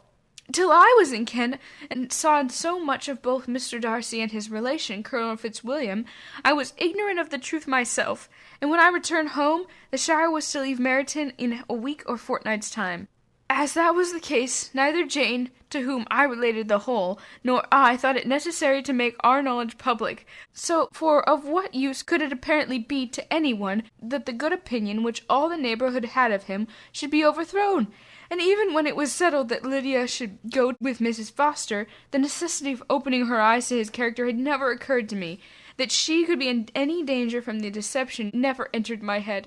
That such a consequence as this should ensue, you may easily believe, was far enough from my thoughts. When they all removed to Brighton, therefore, you had no reason, I suppose, to believe them fond of each other. Not in the slightest. I can remember no symptom of affection on either side, and had anything of the kind been perceptible, you must be aware that ours is not a family on which it could be thrown away. When first he entered the corps, she was ready enough to admire him, but so we all were. Every girl near Meryton was out of her senses about him for the first 2 months, but he never distinguished her by any particular attention, and consequently, after a moderate period of extravagant and wild admiration, her fancy for him gave way, and others of the regiment, who treated her with more distinction, again became her favorites. It may be easily believed that however little of novelty could be added to their fears, hopes, and conjectures on this interesting subject, by its repeated discussion, no other could detain them from its long, during the whole of the journey. From Elizabeth's thoughts it was never absent. Fixed there by the keenest of all anguished self-reproach, she could find no interval of ease or forgetfulness. They travelled as expeditiously as possible, and sleeping one night on the road, reached Longbourn by dinner-time the next day. It was a comfort to Elizabeth to consider that Jane could not have been wearied by long expectations. The little Gardiners, attracted by the sight of a chaise, were standing on the steps of the house as they entered the paddock, and when the carriage drove up to the door, the joyful surprise that lightened up their faces and displayed itself over their whole bodies in a variety of capers and frisks was the first pleasing earnest of their welcome. Elizabeth, as she affectionately embraced her, while tears filled the eyes of both, lost not a moment in asking whether anything had been heard of the fugitives. "Not yet," replied Jane, "but now that my dear uncle has come, I hope everything will be well. Is my father in town?" "Yes, he went on Tuesday, as I wrote you word." "Have you heard from him often?" "We have heard only once. He wrote me a few lines on Wednesday to say that he had arrived in safely, and to give me his directions, which I particularly begged him to do. He merely added that he should not write again until he had something of importance to mention." "And my mother, how is she? How are you all?" "My mother is tolerably well, I trust, though her spirits are greatly shaken. She is upstairs, and will have great satisfaction in seeing you all. She does not yet leave her dressing-room. Mary and Kitty, thank heaven, are quite well." "But you, how are you?" cried Elizabeth. "You look pale. How much you must have gone through." Her sister, however, assured her of her being perfectly well, and their conversation, which had been passing while Mr. and Mrs. Gardiner were engaged with their children, was now put an end to by the approach of the whole party. Jane ran to her uncle and aunt, and welcomed and thanked them both with alternate smiles and tears. When they were all in the drawing-room, the questions which Elizabeth had already asked were of course repeated by the others, and they soon found that Jane had no intelligence to give. The sanguine hope of good, however, which the benevolence of her heart suggested, had not yet deserted her. She still expected that it would all end well, and that every morning she would bring some letter, either from Lydia or her father, to explain their proceedings, and perhaps announce the marriage. Mrs. Bennet, to whose apartment they all repaired, after a few minutes' conversation together, received them exactly as might be expected, with tears and lamentations of regret, invectives against the villainous conduct of Wickham, and complaints of her own sufferings and ill usage, blaming everybody but the person whose ill-judging indulgence the heirs of her daughter must be principally owning. "If I had been able," said she, "to carry my point of going to Brighton with all my family, this would not have happened. But poor dear Lydia had nobody to take care of her. Why did the Fosters ever let her go out of their sight? I am sure there is some great deal of neglect or other on their side, for she is not the kind of girl to do such a thing. If she had been well looked after, I always thought they were very unfit to have the charge of her, but I was overruled, as I always am. Poor dear child! And now here's Mr. Bennet gone away, and I know he will fight Wickham wherever he meets him, and then he will be killed, and what is to become of us all? The Collinses will turn us out before he is cold in his grave, and if you are not kind to us, brother, I do not know what we shall do." They all exclaimed against such terrific ideas, And Mr. Gardiner, after general assurances of his affection for her and all her family, told her that he meant to be in London the very next day, and would assist Mr. Bennet in every endeavour for recovering Lydia. "Do not give way to useless alarm," added he. "Though it is right to be prepared for the worst, there is no occasion to look on it as certain. It is not quite a week since they left Brighton. In a few days more we shall gain some news of them, and till we know that they are not married, and have no design of marrying, do not let us give the matter over as lost. As soon as I get to town, I shall go to my brother and make him come home with me to Gracechurch Street. Then we may consult together as what is to be done." "Oh, my dear brother," replied Mrs. Bennet, "that is exactly what I would most wish for. And do now, when you get to town, find them out, wherever they may be. If they are not married already, make them marry. And as for wedding clothes, do not let them wait for it, but tell Lydia that she shall have as much money as she chooses to buy them after they are married. And above all things, keep Mr. Bennet from fighting.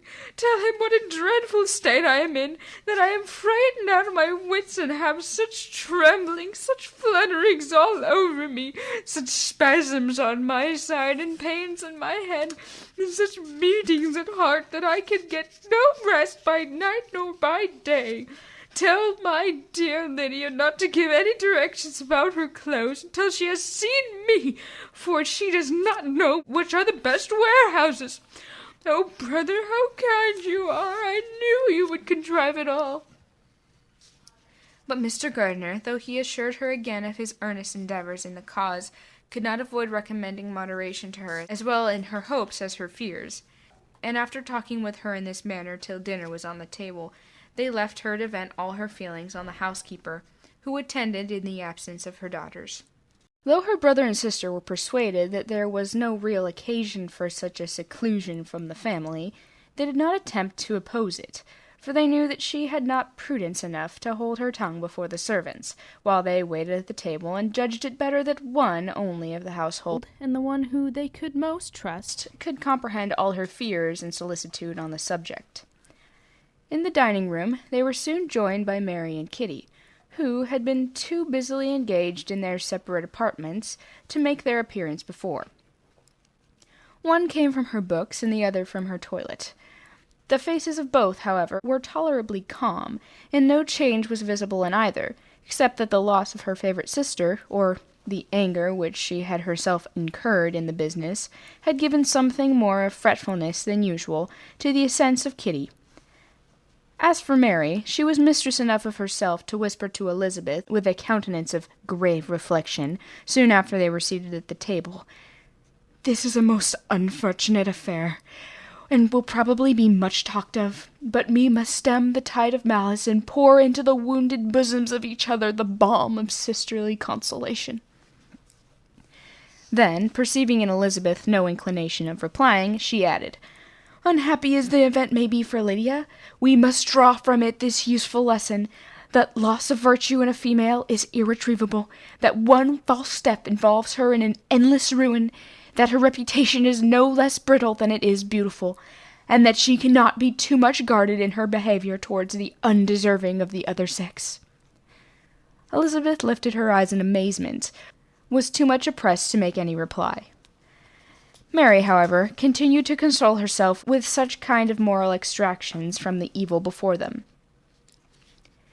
In the afternoon, the two elder Miss Bennets were able to be for half an hour by themselves, and Elizabeth instantly availed herself of the opportunity of making any inquiries, which Jane was eagerly able to satisfy.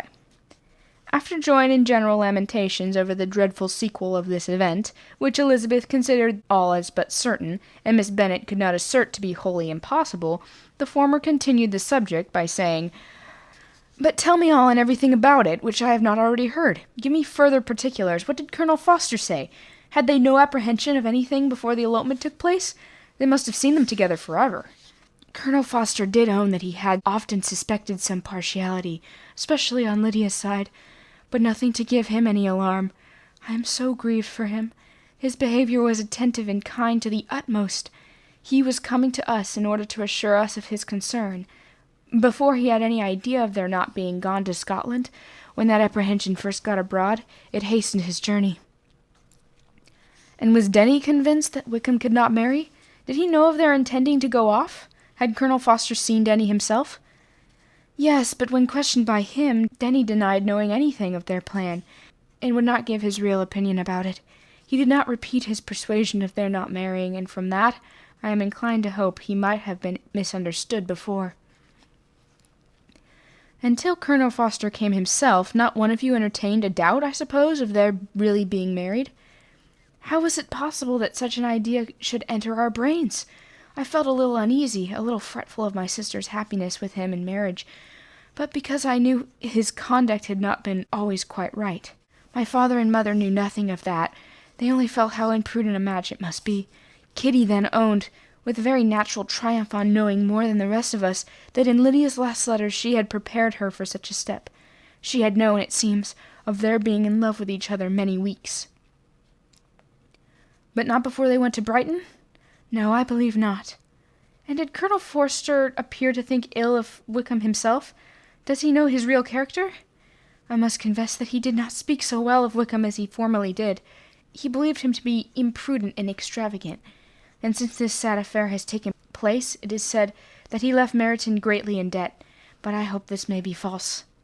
Oh, Jane, had we been less secret, had we told what we knew of him, this could not have happened. Perhaps it would have been better, replied her sister, but to expose the formal faults of any person without knowing what their present feelings were seemed unjustifiable. We acted with the best of intentions. Could Colonel Forster repeat the particulars of Lydia's note to his wife? He brought it with him for us to see. Jane then took it from her pocket-book and gave it to Elizabeth. These were the contents. My dear Harriet, you will laugh when you know where I am gone, and I cannot help laughing myself at your surprise tomorrow morning as soon as I am missed. I am going to Gretna Green, and if you cannot guess with who, I shall think you a simpleton, for there is but one man in the world I love, and he is an angel. I should never be happy without him, so think it no harm to be of. You need not send them word at Longbourn of my going, if you do not like it, for it will make the surprise the greater when I write to them and sign my name Lydia Wickham. What a good joke it will be! I can hardly write for laughing. Pray my excuse to Pratt for not keeping my engagement and dancing with him tonight. Tell him I hope he will excuse me when he knows all, and tell him I will dance with him at the next ball we meet with great pleasure. I shall send for my clothes when I get to Longbourn, but I wish you will tell Sally to mend a great slit in my worked muslin gown before they are packed up. Goodbye. Give my love to Colonel Forster. I hope you will drink to our good journey. Your affectionate friend, Lydia Bennet. Oh, thoughtless Lydia, cried Elizabeth when she had finished it. What a letter is this, to be written at such a moment! But at least it shows that she was serious in the object of her journey. What he might afterwards persuade her to, it was not on her side a scheme of infamy. My poor father, how he must have felt it! I never saw anyone so shocked. He could not speak a word for full 10 minutes. My mother was taken ill immediately, and the whole house in such confusion. Oh, Jane, cried Elizabeth, was there a servant belonging to it who did not know the whole story before the end of the day? I do not know. I hope that there was. But to be guarded at such a time is very difficult. My mother was in hysterics, and though I endeavored to give her every assistance in my power, I am afraid it did not do so much as I might have done. But the horror of what might possibly happen almost took from me my faculties. Your attendance upon her has been too much for you. You do not look well. Oh, that I had been with you. You have had every care and anxiety upon yourself alone. Mary and Kitty have been very kind, and would have shared in every fatigue, I am sure, but I did not think it right for either of them. Kitty is slight and delicate, and Mary studies so much that her hours of repose should not be broken in on. My Aunt Phillips came to Longbourn on Tuesday, after my father went away, and was so good as to stay till Thursday with me. She was of great use and comfort to us all, and Lady Lucas has been very kind. She walked here on Wednesday morning to condole with us, and offered her services, or any of her daughters, if they could be of use to us. She had better stay at home, cried Elizabeth. Perhaps she meant well, but under such misfortune as this, one cannot see too little of one's neighbors. Assistance is impossible, condolence insufferable. Let them triumph over us at a distance and be satisfied. She then proceeded to inquire into the measures which her father had intended to pursue while in town for the recovery of his daughter.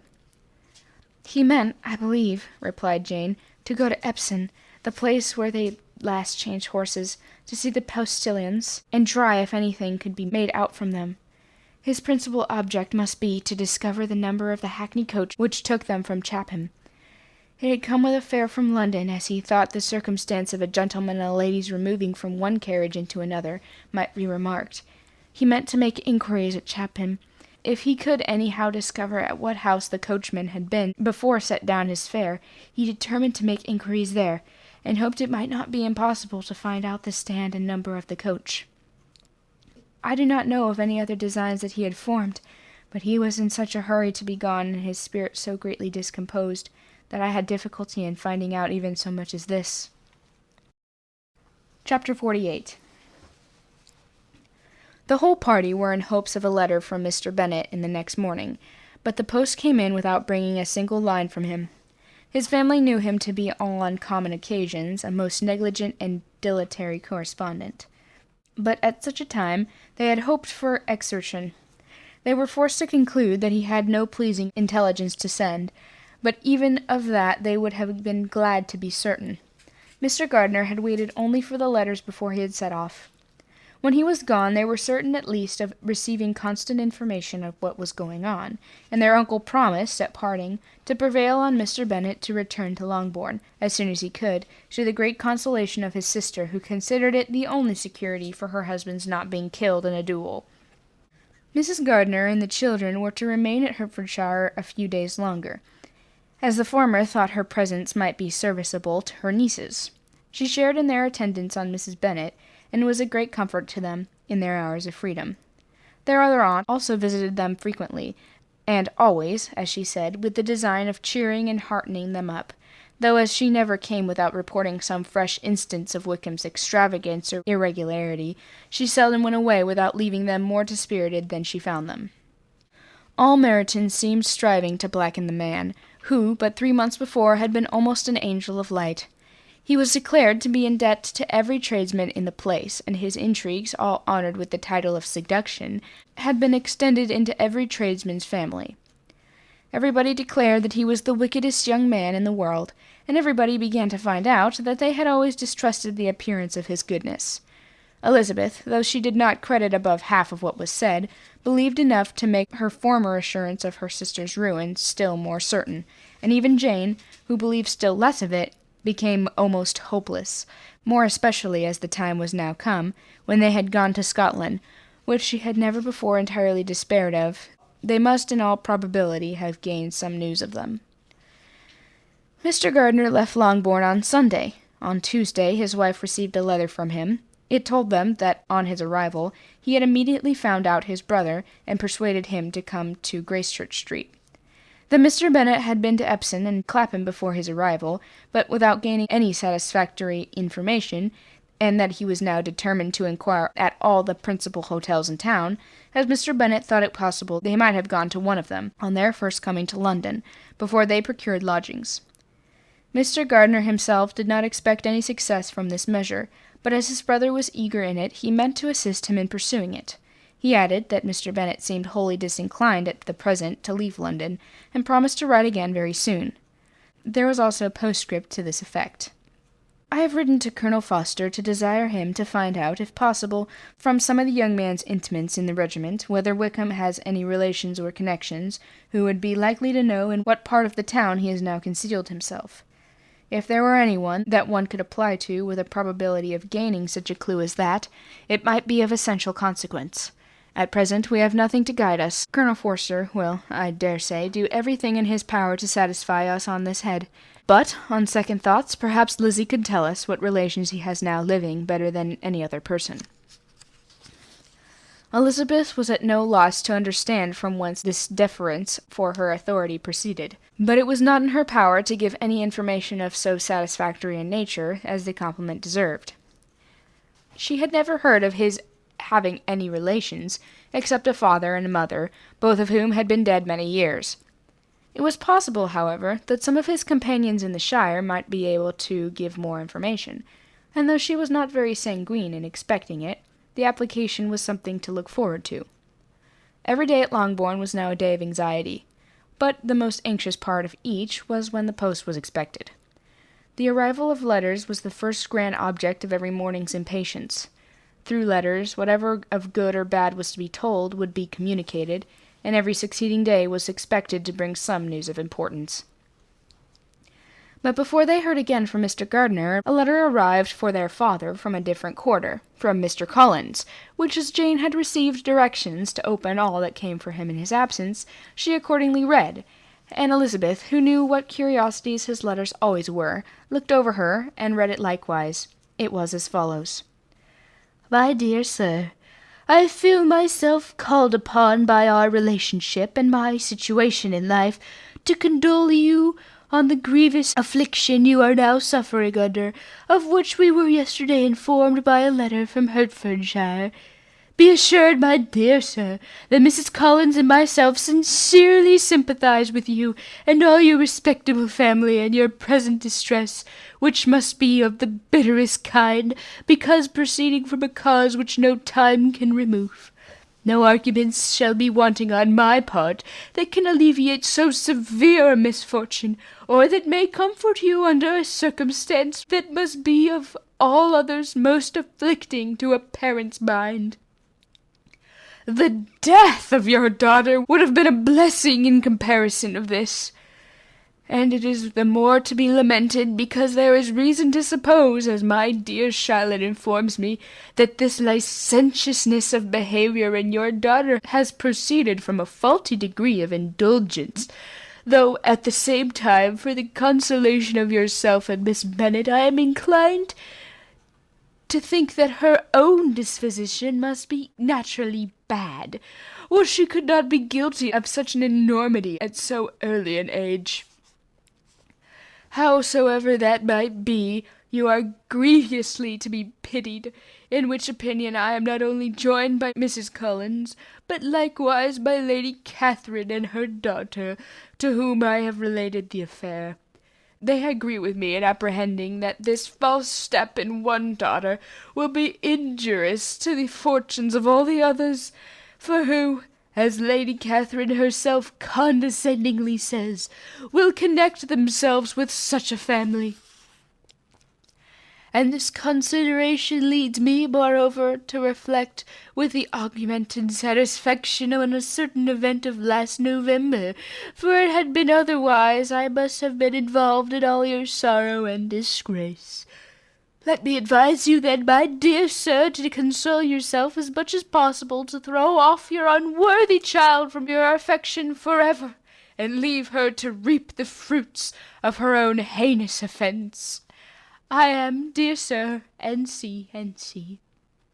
Mr. Gardiner did not write again till he had received an answer from Colonel Forster, and then he had nothing of a pleasant nature to send. It was not known that Wickham had a single relation with whom he kept up any connection, and it was certain that he had no near one living. His former acquaintances had been numerous, and since he had been in the militia, it did not appear that he was on terms of particular friendship with any of them.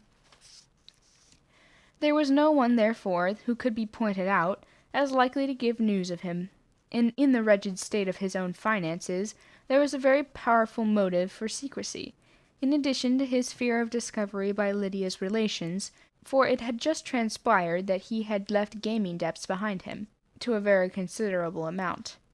Colonel Forster believed that more than £1,000 would be necessary to clear his expenses at Brighton. He owned a good deal in the town, but his debts of honour were still more formidable. Mr. Gardiner did not attempt to conceal these particulars from the Longbourn family. Jane heard them with horror. "A gamester," she replied. "This is wholly unexpected. I had not an idea of it." Mr. Gardiner added in his letter that they might expect to see their father at home on the following day, which was Saturday. Rendered spiritless by the ill success of all their endeavours, he had yielded to his brother-in-law's entreaty that he would return to his family, and leave it to him to do whatever occasion might suggest to be advisable for continuing their pursuit. When Mrs. Bennet was told of this, she did not express so much satisfaction as her children expected, considering what her anxiety for his life had been before. "What, is he coming home, and without poor Lydia?" she cried. "Sure he will not leave London before he has found them. Who is to fight Wickham and make him marry her if he comes away?" As Mrs. Gardiner began to wish to be at home, it was settled that she and her children should go to London, at the same time that Mr. Bennet came from it. The coach, therefore, took them the first stage of their journey, and brought its master back to Longbourn. Mrs. Gardiner went away in all the perplexity about Elizabeth and her Derbyshire friend that had attended her from that part of the world. His name had never been voluntarily mentioned before them by her niece, and the kind of half-expectation which Mrs. Gardiner had formed of their being followed by a letter from him had ended in nothing. Elizabeth had received none since her return that could come from Pemberley. The present unhappy state of the family rendered any other excuse for the lowness of her spirits unnecessary. Nothing, therefore, could be fairly conjectured from that, though Elizabeth, who was by this time tolerably well acquainted with her own feelings, was perfectly aware that, had she known nothing of Darcy, she could have borne the dread of Lydia's infamy somewhat better. It would have spared her, she thought, one sleepless night out of 2. When Mr. Bennet arrived, he had all the appearance of all of his usual philosophic composure. He said as little as he had ever been in the habit of saying, and made no mention of the business that had taken him away, and it was some time before his daughters had courage to speak of it. It was not till the afternoon, when he joined them at tea, that Elizabeth ventured to introduce the subject, and then, on her briefly expressing her sorrow for what he must have endured, he replied, "Say nothing of that. Who should suffer but myself? It has been my own doing, and I ought to feel it." "You must not be too severe upon yourself," replied Elizabeth. "You may well warn me against such an evil. Human nature is so prone to fall into it. No, Lizzie, let me once in my life feel how much I have been to blame. I am not afraid of being overpowered by the impression. It will pass away soon enough." "Do you suppose them to be in London?" "Yes, where else can they be so well concealed?" "And Lydia used to want to go to London," added Kitty. "She is happy then," said her father dryly, "and her residence there will probably be of some duration." Then, after a short silence, he continued, "Lizzie, I bear you no ill will for being justified in your advice to me last May, which, considering the event, shows some greatness of mind." They were interrupted by Miss Bennet, who came to fetch her mother's tea. "This is a parade," cried he, "which does no one good. It gives me such an elegance to misfortune. Another day I will do the same, and I will sit in my library on my nightcap and powdering gown, and give as much trouble as I can, or perhaps I may defer it till Kitty runs away." "I'm not going to run away, papa," said Kitty fretfully. "If I should ever go to Brighton, I would behave better than Lydia."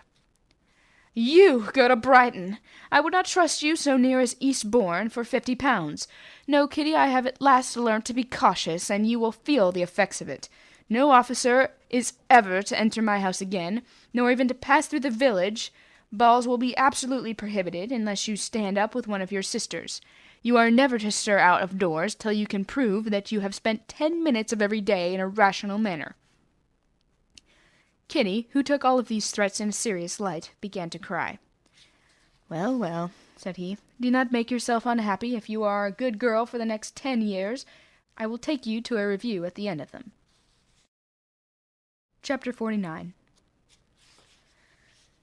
2 days after Mr. Bennet's return, as Jane and Elizabeth were walking together in the shrubbery behind the house, they saw the housekeeper coming towards them, and, concluding that she came to call them to their mother, went forward to meet her. But instead of the expected summons, when they approached her, she said to Miss Bennet, "I beg your pardon, madame, for interrupting you, but I was in hopes that you might have got some news from town, so I took the liberty of coming to ask." "What do you mean, Hill? We've heard nothing from town." "Dear madam," cried Mrs. Hill in great astonishment, "don't you know that there is express come for master from Mr. Gardiner? He has been here for this half hour, and master has had a letter." Away ran the girls, too eager to get in to have time for speech. They ran through the vestibule into the breakfast-room, from thence to the library. Their father was in neither, and they were on the point of seeking him upstairs with their mother, when they were met by the butler, who said, "If you are looking for my master, ma'am, he is walking towards the little copse."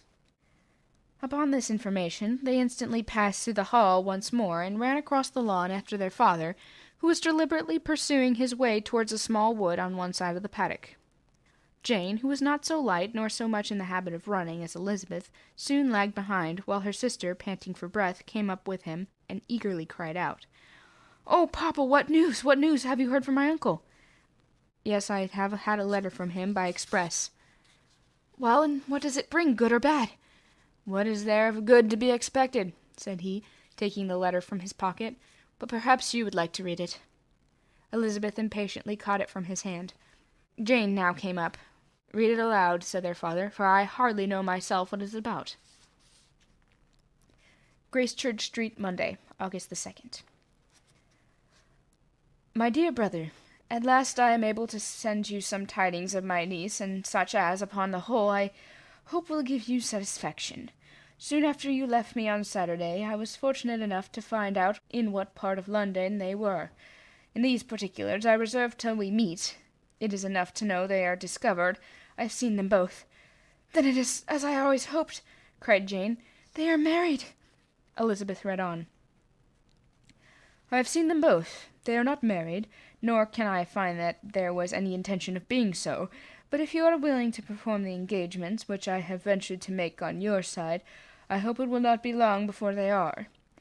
All that is required of you is, to assure to your daughter, by settlement, that her equal share of the £5,000 secured among your children after the decease of yourself and my sister, and, moreover, to enter in an engagement of allowing her, during your life, £100 per annum.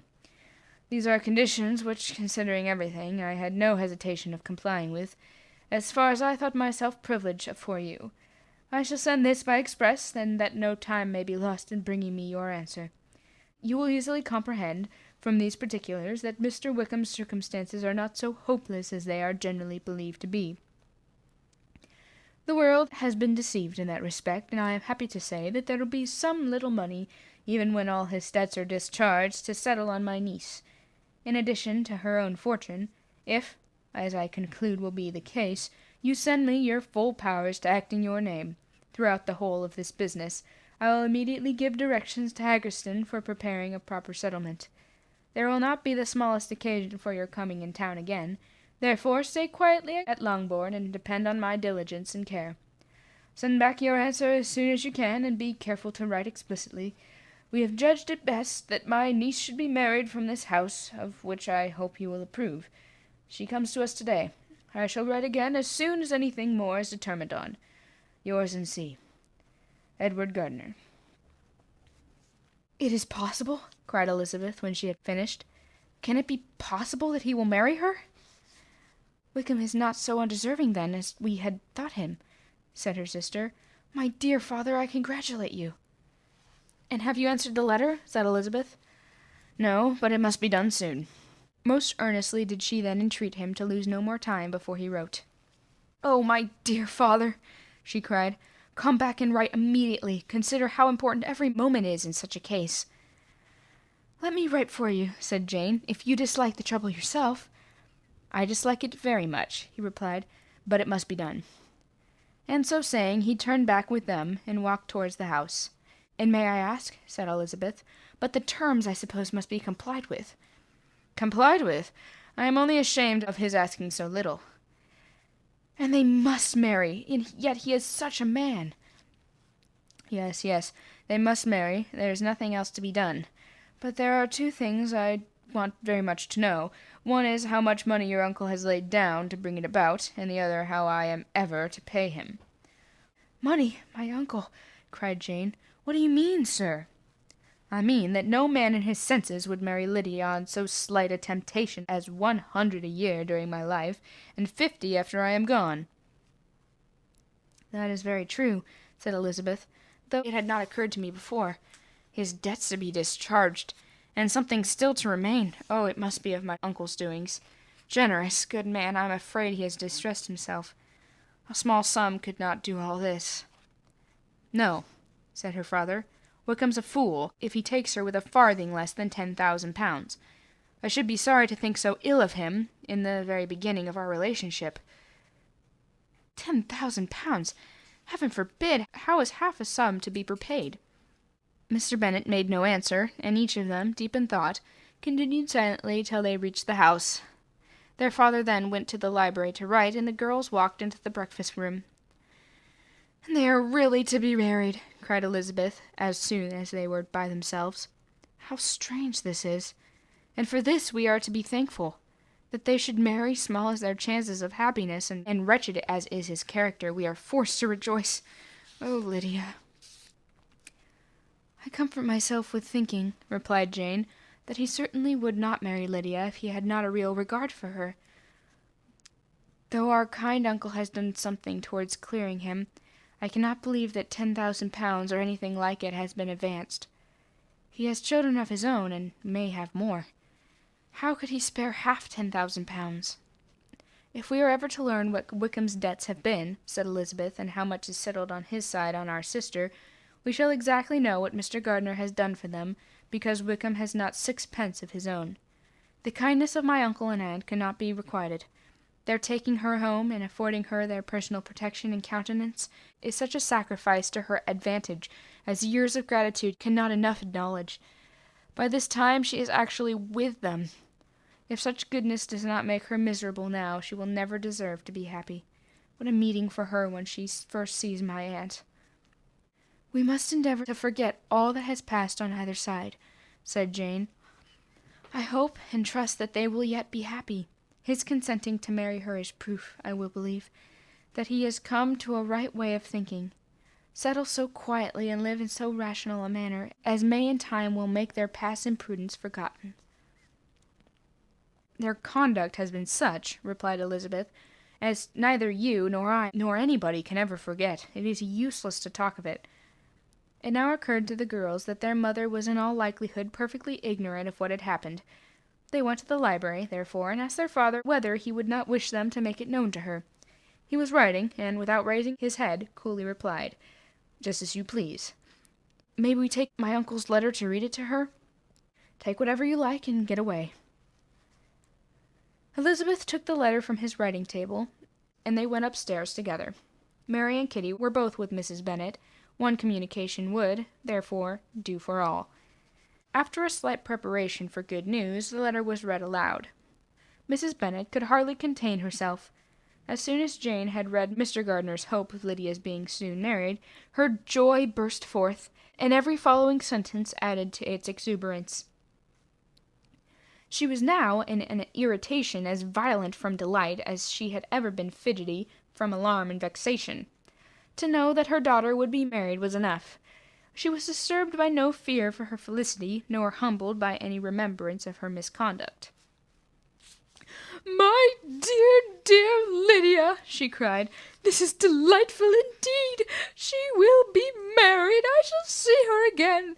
She will be married at 16. Oh, my good, kind brother, I knew how it would be.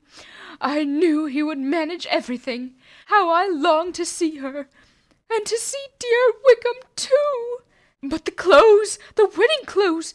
I will write to my sister Gardiner about them directly. Lizzie, my dear, run down to your father and ask him how much he will give her. Stay, I will go myself. Ring the bell, Kitty, for I shall put on my things in a moment. My dear, dear Lydia, how merry we shall be together when we meet."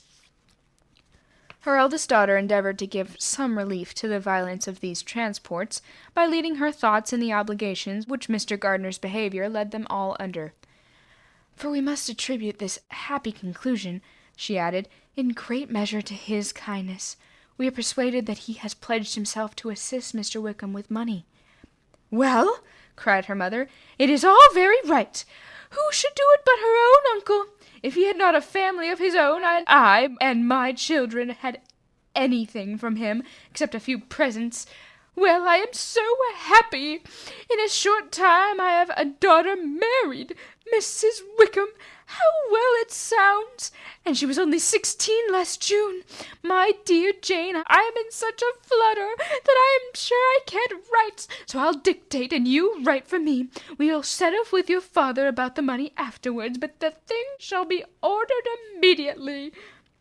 She was then proceeding to all the particulars of calico, muslin, and cambric, and would shortly have dictated some very plentiful orders, had not Jane, though with some difficulty, persuaded her to wait, till her father was at leisure to be consulted. One day's delay, she observed, would be of small importance, and her mother was too happy to be quite so obstinate as usual. Other schemes, too, came into her head. I will go to Meryton, said she, as soon as I am dressed, and tell the good news to my sister Phillips. And as I come back, I can call on Lady Lucas and Mrs. Long.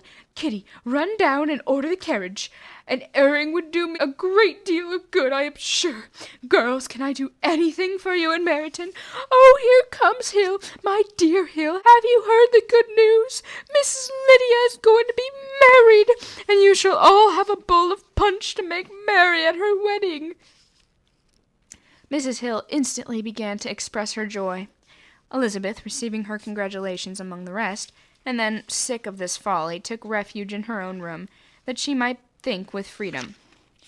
Poor Lydia's situation must, at best, be bad enough, but that it was no worse she had need to be thankful.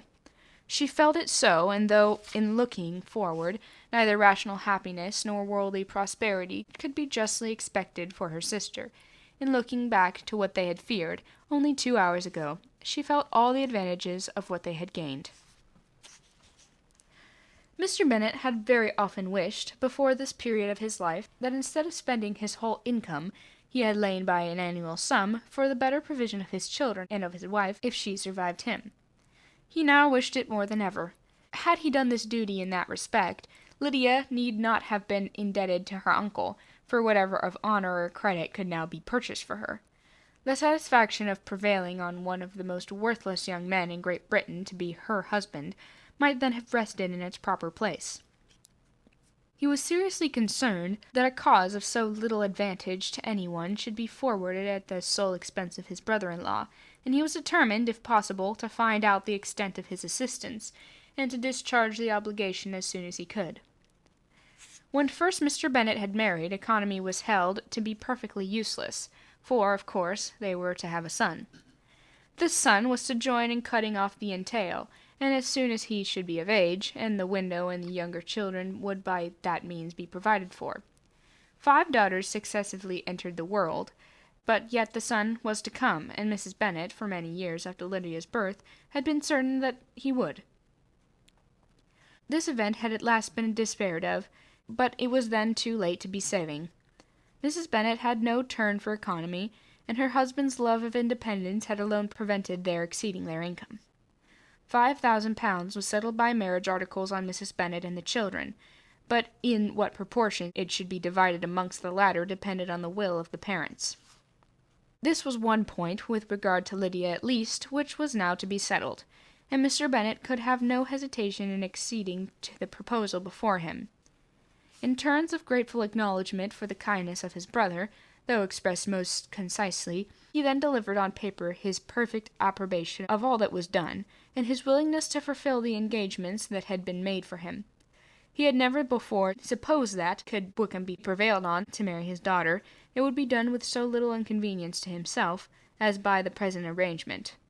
He would scarcely be £10 a year the loser by the 100 that was to be paid them, for what, with her board and pocket allowance, and the continual presents in money which passed to her, through her mother's hands, Lydia's expenses had been very little within that sum. That it would be done with such trifling exertion on his side, too, was another very welcome surprise, for his chief wish at present was to have as little trouble in the business as possible. When the first transports of rage which had produced his activity in seeking her were over, he naturally returned to all his former indolence. His letter was soon dispatched, for though dilatory in undertaking business, he was quick in its execution. He begged to know farther particulars of what he was indebted to his brother, but was too angry with Lydia to send any message to her. The good news quickly spread through the house, and with proportionate speed through the neighborhood. It was borne in the latter with decent philosophy. To be sure, it would have been more for the advantage of conversation, had Miss Lydia Bennet come upon the town, or as the happiest alternative, been secluded from the world, in some distant farmhouse. But there was much to be talked of in marrying her, and the good-natured wishes for her well-doing, which had proceeded before from all the spiteful old ladies in Meryton, lost but a little of their spirit in this change of circumstances, because in such a husband her misery was considered certain.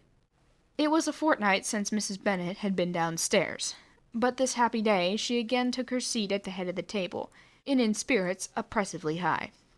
No sentiment of shame gave a damp to her triumph. The marriage of a daughter, which had been the first object of her wishes since Jane was 16, was now on the point of accomplishment, and her thoughts and her words ran wholly on those attendants of elegant nuptials, fine muslins, new carriages, and servants. She was busily searching through the neighborhood for a proper situation for her daughter, and without knowing or considering what their income might be, rejected many as deficient in size and importance. "Hay Park might do," said she, "if the Goldings would quit it, or the great house at Stoke, if the drawing-room were larger, but Ashworth is too far off. I could not bear to have her 10 miles from me, and as for Purvis Lodge, the attics are dreadful." Her husband allowed her to talk on without interruption, while the servants remained, but when they had withdrawn, he said to her, "Mrs. Bennet, though you take any or all of these houses, for your son and daughter, let us come to a right understanding. Into one house in this neighborhood they shall never have admittance. I will not encourage the impudence of either by receiving them at Longbourn." A long dispute followed this declaration, but Mr. Bennet was firm. It soon led to another, and Mrs. Bennet found with amazement and horror that her husband would not advance a guinea to buy clothes for his daughter. He protested that she should receive from him no mark of affection whatever on the occasion. Mrs. Bennet could hardly comprehend it. That his anger could be carried to such a point of inconceivable resentment as to refuse his daughter a privilege without which her marriage would scarcely seem valid, exceeded all that she could believe possible. She was more alive to the disgrace which the want of new clothes must reflect on her daughter's nuptials, than to any sense of shame at her eloping and living with Wickham a fortnight before they took place. Elizabeth was now most heartily sorry that she had, from the distress of the moment, been led to make Mr. Darcy acquainted with their fears for her sister, for since her marriage would shortly give the proper termination to the elopement, they might hope to conceal this unfavourable beginning from all those who were not immediately on the spot. She had no fear of its spreading farther, through his means. There were few people on whose secrecy she would have more confidently depended. But at the same time there was no one whose knowledge of a sister's frailty would have mortified her so much. Not, however, from any fear of disadvantage from it, individually to herself. For any rate, there seemed a gulf impassable between them. Had Lydia's marriage been concluded on the most honourable terms, it was not to be supposed that Mr. Darcy would connect himself with a family whereto every other objection would now be added, an alliance and relationship of the nearest kind with the man whom he so justly scorned. From such a connection she could not wonder that he should shrink. The wish of procuring her regard, which she had assured herself of his feelings in Derbyshire, could not in rational expectation survive such a blow as this. She was humbled, she was grieved, she repented though she hardly knew of what. She became jealous of his esteem when she could no longer hope to be benefited by it. She wanted to hear of him when there seemed the last chance of gaining intelligence. She was convinced that she could have been happy with him when it was no longer likely that they should meet. What a triumph for him, as she often thought, could he know that the proposals which she had proudly spurned only 4 months ago would now have been gladly and gratefully received. He was generous, she doubted not, as the most generous of his sex, but while he was mortal, there must be a triumph. She began now to comprehend that he was exactly the man who, in disposition and talents, would most suit her. His understanding and temper, though unlike her own, would have answered all her wishes. It was a union that must have been to the advantage of both. By her ease and liveliness his mind might have been softened, his manners improved, and from his judgment, information, and knowledge of the world, she must have received benefit of greater importance. But no such happy marriage can now teach the admiring multitude what conjugal felicity really was. A union of a different tendency, and precluding the possibility of the other, was soon to be formed in their family. How Wickham and Lydia were to be supported in tolerable independence she could not imagine, but how little of permanent happiness could belong to a couple who were only brought together because their passions were stronger than their virtue, she could easily conjecture. Mr. Gardiner soon wrote again to his brother. To Mr. Bennet's acknowledgments he briefly replied, with assurances of his eagerness to promote the welfare of any of his family, and concluded with entreaties that the subject might never be mentioned to him again.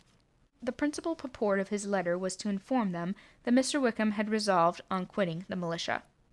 "It was greatly my wish that he should do so," he added. "His marriage was fixed on, and I think you will agree with me in considering a removal from that corps as highly advisable, both on his account and my niece's.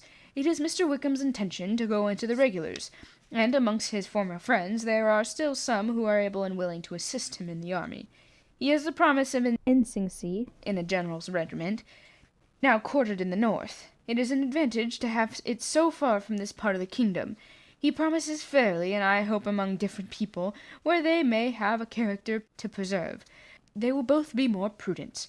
I have written to Colonel Foster to inform him of our present arrangements, and to request that he will satisfy the various creditors of Mr. Wickham in and near Brighton, with assurances of speedy payment, for which I have pledged myself. And will you give yourself the trouble of carrying similar assurances to his creditors at Meryton, whom I shall subjoin a list, according to his information.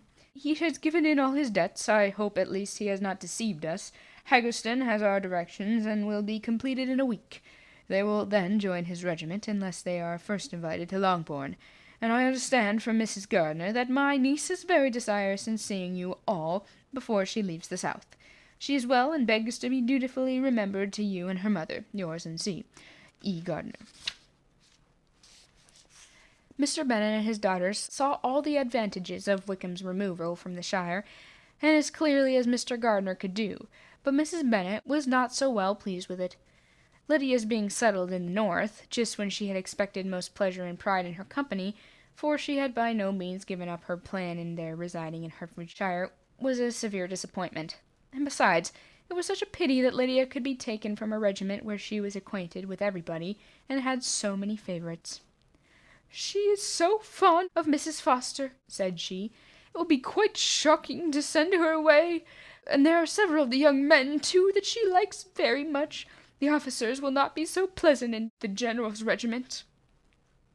His daughter's request, for such it might be considered, of being admitted into her family again, before she sent off into the north, received at first an absolute negative. But Jane and Elizabeth, who agreed in wishing, for the sake of their sister's feelings and consequence, that she should be noticed on her marriage by her parents, urged him so earnestly, yet so rationally and so mildly, to receive her and her husband at Longbourn as soon as they were married, that he was prevailed on to think as they thought, and act as they wished. And their mother had the satisfaction of knowing that she should be able to show her married daughter in the neighbourhood, before she was banished to the north. When Mr. Bennet wrote again to his brother, therefore, he sent the permission for them to come, and it was settled that as soon as the ceremony was over, they should proceed to Longbourn. Elizabeth was surprised, however, that Wickham should consent to such a scheme, and, had she consulted only her own inclination, any meeting with him would have been the last object of her wishes. Chapter 51. Their sister's wedding day arrived, and Jane and Elizabeth felt for her probably more than she felt for herself. The carriage was sent to meet them, and they were to return in it by dinner-time. Their arrival was dreaded by the elder Miss Bennets, and Jane more especially, who gave Lydia the feelings which would have attended herself, had she been the culprit, was wretched in the thought of what her sister must endure. They came. The family was assembled in the breakfast-room to receive them. Smiles decked the face of Mrs. Bennet. As the carriage drove up to the door, her husband looked impenetrably grave, her daughters alarmed, anxious, uneasy. Lydia's voice was heard in the vestibule, the door was thrown open, and she ran into the room. Her mother stepped forwards, embraced her, and welcomed her with rapture, gave her hand with an affectionate smile to Wickham, who followed his lady, and wished them both joy with an alacrity which showed no doubt of their happiness. The reception from Mr. Bennet, to whom they then turned, was not quite so cordial. His countenance, rather, gained an austerity, and he scarcely opened his lips. The easy assurance of the young couple, indeed, was enough to provoke him. Elizabeth was disgusted, and even Miss Bennet was shocked. Lydia was Lydia still, untamed, unabashed, wild, noisy, and fearless. She turned from sister to sister, demanding their congratulations, and when at length they all sat down, looked eagerly round the room, took notice of some little alteration in it, and observed, with a laugh, that it was a great while since she had been there. Wickham was not at all more distressed than herself, but his manners were always so pleasing, that had his character and his marriage been exactly what they ought, his smiles and his easy address, while he claimed their relationship, would have delighted them all. Elizabeth had not before believed him quite equal to such assurance, but she sat down, resolving within herself to draw no limits in future to the imprudence of an imprudent man. She blushed, and Jane blushed, but the cheeks of the two who caused their confusion suffered no variation of colour. There was no want of discourse. The bride and her mother could neither of them talk fast enough, and Wickham, who happened to sit near Elizabeth, began inquiring after his acquaintance in that neighbourhood with a good-humoured ease, which she felt very unable to equal in her replies. They seemed each of them to have the happiest memories in the world. Nothing of the past was recollected with pain, and Lydia led voluntarily to subjects which her sisters would not have alluded to for the world. "To think of its only being 3 months," she cried, "since I went away. But it seems but a fortnight, I declare, and yet there have been things enough that happened in the time. Good gracious, when I went away, I'm sure I had no more idea of being married till I came back again, though I thought it would be very good fun if I was." Her father lifted up his eyes. Jane was distressed. Elizabeth looked expressively at Lydia, but she, who never heard or saw anything of which she chose to be insensible, gaily continued. "Oh, Mamma, did the people hereabouts know I'm married today? I was afraid they might not, and we overtook William Golding in his curricle. I was determined he should know it, and I let down the side glass next to him, and took off my glove, and let my hand just rest upon the window frame so that he might see the ring. Then I bowed and smiled like anything." Elizabeth could bear it no longer. She got up and ran out of the room, and returned no more, till she heard them passing through the hall to the dining parlour. She then joined them soon enough to see Lydia, with anxious parade, walk up to her mother's right hand, and heard her say to her eldest sister, "Ah, Jane, I take your place now, as you must go lower because I am a married woman." It was not to be supposed that time would give Lydia that embarrassment, from which she had been so wholly free at last. Her ease and good spirits increased. She longed to see Mrs. Phillips, the Lucases, and all their other neighbours, and to hear herself called Mrs. Wickham by each of them. And in the meantime she went after dinner to show her ring and boast of being married to Mrs. Hill and the 2 housemaids. "Well, Mamma," said she, when they were all returned to the breakfast-room, "and what do you think of my husband? Is he not a charming man? I'm sure my sisters must all envy me. I only hope that they may have half of my good luck. They must all go to Brighton. That is the place to get husbands. What a pity it is, Mamma, that we did not all go." "Very true, and if I had had my will, we should. But, my dear Lydia, I do not at all like your going such a way off. Must it be so?" "Oh, Lord, yes. There is nothing in that. I shall like it of all things. You and Papa and my sisters must come down and see us. We shall be at Newcastle all the winter, and I dare say there will be some balls, and I will take care to get good partners for them all." "I should like it beyond anything," said her mother. "And then, when you would go away, you may leave 1 or 2 of my sisters behind you. I dare say I shall get husbands for them before the winter is over." "I thank you for my share in the favour," said Elizabeth, "but I do not particularly like your way of getting husbands." Their visitors were not to remain above 10 days with them. Mr. Wickham had received his commission before he left London, and he was to join his regiment at the end of a fortnight. No one but Mrs. Bennet regretted that their stay would be so short, and she made most of the time by visiting about with her daughter and having very frequent parties at home. These parties were acceptable to all, and To avoid a family circle was even more desirable to such as did think than such as did not. Wickham's affection for Lydia was just what Elizabeth had expected to find it, not equal to Lydia's for him.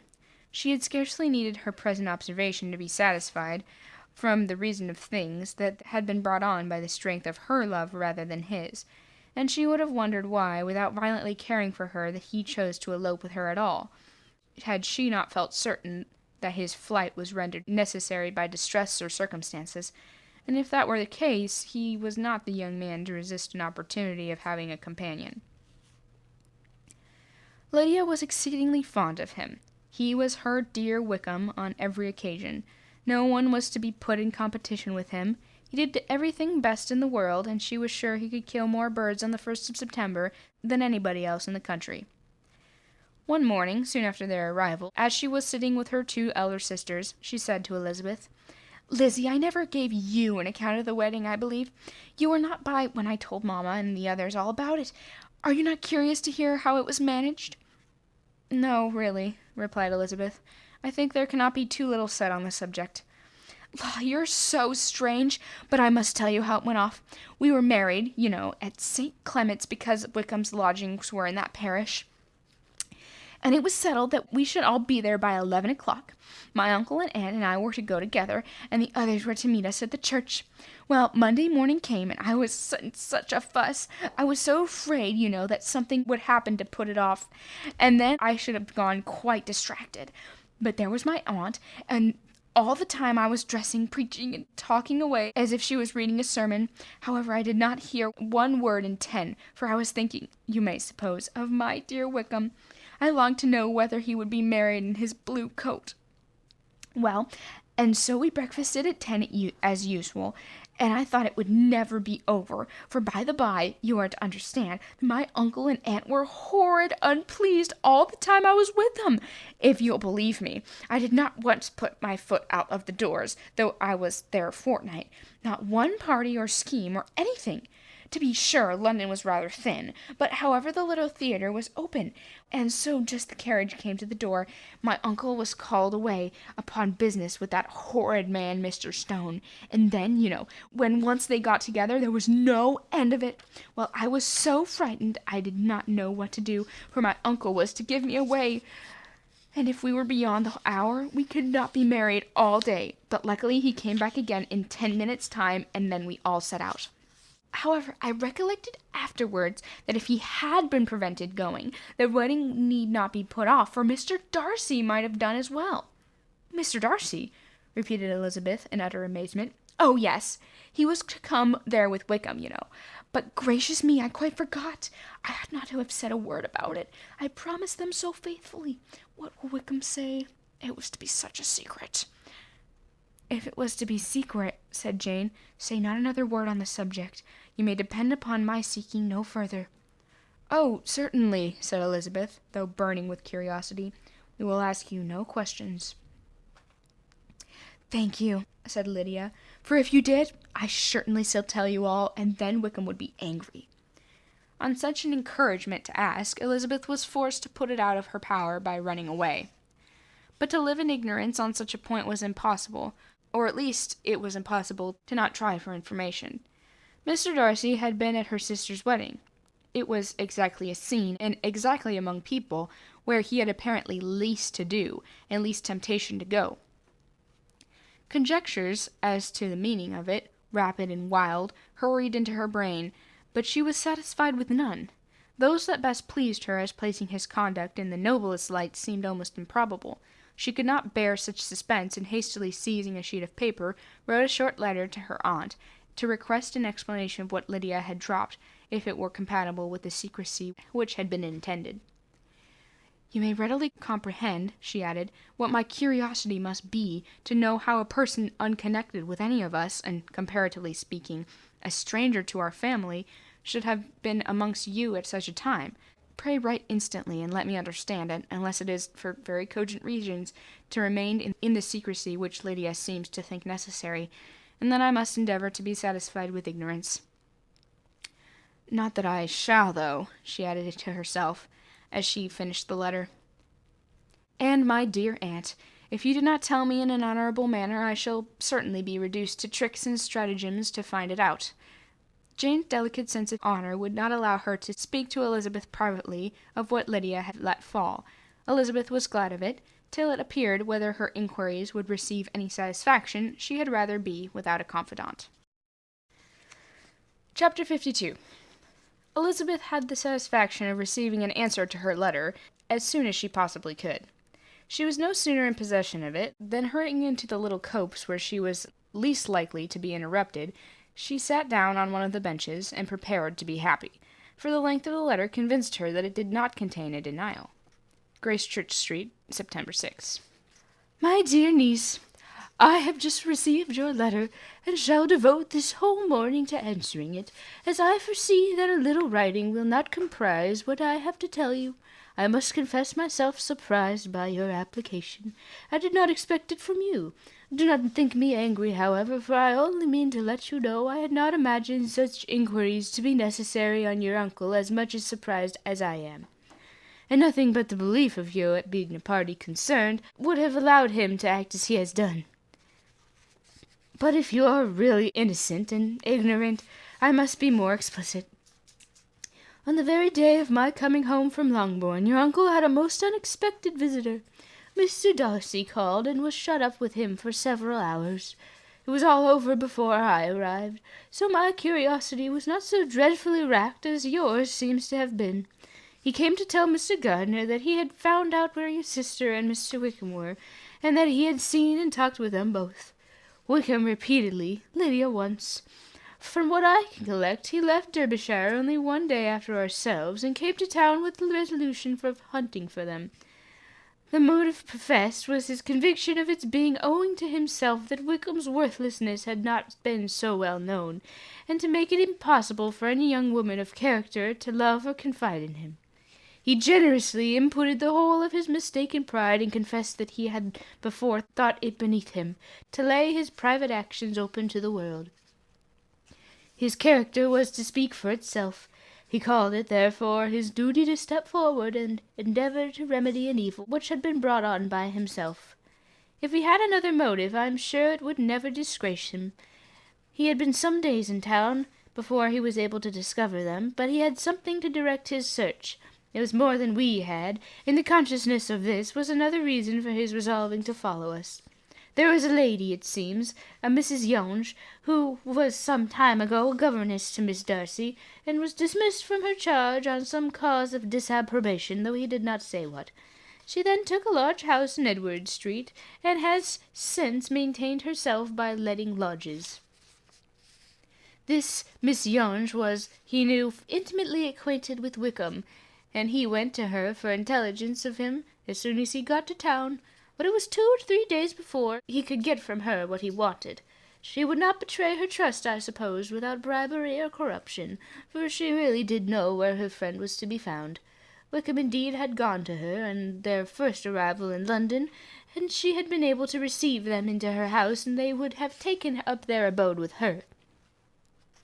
At length, however, our kind friend procured the wish for direction. They were in the street.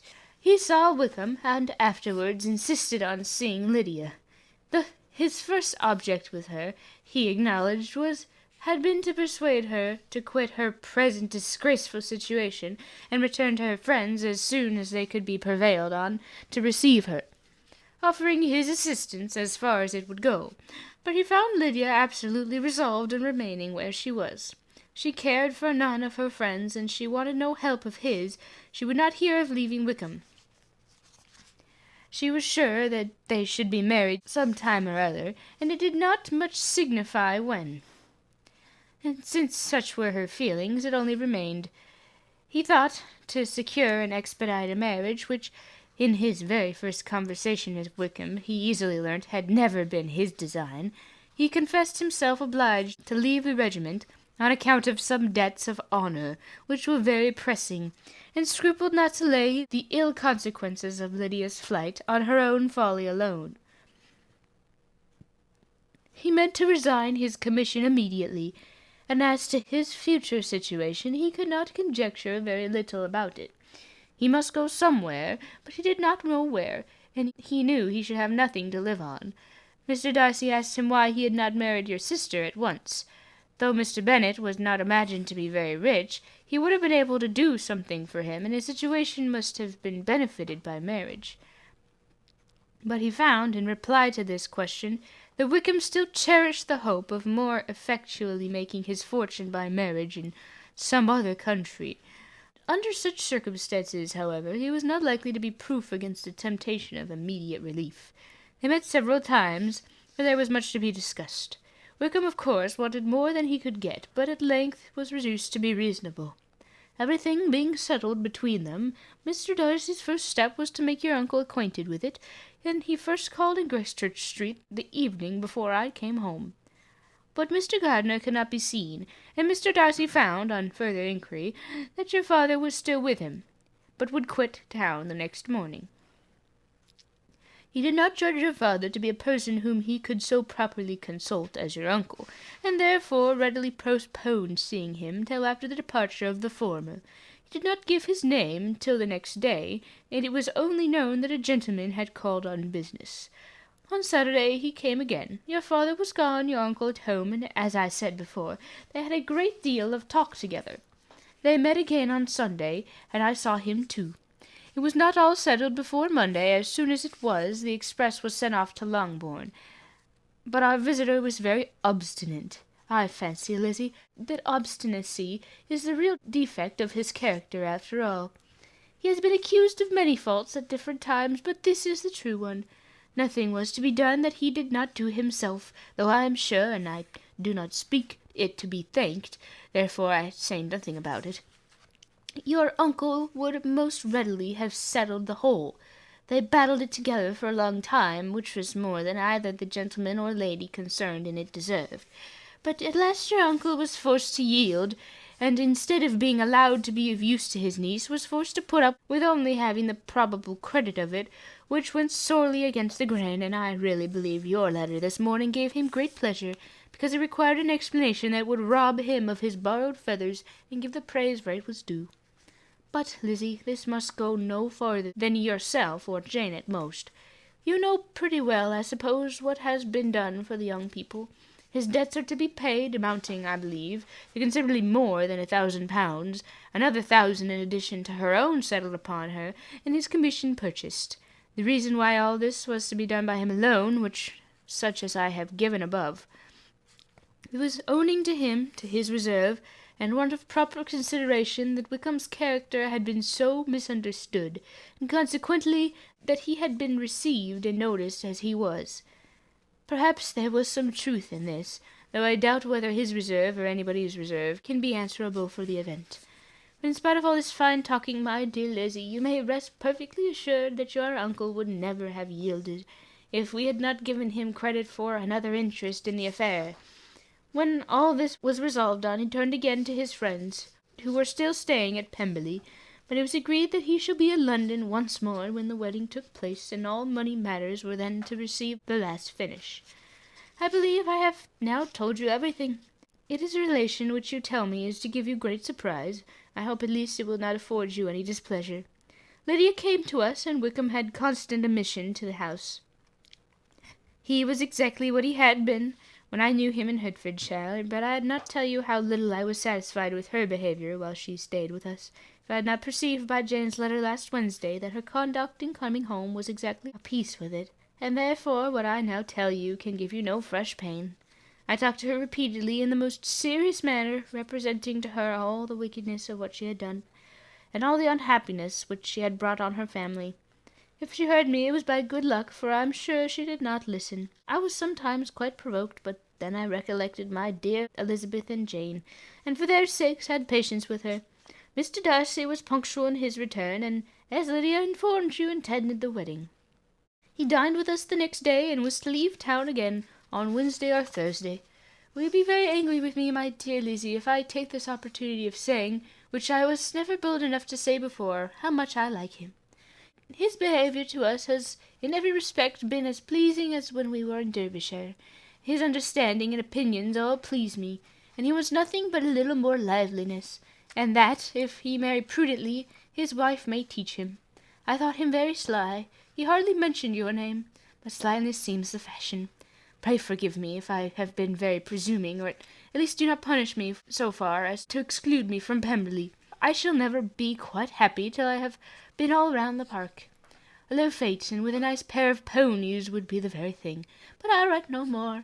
The children have been wanting me this half hour. Yours very sincerely, M. Gardiner.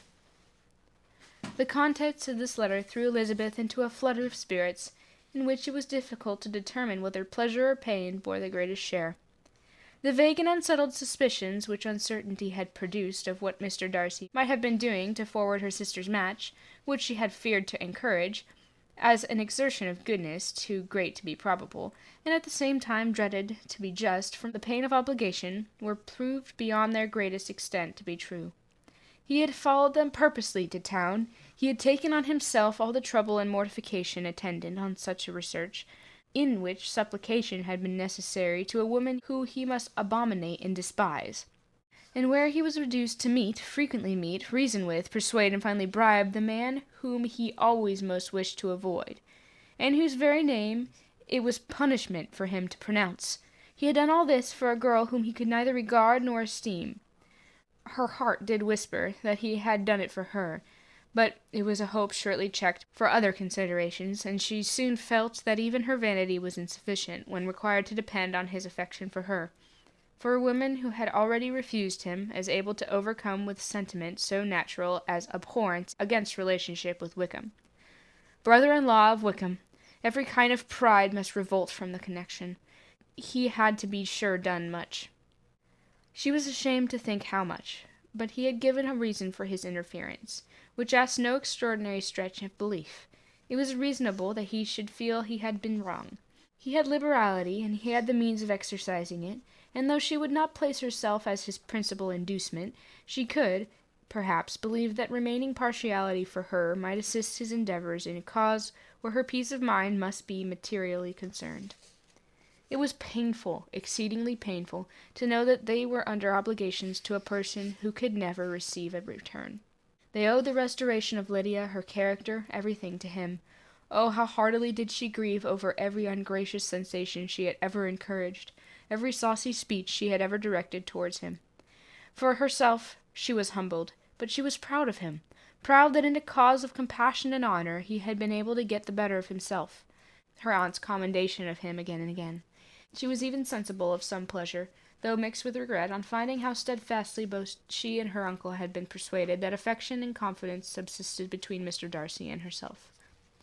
She was roused from her seat and her reflections by someone's approach, and before she could strike onto another path, she was overtaken by Wickham. "I am afraid if I interrupt your solitary ramble, my dear sister," said he as he joined her. "You certainly do," she replied with a smile, "but it does not follow that the interruption must be unwelcome." "I should be sorry indeed if it were. We were always good friends, and now we are better." "True. Are the others coming out?" "I do not know. Mrs. Bennet and Lydia are going into the carriage to Meryton, and so, my dear sister, I find from our uncle and aunt that you have actually seen Pemberley." She replied in the affirmative. "I almost envy you the pleasure, and yet I believe it would be too much for me, or else I could take it in my way to Newcastle. And you saw the old housekeeper, I suppose? Poor Reynolds, she was always very fond of me, but of course she did not mention my name to you." "Yes, she did." "And what did she say?" "That you were gone into the army, and that she was afraid had not turned out well. At such a distance as that, you know, things are strangely misrepresented." "Certainly," he replied, biting his lips. Elizabeth hoped that she had silenced him, but he soon afterwards said, "I was surprised to see Darcy in town last month. We passed each other several times. I wonder what he can be doing there." "Perhaps preparing for his marriage with Miss de Bourgh," said Elizabeth. "It must be something particular to take him there at this time of year." "Undoubtedly.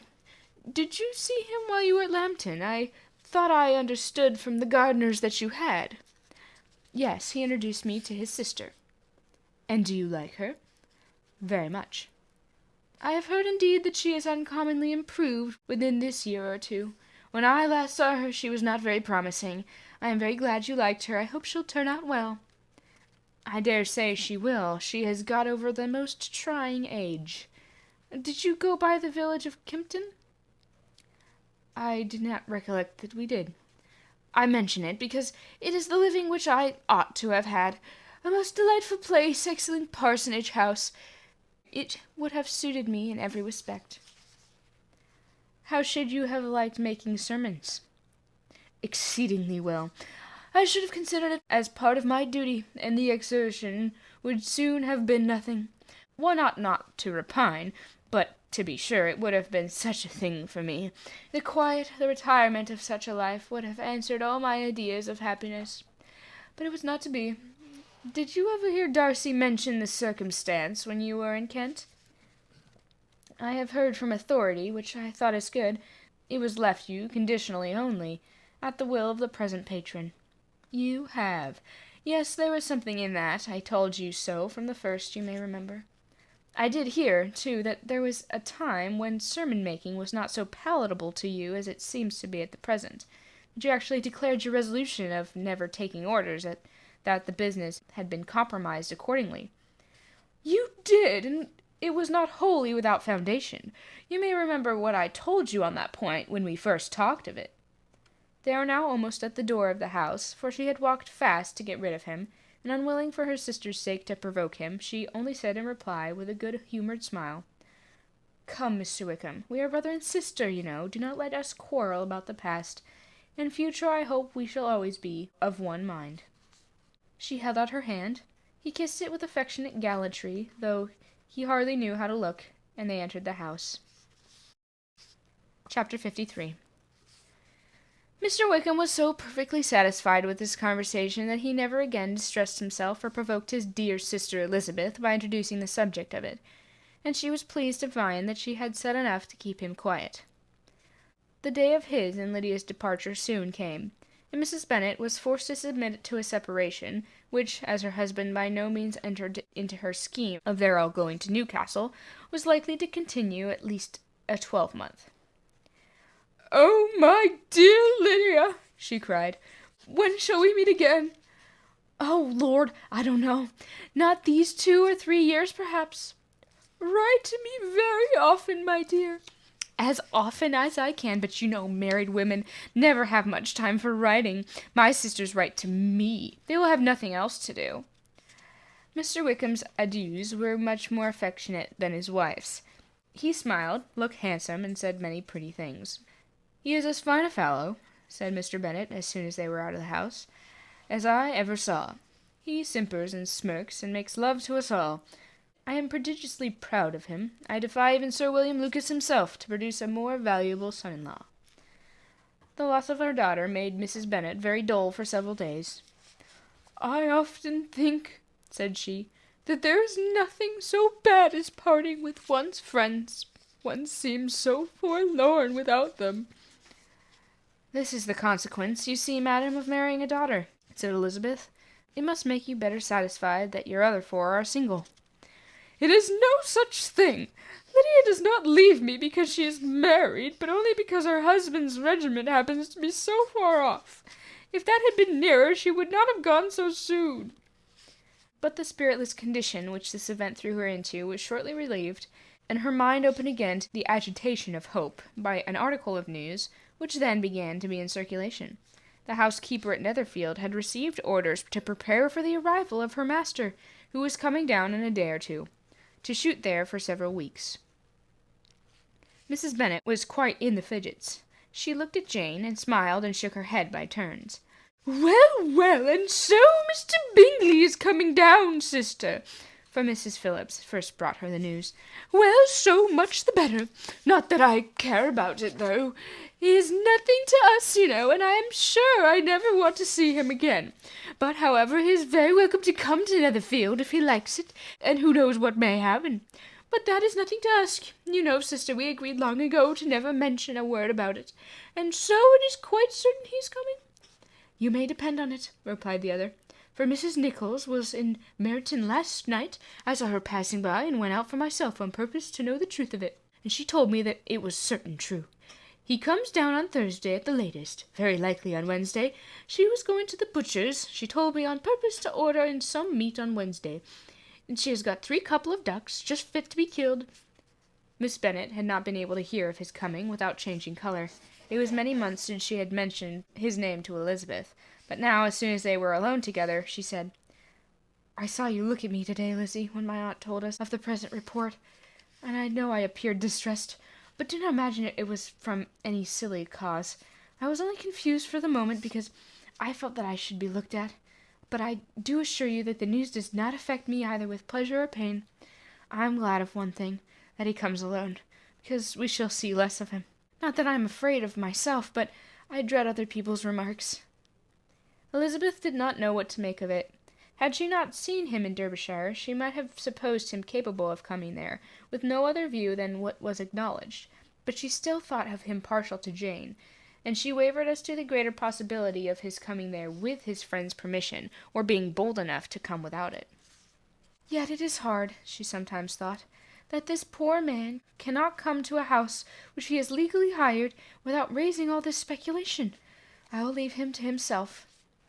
In spite of what her sister declared and really believed to be her feelings, in the expectation of his arrival, Elizabeth could easily perceive that her spirits were affected by it. They were more disturbed, more unequal than she had often seen them. The subject, which had been so warmly canvassed between their parents about a 12-month ago, was now brought forward again. "As soon as ever Mr. Bingley comes, my dear," said Mrs. Bennet, "you will wait on him, of course."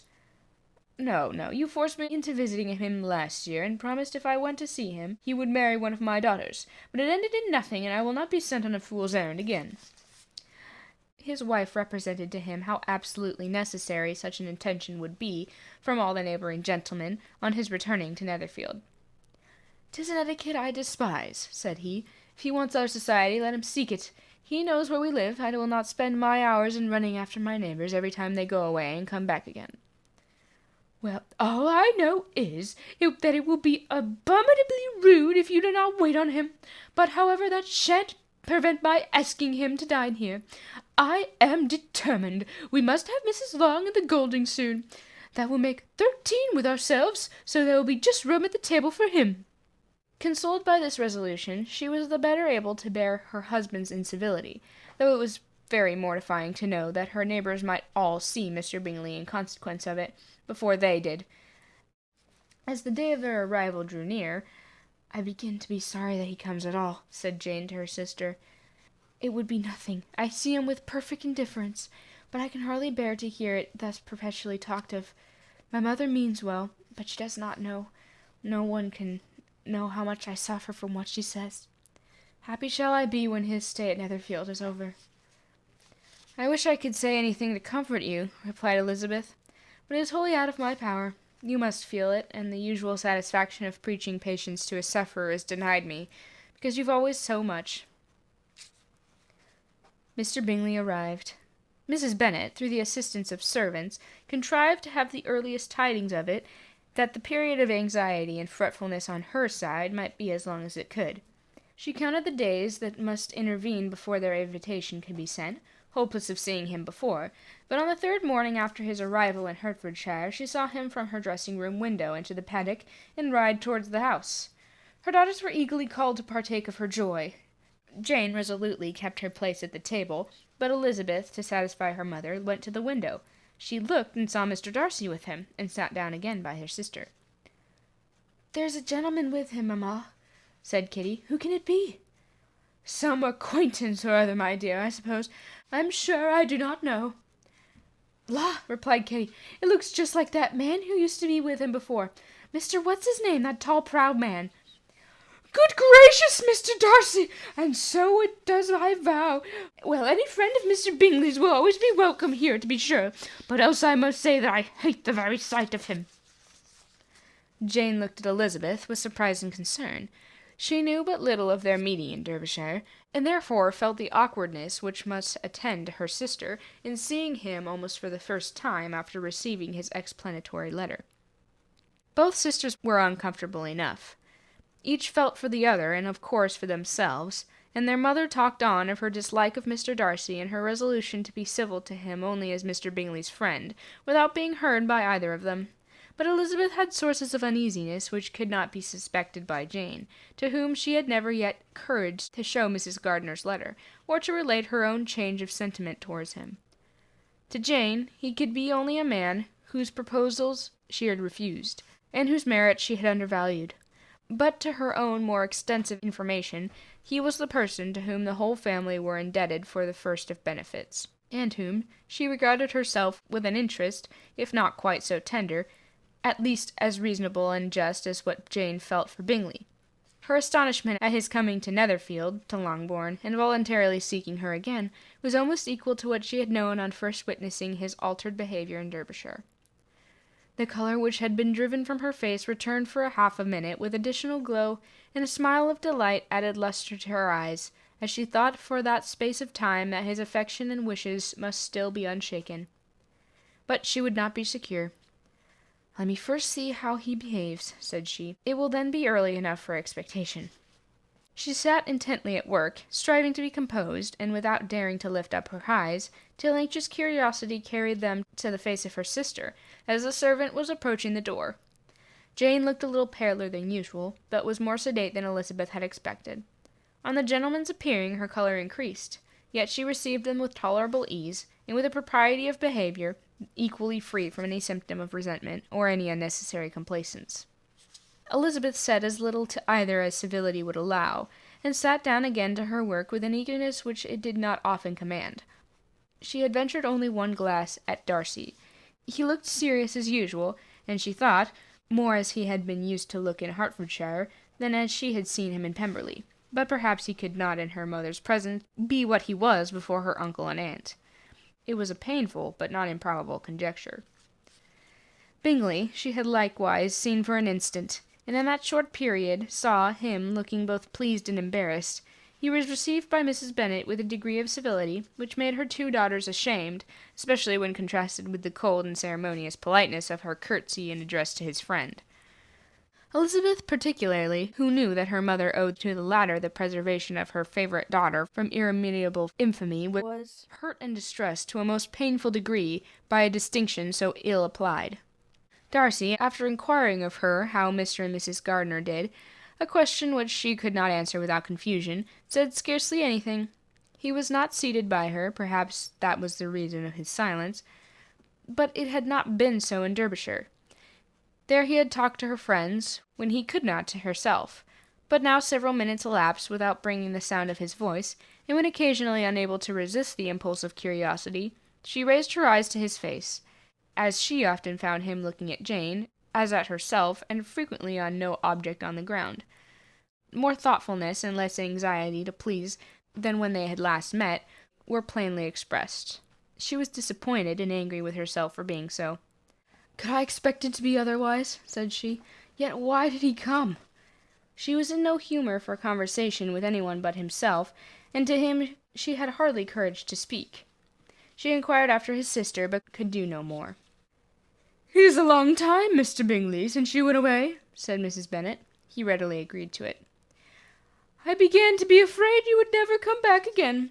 People did say that you meant to quit that place entirely at Michaelmas, but, however, I hope it's not true. A great many changes have happened in the neighbourhood since you went away. Miss Lucas is married and settled, and one of my own daughters. I suppose you have heard of it. Indeed, you must have seen it in the papers. It was in the Times and the Courtier. I know it, though it was not put in as it ought to be. It only said, 'Lately George Wickham married to Miss Lydia Bennet,' without there being a syllable said of her father, or the place where she lived, or anything. It was my brother Gardiner's drawing up, too. I wonder how he came to make such an awkward business of it. Did you see it?" Bingley replied that he did, and made his congratulations. Elizabeth dared not lift up her eyes. How Mr. Darcy looked, therefore, she could not tell. "It is a delightful thing, to be sure, to have a daughter well married," continued her mother. "But at the same time, Mr. Bingley, it is very hard to have her taken away from me. They are all gone to Newcastle, a place quite northward, it seems, and they are there to stay. I do not know How long? His regiment is there, for I suppose you have heard of his leaving, and of his being gone into the regulars. Thank heaven he has some friends, though perhaps not as many as he deserves." Elizabeth, who knew this to be levelled at Mr. Darcy, was in such misery of shame that she could hardly keep her seat. It drew from her, however, the exertion of speaking, which nothing else had so effectually done before, and she asked Bingley whether he meant to make any stay in the country at present. A few weeks, he believed. "When you have killed all your own birds, Mr. Bingley," said her mother, "I beg you will come here and shoot as many as you please on Mr. Bennet's manor. I'm sure he'll be vastly happy to oblige you, and save all the best coveys for you." Elizabeth's misery increased at such unnecessary, such officious attention. Were the same fair prospect to arise at present as had flattered them a year ago, everything, she was persuaded, would be hastening to the same vexatious conclusion. At that instant she felt that years of happiness could not make Jane herself amends for moments of such painful confusion. "The first wish of my heart," said she to herself, "is never more to be in company with either of them. Their society can afford no pleasure that will atone for such wretchedness as this. Let me never see either one or the other again." Yet the misery, which for years of happiness were to offer no compensation, received soon afterwards material relief from observing how much the beauty of her sister rekindled the admiration of her former lover. When first he came in, he had spoken to her but little, but every 5 minutes seemed to be giving her more of his attention. He found her as handsome as she had been last year, as good-natured, as unaffected, though not quite so chatty. Jane was anxious that no difference should be perceived in her at all, and was really persuaded that she talked as much as ever. But her mind was so busily engaged that she did not always know when she was silent. When the gentlemen rose to go away, Mrs. Bennet was mindful of her intended civility, and they were invited and engaged to dine at Longbourn in a few days' time. "You are quite a visit in my debt, Mr. Bingley," she added, "for when you were in town last winter you promised to take a family dinner with us as soon as you returned. I have not forgot, you see, and I assure you I was very much disappointed that you did not come back and keep your engagement." Bingley looked a little silly at this reflection, and said something of his concern at having been prevented by business. They then went away. Mrs. Bennet had been strongly inclined to ask them to stay and dine there that day, but though she had always kept a very good table, she did not think anything less than 2 courses could be good enough for a man on whom she had such anxious designs, or satisfy the appetite and pride of one who had 10,000 a year. Chapter 55. As soon as they were gone, Elizabeth walked out to recover her spirits, or in other words, to dwell without interruption on those subjects that must deaden them more. Mr. Darcy's behaviour astonished and vexed her. "Why, if he came only to be silent, grave, and indifferent," said she, "did he come at all?" She could settle it in no way that gave her pleasure. "He could be still amiable, still pleasing to my uncle and aunt, when he was in town, but why not to me? If he fears me, why come hither? If he no longer cares for me, why silent? Teasing, teasing man. I'll think no more about him."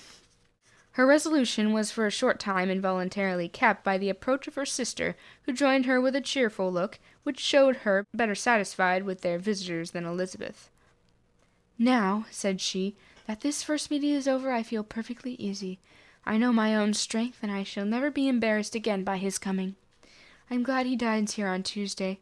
It will then be publicly seen that on both sides we meet only as common and indifferent acquaintance." "Yes, very indifferent indeed," said Elizabeth laughingly. "Oh, Jane, take care." "My dear Lizzie, you cannot think me so weak as to be in danger now." "I think you are in very great danger of making him as much in love with you as ever." They did not see the gentleman again until Tuesday, and Mrs. Bennet in the meanwhile was giving way to all the happy schemes which the good humour and common politeness of Bingley in half an hour's visit had revived. On Tuesday there was a large party assembled at Longbourn, and the two who were most anxiously expected, to the credit of their punctuality as sportsmen, were in very good time. When they repaired to the dining-room, Elizabeth eagerly watched to see whether Bingley would take the place which in all their former parties had belonged to him, by her sister.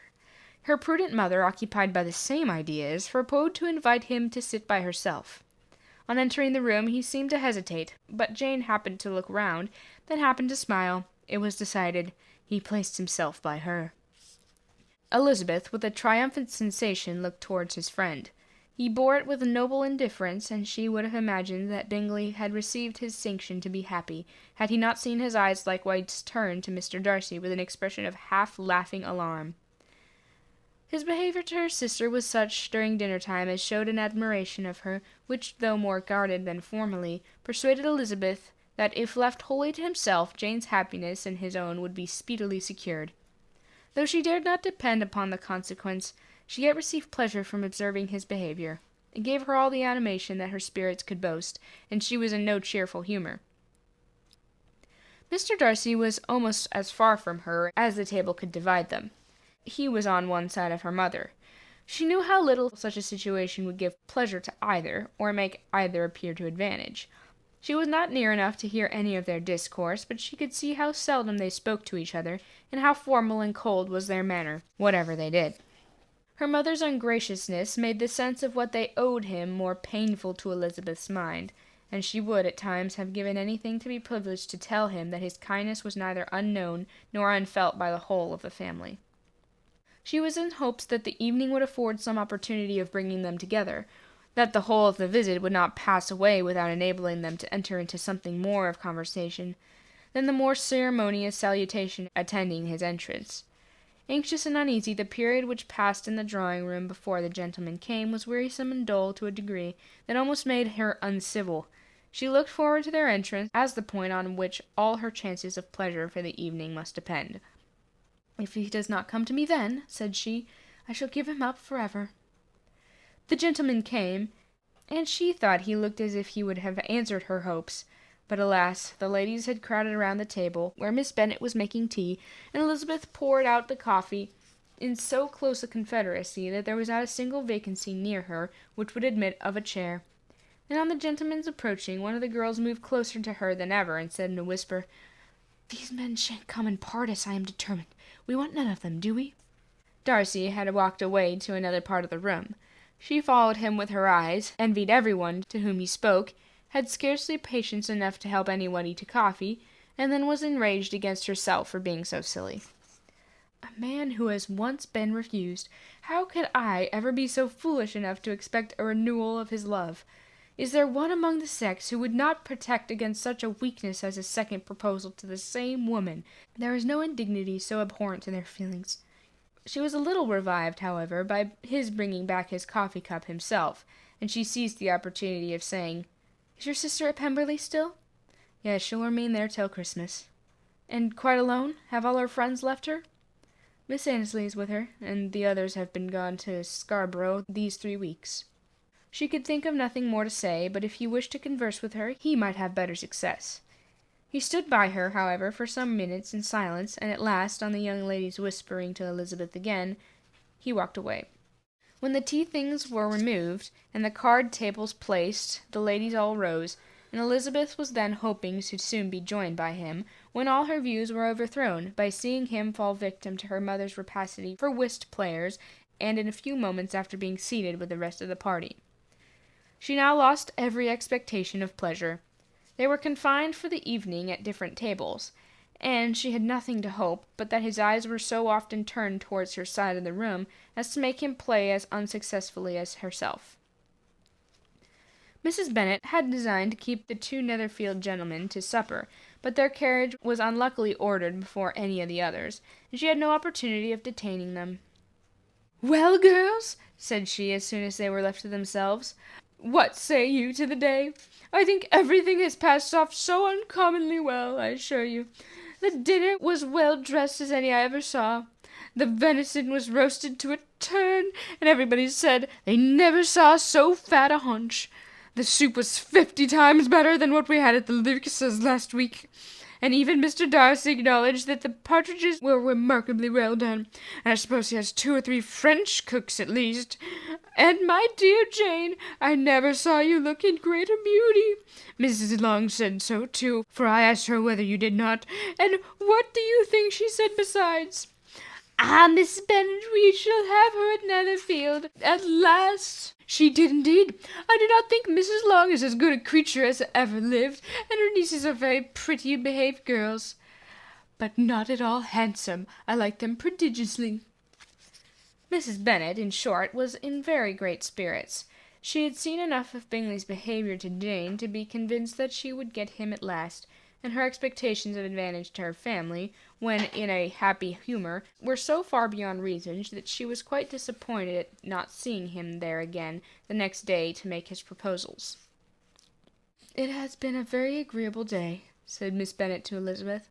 "The party seems so well selected, so suitable to one with the other.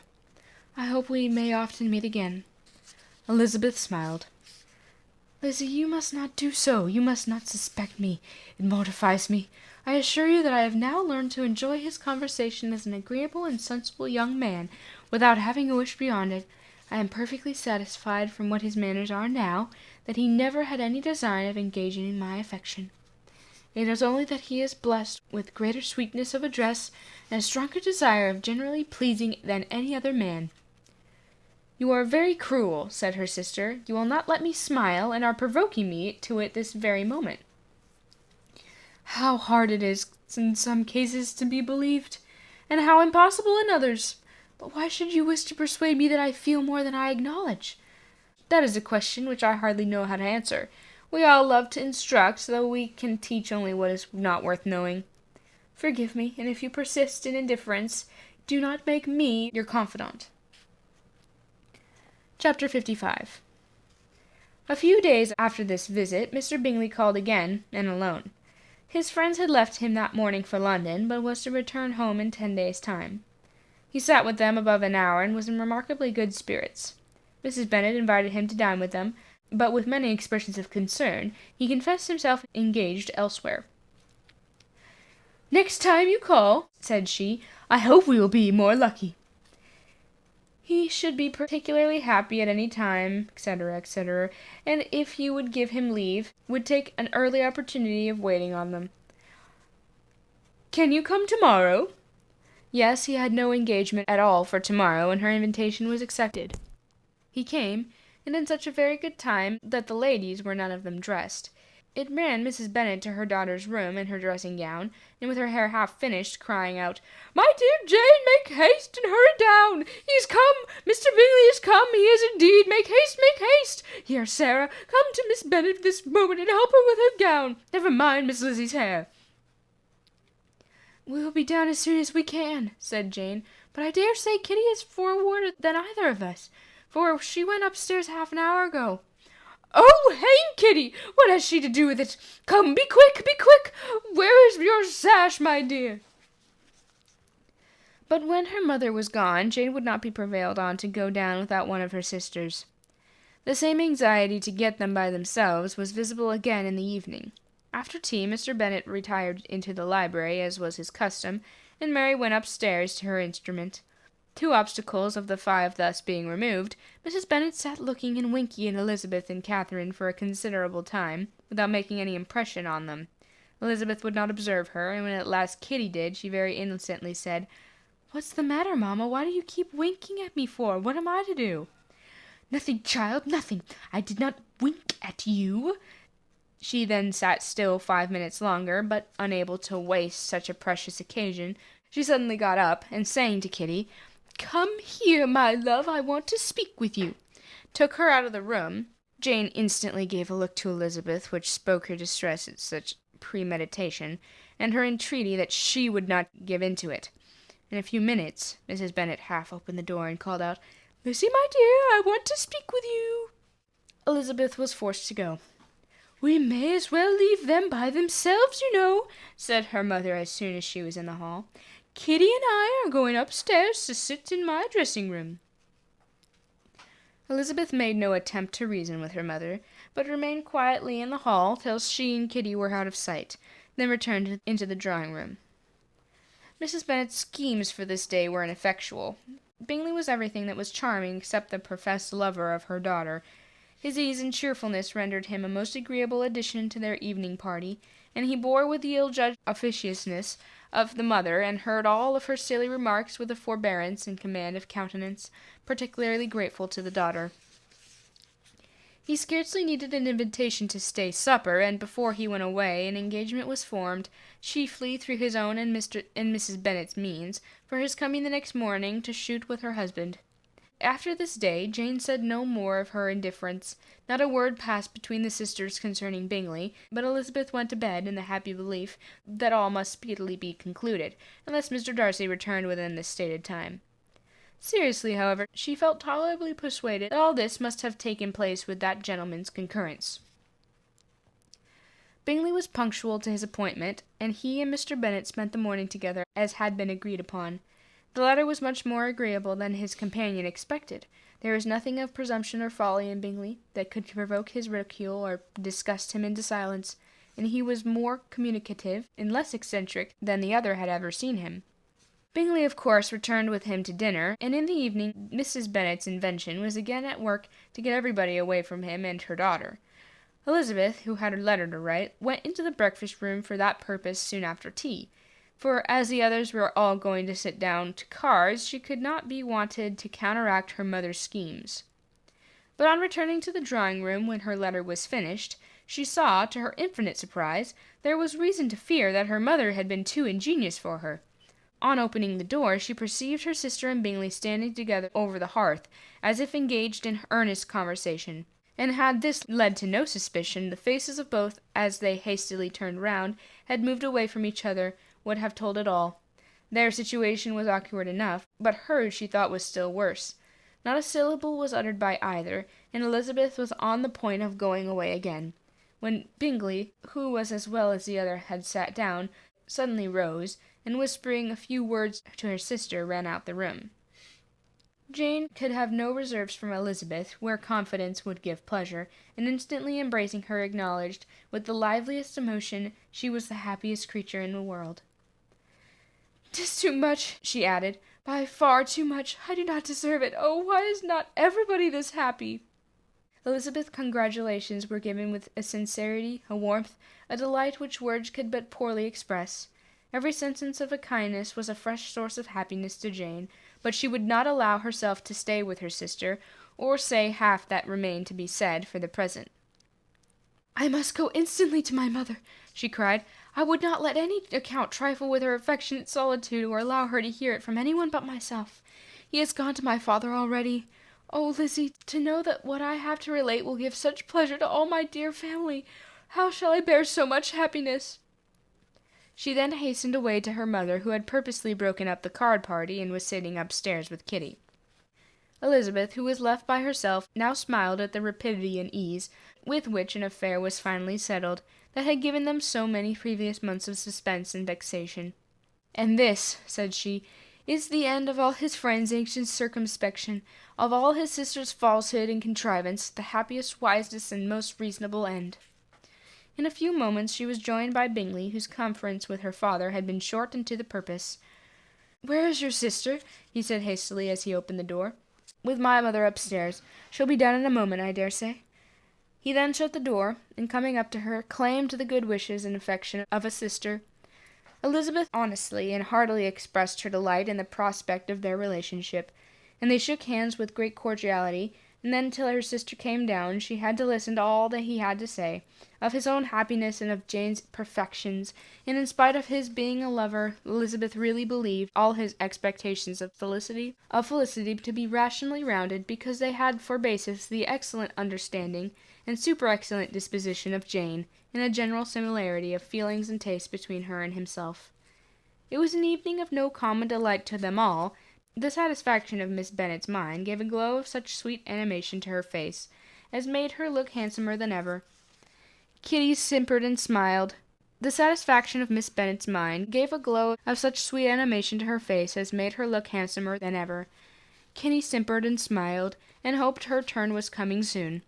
Mrs. Bennet could not give her consent or speak her approbation in terms warm enough to satisfy her feelings, though she talked to Bingley of nothing else for half an hour, and when Mr. Bennet joined them at supper his voice and manner plainly showed how really happy he was. Not a word, however, passed his lips in allusion to it, till their visitor took his leave for the night, but as soon as he was gone he turned to his daughter, and said, "Jane, I congratulate you. You will be a very happy woman." Jane went to him instantly, kissed him, and thanked him for his goodness. "You are a good girl," he replied, "and I have great pleasure in thinking you will be so happily settled. I have not a doubt of your doing very well together. Your tempers are by no means unlike. You are each of you so complying that nothing will ever be resolved on, so easy that every servant will cheat you, and so generous that you will always exceed your income. I hope not so. Thoughtlessness in money matters would be so unpardonable to me." "Exceeding their income, my dear Mr. Bennet!" cried his wife. "What are you talking of? Why, he has 4,000 or 5,000 a year, and very likely more." Then, addressing her daughter, "Oh, my dear, dear Jane, I'm so happy. I'm sure I shan't get a wink of sleep all night. You know how it would be. I always said it must be so at last. I'm sure that you could not be so beautiful for nothing. I remember, as soon as ever I saw him when he first came to Hertfordshire last year, I thought how likely it was that you should come together. Oh, he's the handsomest young man that was ever seen." Wickham, Lydia, were all forgotten. Jane was beyond competition her favorite child at that moment. She cared for no other. Her younger sisters soon began to make interest with her for objects of happiness which she might be in future able to dispense. Mary petitioned for the use of the library at Netherfield, and Kitty begged very hard for a few balls there every winter. Bingley, from this time, was of course a daily visitor at Longbourn, coming frequently before breakfast, and always remaining till after supper, unless when some barbarous neighbour, who could not be enough detested, had given him invitation to dinner, which he thought himself obliged to accept. Elizabeth had now but a little time for conversation with her sister, for while he was present Jane had no attention to bestow on anyone else. But she found herself considerably useful to both of them, in those hours of separation that must sometimes occur. In the absence of Jane, he always attached himself to Elizabeth for the pleasure of talking to her, and when Bingley was gone, Jane constantly sought the same means of relief. "He has made me so happy," said she one evening, "by telling me that he was totally ignorant of my being in town last spring. I had not believed it possible." "I suspected as much," replied Elizabeth, "but how did he account for it?" "It must have been his sister's doing. There were certainly no friends to his acquaintance with me, which I cannot wonder at, since he might have chosen so much more advantageously in many respects. But when they see, as I trust they will, that their brother is happy with me, they will learn to be contented, and we shall be on good terms again, though we can never be what we once were to each other." "That is the most unforgiving speech," said Elizabeth, "that I ever heard you utter. Good girl, it would vex me indeed to see you again with the dupe of Miss Bingley's pretended regard. Would you believe it, Lizzie, that when he went to town last November he really loved me, and nothing but a persuasion of my being indifferent would have prevented his coming down again? He had made a little mistake, to be sure, but it is to the credit of his modesty." This naturally induced a panegyric from Jane on his diffidence, and the little value he put on his own good qualities. Elizabeth was pleased to find that he had not betrayed the interference for his friend, for though Jane had the most generous and forgiving heart in the world, she knew that it was a circumstance which must prejudice her against him. "I am certainly the most fortunate creature that ever existed," cried Jane. "Oh, Lizzie, why am I thus singled from my family and blessed above them all? If I could but see you as happy, if there were such another man for you. If you were to give me 40 such men, I could never be so happy as you. Till I have your disposition, your goodness, I can never have your happiness. No, no, let me shift for myself, and perhaps if I have very good luck I will meet with another Mr. Collins in time." The situation of affairs in the Longbourn family could not be long a secret. Mrs. Bennet was privileged to whisper it to Mrs. Phillips, and she ventured, without any permission, to do the same by all her neighbours in Meryton. The Bennets were speedily pronounced to be the luckiest family in the world, though only a few weeks before, when Lydia had first run away, they had been generally proved to be marked out for misfortune. Chapter 56. One morning, about a week after Bingley's engagement with Jane had been formed, as he and the females of the family were sitting together in the dining-room, their attention was suddenly drawn to the window by the sound of a carriage, and they perceived a chaise and 4 driving up the lawn. It was too early in the morning for visitors, and besides, equipage did not answer to that of any of their neighbours. The horses were post, and neither the carriage nor the livery of the servant who preceded it were familiar to them. As it was certain, however, that somebody was coming, Bingley instantly prevailed on Miss Bennet to avoid the confinement of such an intrusion, and walk away with him into the shrubbery. They both set off, and the conjectures of the remaining three continued, though with little satisfaction, till the door was thrown open, and their visitor entered. It was Lady Catherine de Bourgh. They were, of course, all intending to be surprised, but their astonishment was beyond their expectation, and on the part of Mrs. Bennet and Kitty, though she was perfectly known to them, even inferior to what Elizabeth felt. She entered the room with an air more than usually ungracious, made no other reply to Elizabeth's salutation than a slight inclination of the head, and sat down without saying a word. Elizabeth had mentioned her name to her mother on her ladyship's entrance, though no request of introduction had been made. Mrs. Bennet, all amazement, though flattered by having a guest of such high importance, received her with the utmost politeness. After sitting for a moment in silence, she said very stiffly to Elizabeth, "I hope you are well, Miss Bennet. That lady, I suppose, is your mother." Elizabeth replied very concisely that she was. "And that, I suppose, is one of your sisters." "Yes, madam." "Yes, madam," said Miss Bennet, delighted to speak to a Lady Catherine. "She is my youngest girl but one. My youngest of all is lately married, and my eldest is somewhere about the grounds walking with a young man, who I believe will soon become a part of the family." "You have a very small park here," returned Lady Catherine after a short silence.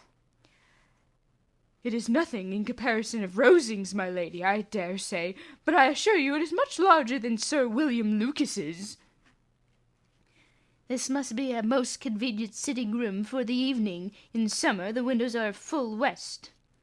Mrs. Bennet assured her that they never sat there after dinner, and then added, "May I take the liberty of asking your ladyship whether you left Mr. and Mrs. Collins well?"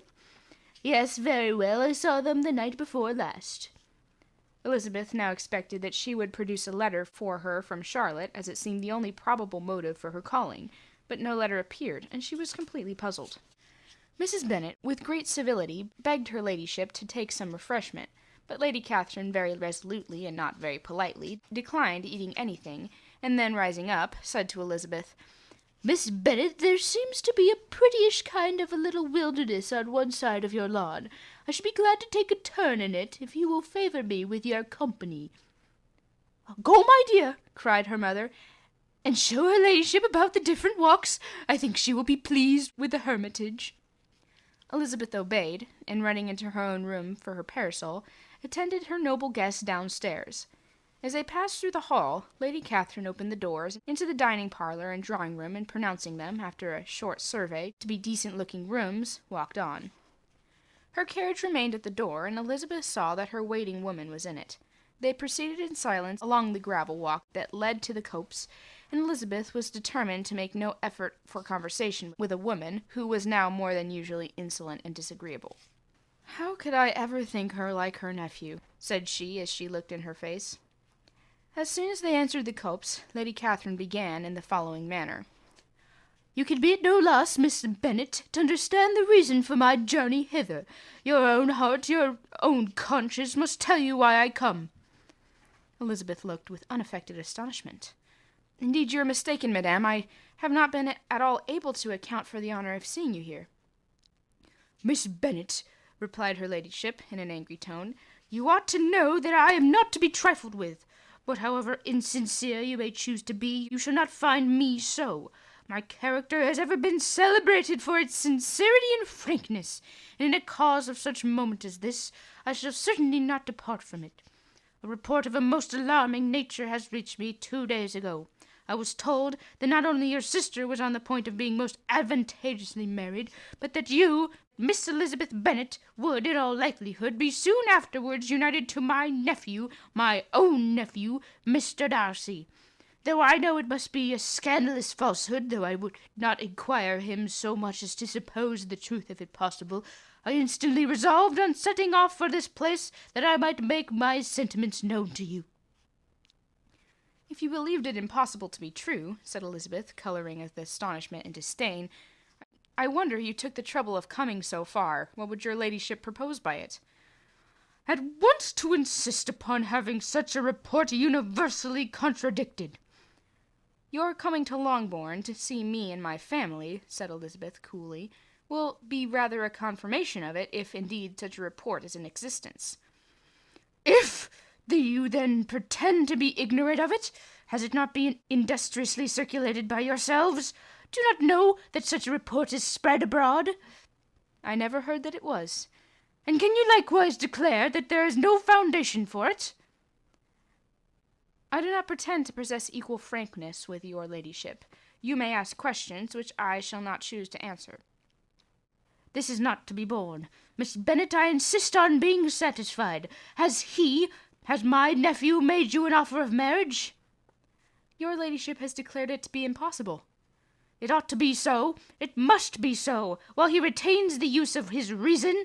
But your arts and allurements may, in a moment of infatuation, have made him forget that what he owes to himself and to all his family. You may have drawn him in. If I have, I shall be the last person to confess it. Miss Bennet, do you know who I am? I have not been accustomed to such language as this. I am almost the nearest relation he has in the world, and I am entitled to know all his dearest concerns. But you are not entitled to know mine, nor will such behavior as this ever induce me to be explicit. Let me be rightly understood. This match, to which you have had the presumption to aspire, can never take place. No, never. Mr. Darcy is engaged to my daughter. Now what have you to say? Only this, that if he is so, you can have no reason to suppose he will make an offer to me. Lady Catherine hesitated for a moment, and then replied, The engagement between them is of a particular kind. From their infancy they have been intended for each other. It was the favourite wish of his mother as well as of hers. While in their cradles we planned the union, and now, at the moment when the wishes of both sisters would be accomplished, and their marriage to be prevailed by a young woman of inferior birth, of no importance in the world, and wholly unallied to the family, do you pay no regard to the wishes of his friends, to his tacit engagement with Miss Devereux? Are you lost to every feelings of propriety and delicacy? Have you not heard me say that from his earliest hours he was destined for his cousin? Yes, and I had heard it before. But what is that to me? If there is no other objection to my marrying your nephew, I shall certainly not be kept from it. By knowing that his mother and aunt wished him to marry Miss Devereux, you both did as much as you could in planning the marriage. Its completion depended on others. If Mr. Darcy is neither by honor nor inclination confirmed to his cousin, why not is he to make another choice? And if I am that choice, why may I not accept him? Because honour, decorum, prudence, nay, interest, forbid it. Yes, Miss Bennet, interest, for do not expect to be noticed by his family or friends if you wilfully act against the inclinations of all. You will be censured, slighted, and despised by every one connected with him. Your alliance will be a disgrace. Your name will never even be mentioned by any of us. Those are heavy misfortunes, replied Elizabeth. But the wife of Mr. Darcy must have such extraordinary sources of happiness necessarily attached to her situation that she could, upon the whole, have no cause to repine. Obstinate, headstrong girl! I am ashamed of you. Is this your gratitude to my attentions to you last spring? Is nothing due to me on that score? Let us sit down. You are to understand, Miss Bennet, that I came here with a determined resolution of carrying my purpose. Nor will I be dissuaded from it. I have not been used to submit to any person's whims. I have not been in the habit of brooking disappointment. That will make your ladyship's situation at present more pitiable, but it will have no effect on me. I will not be interrupted. Hear me in silence. My daughter and my nephew are formed for each other.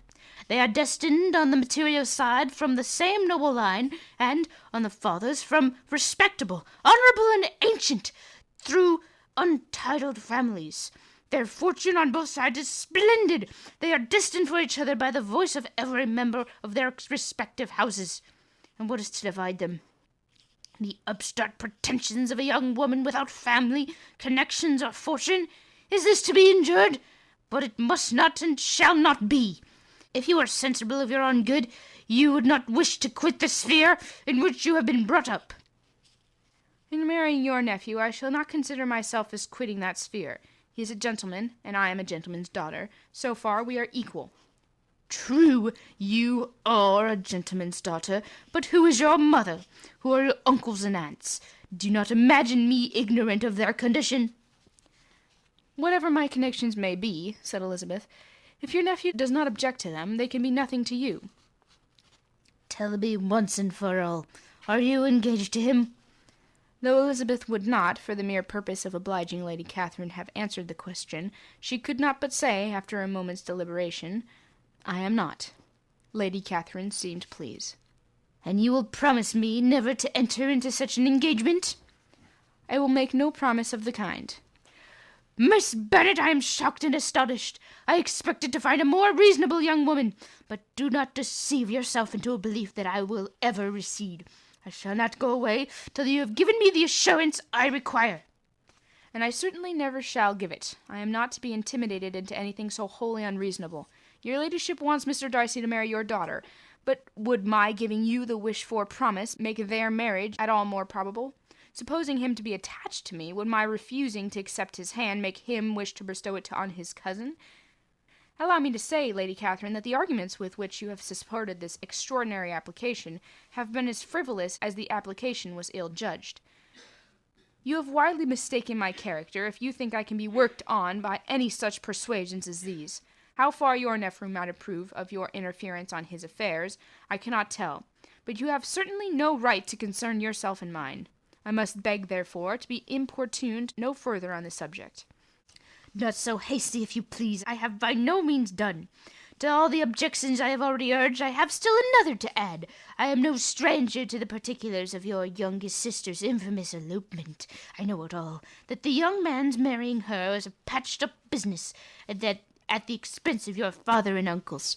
And is such a girl to be my nephew's sister?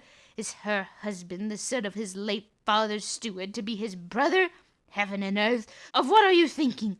Are the shades of family to be thus polluted?" "You can have now nothing further to say," she resentfully answered. "You have insulted me in every possible method. I must beg to return to the house." And she rose as she spoke. Lady Catherine rose also, and they turned back. Her ladyship was highly incensed. "You have no regard, then, for the honour and credit of my nephew. Unfeeling, selfish girl! Do you not consider that a connection with you must disgrace him in the eyes of everybody?" "Lady Catherine, I have nothing farther to say. You know my sentiments." "You are then resolved to have him?" "I have said no such thing. I am only resolved to act in that manner which will, in my own opinion, constitute my happiness, without reference to you, or to any person so wholly unconnected with me." "It is well. You refuse, then, to oblige me. You refuse to obey the claims of duty, honour, and gratitude. You are determined to ruin him in the opinion of all his friends, and make him the contempt of the world." "Neither duty nor honour nor gratitude," replied Elizabeth, "no have any possible claim on me in the present instance. No principle of either should be violated by my marriage with Mr. Darcy, and with no regard to the resentment of his family or the indignation of the world. If the former were excited by his marrying me, it would not give me one moment's concern, and the world in general would not have too much sense to join in the scorn." "And this is your real opinion? This is your final resolve? Very well. I shall now know how to act. Do not imagine, Miss Bennet, that your ambition will ever be gratified. I came to try you. I hope to find you reasonable. But depend on it that I will carry my point." In this manner Lady Catherine talked on, till they were at the door of the carriage, when, turning hastily round, she added, "I take no leave of you, Miss Bennet. I send no compliments to your mother. You deserve no such attention. I am most seriously displeased." Elizabeth made no answer, and without attempting to persuade her ladyship to return to the house, walked quietly into it herself. She heard the carriage drive away as she proceeded upstairs. Her mother impatiently met her at the door of the dressing-room, to ask why Lady Catherine would not come in again and rest herself. "She did not choose it," said her daughter. "She would go." "She is a very fine-looking woman, and her calling here was prodigiously civil, for she only came, I suppose, to tell us the Collinses were well. She is on her road somewhere, I dare say, and so passing through Meryton, though she might as well call on you. I suppose she has nothing particular to say to you, Lizzie?" Elizabeth was forced to give into a little falsehood here, for to acknowledge the substance of their conversation was impossible. Chapter 57.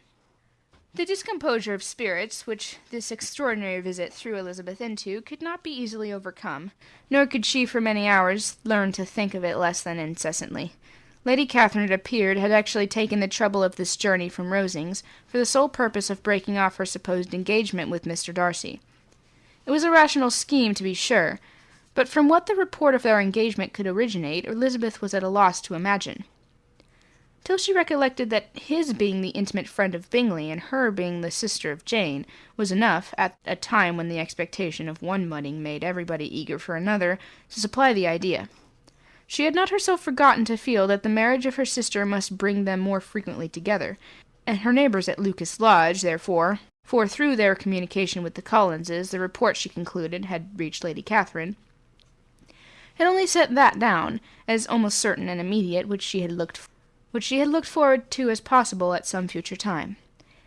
In revolving Lady Catherine's expressions, however, she could not help feeling some uneasiness as to the possible consequence of her persisting in this interference.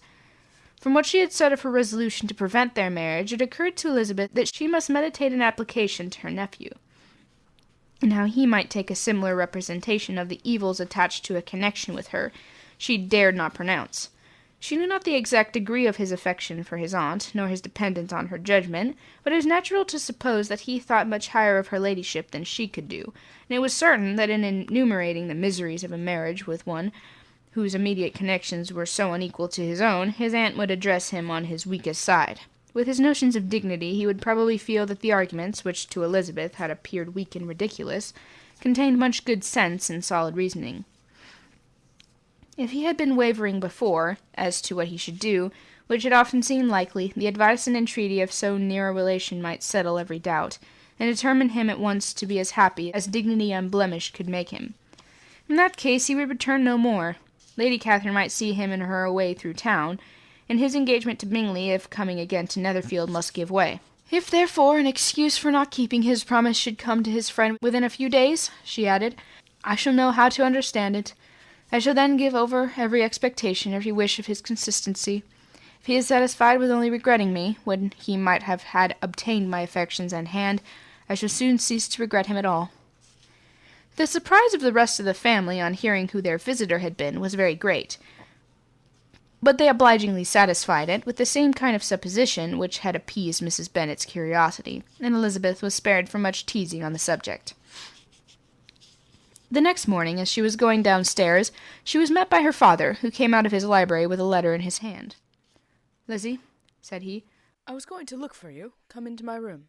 She followed him hither, and her curiosity to know what he had to tell her was heightened by the supposition of its being in some manner connected with the letter he held. It suddenly struck her that it might be from Lady Catherine, and she anticipated with dismay all the consequent explanations. She followed her father to the fireplace, and they both sat down. He then said, I have received a letter this morning that has astonished me exceedingly. As it principally concerns yourself, you ought to know its contents. I did not know before that I had 2 daughters on the brink of matrimony. Let me congratulate you on a very important conquest. The color now rushed into Elizabeth's cheeks in the instantaneous conviction of its being a letter from the nephew instead of the aunt, and she was determined whether most to be pleased that he explained himself at all, or offended that his letter was not rather addressed to herself, when her father continued, You look conscious. Young ladies have a great penetration in such matters as these, but I think I may defy even your sagacity to discover the name of your admirer. This letter is from Mr. Collins. Mr. Collins? And what can he have to say? Something very much to the purpose of the course. He begins with congratulations on the approaching nuptials of my eldest daughter, from which it seems he has been told by some of the good-natured gossiping Lucases. I shall not sport with your impatience by reading what he says on that point. What relates to yourself is as follows. Having thus offered you the sincerest congratulations of Mrs. Collins and myself on this happy event, let me now add a short hint on the subject of another, of which we have been advertised by the same authority. Your daughter Elizabeth, it is presumed, will not long bear the name of Bennet, after her eldest sister has resigned it, and the chosen partner of her fate may be reasonably looked up to as one of the most illustrious personages of this land. Can you possibly guess, Lizzie, who is meant by this? This young gentleman is blessed in a particular way, with everything the heart of mortal can most desire, splendid property, noble kindred, the extensive patronage. Yet in spite of all these temptations, let me warn my cousin Elizabeth and yourself of what evils you may incur by a participate closure with this gentleman's proposals, which of course you will be inclined to take immediate advantage of. Have you any idea, Lizzie, who this gentleman is? But now it comes out. My motive for cautioning you is as follows. We have reason to imagine that his aunt, Lady Catherine de Barreau, does not look on the match with a friendly eye. Mr. Darcy, you see, is the man. Now, Lizzie, I think I have surprised you. Could he or the Lucases have pitched on any man within the circle of our acquaintance, whose name would have given the lie more effectually to what they related? Mr. Darcy, who never looks at a woman but to see a blemish, and who probably never looked at you in his life. It is admirable. Elizabeth tried to join in her father's pleasantry, but could only force one most reluctant smile. Never had his wit been directed in a manner so little agreeable to her. Are you not diverted? Oh, yes, pray read on. After mentioning the likelihood of this marriage to her ladyship last night, she immediately, with her usual condescension, expressed what she felt on the occasion, when it became apparent that some family objections on the part of my cousin, she would never give her consent to what she termed so disgraceful a match. I thought it my duty to admire the speediest intelligence of this to my cousin, that she and her noble admirer may be aware of what they are about, and not run hastily into a marriage which has not been properly sanctioned. Mr. Collins, moreover, adds, I am truly rejoiced that my cousin Lydia's sad business has been so well hushed up, and am only concerned that their living together before the marriage took place should be so generally known. I must not, however, neglect the duties of my station, or refrain from declaring my amazement at hearing you received the young couple into your house as soon as they were married. It is an encouragement of vice, and had I been the rector of Longbourn, I should very strenuously have opposed it. You ought certainly to forgive them as a Christian, but never to admit them in your sight, or allow their names to be mentioned in your hearing. That is his notion of Christian forgiveness. The rest of his letter is only about his dear Charlotte's situation, and his expectation of a young olive branch. But, Lizzie, you look as if you did not enjoy it. You are not going to be missish, I hope, and pretend to be affronted by an idle report. For what do we live but to make sport of our neighbours, and laugh at them in our turn?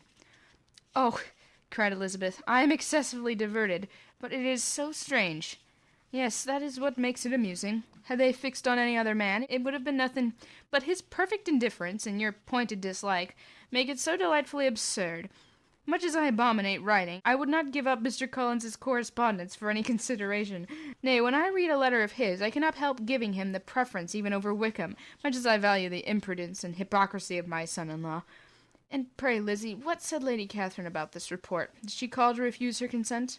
With this question his daughter replied only with a laugh, and as it had been asked without the least suspicion, she was not distressed by his repeating it. Elizabeth had never been more at a loss to make her feelings appear what they were not.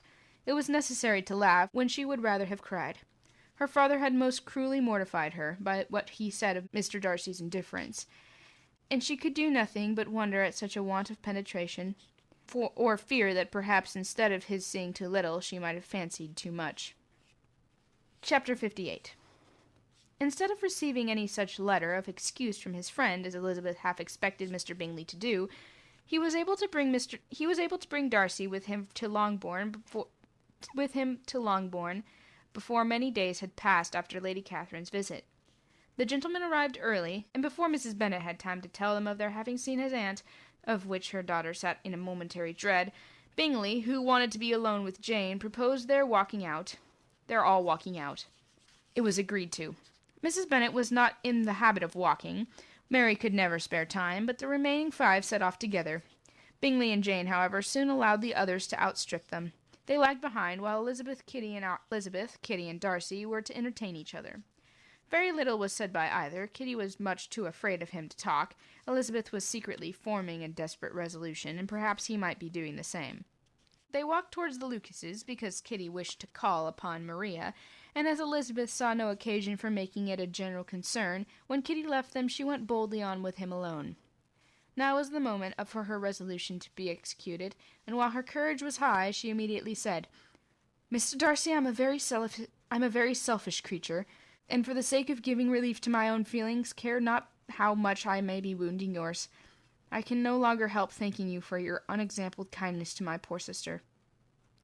Ever since I have known it, I have been most anxious to acknowledge to you how gratefully I feel it. Were it known to the rest of my family, I should not have merely my own gratitude to express.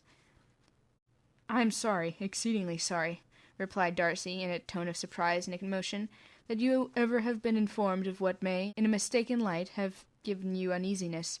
I did not think Mrs. Gardiner was so little to be trusted. You must not blame my aunt. Lydia's thoughtfulness first betrayed to me that you had been concerned in the matter, and of course I could not rest till I knew the particulars.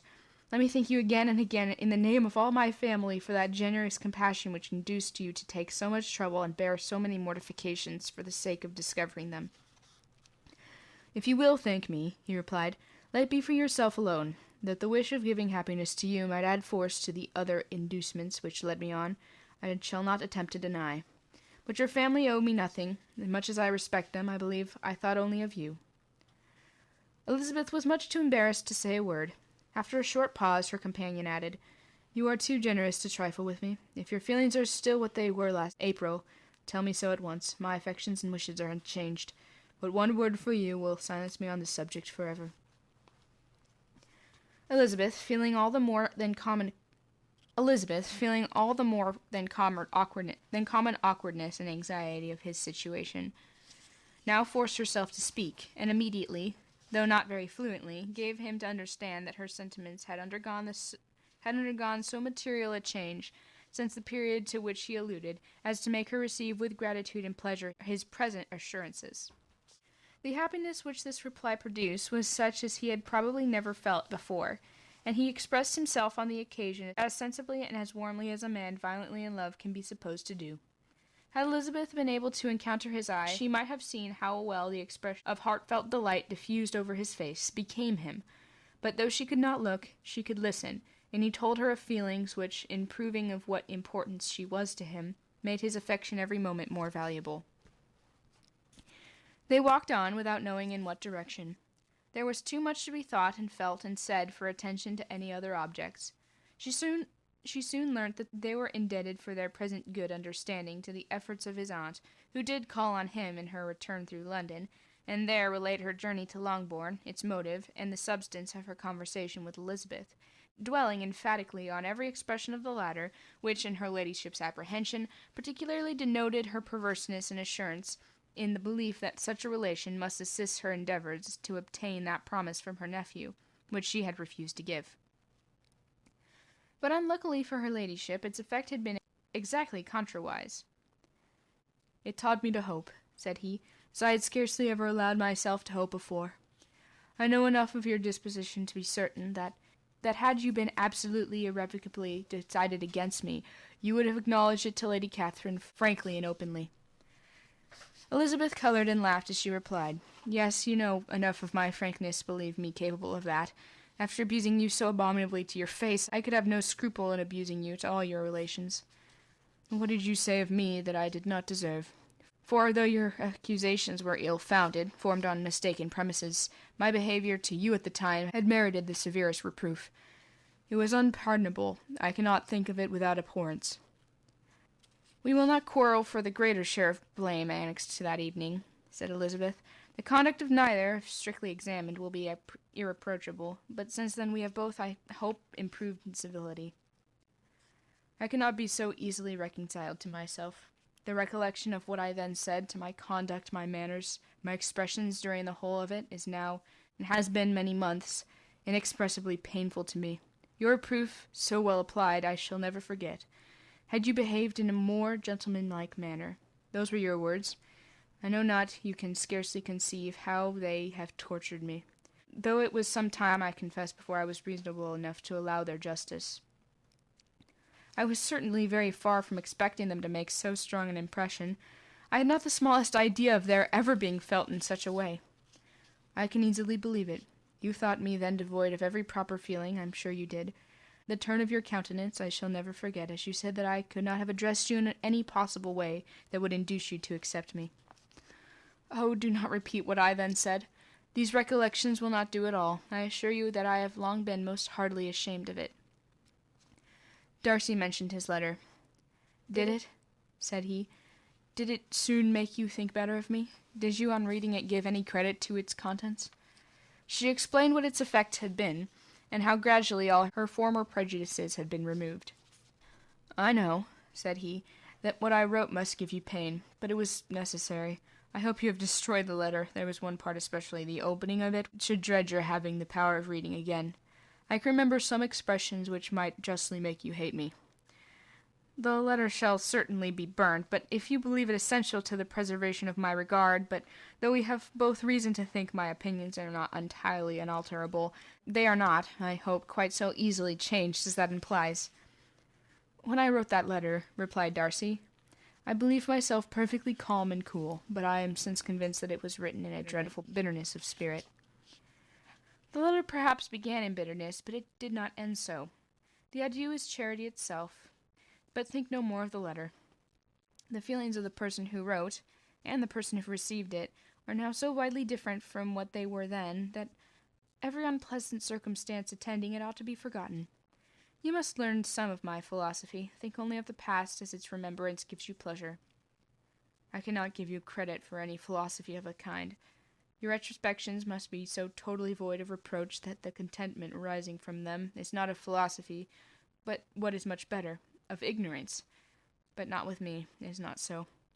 Painful recollections will intrude, which ought not to be repelled. I have been a selfish being all my life, in practice, though not in principle. As a child I was taught what was right, and I was not taught to correct my temper. I was given good principles, but left to follow them in pride and conceit. Unfortunately, an only son, for many years an only child, I was spoiled by my parents, who, though good themselves, my father particularly, all that was benevolent and admirable, allowed, encouraged, almost taught me to be selfish and overbearing, to care for none beyond my own family circle, to think meanly of all the rest of the world, to wish at least to think meanly of their sense and worth compared with my own. Such I was from 8 to 28, and such I might still have been but for you, dearest, loveliest Elizabeth. What do I not owe you? You taught me a lesson, hard indeed at first, but most advantageous. By you I was properly humbled. I came to you without a doubt of my reception. You showed me how insufficient were all my pretensions to please a woman worthy of being pleased. Indeed I had. What will you think of my vanity? I believed you to be expecting my addresses. My manners have been in fault, but not intentionally, I assure you. I never meant to deceive you, but my spirits might often lead me wrong. How you must have hated me after that evening. Hate you? I was angry perhaps at first, but my anger soon began to take a proper direction. I am almost afraid of asking what you thought of me when we met at Pemberley. You blame me for coming? No, indeed, I felt nothing but surprise. Your surprise could not be greater than mine in being noticed by you. My conscience told me that I deserved no extraordinary politeness, and I confess that I did not expect to receive more than my due. My object, then, replied Darcy, was to show you, by every civility in my power, that I was not so mean as to resent the past, and I hope to obtain your forgiveness, to lessen your ill opinion, by letting you see that your reproofs had been attended to. How soon any other wishes introduced themselves, I can hardly tell, but I believe in half an hour after I had seen you. He then told her of Georgiana's delight in her acquaintance, and on her disappointment at its interruption, which naturally leading to the cause of that interruption, she soon learnt that his resolution of following her from Derbyshire, in quest of her sister, had been formed before he quitted the inn, and that his gravity and thoughtfulness there had arisen from no other struggles than what such a purpose must comprehend. She expressed her gratitude again, but it was too painful a subject to each to be dwelt on further. After walking several miles in a leisurely manner, and too busy to know anything about it, they found at last, on examining their watches, that it was time to be at home. What could become of Mr. Bingley and Jane was a wonder which induced the discussion of their affairs. Darcy was delighted with their engagement. His friend had given him the earliest information of it. I must ask whether you were surprised, said Elizabeth. Not at all. When I went away, I felt that it would soon happen. That is to say, you had given your permission. I guessed as much. And though he exclaimed at the term, she found that had been pretty much the case. On the evening before my going to London, said he, I made a confession to him, which I believe I ought to have made long ago. I told him of all that had occurred to make my former interference on his affairs absurd and impertinent. His surprise was great. He had never had the slightest suspicion.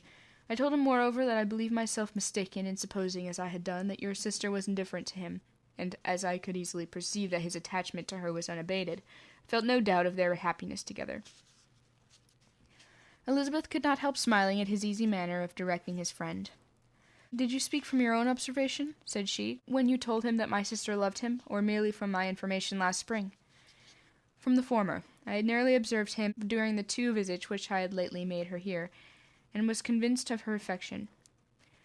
"And your assurance of it, I suppose, carried immediate conviction to him?" "It did. Bingley is most unaffectedly modest.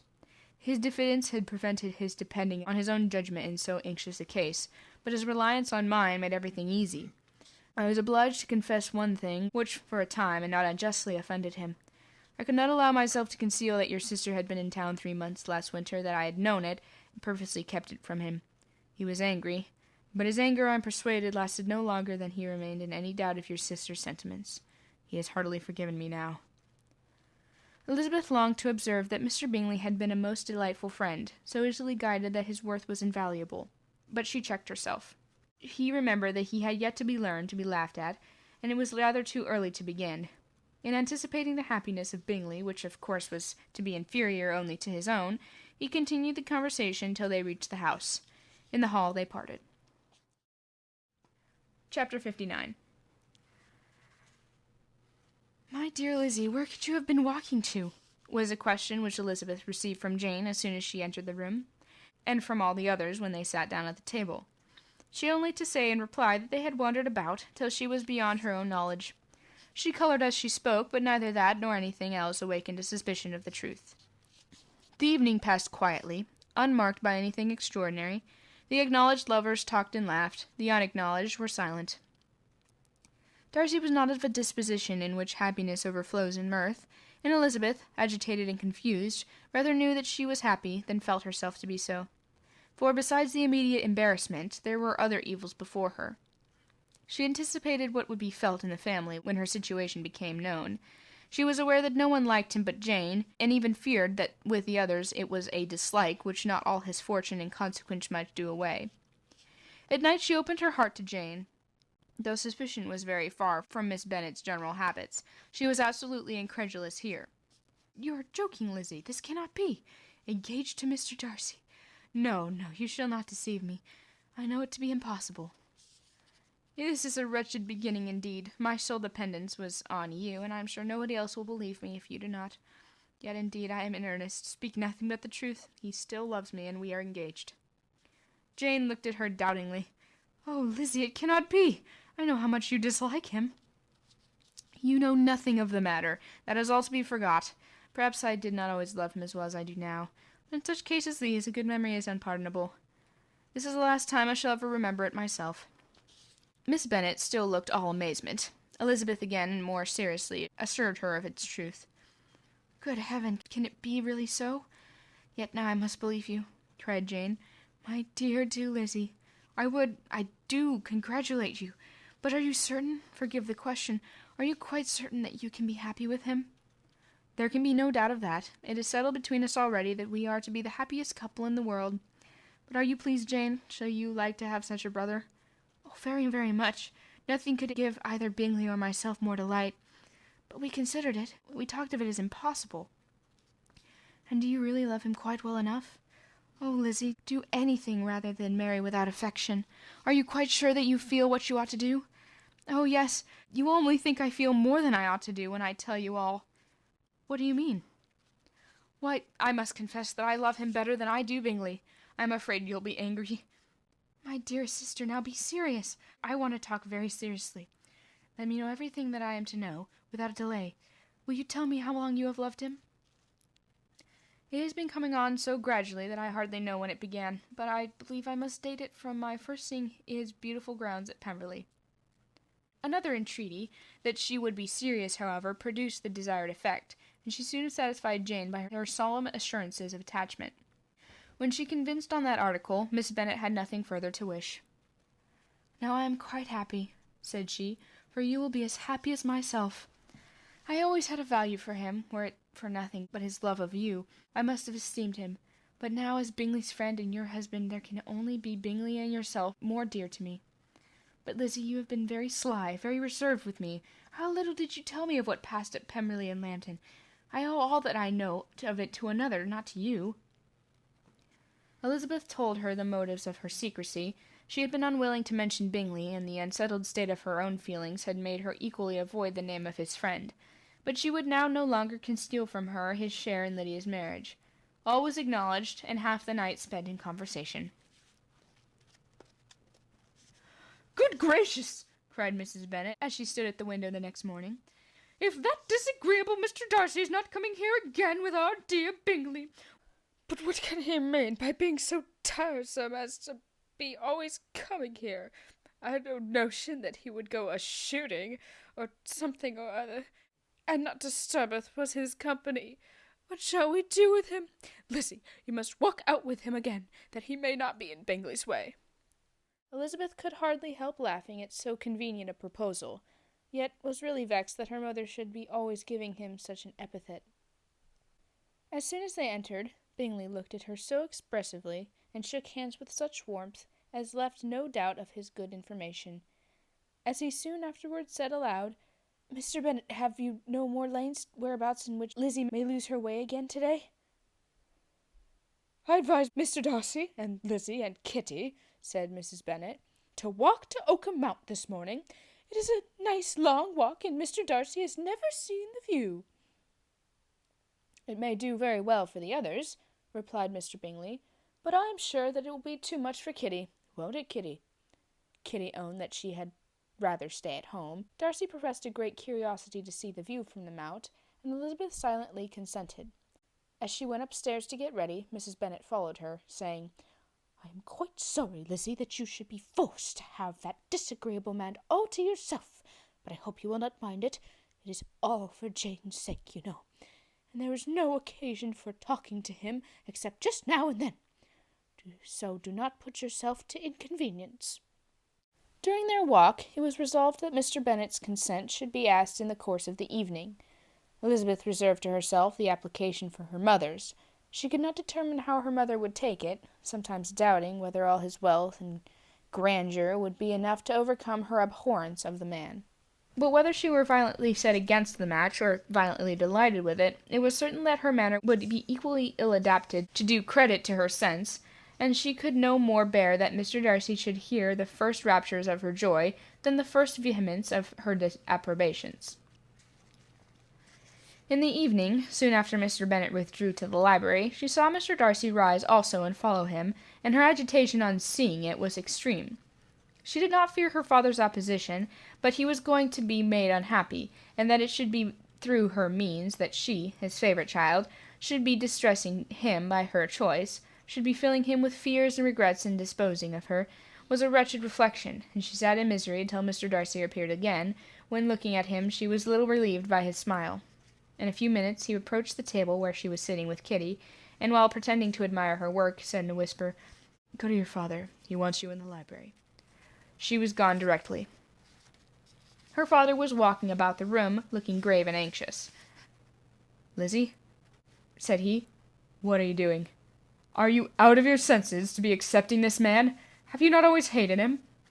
How earnestly did she then wish that her former opinions had been more reasonable, her expressions more moderate. It would have spared her from explanations and professions which it was exceedingly awkward to give, but they were now necessary, and she assured him with some confusion of her attachment to Mr. Darcy. "Or, in other words, you are determined to have him. He is rich, to be sure, but you may have more fine clothes and fine carriages than Jane. But will they make you happy?" "Have you any other objection," said Elizabeth, "than your belief of my indifference?" "None at all.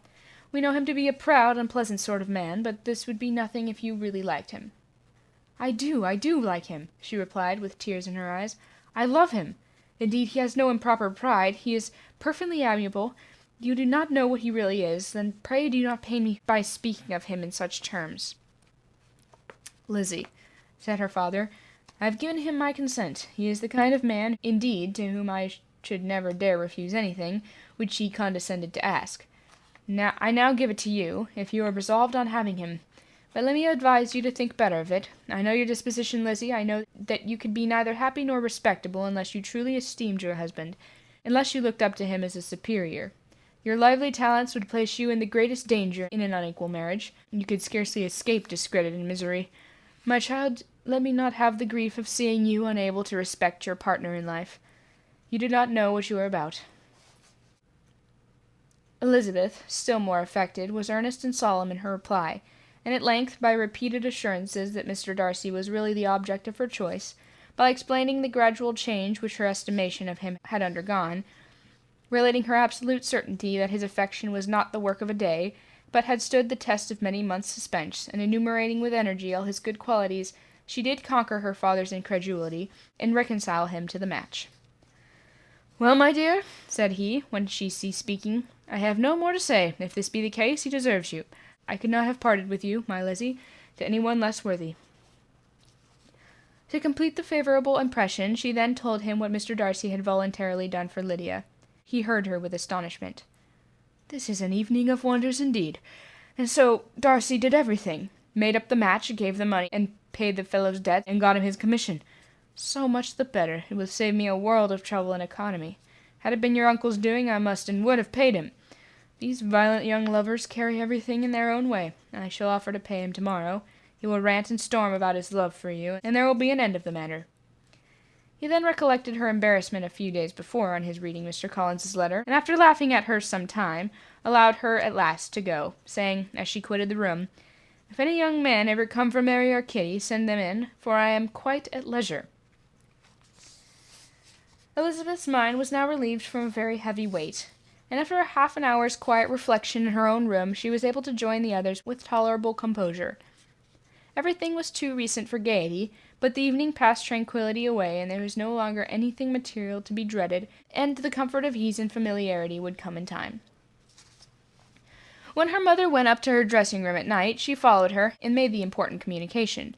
Its effect was most extraordinary, for on first hearing it, Mrs. Bennet sat quite still, and unable to utter a syllable.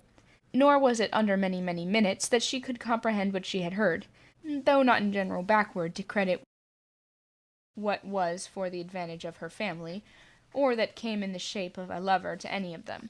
She began at length to recover, and to fidget about in her chair, to get up, sit down again, wonder, and bless herself.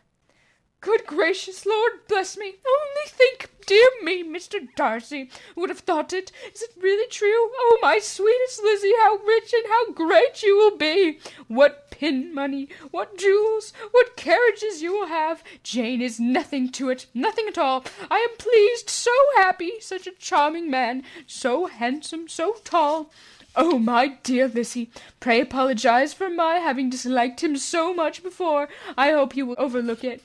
Dear, dear Lizzie, a house in town, everything that is charming, 3 daughters married, 10,000 a year. Oh, Lord, what will become of me? I shall go distracted." This was enough to prove that her approbation need not be doubted, and Elizabeth, rejoicing that such an effusion was heard only by herself, soon went away. But before she had been 3 minutes in her own room, her mother followed her. "My dearest child," she cried, "I can think of nothing else. 10,000 a year, and very likely more. 'Tis as good as a lord, and a special license. You must and shall be married by a special license. But, my dearest love, tell me what dish Mr. Darcy is particularly fond of, that I may have it tomorrow." This is a sad omen of what her mother's behaviour to the gentleman himself might be, and Elizabeth found that though in possession of his warmest affection, and secure of her relations' consent, there was still something to be wished for. But the morrow passed off much better than she expected, for Mrs. Bennet luckily stood in such awe of her intended son-in-law that she ventured not to speak to him unless it was in her power to offer him any attention, or mark her deference for his opinion. Elizabeth had the satisfaction of seeing her father taking pains to get acquainted with him, and Mr. Bennet soon assured her that he was rising every hour in his esteem. I admire all my 3 sons-in-law highly," said he. "Wickham perhaps is my favourite, but I think I shall like your husband quite as well as Jane's." Chapter 60. Elizabeth's spirits soon rising to playfulness again, She wanted Mr. Darcy to account for his ever having fallen in love with her. "How could you begin?" said she. "I can comprehend your going on charmingly, when you had once made a beginning, but what could set you off in the first place?" "I cannot fix on the hour, nor the spot, or the look, or the words which laid the foundation. It was too long ago. I was in the middle, before I knew that I had begun. My beauty you had early withstood, and as for my manners, my behaviour to you was at least always bordering on the uncivil. I never spoke to you without rather wishing to give you pain than not. Now, be sincere. Did you admire me for my impertinence?" "For the liveliness of your mind, I did." "You may as well call it impertinence at once. It was very little less. The fact is that you were sick of civility, or of deference, of officious attention. You were disgusted with the women who are always speaking and looking and thinking for your approbation alone. I roused and interested you because I was so unlike them. Had you not been really amiable, you would have hated me for it, but in spite of the pains you took to disguise yourself, your feelings were always noble and just, and in your heart you thoroughly despised the persons who so assiduously courted you. There, I have saved you the trouble of accounting for it, and really, all things considered, I begin to think of it perfectly reasonable. To be sure, you knew no actual good of me, but nobody thinks of that when they fall in love." "Was there no good in your affectionate behaviour to Jane while she was ill at Netherfield?" "Dearest Jane, who could have done less for her? But make a virtue of it by all means. My good qualities are under your protection, and you are to exaggerate them as much as possible, and in return it belongs to me to find occasions for teasing and quarrelling with you as often as may be. And I shall begin directly by asking you what made you so unwilling to come to the point at last. What made you so shy of me when you first called and afterwards dined here? Why, especially when you called, did you look as if you did not care about me?" "Because you were grave and silent and gave me no encouragement." "But I was embarrassed." "So was I." "You might have talked to me more when you came to dinner. A man who had felt less might. How unlucky that you should have a reasonable answer to give, and that I should be so reasonable as to admit it. But I wonder how long you would have gone on if you had been left to yourself. I wonder when you would have spoken if I had not asked you. My resolution of thanking you for your kindness to Lydia had certainly great effect. Too much, I'm afraid, of what becomes of the moral, if our constance springs from a breach of promise, for I ought not to have mentioned the subject. This will never do. You need not distress yourself. The moral will be perfectly fair. Lady Catherine's unjustifiable endeavours to separate us were the means of removing all my doubts. I am not indebted for my present happiness to your eager desire of expressing your gratitude. I was not in a humour to wait for any opening of yours. My aunt's intelligence had given me hope, and I was determined at once to know everything. Lady Catherine has been of infinite use, which ought to make her happy, for she loves to be of use. But tell me, what did you come down to Netherfield for? Was it merely to ride to Longbourn to be embarrassed, or had you intended any more serious consequence?" "My real purpose was to see you, and to judge, if I could, whether I might ever hope to make you love me. My avowed one, or what I have avowed to myself, was to see whether your sister were still partial to Bingley, and if she were, to make the confession to him, which I have since made." "Shall you ever have courage to announce to Lady Catherine what is to befall her?" "I am more likely to wait time than courage. I am more likely to want time than courage, Elizabeth, but it ought to be done, and if you will give me a sheet of paper it shall be done directly. And if I had not a letter to write myself, I might sit by you and admire the evenness of your writing, as another young lady once did. But I have an aunt, too, who must not be longer neglected." From an unwillingness to confess how much her intimacy with Mr. Darcy had been overrated, Elizabeth had never yet answered Mrs. Gardner's long letter, but now having that to communicate which she knew would be most welcome, she was almost ashamed to find that her uncle and aunt were already lost 3 days of happiness, and immediately wrote as follows. "I would have thanked you before, my dear aunt, as I ought to have done, for your long, kind, satisfactory detail of particulars, but to say the truth, I was too cross to write. You supposed more than really existed. But now suppose as much as you choose, give a loose to your fancy, indulge your imagination in every possible flight which the subject will afford, and unless you believe me actually married, you cannot greatly err. You must write again very soon, and praise him a great deal more than you did in your last. I thank you again and again for not going to the lakes. How could I be so silly as to wish it? Your idea of the ponies is delightful. We will go round the park every day. I am the happiest creature in the world. Perhaps other people have said so before, but not one with such justice. I am happier even than Jane. She only smiles. I laugh. Mr. Darcy sends you all the love in the world that he can spare from me. You are all to come to Pemberley at Christmas. Yours, N.C. Mr. Darcy's letter to Lady Catherine was in a different style, and still different from either was what Mr. Bennet sent to Mr. Collins in reply to his last. Dear Sir, I must trouble you once more for congratulations. Elizabeth will soon be the wife of Mr. Darcy. Console Lady Catherine as well as you can. But if I were you, I would stand by the nephew. He has much more to give. Yours sincerely, Nancy.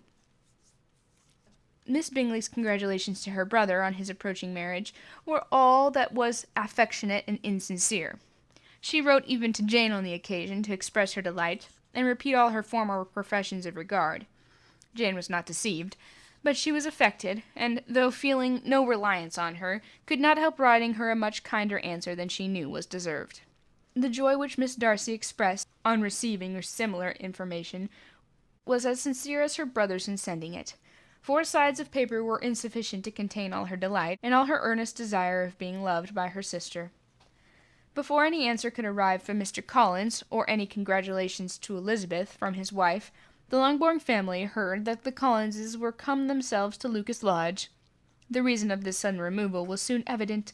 Lady Catherine had been rendered so exceedingly angry by the contents of her nephew's letter that Charlotte, really rejoicing in the match, was anxious to get away till the storm was blown over. At such a moment the arrival of her friend was a sincere pleasure to Elizabeth, though in the course of their meeting she must sometimes think the pleasure dearly bought when she saw Mr. Darcy exposed to all the parading and obsequious civility of her husband. He bore it, however, with admirable calmness. He could even listen to Sir William Lucas, when he complimented him on carrying away the brightest jewel of the country, and expressed his hopes of their meeting frequently at St. James's, with very decent composure. If he did shrug his shoulders, it was not till Sir William was out of sight. Mrs. Phillips's vulgarity was another, and perhaps a greater tax on his forbearance, and though Mrs. Phillips, as well as her sister, stood in too much awe of him to speak with the familiarity which Bingley's good humour encouraged, yet whenever she did speak, she must be vulgar. Nor was her respect for him, though it made her more quiet, at all likely to make her more elegant. Elizabeth did all she could to shield him from the frequent notice of either, and was ever anxious to keep him to herself and to those of her family with whom he might converse without mortification. And though the uncomfortable feelings arising from all this took from the season of courtship much of its pleasure, it added to the hope of the future, and she looked forward with delight to the time when they should be removed from society so little pleasing to either, to all the comfort and elegance of their family party at Pemberley. Chapter 61. Happy for all her marital feelings was the day on which Mrs. Bennet got rid of her 2 most deserving daughters. With what delighted pride she afterwards visited Mrs. Bingley and talked of Mrs. Darcy may be guessed. I wish I could say, for the sake of her family, that the accomplishment of her earnest desire and the establishment of so many of her children produced so happy an effect as to make her a sensible, amiable, well-informed woman for the rest of her life, though perhaps it was lucky for her husband, who may not have relished domestic felicity in so unusual a form, that she still was nervous occasionally and invariably silly. Mr. Bennet missed his second daughter exceedingly. His affection for her drew him oftener from home than anything else could do. He delighted in going to Pemberley, especially when he was least expected. Mr. Bingley and Jane remained at Netherfield only a 12-month. So near a vicinity to her mother and Meryton relations was not desirable even to his easy temper or her affectionate heart. The darling wish of his sisters was then gratified. He bought an estate in a neighbouring country to Derbyshire, and Jane and Elizabeth, in addition to every other source of happiness, were within 30 miles of each other. Kitty, to her very material advantage, spent the chief of her time with her 2 elder sisters. In society so superior of which she had generally known, her improvement was great. She was not of so ungovernable a temper as Lydia, and removed from the influence of Lydia's example, she became, by proper attention and management, less irritable, less ignorant, and less insipid. From the farther disadvantages of Lydia's society, she was of course carefully kept, and though Mrs. Wickham frequently invited her to come and stay with her, with the promise of balls and young men, her father would never consent in her going. Mary was the only daughter who remained at home, and she was necessarily drawn from the pursuit of accomplishments by Mrs. Bennet's being quite unable to sit alone. Mary was obliged to mix more with the world, but she could still moralize over every morning visit. As she was no longer mortified by comparisons between her sister's beauty and her own, it was suspected by her father that she submitted to the change without much reluctance. As for Wickham and Lydia, their characters suffered no revolution from the marriage of her sisters. He bore with philosophy the conviction that Elizabeth must now become acquainted with whatever of his ingratitude and falsehood had before been unknown to her, and, in spite of everything, was not wholly without hope that Darcy might yet be prevailed on to make his fortune. The congratulatory letter which Elizabeth received from Lydia on her marriage explained to her that by his wife at least, if not by himself, such a hope was cherished. The letter was to this effect: "My dear Lizzie, I wish you joy. If you love Mr. Darcy half as well as I do my dear Wickham, you must be very happy. It is a great comfort to have you so rich, and when you have nothing else to do, I hope you will think of us. I am sure Wickham would like a place at court very much, and I do not think we shall have quite money enough to live without some help. Any place would do, of about 300 or 400 a year, but however, do not speak to Mr. Darcy about it if you had rather not. Yours, Nancy."